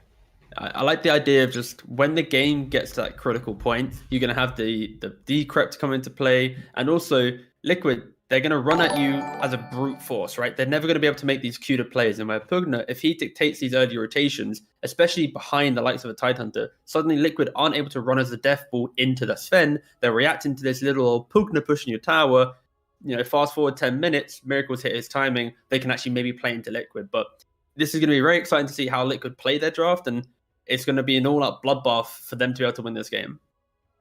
Definitely. Roshan, certainly in contention. The Pugna, it looks good. We'll see if they can do it. Tiebreakers on the line here. Last game of the group stage before we get into tiebreakers, then the play-in, then the playoffs. Still so much to come. But now, the decider. EGB.com, they've got you covered. Click the link, put up some money, and maybe you'll win some. Maybe not. Just remember, there's a risk with every bet, but get at that action if you're so inclined. Now, Suns fan, Cinderin, Are you excited for this game? Suns fan, tell me how excited you are on a scale of 1 to 10. You're muted, Suns fan. That's how But I'm excited excited. That is how excited I am that I don't even Got bother so responding excited with you a pressed your mute button. You slammed Thank the keyboard.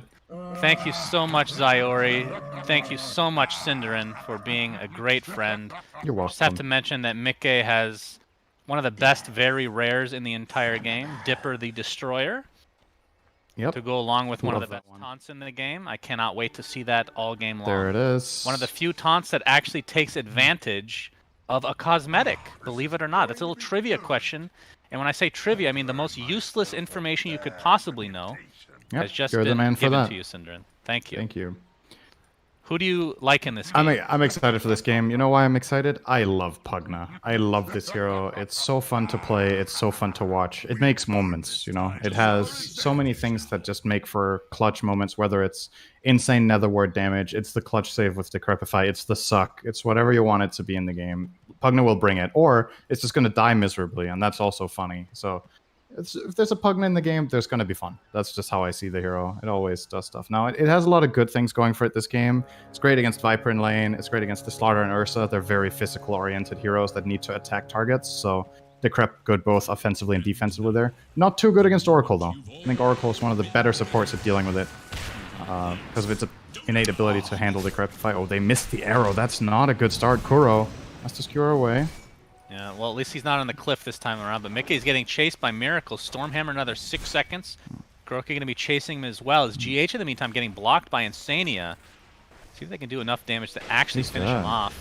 Looks like they will have enough. That is first blood going the way of Taiga and a Stormhammer to follow onto Mickey. But it looks like he will be fine. As Really more nice blocking from body block. Insania. Oh. Kuroki can't quite get to the cliff again.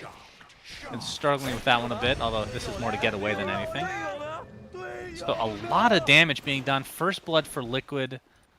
Still a lot that's of a big regen, win. of course, for Enigma, but yeah, overall a win in the first engagements here for Liquid. You're aggro tri-laning into Willow Oracle supports with these three. I'm not sure this idea from Nigma is going to pay off as well as they hope. In my opinion, this is not a good lane for Magnus. He wants to be, if he's tri-laning, he wants to be in the safe lane so he can skewer into tower and follow up on the Sven stun. But here, that's not a possibility. Instead, you're now kind of stuck in the enemy's safe lane where they have two ranged supports that are going to bully your Mag plus Mirana, and they'll win that trade every time. They have way more spell damage. They have the reach. Kuro kind of has to run in as a wall like this, and he can do that a little bit, but regen is going to become a problem over time for him, so he can't consistently do it. So what was your trade-off as Nigma that made you do this? You want to give Tide a good game. He's going to lane against Slaughter. I actually think Slaughter is your Tide looking really weird too. What just happened? I'm not talking about the blue form. Dire Tide thing? He was golden for me. He was like actually solid gold for a moment. I don't know how that happened. That's a new cosmetic that 1% of the time you turn golden. Taiga in the Is that when he meantime, gets top further lane. pushed? Looks like he will survive through this Just when he onslaught gets of damage. crushed! When he gets, oh, you're right, he does turn golden. When What he the gets heck? crushed, he turns to gold. Huh. It's like Hand of Midas for a water. Well, as we're looking at the cosmetics, Miracle dies in the top lane. This wasn't my fault this time. I'm sure the cosmetics. observer was watching there. They know what to watch. They know what's important. Cosmetics. Yep. Absolutely. Alright, so another kill going the way of Liquid. This tri-lane not working out in favor of Nigma at all. So, I mean, it's still relatively early, but 12-2 for Ursa. Then 3-0, so Miracle obviously struggling along with that death. Like, what do they do? Like, you were talking about Kuroki being this lane being kind of awkward because you're not close to a tower. But I feel like if he goes to any other lane, it doesn't really make any difference. It doesn't put them over the edge, does it? Like, if he goes bot lane, does that really help? Because Michael's just going to get less levels. I mean, they've kind of locked themselves into this position now where they have to do this. I'm just wondering if Tide's game was going to be miserable enough that they had to do this. If they had, like, Tide Mirana top, I think you have a good chance that either Tide or Mirana can maybe start pulling waves and you can, you know, break the lane up instead of just being static. Obviously, the Tide versus Ursa is a really bad matchup, but at the very least, you give Sven a good start. Like this, I'm just worried that they can't enable Miracle enough out of this beginning. But we'll see when the lane stabilizes a little bit more. This gives it's us a not little even bit like of time Tide to... wins bot. I think it's a... I don't know, actually. I would like to play Slaughter in that lane. I think Slaughter is happy, too. melee versus melee. I think both are kind of happy. They're Yeah. just trading farm right now. Yeah, that's probably how it's going to go. Like, Slardar has a slight advantage in the start because his damage overpowers the Kraken Shell, and then Kraken Shell gets high enough level to get Morbid Mask, and I think they both kind of just farm. Might even see a Morbid Mask on Boxy too. You just hit creeps. So We'll see. back to the important conversation, the cosmetic in the bot lane, Cinderin. Yeah. So I believe the slither, I could be wrong. I believe the headpiece for Boxy is a golden slithering crush, right? I don't remember it affecting enemies to be golden. I could be wrong, but I think it becomes way more obvious and weird looking because of Mind Control's Yeah, cosmetic. I think maybe it makes golden particles around the target, and then when you're blue like this, you're just a sponge for particles or something. I don't know what it is. It doesn't look intended, but it looks cool. Well, if it looks cool, then it is intended. We've learned this many times throughout Dota. Whether something is a bug or a feature, there's a very thin line. An intended bug is what you're saying. Yes. Hmm. Well, look at it this way. There's been so many bugs in the game that have become features, right? And then the one that really makes me angry is it was in the game for years, Centaur's Return. I think we've talked about this before. Working on illusions, right? Right. So you just get really tanky and get like a Manta style on Centaur. People did this for like a week and a half, and then it was patched as a bug fix. But it was in the game for years. So what if it's a good thing? It's a feature. If it seems OP, it's a bug. You see? Okay. I think that's the criteria. I'm pretty that sure Valve turning goes to by. solid gold is not OP. Depends, you know. If there's an alchemist in the game, you could take advantage of that. Slytherin crush the Tidehunter and then kill him with Alk. Get Gain 10K. extra gold when you're golden. I mean, that could be a counter to cosmetics. that Do you we think put in the Valve should next start patch. putting in small Easter eggs like that into Dota? Like some sort of insane interaction that is bound to happen in 1 out of 1,000,000 games, and then when it does, it's amazing. Yeah, and then they have to patch it because it's broken, right? That's Valve. Oh, Skewer is Top available lane. for Kuro. Indeed. Looks like he's going to take the full Fortune's End. He's going to skewer it away, though. Oh, now the Courier's in a lot of trouble. Kuroki, does he have the move speed to actually finish it off? It looks like he does. Will be successful. Miracle trying to catch up in this lane in terms of CS. And Shadow Realm is popped. Still will take the brunt of that damage, this Taiga. And looks like Kuroki's going to find his way to the grave. Mickey gets a second. Is now Miracle on the run in a 3v1, but they don't really have any utility to throw at him. This lane is just flat out. It's a disaster. Yeah. I don't know what the best course of action is here, but I think keeping on running up here with these 3 heroes is just not gonna cut it. It looks like that is their plan, though. They just keep coming back, but the plays aren't working. Miracle is running. Arrow. Oh, arrow. It does connect. Into the Shockwave as well, not even needing to skewer, although the Shadow Realm keeps him alive for now, and the skewer misses, and the damage to Miracle with the Shadow Realm. Unbelievable. This is so out of control now in Liquid's favor. You're right, they just keep coming down to this, or coming up to this lane and feeding away, Cinderin. This is a disaster. I'm looking for solutions. It's easy to say that this is bad, but we need to give a better suggestion. And if we can't come up with it, then I guess you're going to have to keep doing this, right? Can you maybe make a Pugna rotation and put the Sven toward mid? He's going to get destroyed by Viper. Doesn't seem like a good solution. Can you swap the lanes around now? You're going to be playing Sven level 3 into Slardar almost level 6. That's also not a good solution.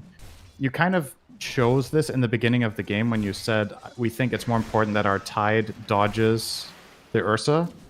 I think it's going to come down to Weehaw rotations. I think you're going to just try to keep your cool, get this level 6 Pugna, and hope that that results in something big.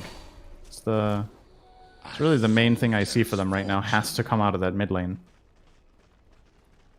No, I agree. I think once you, like you said, once you made that decision, you gotta just go all in with it, because Ursa went switching up lanes won't really... What? That is In very God's name? unusual. I mean, if they Wow. keep finding kills up here, it's a value item, right? It's like, maybe it's a taunt item. It's like, you guys are feeding, I'm buying her. But, we'll see if that works out for him. I think this is Wow. the first time I've ever seen Ursa buy this. I'm not saying it hasn't happened before, but I haven't been watching much Ursa lately. So it really stands out. It's definitely not a classic item whatsoever to pick up on this hero. It's not a good Vessel. I mean, it's okay against Pugna to get Vessel, I suppose. Don't know. I don't think he's going to upgrade it, though. We're gonna see a TP mid. Shadow Realm is popped, and Koikva, the level disadvantage against Weeha, is actually gonna dodge the Shadow Realm. auto attack as KuroKy and GH are now in the mid lane, attempting to clean up Taiga, but with this Bedlam placed in the mid lane, they can't really maneuver themselves away. It feels like KuroKy, not to his fault, it just feels like a weird Magnus game. Like the skewers are so hard to come by with this really annoying Bedlam, or sorry, Bramble constantly being placed. It's just hard in the off lane. I mean, that's the main thing. If this lane matchup was the exact same, but they were the tri lane in the safe lane, I think it's very different. Because then you can Sven stun and skewer into tower, and you can play the trees. But here, it's just so much harder. There's two ranged heroes constantly covering the right side of the lane, so you can't really go from there. And if you try to go from the left, it just doesn't work in the same way, just because of layout. So Miracle level 3, by the way. in the jungle, he's not even going to be there on his own. But here comes the rotation from Weehaw. So Insania takes a tumble. Such a small prize. Oh, Miracle if he being dies spotted here. by Taiga. Curse Crown along with the Shadow he Realm. went for the Looks like brambles, the brambles do miss. But Didn't still, need to, Miracle he's- being forced out of the triangle. Yeah. And now they're Oh, warming he it up. kills the one creep and gets a neutral item. I mean, it doesn't steal it away. It's still their own, but the fact that Miracle couldn't get that Ursa just also adds hurts. insult Now to he's injury. going top, and now he's spotted by another ward again. He cannot catch a break. Yeah. And I feel like the way Nigma play their team and the way they strategize, in the past they've had games where Miracle has had a bad start and then they've kind of recovered off of playing around. At the time they had Matu, right? So it would be, sometimes Matu would make a lot of space or Mind Control would have a great game. With this draft and how this patch works and how they've been playing lately, I feel like Nigma will struggle a lot when Miracle has a bad start. It really is the big difference maker. In general in this patch, like the carry needs to feel good, right? He is very sad. Now they're looking for a Arrow? potential kill here. Stormhammer into Arrow, into the Decrepify. Suck from Weehaw is going to be enough to take out Koikfa. Really big kill. Weehaw top of the net worth, and he's going to be the...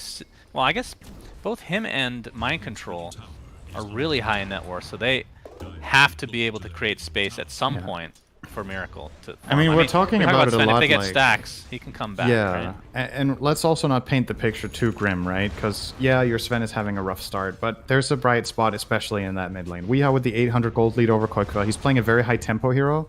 Pugna is one of those heroes that if it has a good start, it can really put so much pressure, and that will alleviate pressure from that top lane. Pugna will spam push this tower.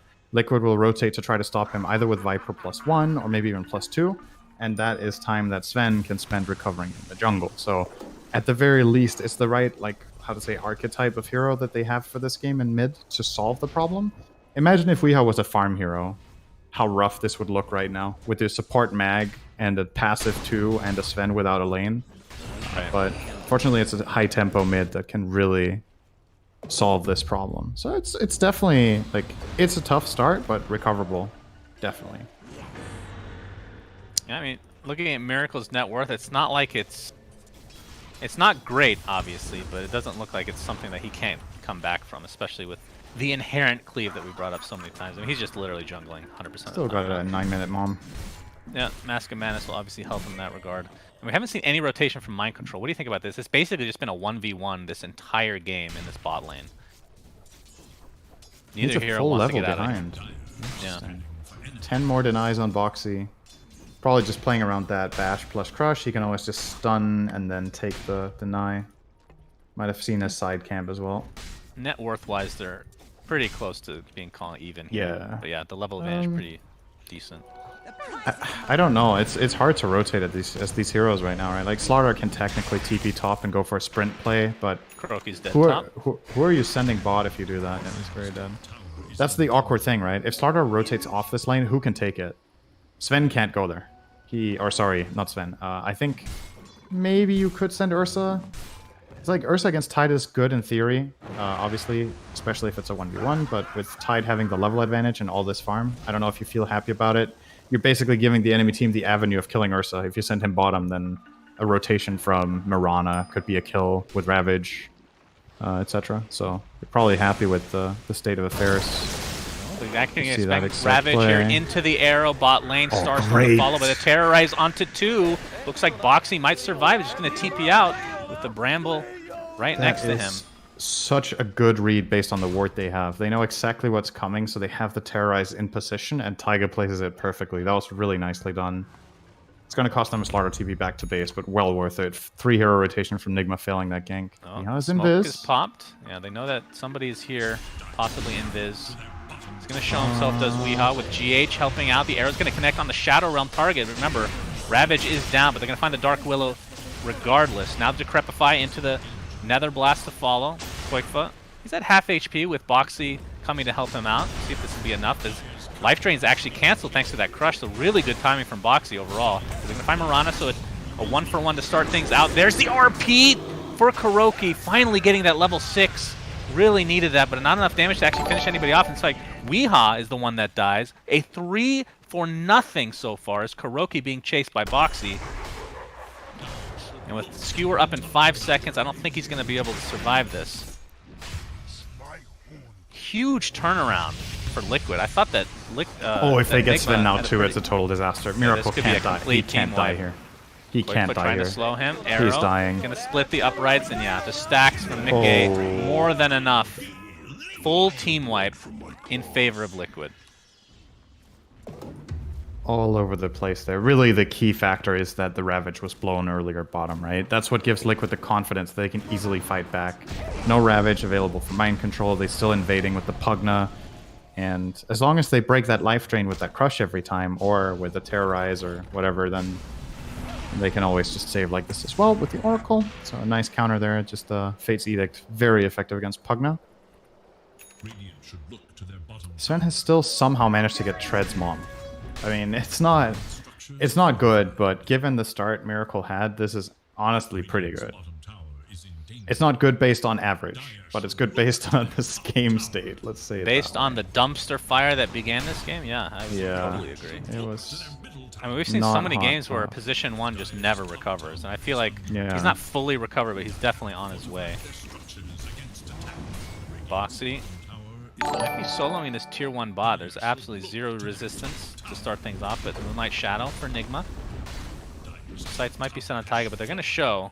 So the top lane might be where it's at, but Insania keeping himself away from potential harm. So it looks like Moonlight Shadow won't be used for much other than a ward here from GH. Actually, he didn't actually put a ward down, I don't think. So just for general vision, 1k net worth lead for Liquid. So despite all this, not a huge advantage by any means. No, and we should also remember what heroes we're working with here, right? Like, I don't think I'm surprising anyone if I say I think on average Sven's a stronger carry this patch than Ursa. Like, that's the way it scales, the itemization, its impact. It's really important for Liquid that Sven is doing poorly so that Ursa can pull ahead. And he's using this advantage to build a Battle Fury so he can possibly stay ahead. When it comes to that matchup head-to-head, if Ursa has the same net worth as Sven, he's one of the few carries that can flat out just maul him, you know? You don't have to run away. It's kind of similar to Lifestealer going Halberd. You can keep going. So Boxy showing off that Blink Dagger, and that's a God Strength Sven.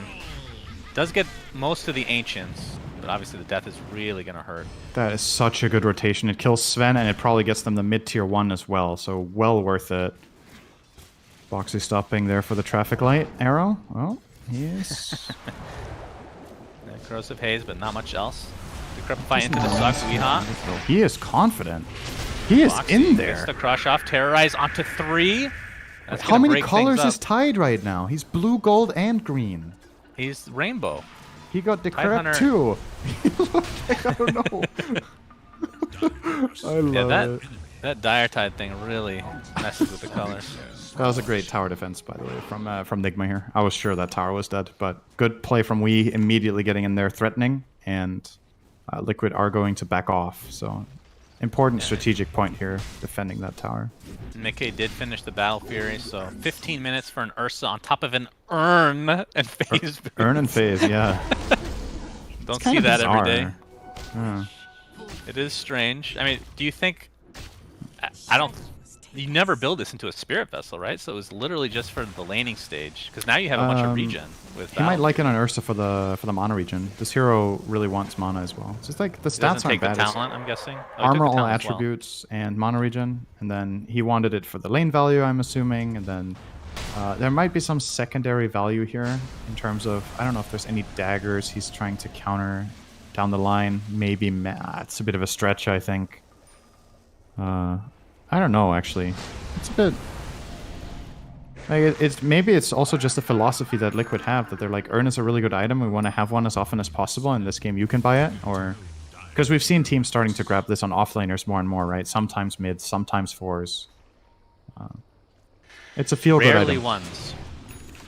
But very still, rarely carry, of course. Absolutely. Definitely cool to see. Now, Roshan is going to be the big contention point here. Obviously, Liquid have the major advantage in terms of taking him down quickly with both the Slardar and Ursa. At the same time, you do have some counter initiation. Forms of the Tidehunter RP from Magnus as well. So you can't really just go and do it without those on cooldown or getting a pick off first, it feels like, or just sneaking it somehow, which I feel like would be hard to do. At the same time, though, most of Nigma's stuns are high commitment, right? Both RP and Ravage are big cooldowns, and they need to be used well, and there's always that Oracle factor. So if you send Ursa into the pit with Corrosive Haze and he has lifesteal, you can just hit it for free, and then if they start using big stuns, you save him with Oracle. Maybe you take a big fight out of it with Viper in the pit. So it's definitely possible. There's one extra thing about this Urn, and then we'll close the topic if you don't mind. I mind. He might be getting it specifically because of its value with Oracle, right? Like, you're playing with a hero that has the save. Usually Oracle himself will want to buy an Urn a lot of the time. But if he feels like he can't afford it, this way you can ulti the Ursa and he can always earn himself, and it doesn't break. So there's a lot of extra healing that's reliable for him in the fight. I think it's just an item they want to have when they have Oracle, and that's it. So that's probably how they're thinking. That he's the obvious target for... And if someone else gets Oracle ulted, he's always in range, right? Ursa's in there. He will be able to earn the target. Ursa also support hero this game. Yeah. Healing teammates if they're false promised. So the little Ursa cub on the back is holding the urn.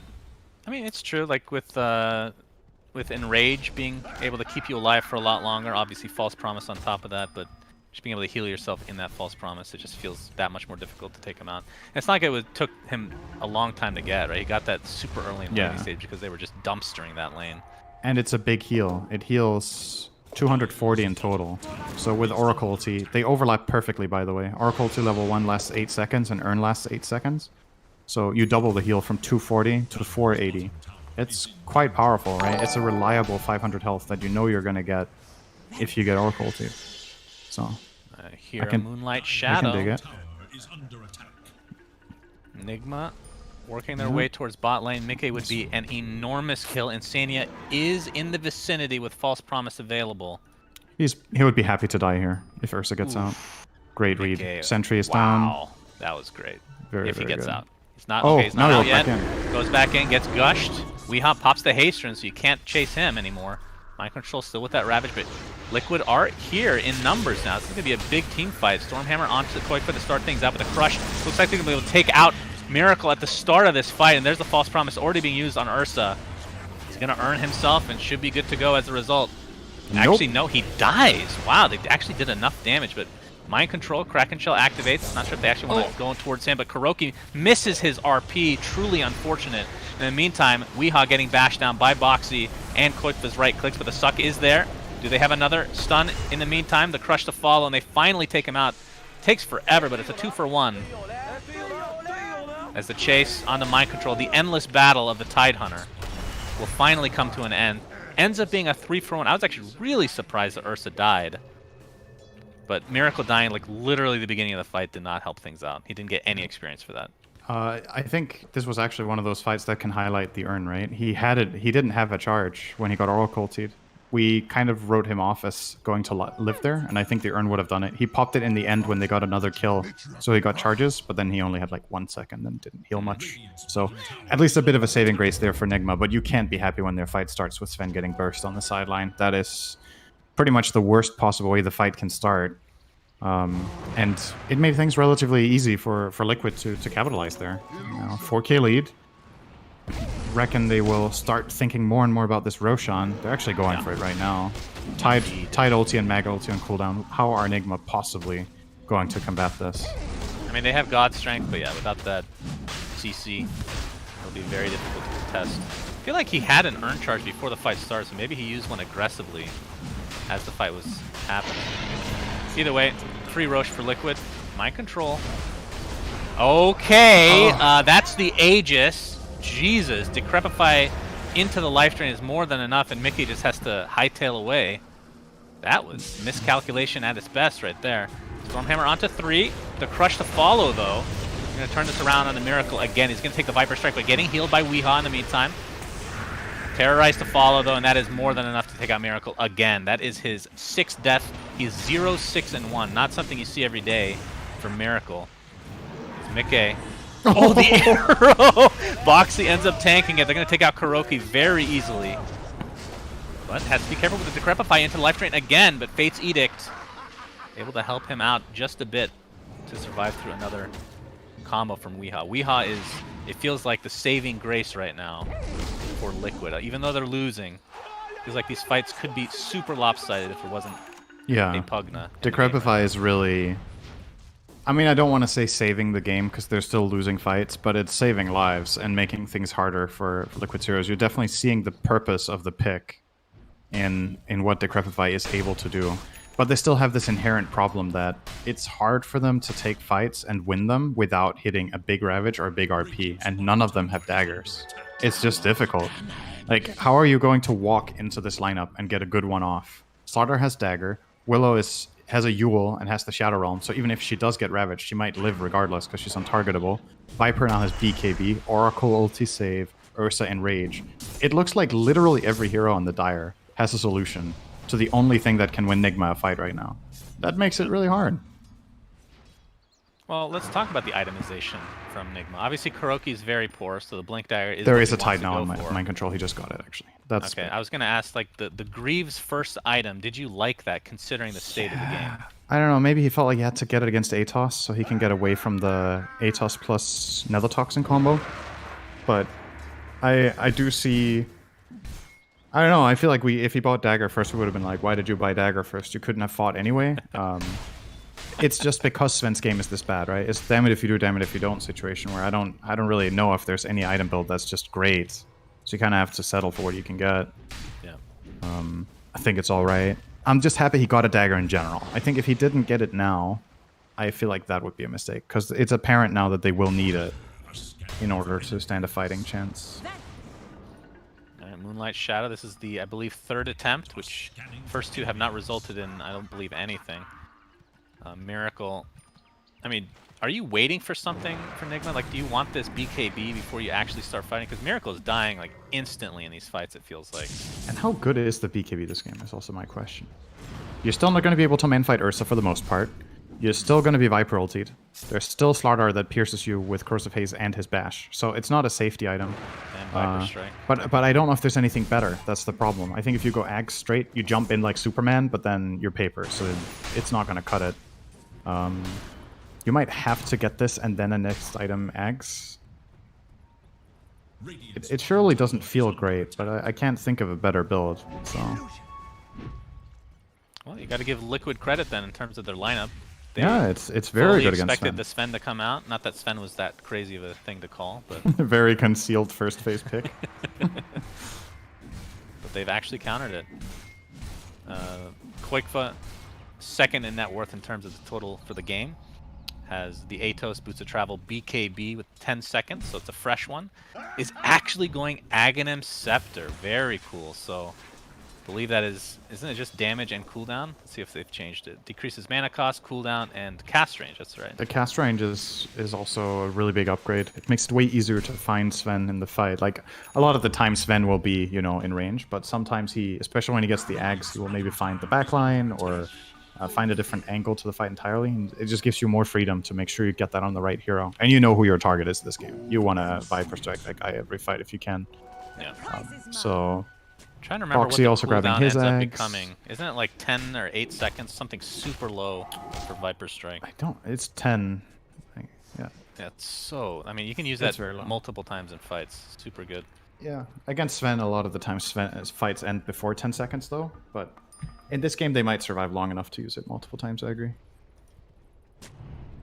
Ursa going for the standard build. He went Sanjin Yasha. Now he gets BKB. Sometimes you see them bypass BKB to go straight Satanic. In this game, I think the BKB is mandatory. There's just too many stuns. You get all the freedom. And now you're getting Nullifier to the crush onto 3 heroes. Boxy showing off his Aghanim Scepter as well. Miracle trying to right-click him down, but there's the Viper Strike to follow. Ravage now, but Miracle just getting right-clicked by Mickey. absolutely destroy, terrorize onto 2 heroes now, as it looks like Liquid are just cleaning up this fight. GH looks to be next on the list. Taiga ends up saving himself thanks to that Yules, and that is 4 kills instantly in favor of Liquid. Dude, Boxy is so tanky. He has 3k HP when he jumps in. 3k HP, he has the bracer, so he gets the additional magic resist. He just blink crushes, he's sitting in a puddle. And, I mean, what do you do about it? They don't have enough damage. They actually can't kill him when he goes first. That is such a sick jump. Because not only does it set up his team to follow through, but it's like a semi-bait where Nigma feel like, okay, do you not turn on that guy there? How do you get away? He gets the 3-man crush. If you don't turn around and slow him or stun him or whatever, he's going to keep running at you. He doesn't care. So you kind of feel like you have to fight back, but you can't. You're just getting absolutely beat down. This is what they've had to resort to. Yep. This is the AUI special. Not usually Pugna, but he just sit in the trees and blasting a tower through backdoor protection. Yes, something. I mean, like no that. matter who does this, I don't think it's good. This isn't. I mean, okay, now it broke. Uh-oh, Miracle. He's gonna pop his BKB. Kuroki trying to get off the RP, but not to be this time around. Does have buyback though. Miracle. There's. Oh my god. As strong as the Sven Slardar has looked in games we've watched, Ursa Slardar is also filthy when they kind of combine. It's level 3 corrosive haste, so minus 20 armor. Ursa has Orb of Destruction, that's minus 24. And what's Miracle's base armor? It's 10. And he has a dragon scale. And he looked like he did. I mean, he didn't have any armor, so he didn't only look like it. There's just nothing there. Kuroki's back. He does have his RP still, like we talked about, but look at the damage on the GH. Already forcing out the Greaves from mind control. So this looks like, at the very least, a tower. And of course, Boxy can just tank this to a high degree. They don't have Aegis or anything like that to work with. Let's see if they commit to a Rax or not. God Strength is available as well, and they should know this. Yeah, they're just going to play Disciplined again. Liquid has been doing this all series long. So away they go. Aghanim's almost online for Quickfa. And from the Ursa's perspective, almost with a nullifier. So this is like the Pugna, feels like the Pugna and Necrophos hard counter. That's what I think of first when somebody buys the nullifier. Just absolutely destroys them. Yeah. Of course, good against Sven's Warcry as well. Mm-hmm. It's the really item for carries to get against Pugna. Pugna will always have that counterplay against carries where you self-decrep. Usually, earlier on in the game, you want to decrep the carry, so you can also deal damage to them, but they buy BKB for that part, and now you buy the nullifiers to solve the other part. And suddenly, it's kind of, you know, we talked a lot of good stuff about this Pugna as a pick in this game. Its timing is disappearing now, and you've just been crushed, right? You didn't really win a single fight all game. You lost the laning stage. And here comes Mickey, and there's another great crush. A double crush, instant kill onto Kuroki. Mind control still with the Ravage available. And again, buyback still there for Kuroki. They're just going to give up this kill again. So a double for Mickey, who actually is finishing the nullifier, so not saving for any kind of buyback situation. It's not like Nigma, even if they win a fight miraculously, aren't going to be able to push to too fast of a degree. And with Roshan, you know, potentially respawning soon, they can perhaps wait for that if they don't want to commit. Yeah, they can. In this game state, it's extremely difficult to see the Radiant take a fight outside their base. That's favored. If Liquid have vision and a smoke breaks, Boxy can just blink in on whatever he sees and crush, and he feels super safe. They either have to drop absolutely everything on him to try to kill him, in which case he can still get Oracle saved, or he just broke their smoke or their play or whatever, and they kind of have to back off and yield. That's just how monstrous he is. Weehad Dagon. Decrep into Dagon 2 right now for Weehad. Yeah. Just really trying to get kills. I mean, it's something. There's not much damage happening, right? It's another example from my perspective of, you know, what's better, right? Like, you gotta buy something, and if you buy defensive items, the enemy team isn't dying. So you gotta hope for that like surprise play where you blink Ravage and then you decrypt Dagon someone and get a burst kill on a key hero like Ursa or Slardar, and then maybe that can lead to something. I genuinely think it's the best item choice you can get here. Like, from our perspective, it doesn't look good, but there's just nothing that's gonna look good when the game is this hard. So you gotta try your best win chance item. especially when you see that the nullifier is there for Mickey. With all that minus armor to work with, Boxy with his. They're going to go for this uphill potential fight. They're going to get the crush up. Actually does connect with the Kuroki. Gets the RP up into the Ravage. Do they have damage to follow it up? Kuroki melts under the pressure. Now Miracle getting right-click down. Weeha not able to save him in time. The heal just not nearly enough. A triple kill for Mickey. And this will be a Roshan to follow most likely, or just the game. 23k net worth lead, 4-28. Liquid's favor. Do they actually just can't do anything when they get jumped on? There's just no counterplay left. Ursa pops in rage in BKB. Whoever he decides to kill will die. They have no save except Pugna to Crep, and that one gets nullified off, so good luck. We can't really save them. Miracle stood his ground there and hit 3 times, did 50 damage, and Ursa just cut through him like butter, you know? It's pretty crazy to see. That's Dota for you. Like, one game Sven looks like the most broken hero ever, and in the next game he's just useless. Like, it's really... So much can happen based on what happens in the first 10 minutes and what counter picks you have. Yeah, the laning stage was just as hard of a stomp as I've seen for quite a while. It looks like the damage will be done this time to Weeha. There's that nullifier, just crushing him, not able to decrepify himself. This will be at the very least a Rax. They cannot go for Megas, so they'll have to go for either bottom or the throne. And again, everybody is melting. With the corrosive haze and with the Orb of Destruction, Ursa just 3-shots people. Absolutely insane. Mind control, nullified again. And yeah, is dead as a result. BKB pop from Mickey. Not really needed, but GG is finally called.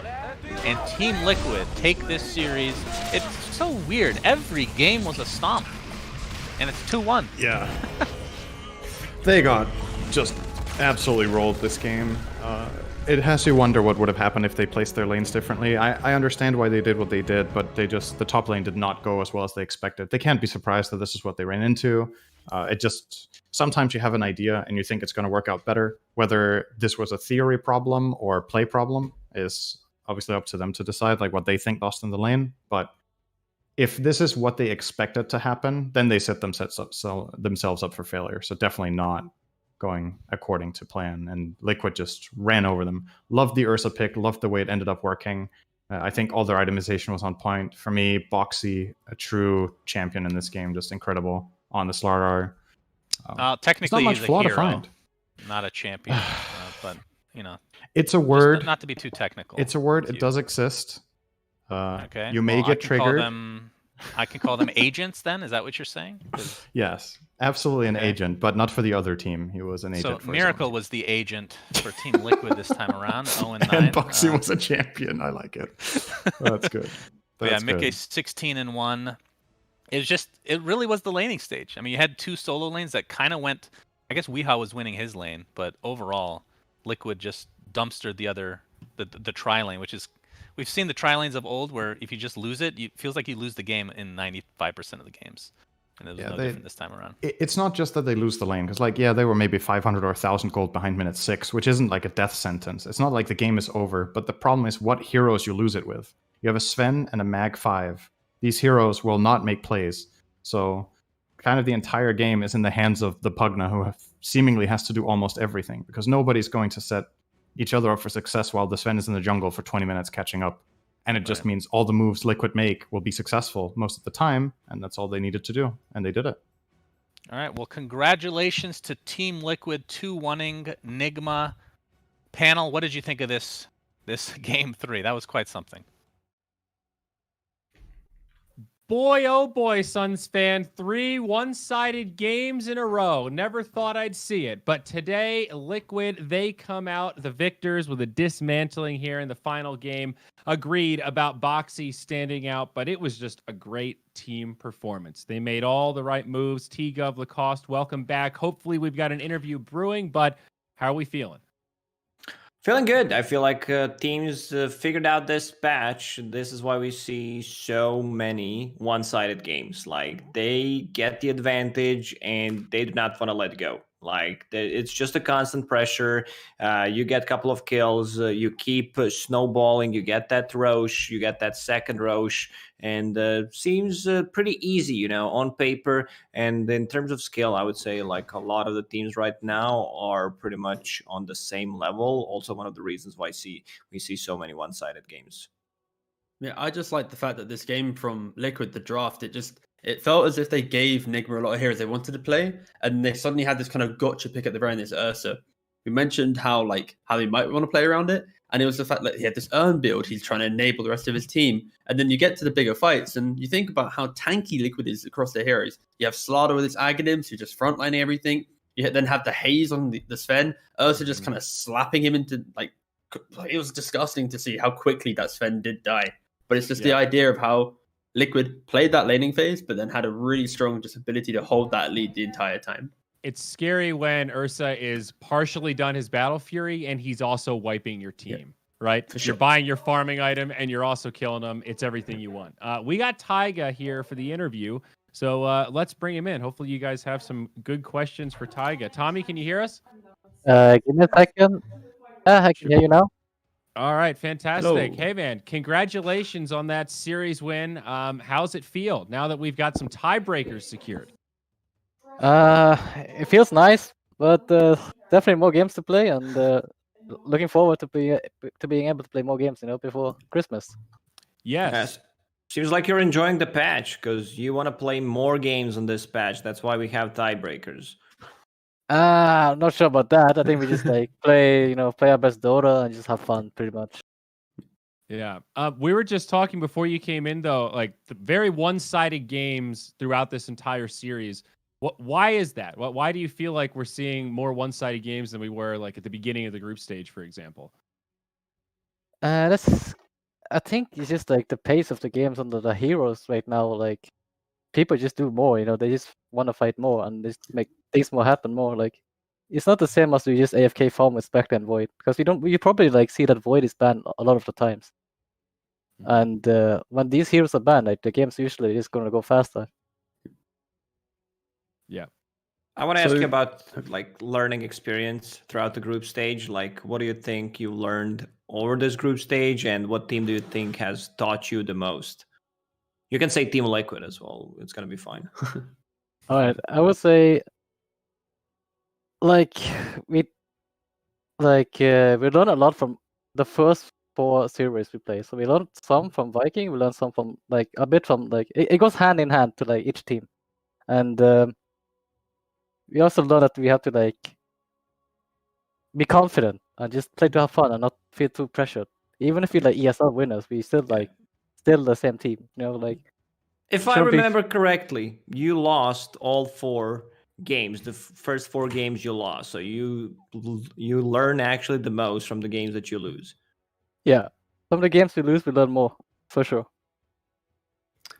So, with the format of Epic League being Division 2, Division 1 eventually will merge, have you been paying attention to the Division 2 games, catching any of them, or are you going to do your research once you find out if you need to play up against any of those teams? We have been looking at the Division 2 a little bit, but we haven't been sure about them because we don't know if we're gonna be there or not. Playing against them, so it's hard to tell. Sure, that's fair. Yeah, it's a cool format. I mean, as a competitor, do you like this kind of format with the separate divisions and then this crossover phase that we have now, where these top teams from Division 2 get to play against the middle teams from Division 1 for seeding? I think it's pretty cool because it's pretty rare from based on other formats, all the tournaments before that. This tournament is very different because of the format, so I think it's pretty cool. Yeah. Because it's exciting, because if you don't win the tiebreakers tomorrow, for example, you will be playing up against one of those Division 2 teams, so that's where it gets even more interesting for sure, because you get to see the up-and-comers, the obviously previous ESL champs. It's exciting stuff for sure. Oh, do you know if you're gonna play the Division 2 teams straight away, or? Yeah, so the format is if you don't get top 4 in the group stage, you then have to play up against the top 4 of Division 2. So depending on where you finish, you'll be playing up against obviously 1 through to 4. That'll be Yellow Submarine, Spider Pigs, and there's 2 more teams I can't remember. Of those 8 teams in the play-ins, half go upper bracket, half go lower bracket. All right, 4 teams, right? Tiebreakers. Yeah, exactly. Yeah. It's a Please big pray for us. tiebreaker, pal. You got a long day tomorrow. Oh, pray And for us, please. Twitch And chat. here's the real worry, at least as is a of Sunday. now, supposedly in the rules, if it goes even at the end of the first round, the solution is we play another round. So I don't know what happens if that actually does occur, because that is a lot of Dota. That's a lot of matches. So just win, please, for our sake and for your Yeah. sake. Okay, do us all a solid and just maybe win Yes, tomorrow. we need some praying from the chat and from the casters here. Mhm. Pray for No, Liquid. no bias Let's though. You know, it's no bias, but we might. Get those pennants out, gang. Let's go. All right, very good. Well, Taiga, thank you very much. Good luck in the tiebreakers tomorrow. And again, congrats on the convincing win here in this series. Thank you very much. Thank you All so right, see you much. later. Bye-bye. Bye-bye. All right. Wow. An exciting end of the group stage, and not even really an end. An exciting first chapter. Now All we're this just for moving nothing. on. It means literally nothing, Zyri. Don't beat around the bush. The group stage was literally worthless now because we have a 4-way tiebreak, a 3-way tiebreak, and then these 3 teams up top like, we've already qualified. What you doing? So now we have 2 separate groups created from one group. All in one day, Zyori. Yeah, dude, Viking GG is sitting back right now, just like, all right, let's see how you guys fare in these tiebreakers. Just tossing popcorns down the hatchet, man. That's a good spot to be in if you're secured. Don't forget, Zyori. Tiebreakers tomorrow, of course, there's the ones fighting for Division 1 upper bracket, and then the losers, so Mud Golems, Alliance, and Just Error. The winner of that plays Yellow Submarine because they came first. That means if Just Error win the tiebreakers tomorrow, they play against Yellow Submarine for Division 1 playoffs. The perfect story, the comeback, the revenge. Yellow Submarine v Just Error. It's happening. I can All right, feel you it. hyped it up nicely, but you know what? Maybe we should close the show, get some rest, because Thank you, tomorrow is gonna be a really, really long day. I'm not sure if Yes. we're gonna, be able to play all those games tomorrow. I mean, some of them have to go side by side, right? I mean, because like the one bottom after the could. other, we force it. I don't know. We got to figure. I don't. Who's casting all this? I think they reserved like 2 time slots for tiebreakers. We're gonna need some help here. And T-Gub's camera froze on the actual perfect freeze frame. I don't think you should touch a thing, buddy. That accurate Just read, let it be. Yeah, just let it represents be. the beginning of this group stage here. That's a Twitter picture if I ever saw one. Well, folks, that's it then. Thank you very much. If you need help following the format, good luck to you. Head over to Liquipedia. They've got you covered for the most part, and that'll point you in the right direction. But we'll be back tomorrow, same place, same time. We'll see you then. EGB, your esports betting world. The only place to find the widest choice of popular games and matches to win real money. Choose your bet on a single event or express of several matches with dizzy odds. Serving the market for 7 years with over 800,000 users. Join now to get your bonus for the first deposit up to $600. EGB, you know for sure who's gonna win.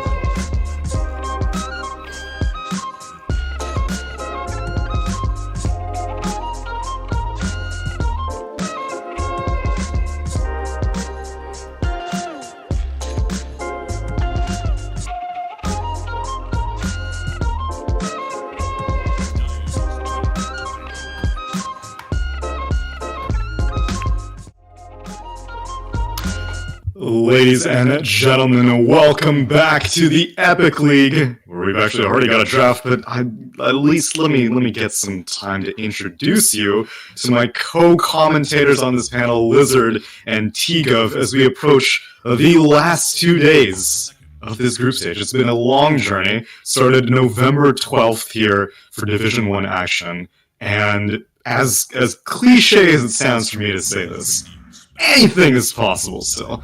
T-Gov, if you could indulge me, I want you to pop open the old Liquipeds, which I'm sure you've already done. You've been tapping away over there. That's true. I want you to give me your potential top 4. Because right now, in this group stage, here's how it will break down. Top 4 players, or top 4 teams, will advance to the playoffs. 5th place through 8th place will go into the play-in stage, and the bottom 2 teams, 9th and 10th, are sent to Division 2 playoffs. So, in terms of Division 1 playoffs, who you got right now? So I think you have to look at... So Viking VP, they're already pretty much confirmed, right? Mm-hmm. So for me, I kind of have a vibe that OG is going to do it. You know, their last opponent is just Error. That's not really that strong right now. And I think Secret, they're going to just eat their way through at the very end. So I think, yeah, Secret and OG, they're my 2 that are going to slide their way through. Lizard, you got any Dark Horse candidates? Na'Vi, they've got 2 more matches here in this group stage, one today and one tomorrow.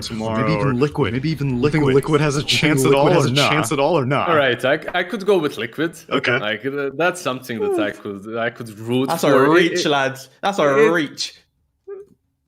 A boy always has to have dreams. Did you never have dreams as a kid? Like what's? Come on, man. We had to go to work. You see, like this anti-mage in the first stage. That's a dream. They dream of big things. He thinks that he's gonna be a big boy with Battle Fury, Manta, Basher, Skadi, whatever. You know, he believes, and if you believe, you can achieve it. That's the first step. Wow. Just for Liquid, the same thing, man. The same thing. Yeah, they exactly. Can do it.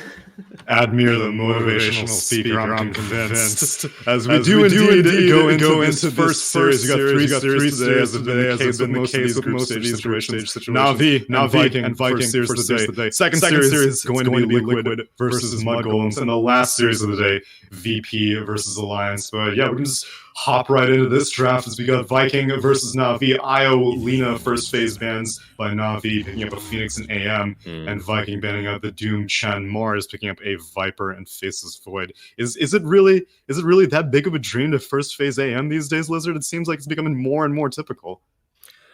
You're playing versus Faceless Void, so it's not that bad. Like it can work. It's a weird matchup in which Faceless Void has his power spikes, Anti-Mage has his own as well. But we've seen a lot of AMs recently. I still don't believe that it's a first phase material, especially if you don't have that Magnus to buff you up, and then you go for that Mask of Madness, which, by the way, I have seen even without Magnus working. In any case, I'm not sold by it. Like, even when I see a Faceless Void, I'm 10 times more comfortable than when I see an AM first phase. But you have to believe. That's all. You have to believe. Exactly. Thank you.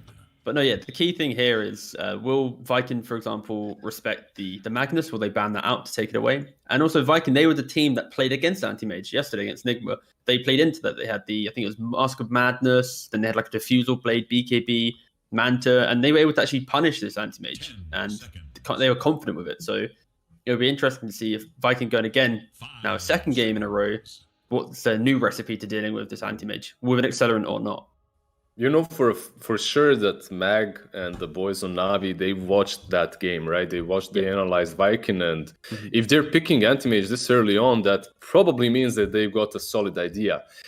But I've seen those solid ideas fail so many times when you're too confident, when you're overconfident, and just straight up pick this hero. And when you think about Navi and when you think about series they've played, like you don't really see way too many AMs. Like we've seen them roll that Venge Draw strategy 3 games in a row versus Virtus Pro. Yesterday we've seen them roll something different completely. So we'll see. They have something new in store for us. That's what I like. Yeah, it looks like they opt to not ban out the Magnus, and that is indeed what Nigma went for in their first phase. It was Mag AM, and Viking seemed confident, even if there is that accelerant for the anti-mage, but Navi will instead go for an Axe. Just before Tiga takes over, like imagine having Magnus on Navi in this situation with the Phoenix. That means your Phoenix is position 4, your position 5 is Magnus, like 90% you're not going to put it mid any longer, and then you have Axe offlane. This is all before Axe was picked, but even with him, you'd have these extremely cooldown reliant 2 supports.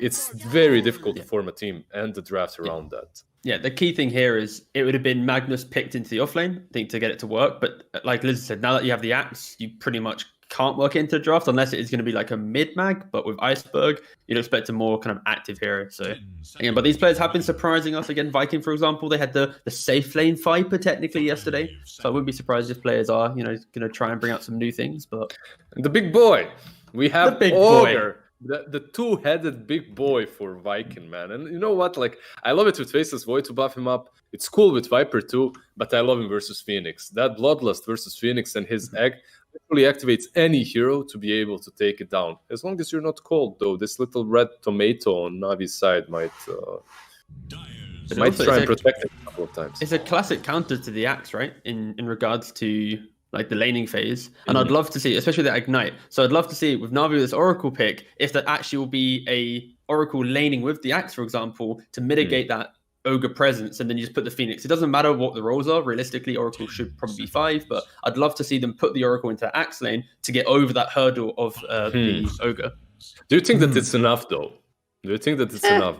Because I've played and drafted exactly the same lineups, like Oracle and Ogre Magi on the other side, and you can purge the Ignite, but he doesn't have to go for Ignite. You can play around Fire Blast. That's true. I don't know. I think it's still much simpler for them to play the Oracle into the Viper lane. You play Phoenix Axe off lane because, again, you have Fire Spirits versus Ogre. He's strong in the lane, but he can't punch you. And you also have Fire Spirits versus Faceless Void if you're laning like that. Oracle is still solid if they do opt to go for counter to Ignite. And Viking steal the Magnus away. Okay, nice. Like, when you look at Viking, though, it's so much simpler for them, right? Like, you have Viper, you have Ogre. Like, they just don't need anything. These 2 heroes, they don't need experience a lot. They don't need a lot of gold. They just work just by themselves with spells.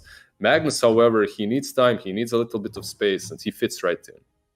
T, how come Ogre hasn't been picked more frequently as a Phoenix counter? Because we're seeing like Miranas and Linas and Snapfires and all these other heroes that have like their own attack speed, or even like Beastmasters who give aura, but I rarely see Ogre in this tournament.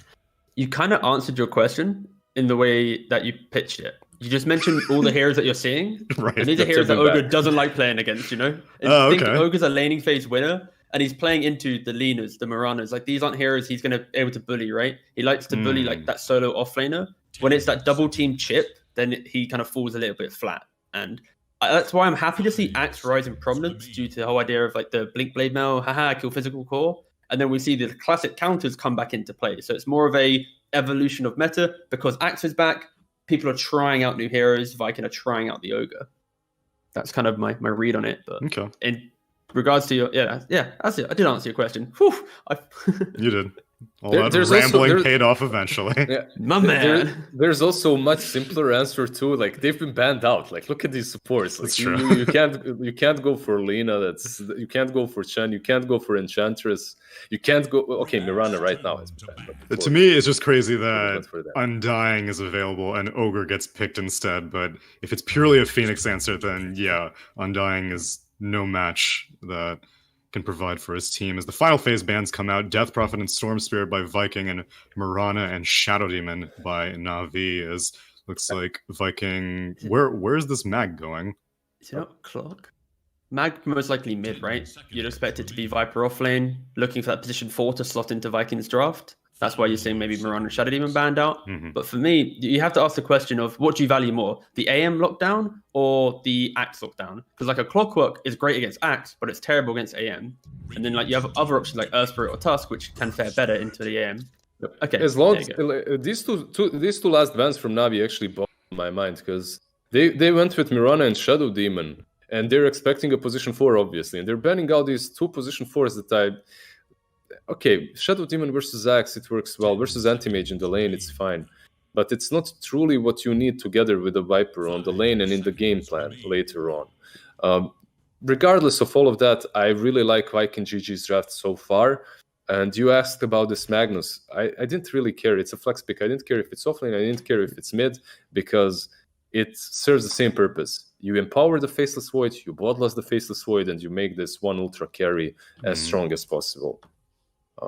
For Navi now, yeah, they're just thinking up against Magnus what to pick, right?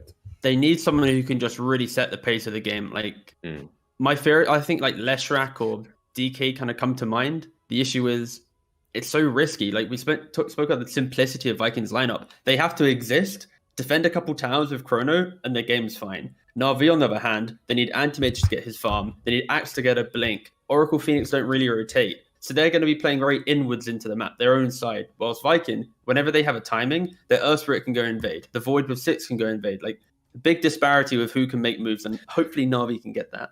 There's just so many checkboxes that need to be ticked for Na'Vi to make this draft work. When you're thinking even about like what we just mentioned, Ogre, Magnus plus Void.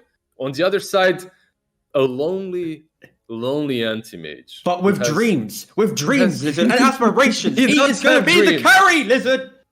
Still, from Lizard 2020. Sometimes there are economic disadvantages that you cannot overcome. There's having dreams and believing in yourself, and there's like, playing an Anti-Mage without any help versus a Void Ogre Magnus, which looks kind of difficult. Let's see. Okay, so they're playing the anti-Dota. That's what it is. Everything that T-Gav just said, they scratched everything that I mentioned. All those tick boxes, they kind of shoved to the side.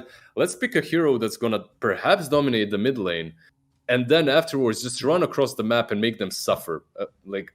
Let's pick a hero that's gonna dominate the lane so hard that it will not allow them to play their game in the mid game. It's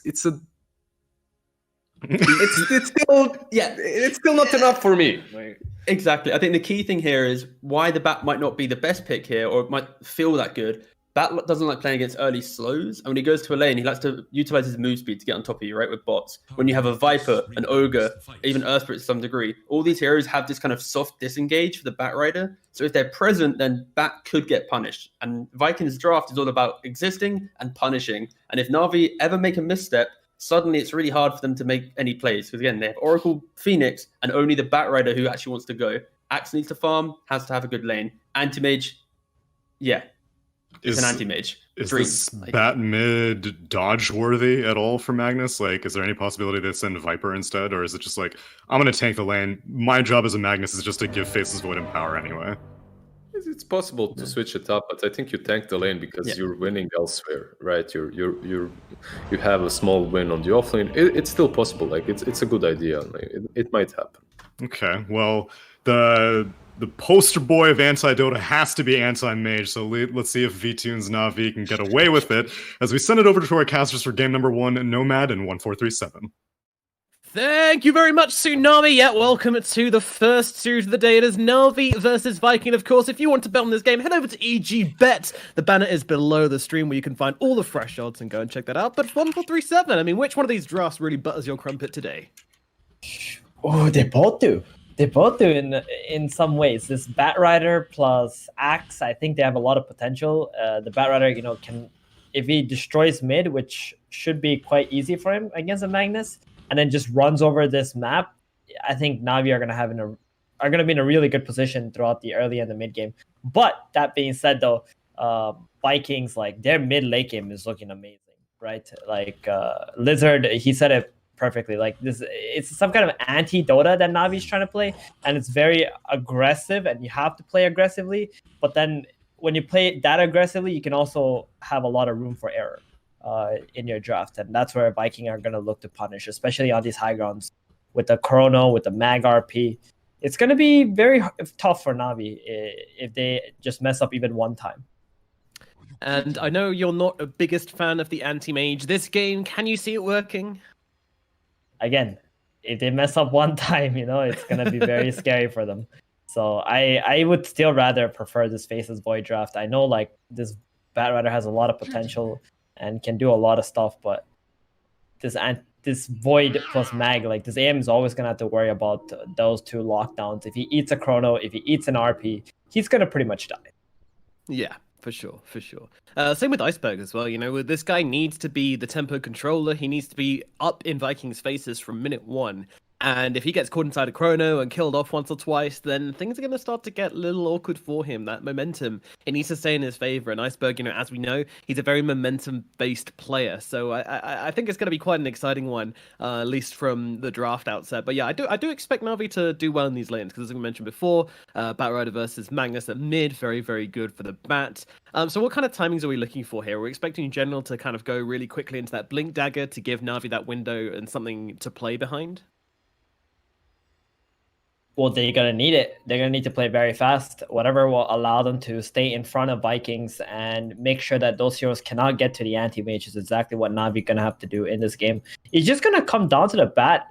That's it. Like everything is on Iceberg, right? So if Iceberg somehow messes up like around the mid lane, he dies once, or they bait him out and then Earthspear rolls in and kills him, and then Mag has some sort of a decent laning stage, I think Na'Vi are going to crumble very, very quickly. That's why they picked this Ogre to be able to counter that Phoenix with that Bloodlust on the Void. Also, the Phoenix plus the Axe lane, there's a lot of burn damage, like with the Battle Hunger, and then you got the Fire Spirits and stuff. But Ogre, being the tanky hero he is going to be able to sustain through all of that. But Axe, like if he goes Blink first, he's not going to be that tanky. Maybe he wants like a Vanguard and then he goes for a Blink Dagger of some sorts. But he's also playing against a Viper. That hero kind of counters Axe pretty hard. Yeah, if you don't get him inside that call, then you're not going to be spinning an awful lot, which kind of makes it tricky to be an Axe to do your job as your hero. So that could be a bit awkward. This Viper pick does seem to have a lot of value this game as well, and just kind of countering the anti-mage's magic resistance, and also countering this Axe with his counter helixes. So a lot of factors working out pretty well for this Viper pickup. Once again, proving to be a very, very strong first phase hero. For one, I hope we see less of Viper in the future. Yeah, it's getting pretty tiring at this point, right? Seeing this Viper who can go off lane or mid lane. But still, it's a very potent, strong hero that can enable your lineup and amplify your team's damage output with that poison attack, reducing the enemy's magic resist as well. Neurotoxin, like it's crazy. You just pick this Viper and he has so much value.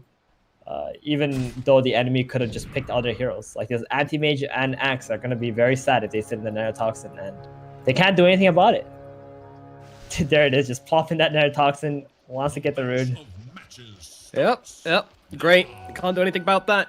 Alrighty, well, game gets started at last. The bounty runes get picked up 2 for 2, but it is all even starting things off here. The pressure is on Na'Vi to perform very well in this laning phase and try and carry that advantage through to the mid game, because Viking, once they start picking up on this match, then it's going to start to get real hard, real fast for the side of Na'Vi. A very mistakeless game is required here from Na'Vi. But, we know they can deliver that. If they're on the same similar form as they were in for example, ESL 1 Germany, when they managed to make the grand finals, I can easily see them winning this match if that team shows up today. But unfortunately, that team has not been so consistent throughout this tournament thus far. As I'm just going to start things out at bottom, throwing a couple of rocks across, and immediately just killing off that first creep wave very, very quickly to try and put some pressure onto VTune. Yeah, it's just going to be a farm fest here until Hermes just pulls a wave in front of the tier 1 tower bottom. And that's when the lane's going to get so much more difficult for Always on the Fly and VTune here. Very classic stuff going on. Iceberg already level 2 middle. Taking a look at the other lanes too right now. Boom, he's going to be pretty happy always having 10 stick charges available. He actually opted for the Empowered, not going for the Shockwave just to secure last hits against this Batrider in case he can't actually walk up. Yeah, fair amount of confidence there. Kind of just saying that, hey, I'm not going to need to sit back and shockwave. I can be in this creep wave. I'm not scared off this sticky napalm. And, well, so far so good for Boom. You know, he's doing all right. Kind of just trading here in this middle lane, so we'll keep an eye on how this one develops. Meanwhile, at the top, this Void's being bullied pretty badly. Solari also not doing super well in HP as they go in for the South cancel here, and we'll be able to get it off onto Shad. Shad is not having a good time up here as Roger in general getting very, very aggressive onto this faceless Void lane down with the Fire Spirits. He's already used that South, don't forget. There's not another one available, so it's all about the tangos now, but Roger maybe getting a little bit too deep, but at the same time, they can't really finish him off here because they just don't have the catch. Yeah, it's actually a very annoying lane for Faceless Void. Fighting into the axe here. Celery though. He is gonna chase down Roger. Yeah, Celery getting a bit big for his boots here. In general, will chase him back and take a good amount of his HP in the process. So both of them kind of getting pretty low. But of course, Ogre Magi, he never really minds getting harassed too much. This guy has so much base HP regen that he's kind of fine taking a couple of hits here and there. I'm kind of surprised he didn't go for the Ignite. Normally, level 1, we see Ogres with the Ignite, and it's super value when it goes on to both of the enemy heroes. Does plenty of damage too. Going for that stun and Bloodlust instead. I mean, I can see the Bloodlust making sense with a Void, with a time lock, but at the same time, I don't think this Void really wants to be hitting heroes in this lane. Yeah, if you get spun on by the axe, it's gonna be very, very painful. Celery taking a lot of damage here. Roger with the sweep forwards here with the Icarus dive. Do they have enough to take him down? Yes, they do. Down he goes. Celery will be the first blood. Meanwhile, Shad gets a time walk away from General, but has lost his supports. This lane really starting to get tough already. Straight off the bat here in the top lane for Viking. Yeah, and this lane does not get any easier for them whatsoever. Phoenix also gained that first blood. This axe was already free farming. Now the Phoenix is going to be very farmed as well with that kill. Top lane, absolutely disaster for them. They do have a healing salve from the Ogre. You can give it to the Void, but the Void's having such a hard time just walking up into the creep wave. Getting earned up too now. Earn on the axe. Okay. Yep. Earn plus battle hunger. That is not something you want to be playing into. Good luck time walking that off, Shad. Maybe Ogre just wants to try and get some pulls going, but Roger's doing such a great job at just living in this jungle, making sure Ogre can't do that. Yep, just consistently throwing down the pressure. The Void's actually queued up a Midas, so this guy kind of knows that I'm not getting much of a lane here. I'm just going to kind of buy my Midas and recover from that way. But Batrider got the 4-minute rune. It's a regen on Iceberg. Just pretty much a farm fest mid lane so far. I mean, Magnus realizing the wave is in front of the Batrider's tower is like, okay, never mind. Time to go jungle. Got that level 3 in power. He's pretty happy. Just going to stay here for a while. Iceberg is going to be pretty much free farming in the mid lane. Going for that boost of travels. If anybody makes any aggression, bottom actually Toby. Pretty low here, and they will be able to finish the job with the Purifying Flames from Always Want to Fly. Never underestimate the Oracle level 3. It always results in a kill as far as I've seen. And down goes another Viper dead. Yep, and Anti-Mage didn't even need to blink into him. Viper only has... Celery getting run down here. Icarus dive forwards from Roger, just staying on top of the Ogre Magi, though he might be able to grab the bounce route. Oh, value. Got it. So when you type the worth in all chat. Yeah. That was the goal all along. I mean, that bounty did provide more gold for his team, but it did give a little bit of experience the way of Axe and the Phoenix for him dying. And Shad having to TP back home. Oh, this is so bad for him. Level 4 Void, TPing back to base. Now has to make the walk of shame. Celery gonna TP back top, gonna try and soak up whatever XP he can in this lane. You know, bad. Can we give any credit to the Void for not having died in this top lane? Like, is that a consolation prize? It's kind of hard to kill a carry, right? If he just doesn't farm. True. He has 15 last hits. No man. Iceberg's TPing in. They're looking at Toby. They're looking at Aramis. Aramis goes in with a kickback and the roll away, but unfortunately leaves his Viper. And I think Toby could be in some trouble as Iceberg's starting to run him down, gets on top of him with the large stacks of sticky napalm. And there is nothing Toby can do but get cooked up into a nice Viper stew by Iceberg. Kill down in the bottom lane. A nice rotation in from the Batrider. Oof, this is... The Viking are actually just losing 3 lanes straight up. I mean, Mag mid is pretty much a wash at this point. He's just jungling anyway. And he's done a pretty good job at not getting wrecked by the Batrider. But these 2 side lanes are just so atrocious. I'm just trying to think like how... Oh, Viking top shot. Oh, Oh, no. He just came back to the lane. He just made the long walk, and now he's going to have to make it all over again. Well, he does have the TP, actually, when he respawns, at the very least, but goodness gracious, this is... does not want to go top. He does not want to go top at all. That's a level 5 axe. Void only 4.5. He literally has nothing to do against his axe in this lane anymore. So he's actually going to TP mid. And this is the best decision he could make. This is actually the best lane that he can be in, yeah. Level 5, he might just skill up the time dilation. So Iceberg doesn't really have any kill threat on him. And then he's just going to try to jungle on the both sides. It's a bit crowded in Viking jungle because Boom is in there too, but he has no other option but to wait for creep waves to come into him and just farm up. Iceberg, understanding that, is just going to try to control this wave the best that he can. So Shad can only get a few last hits, if ever. 17 last hits. Viper also 18 last hits. Oh my goodness. This is a completely dominating laning phase from Na'Vi. We'll see how Viking come back from this. I mean, on the bright side, Boom is just farming away in the jungle. He's going for this Blink Dagger. He wants to try and hit a decent timing and give his team at least some timing to work towards and try and make a play with to drag themselves back into this game, because right now things are looking a little bit dire. Yeah, man, Shad, I mean, he's come to mid just to watch the creeps. It's very sad. It is. He wants to give the space to Boom first. Like, Boom doesn't want to just sacrifice himself and give Void all the jungle creeps. Oh no, the sad Shad's about to get a whole lot sadder as he does manage to get off the time walk at the very last second here, but Roger still dragging him down, although the TPs are coming across. Boom comes over with the skewer. Might be enough to bring down Roger here. Can Roger get himself away? No, he cannot. The kill actually goes to Viking instead, and Shad survives. Very, very nice from Viking. Yeah. At level 5, he skilled that time dilation and made it so Iceberg could not use that sticky napalm to actually kill Shad off.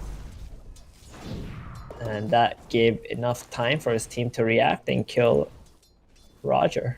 And that's the lasso used too. It's a very long cooldown spell this early into the game, and you kind of want to be getting kills if you're using lasso on Iceberg at this point. He is going to have boots of travels. It's going to be very big. Yeah, he will have that very quick timing. But do you think Na'Vi should have made that play onto the Void? Like, should they not have just been happy with the fact that they were dominating this mid lane, or do you think it was necessary to make the play onto the Void? Oh, it was a good play. It was a good attempt, right? Because they don't know if the Void actually has time dilation skilled up at that point.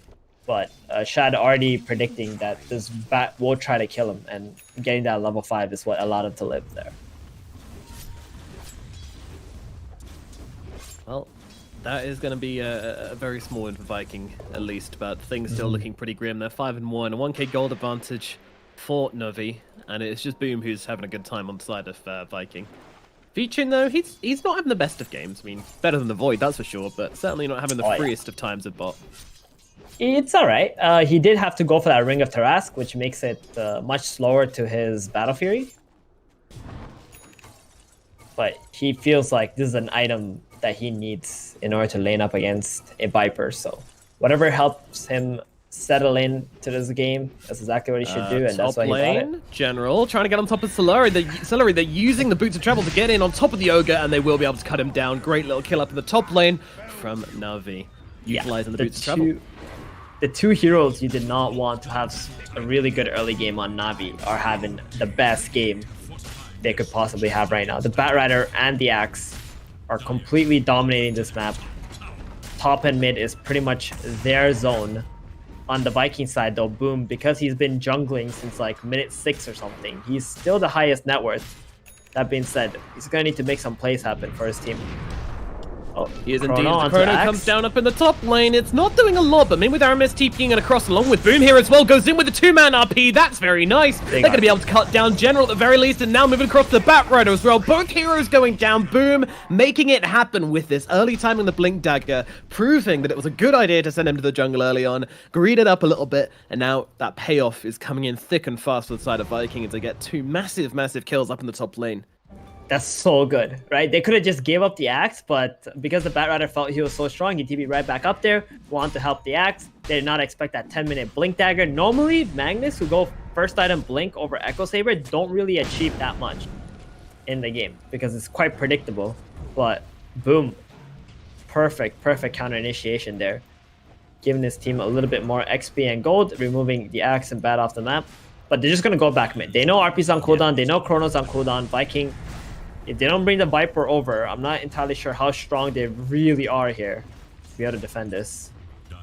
Yeah, Na'Vi, they don't want to slow this game down. They want to keep the pressure up. They want to keep the anti-mage nice and free, but a great little skewer back onto Nice Whiteflag here into the stun from Celery. Is it going to be enough, though, with the heals coming in from Roger? And that's actually a lot of return damage coming down onto Celery here. In comes the lasso. Yoink, come with me, child. We're going on a ride. Meanwhile, Zaramis in the same amount of trouble here as it turns back around. Now they drop the Supernova. Iceberg, he's trying to dodge out the Sunray, will not be able to do so. Sorry, the Shockwave as they turn around. The ultimate comes off from Roger here as the Supernova comes crashing down. He's actually sticking around. He's looking for the kill onto Boom here. Boom gonna turn around with the skewer, gets the kill. A little bit of an over-exaggeration from Roger there, but he still gets the kill. Worth it. He still gets the kill onto the Magnus. Viking lose 3, Na'Vi lose 2. A big old messy scrap in the middle lane. I mean, I don't know who kind of gets the victory here, Theban. Yeah, I'm not entirely sure either, but I think Viking were the ones who made the play. They got killed off because of the Phoenix Sunray onto the Batrider. That healed Iceberg just enough to be able to get that lasso off onto the Ogre and try to turn that fight around.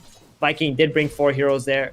They managed to trade on the side of Na'Vi. I think it's pretty worth it for Na'Vi overall.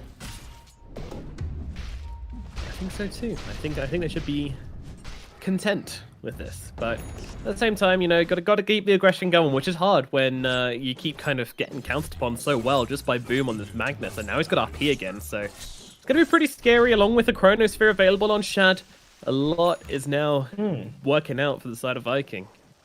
The more I look at this anti-mage, actually, V-Tune here, he's been farming this whole time, right, while that fight was happening. This Ring of Taras makes a lot more sense. Like, it allows you to go for that Claymore and the Broadsword before the Ring of Health. So you get this damage items, and you get this Ring of Taras much earlier without having to go to a secret shop. It's doing very well for him. He's quite farmed, and his team is making stacks for him too. He's able to farm this up with that damage you're getting from the Broadsword and the Claymore. It's nice. And now Na'Vi gonna make a smoke play here. They most certainly are. I did just want to ask quickly, why would he go for Ring of Trask over the Ring of Health? Because you can buy it much earlier. Yeah, it's cheaper. You can buy it earlier. It's good in the lane against the Viper, so you have that sustain available for you. And you won't have to go to that secret shop to be able to buy the Ring of Health also, which is kind of a big deal. General in the trees down at bottom. Celery knows there's someone around because his smoke got popped, so Viking, they just want to take that tower and get themselves out of there. In fact, they're not even going to stick around for the last hit onto the tower. They're going to let it be denied because they're just that scared of what Na'Vi have in the tank. Just going to deny up this bottom tower now. Don't want to have to deal with this pressure of constantly defending this, and Void is going to be very happy staying on the top side. Void, that Midas build, he's really hasn't taken a lot of farm away from Boom, right? Boom has been taking all of this, like whatever he wants, he's just taking it. He doesn't care. He realizes like he's actually the carry at the moment, because if he doesn't keep on scaling, he's not going to be able to create any space for the Void anyway. So he's taking, Shad is just like sucking it up. He's got this Midas. He knows he'll catch up once his team is strong first. So Shad is still taking all the crappy farm on the map that's, you know, kind of risky as well. And just giving Boom whatever he wants for the time being. Once Boom gets that Echo Saber, he's going to be very strong in terms of his damage output at least. He certainly is, yeah, he certainly is, and that's going to create more space. And also, if they want Void to shift into like maximum Giga Farm mode, then they can do that. They've got Bloodlust to throw on him, they've got Empower to throw on him, he's got Midas, like this guy, it's if they choose to enable his farm, which I'm sure they will very shortly, then Viking have a bullet train farmer on their team. Meanwhile, the Anti-Mage, you know, comparatively, probably going to be quite similar with his Battle Fury. You know, Anti-Mage just a naturally extremely fast farming hero, so it's going to be interesting to watch these two kind of go toe-to-toe on each other. It's definitely going to come down to the rest of the team and the plays they make across the map and just who has more space to play. At the moment, that is the Anti-Mage. And he's already got that Battle Fury too. Like he didn't have the best lane, but this build of his and really allowed him to be able to stay on top in this game. And they're trying to bait Iceberg at mid. They really are. Iceberg or Shad? They're both baiting each other. They're both Lasso. baiting each other. That's what we Don't know. lasso me. Oh, don't chrono me. Oh, no. Please, sir. Please, lasso me. No, I insist. Please chrono me. Both of them trying to bait out the other. No one really falling for it right now. Viking being very, very patient, as are Na'Vi. No one wants to make the move onto each other, so... You know, they both feel like, well, our carries are farming, so as long as there's 4 of us mid, and there's 4 of you mid, then we're happy. Yeah, and I think Shad is about to start taking like all the good farm now, especially since Boom has that Echo Saber complete. His next item is a BKB. That's going to be for like a very long time. He won't have that, so they're just going to start grouping up as 4 now on the side of Viking. This is their timing at the moment. They got the Atos, they got the Echo. Could be in trouble. V-Tune! He's walking into 4 heroes here. V-Tune is a if they big spot one. him, he's going to be in some real trouble, but thankfully, Boom doesn't notice this anti-mage walking just below him here, and that's gonna mean he's nice and safe. And Viking, they're just gonna start farming here. So these 4 heroes, which were smoked up, waiting for someone to come in this direction, they won't find anyone right now. Roger is still nearby, but they just don't have the vision down to really make these kinds of plays. And they're gonna go back to the top side. They know Viking have completely taken over this bottom area of the map. You really don't want to fight into this Magnus at the moment. He is hit his peak for like the next couple of minutes right here. And Na'Vi, I'm quite surprised they were not able to take this mid tower much earlier in the game with the kind of start that Iceberg and General had. If they were able to take this tier 1, their game right now would look so much easier. Yeah. But it's 18 minutes in almost, and the tower's still alive, and it's looking like it's going to be impossible to kill until this anti-mage is able to join them in a fight. Yeah, I think it comes down to these ultimates, you know, like because the Magnus had a pretty good time in the laning phase, he was able to get a decent time on the Blink Dagger, and then just pushing in the mid tower is incredibly difficult. I think that's what we've seen happening, especially with that supernova at mid earlier on. It's all very messy. The game's still very, very close. Na'Vi with the slight advantage still, but Viking with those ultimates, with the comeback potential, it's pretty high.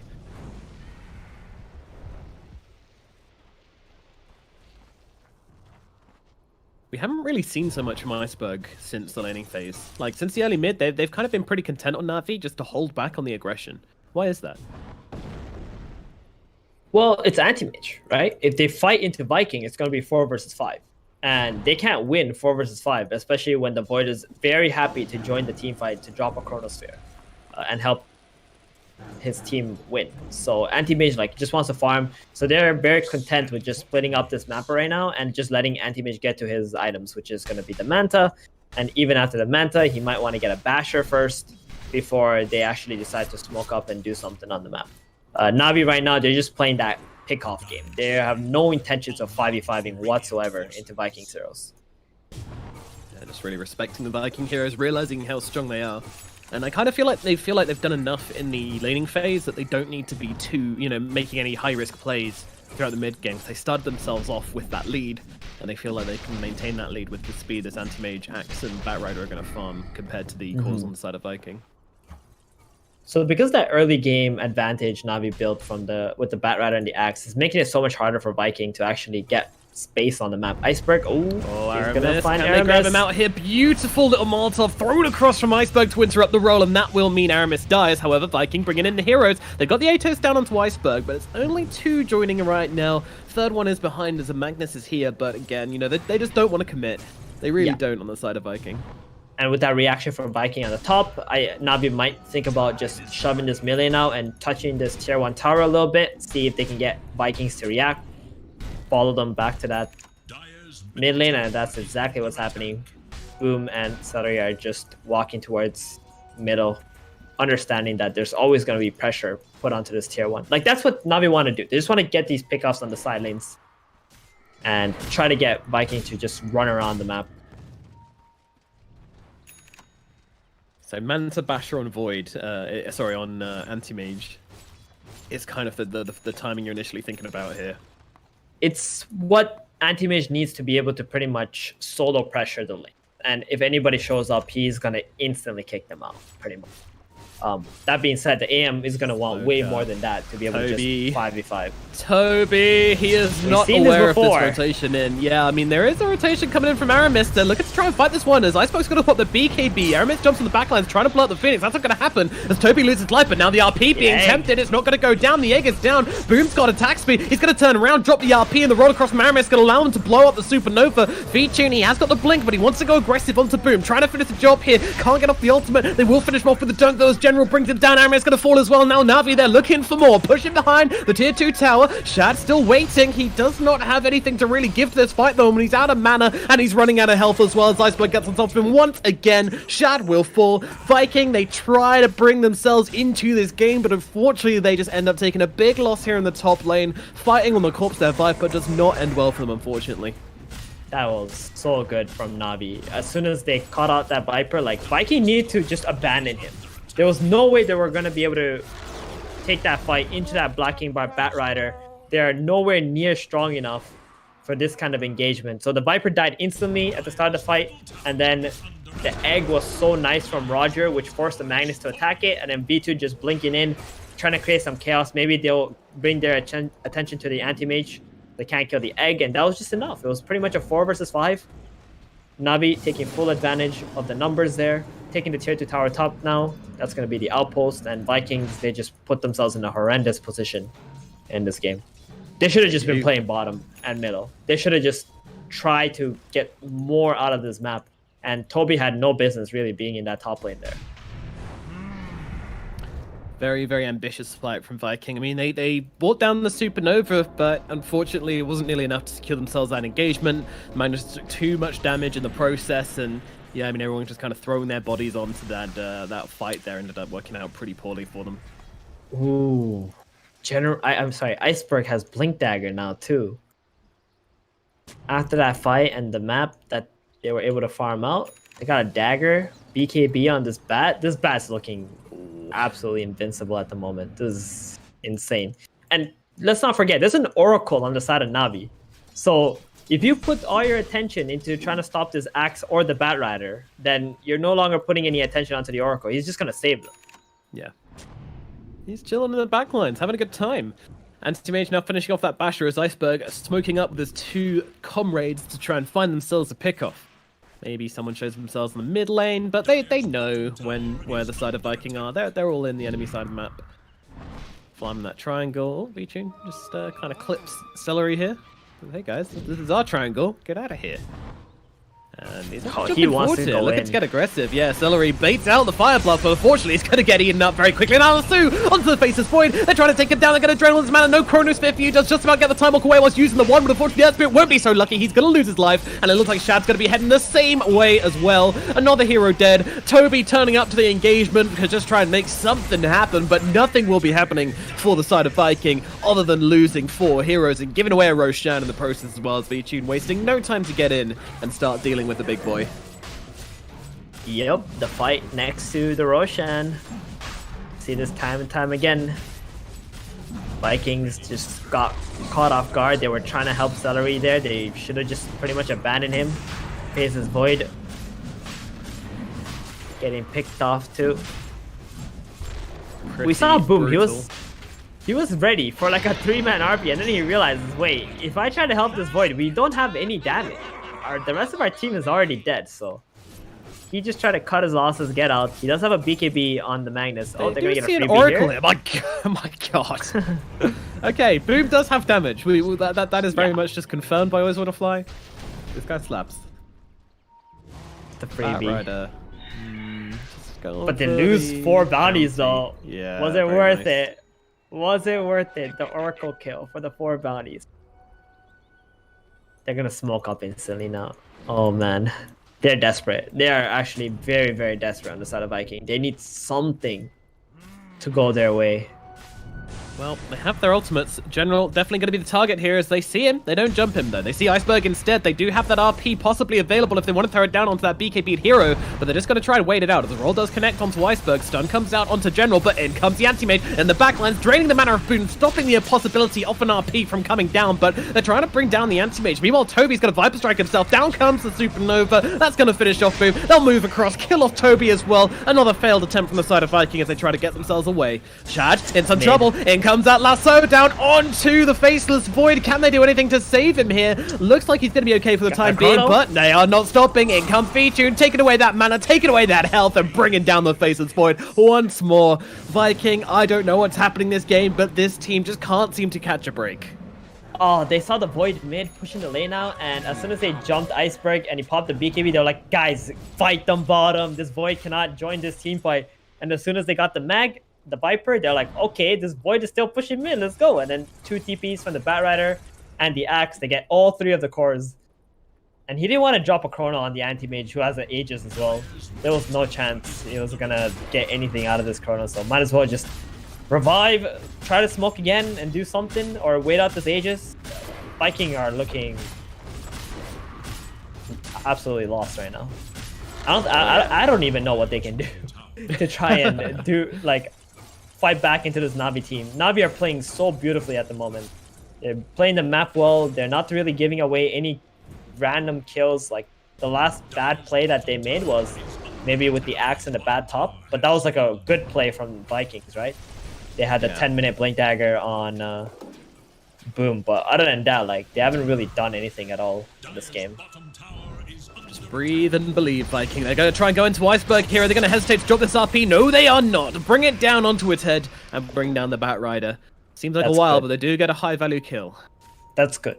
I can't help but feel like that's what they need to do all game. You know, just get 1 RP on 1 hero. Just try to buy some kind of time, like earlier on in the game. Maybe a Chrono 1 hero too, and just keep playing off that. And just chip away at Navi's map advantage. But right now, 40 seconds. Viking are going to be able to push this top out quite far and control this triangle. But as soon as Batrider's back alive, I think they're going to go attack Viking.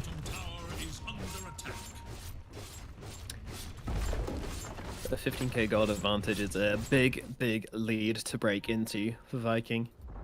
You mentioned, you know, that they do have this very fast farming Void, but unfortunately he is so far behind VENTUS. VENTUS is just a monster. He's got himself the Abyssal Blade. He's heading in towards the Butterfly now as well. The guy is just completely unchecked this game.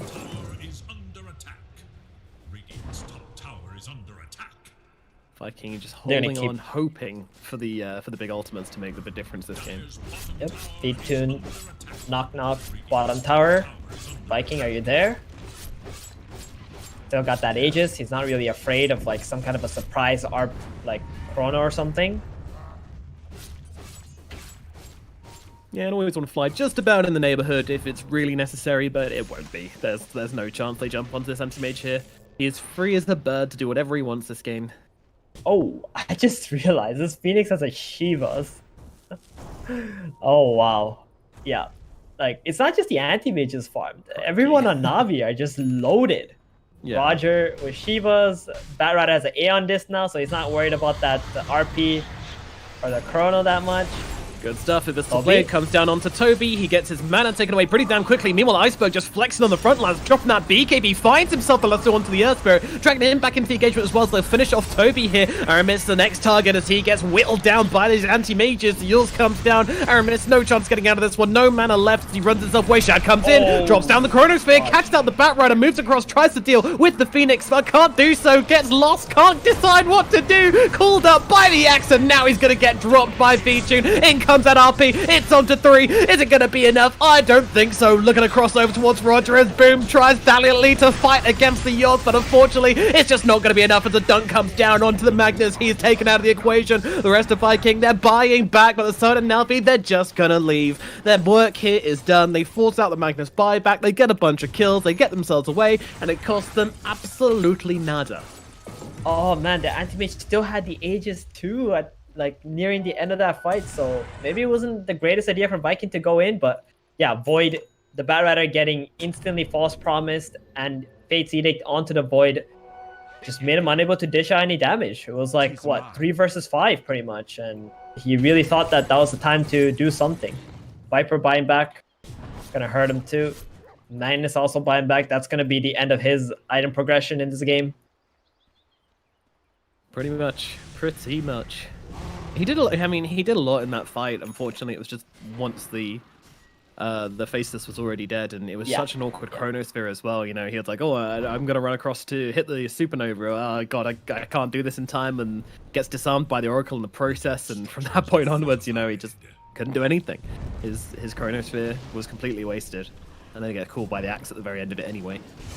Very sad. Abyssal Blade comes down onto the Viper, but they're going to try and make the counterplay onto the Anti-Mage there as the Skewer comes in. Boom going to pop the BKB to try and fight up into him, but the lasso comes down onto the Faceless Void. He's going to be the new target, or is he? As they actually back themselves away here on Na'Vi. Vici now jumping onto Shad. Shad gets a time walk back as they'll turn their attention towards the Mag instead. Mag getting very damn low as he is going to die. The Mana Void committed. There is a Magnetize coming down onto a bunch of heroes as Shad trying to find Always Want to Fly, but Always Want to Fly still surviving for the time being. Will die on that high ground, and actually the Phoenix goes down as well. 2 heroes down the side of Na'Vi. The Magnus down the side of Vikings are going to try and take this one.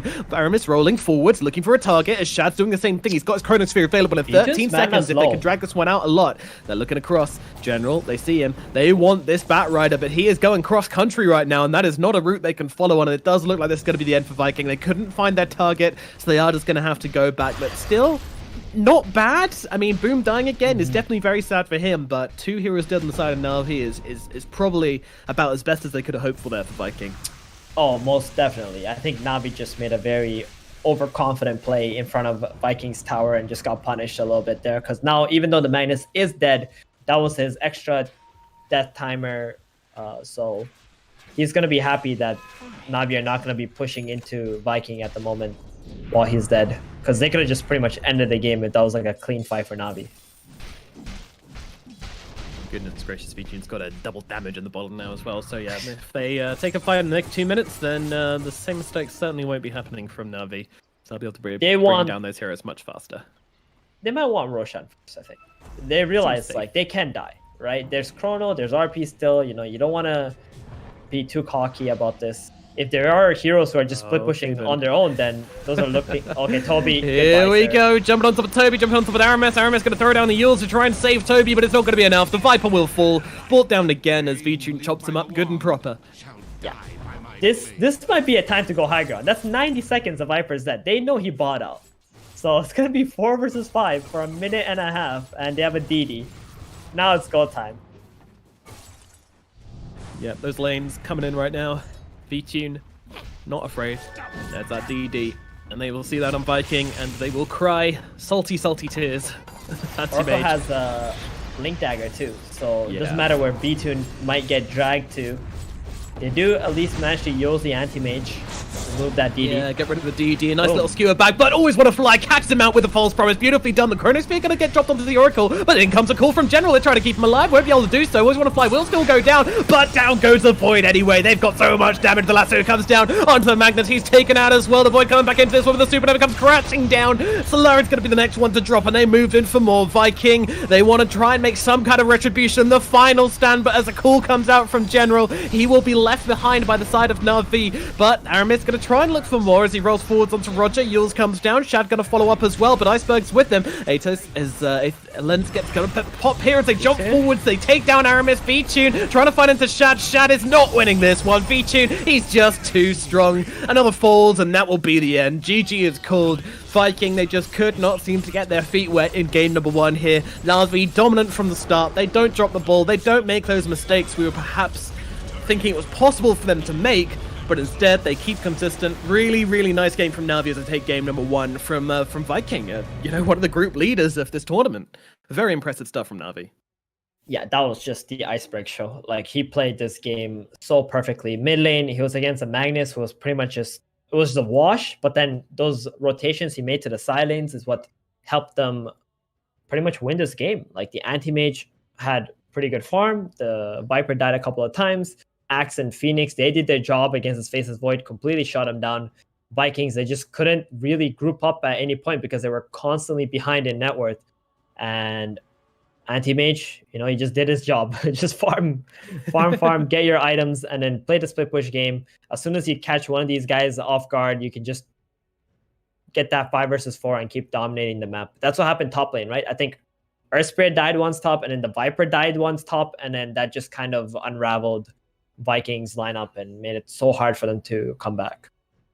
Yeah, the lanes were dominant, and then we actually saw Na'Vi kind of taking their foot off the gas a little bit, which was nice to see. They played it patiently. They realized that they didn't have to kind of risk themselves getting caught out by these big ultimates. They held back a little bit, and that was ultimately what allowed them to come through in this game. They trusted themselves, and that trust was well placed as Na'Vi were able to take this first game. Fantastic stuff from them. But we've had enough Dota for now. It is time for some adverts, but hopefully we'll have more Dota coming up after the break, along with a lovely, lovely panel. So we shall sit patiently and wait for that. We'll see you after those ads. Bye-bye. EGB, your esports betting world.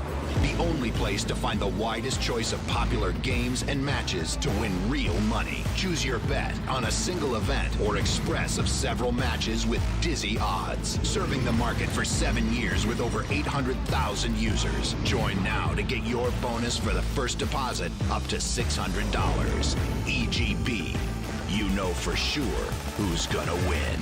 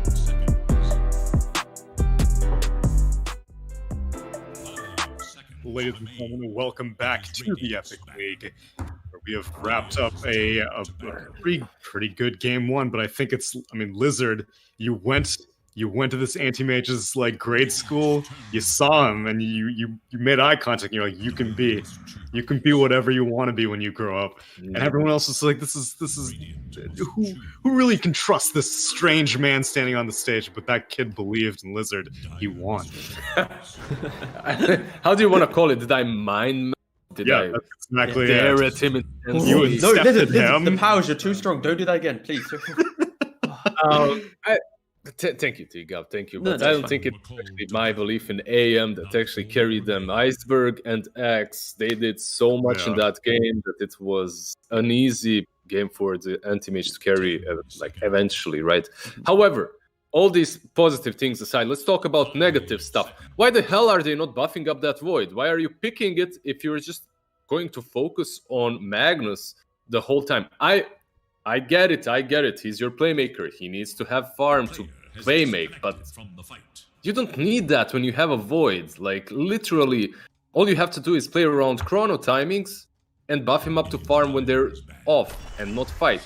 But, as T-Governor is most likely going to tell us, Navi did not allow them to do that. Right, T-Gov? Again, you're so psychic, and exactly that. They just didn't. And I think when I was analyzing the draft, I pretty much was favoring Viking, and I'd happily say right now that I was wrong with my analysis of that draft. I think Navi, there was so much pressure on this Bat Rider to play well, right? And we've mentioned that briefly. This Bat, he has to pop off for this game to go in Navi's favor, and he did that. Like Liz also mentioned, his active plays, his kind of unlocking the game, it gave them enough room that suddenly this Axe, when he got his Blink Dagger, he also went for a TridentZ Urn build, a little bit more fight orientated. They were able to apply this pressure.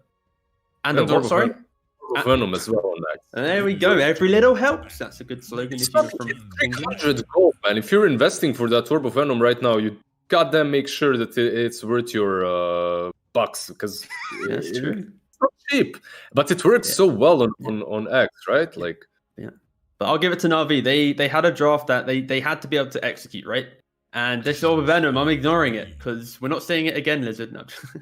But no, they had to execute, right? And they really did do it.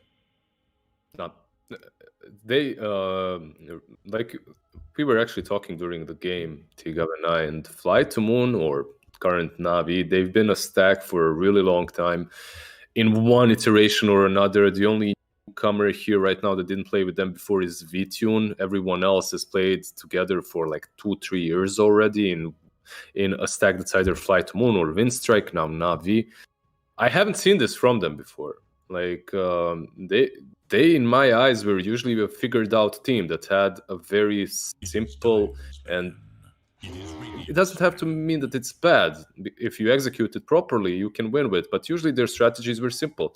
That's what they did in the first game of Viking versus Navi. For me, is mind-blowing. The way they played, reminiscent of Nigma, actually, for me, the most. And the way they play around Wii. And it was just a pleasure to watch, really.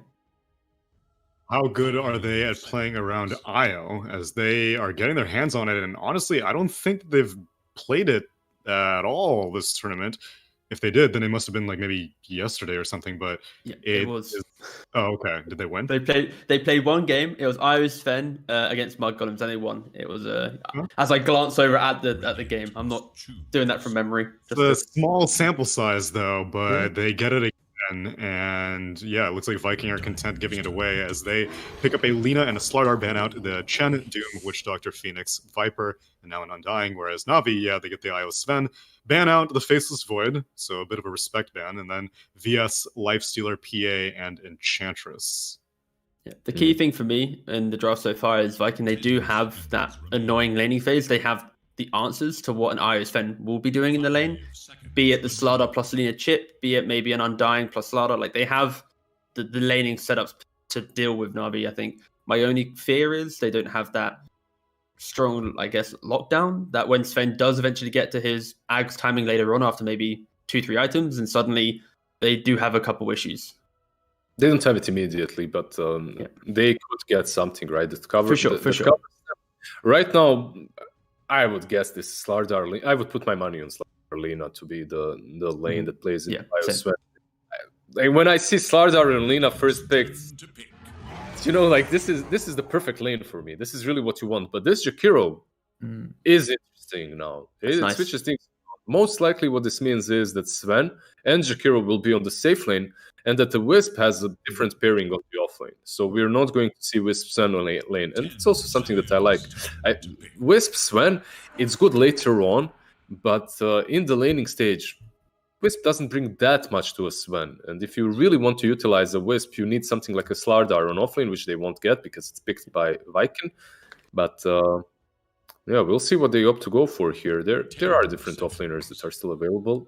Yeah, I think the key thing is with IO, you have the flex between the 5 and the 4. And I really like when teams identify that as a 5, you play better into like chip damage, that's like spells, and you can really trade like HP for mana. When you're against a Slardar, it's that constant aggression, and you're never really punishing the Slardar for going aggressive, right? It's built into him. So I like the fact that Na'Vi, they put this IO to enable the offlane, can have an aggressive dual lane now, and then you have this hero to enable that Sven. Okay, for Beastmaster. Beast, a BKB piercing stun, some push that they need together with Jakiro. It looks pretty solid. Is it the strongest combo with Wisp? No, it's not, but they'll make it work. It's also boar, dude. The boar. The overcharge. Here's the boar. Damn, overcharged. I got you. Okay, so one thing that I see problematic here for Na'Vi is they have this Wisp and Beastmaster. Actually, they have 4 strength heroes at the moment, but Wisp and it's Jakiro's strength. He is, right? Or he's intelligent. He's int, right? Okay, he's very PP. Phoenix, Snap, and IO. Phoenix. I wish Jakiro was strength. It'd make my life a lot easier playing support. Right? Like, no, he's in. He's in. But regardless, you still have Wisp and Beastmaster on the offlane versus the Undying, which with the boars, it does make your life a little bit easier, but still you're playing Wisp, Strength, Beastmaster Strength into Undying, with Decay, with Soul Rip. It can get hairy. You kill the boar with Soul Rip easily? Or no? I actually haven't worth tried. it? Realistically, is it worth it though? Like level 1 you won't. Maybe level 2, 3 you can, but that hill has probably more value just coming into the lane, especially with a Spectre lane where it's just kind of like survive dagger spam. There might be moments where the dagger connects, it's low, and then you might soul rip it just to kill it anyways, but from 100 to 0. This Undying Spectre lane as being the more dominant one as opposed to the IO Beastmaster. I mean more in the regards of they have that ability to push out the wave and exist. They're not going to be like winning it and dominating it. They're just like, oh, well, you can't really kill us. The key thing is if Beastmaster, well, sorry, not if, when he eventually gets his Necro book, how does an Undying Spectre realistically stop that push? It doesn't really happen unless this mid hero really comes in and rotates and has that pressure. I completely agree. Your Spectre is... You don't use the Soul Rip in this lane to kill off the boars or whatnot. You just use every bit of mana that you have to heal up the Spectre and just keep that lane in status quo until you have to bail it as Spectre with that first Blade Mail or whatever. So I think they'll be fine, but eventually they'll have to probably bail unless Na'Vi makes some crucial mistakes with Wisp and Beast, which is it's looking rough to do, really. The last time they're in this position on RV, they picked a puck, and it was like the idea of just full aggression. And I really like the idea of just having, obviously, you see the bans from Viking, the Storm, the DP, these sort of simplified Na'Vi's lineup, but any kind of puck, not co-op, but just a hero that just wants to be really in your face and just set the tempo of the game, I think would be amazing for Na'Vi. I was actually doing this series yesterday when they played Wisp and Sven and Puck, and it looked pretty solid. The lane for Puck was also extremely good, so keep that in mind. They There go it for is. Puck yesterday when they picked Puck.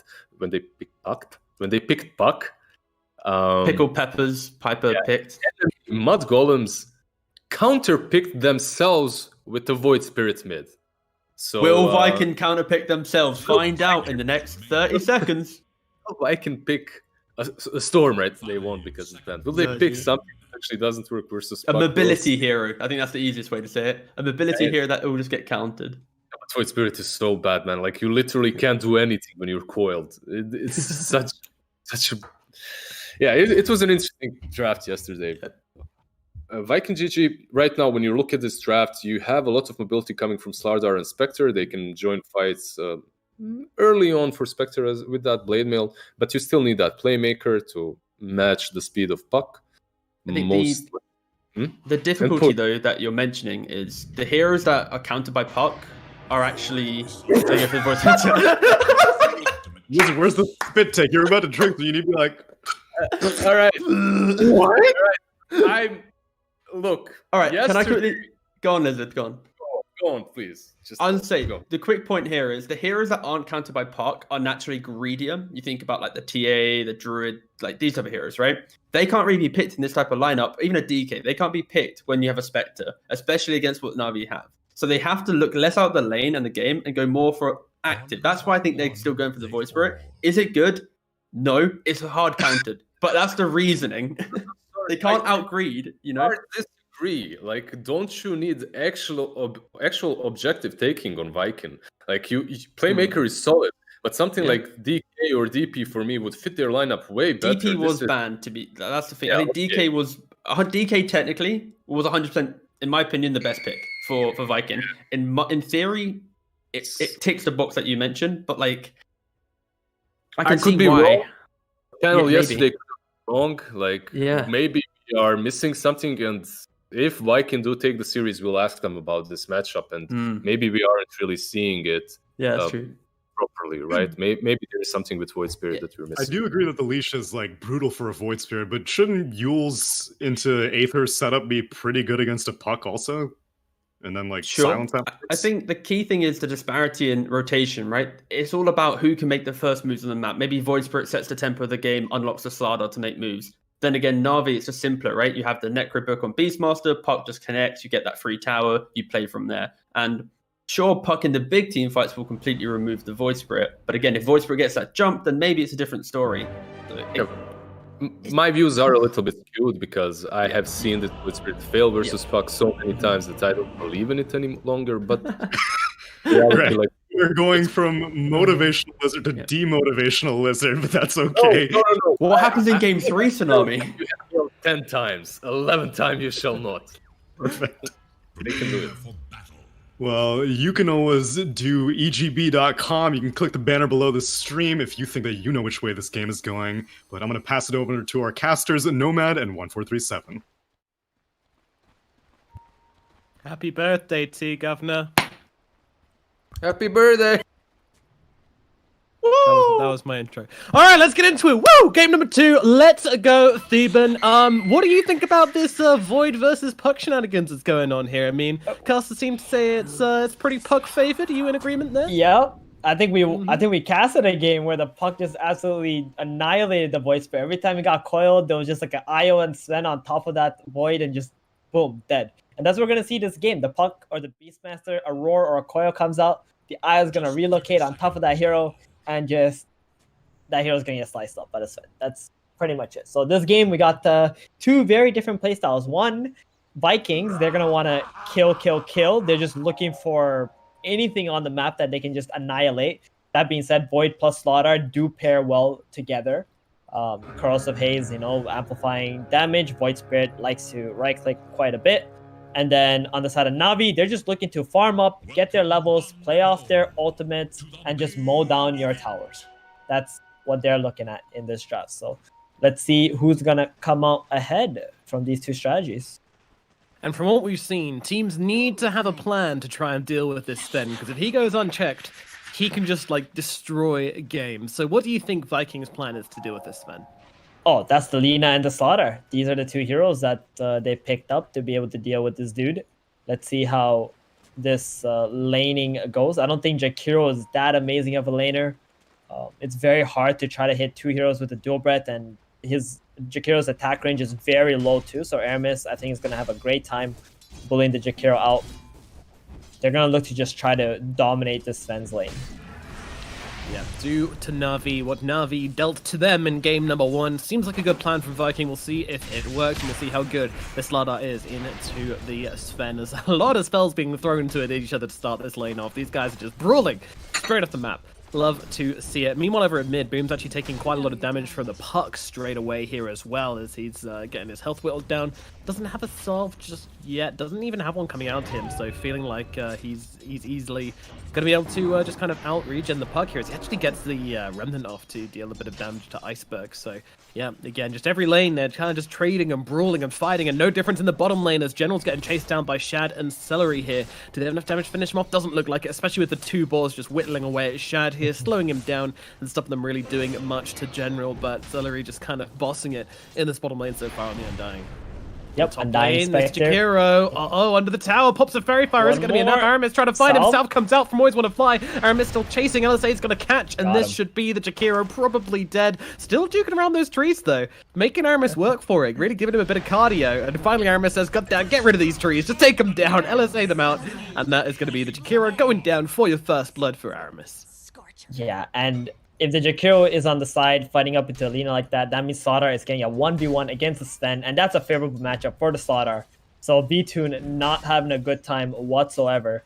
Both matchups, the 5 and the 4, and then the 3 and the 1 is just favorable for Vikings. So this lane is looking real lost for them until there's a rotation that comes up, maybe from the puck or the IO.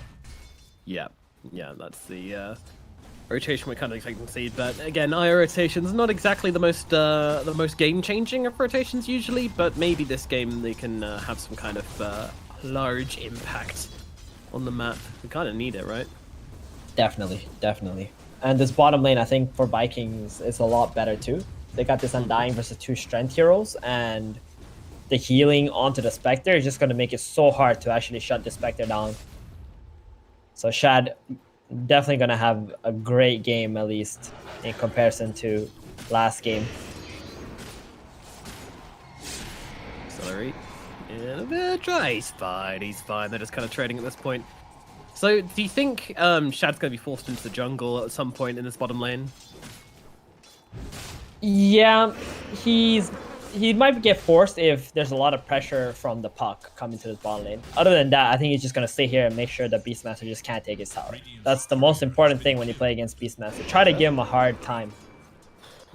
Getting pretty low on the IO there, but yeah, Celery not able to quite finish the job. Doesn't really finish heroes off. Undying generally just chases them and is trying to be as annoying as possible, which he's doing very well. So Roger, what are you doing, buddy? He comes flying back into his death. Oh dear. Celery is getting his revenge this game for last one. That Ogre game, he was just bullied around as an Ogre is just not fun, and this time he's literally zoning out the eye on the Beastmaster on his own. The Spectre is just beyond free farm at this point. Yeah, it's actually pretty insane how little pressure that's been put on, but that is the Undying. He is a very strong lane support. But Na'Vi though, their game plan is when they group up together, right? When they buff up the Sven.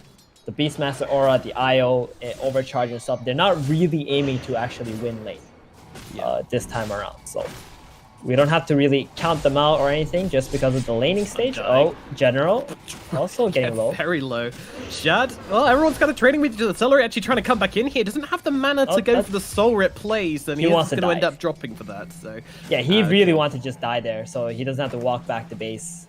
Now he can bring Spectre's items, some healing salve, mangoes, as well to the bottom lane, and that's going to allow them to have more kill threat onto the IO and the Beastmaster.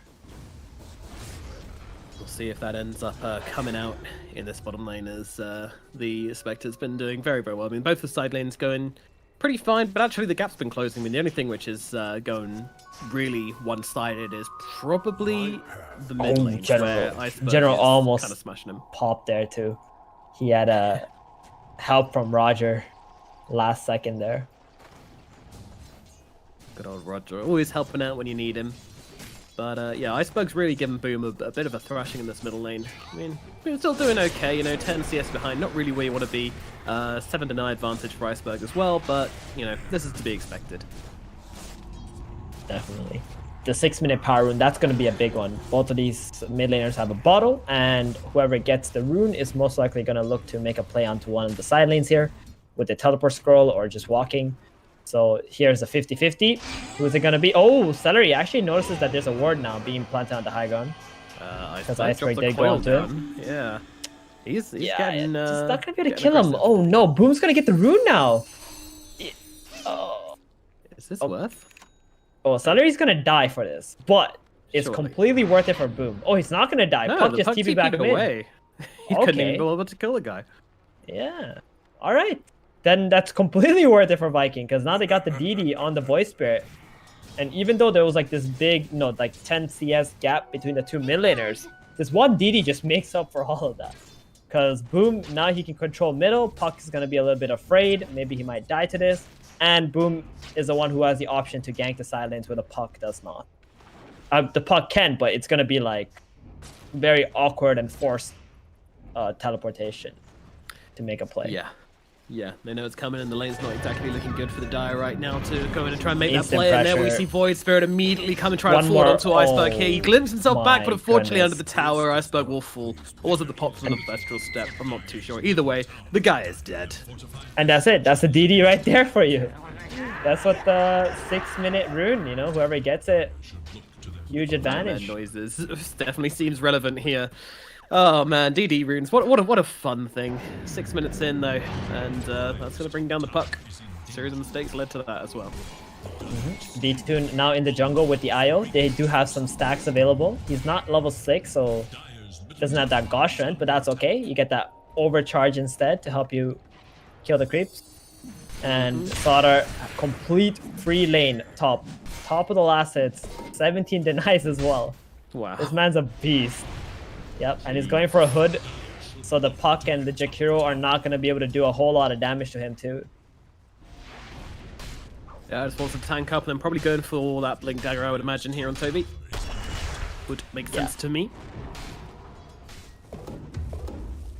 Viking, I mean, with that kill mid, I think they pretty much like won all 3 of the lanes at this rate. I guess bottom, he's done a really good job on general to catch back up, but if they can't take this bottom tower, this Beastmaster doesn't really mean anything.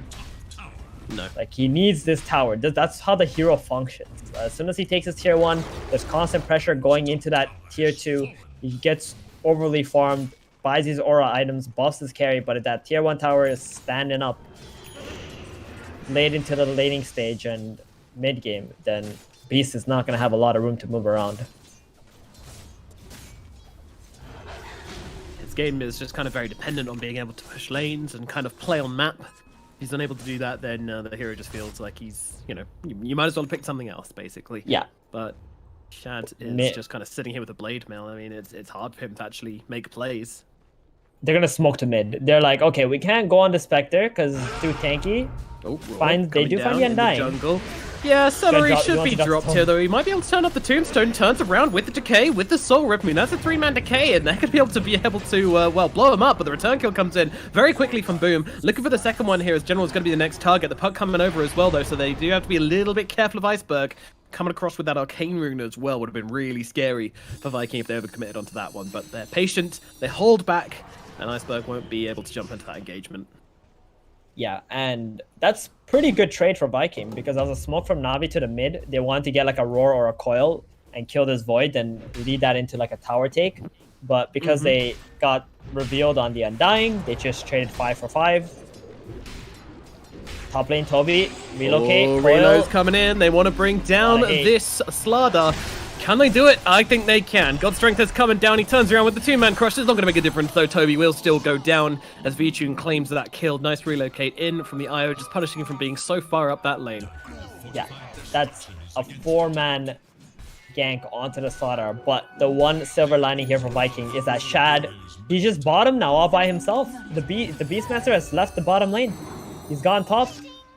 He wants another home, and that means his tower bottom is just not going to die.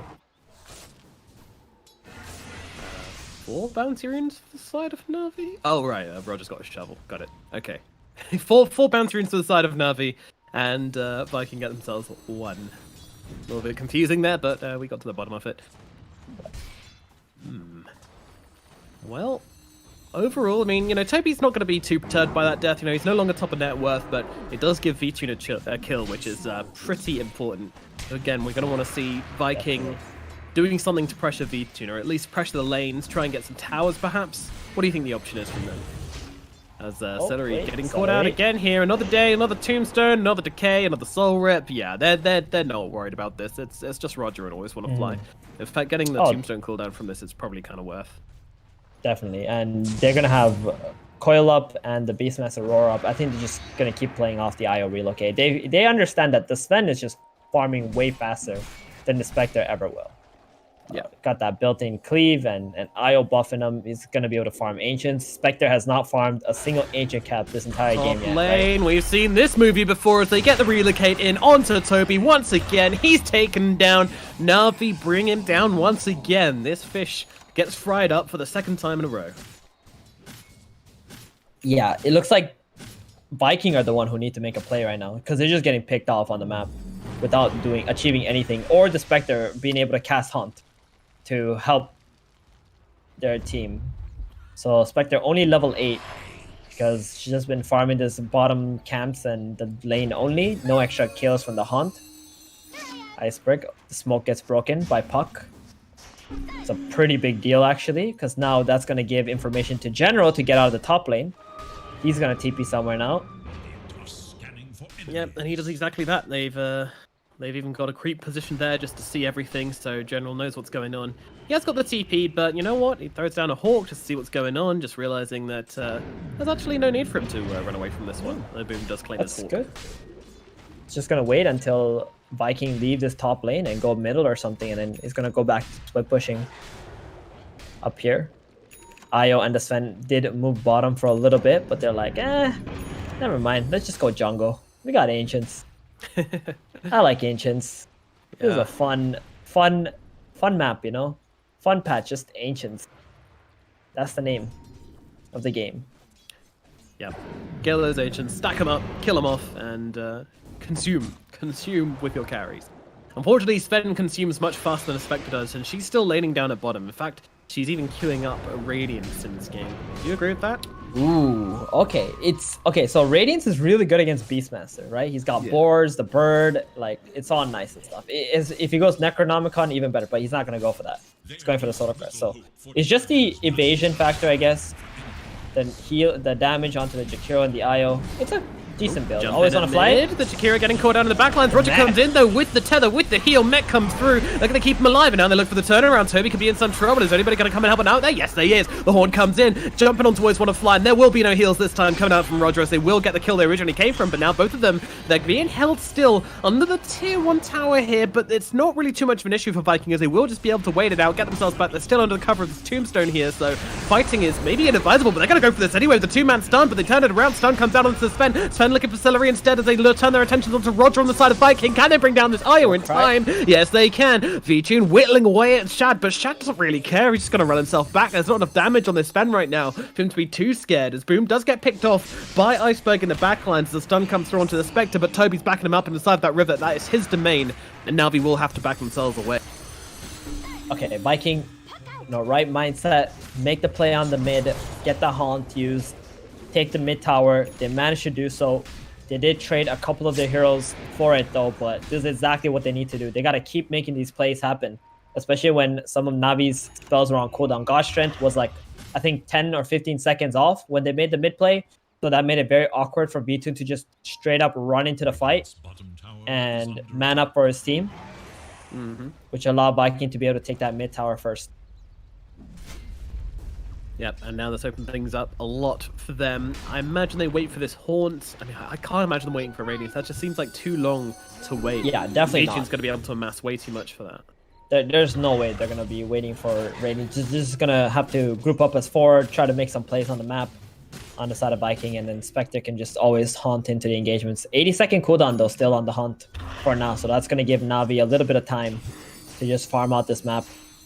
Sven going for an Aghanims next, not the BKB. BKB, I guess, not super amazing here, because you are fighting into Sodar, the Corrosive Haze, and maybe the Ags is just really nice against this Yule's Void Spirit. Just go to him. Burst him first in the fight, or even the Lina, just being able to get on top of her. It's really nice. Yeah, and as well, it gives you the mobility to follow up on the Puck's initiation, because Puck with his Blink Dagger with his Orb often wants to go quite deep with his Dream Cores, and if you can get the cast range on this Stormhammer and of course the Superman effect, you can just kind of follow up on that, which is, I think, really strong. Micro synergy. Yeah, like that word. 6-6 is the scoreline. A 3k gold advantage for Na'Vi as VENTUS farms up a storm in this game. The pressure really is on Viking to make these plays with this next horse. Always on the fly. Rest in pepperonis, sir. Oh boy, there he goes. Yep, just a level 6 Jakiro. Very sad. Like, Yeah. this is the moment in the game where I'm wondering, like, what was the point of Jakiro? Like, I feel like there's so many better position 5s in the game, you know? I'm a Jakiro lover. I love this hero, right? It's one of my most played heroes. And this hero is just so bad right now. It just feels so bad. And his build is like level 3 dual breath, ice patch, no liquid fire, so can't really like peck at towers or something too. So it just feels terrible to play this hero right now. Like, if they're gonna win this game, Na'Vi, it's not gonna be because of Jakiro, it's definitely because of Io Sven and how crazy strong this combo is. Yeah, and it's kind of feeling like similar to last game, except no one really hard won the laning phase this time. There was a bit of an advantage for Na'Vi at mid and a bit of advantage for Viking on the side lanes, but in the end it didn't really mean much, and both teams are kind of just laying their hands off each other in the early mid as they both kind of farm up and hit a couple of these timings.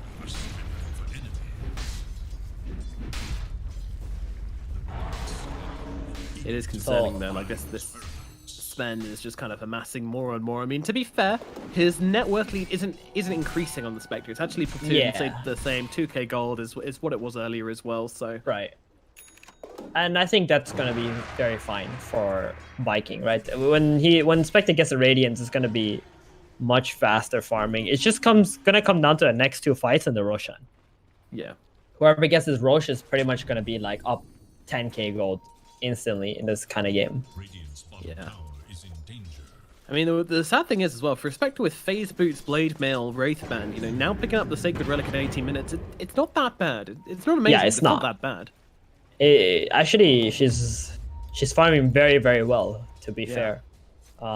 2 and 0, just maybe wants like another kill or two that could have made this Radiance a little bit faster, pretty much. Shad did a great job in this game, just holding down bottom, you know, making sure this Beastmaster can't take this tower, while Viking's other cores were able to farm up. I think I see this a lot, actually, with Shad. Like, he's willing to sacrifice himself in the early, like, not take the fastest possible farming routes so that he can hold down some area and make sure the enemy can't take it, while Boom and Toby are smoke up. Na'Vi, Iceberg Seeds, Aramis here might want to just drop this Lina as quickly as possible because the team's doing Roche right behind her. Can they finish the job though? The heal comes in from the Undying, saw it through, but the Axes will finish the job along with the flames from Always Want to Fly. A buyback from the Lina, they know how important this is. VENTUS enters the fight, he's just picked up the second and looking to bring somebody down, but he's going to get stunned up and chain locked by the Slardar. The coil is on it, but he's going to turn around and tear apart Toby. My goodness, see you later, buddy. Meanwhile, Always Want to Fly having problems with Chad in the backlands, who pops the horn to get across, and now they turn around. They're going to focus everything onto this Sven. They just turn around and destroy him. VENTUS is gone, and now they look for more. Chad leads a charge, but it's on to Boom. It gets roared up by General. General just wants to get themselves out of this one. The Iceberg is looking for a little bit of harassment here. He's trying to play around with them as he's going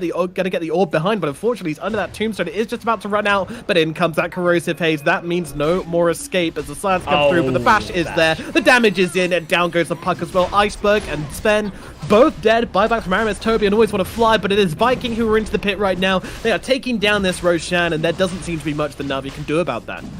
Nope, and they're gonna get this Aegis. That was a fight without Radiance too, and Always Want to Fly. Oh, that's a dieback, sir. Goodbye. Do we say it? We get 1 per series. Every caster gets 1 per series when you cast Na'Vi. I think I'm gonna do it. More like Always Want to Die. Am I right, guys? There we go. I know, I heard it 1,000 times, I'm very sorry, but it's got to be done. Roger, meanwhile, he's getting his pretzels twisted right now by Toby. He's just continuing to go forward, but actually Sven's looking for a bit of retribution. Get off my IO. He's there to empower me, not you. And he kills off Toby. Aramis, meanwhile, he's hanging around maybe in the wrong neighborhood as the puck's going to TP himself across. Of course, going to get dropped here onto the Lina. Na'Vi looking for a bit of counter-aggression. They might have lost this Aegis, but they're going to be able to bring down a couple of heroes in response. A bit sloppy there from Viking. And that's a mid tower gonna be lost for Vikings. That's 2 heroes with no buybacks. They both died back there. So Toby a little bit overly aggressive with the boundary room plays and like putting himself in a very awkward position. Spectre does not have the Radiance, but she has no intentions of fighting into this 4 heroes mid while 2 of her teammates are dead for 30 more seconds. Yeah, and in the last team fight, one thing to mention was the tombstone by Celery was so good, right? It was like on this hill here in the medium camp area, and Navi just couldn't do anything. Viking just played around that. So then as soon as he walked into the area of the tombstone, like he slowed, and there's so much vision on him, they just jumped him all at once. This flesh golem is also not a joke for Sven to deal with. Like if he gets hit by that, that amplification is insane. 25% damage amplification from all sources. So he will die very quickly. It hurts. It really does hurt. You don't want to mess around with Celery when he pops into that ultimate form. Well, all things said and done, a bit of an interesting one, but with Shad completing this Radiance, you know, I kind of feel like this Haunt is now the timing for Viking, and I think we're about to see some action coming on the map for them. Na'Vi are the ones which will have to play reactively, I would imagine, especially with this relocate actually just being used at top, so definitely feels like Viking have a free invitation to try and go for a play here. Do you agree? Yeah, they do. This Radiance Aegis, like, Shad really wants to show this off right now. Yeah, here we go. Boom's leading the charge. Of course, Na'Vi are ready. They are not going to get caught out by this too easily. At least if they can get some vision off with this.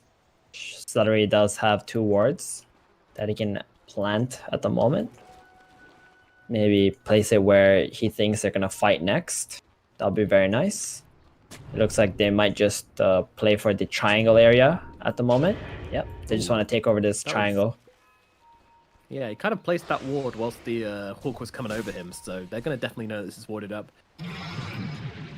Yeah, and meanwhile, Shad with his Aegis can just sit top lane, protect this tier 2 tower, has that dragon scale, a little bit of extra armor against Beastmaster Sven.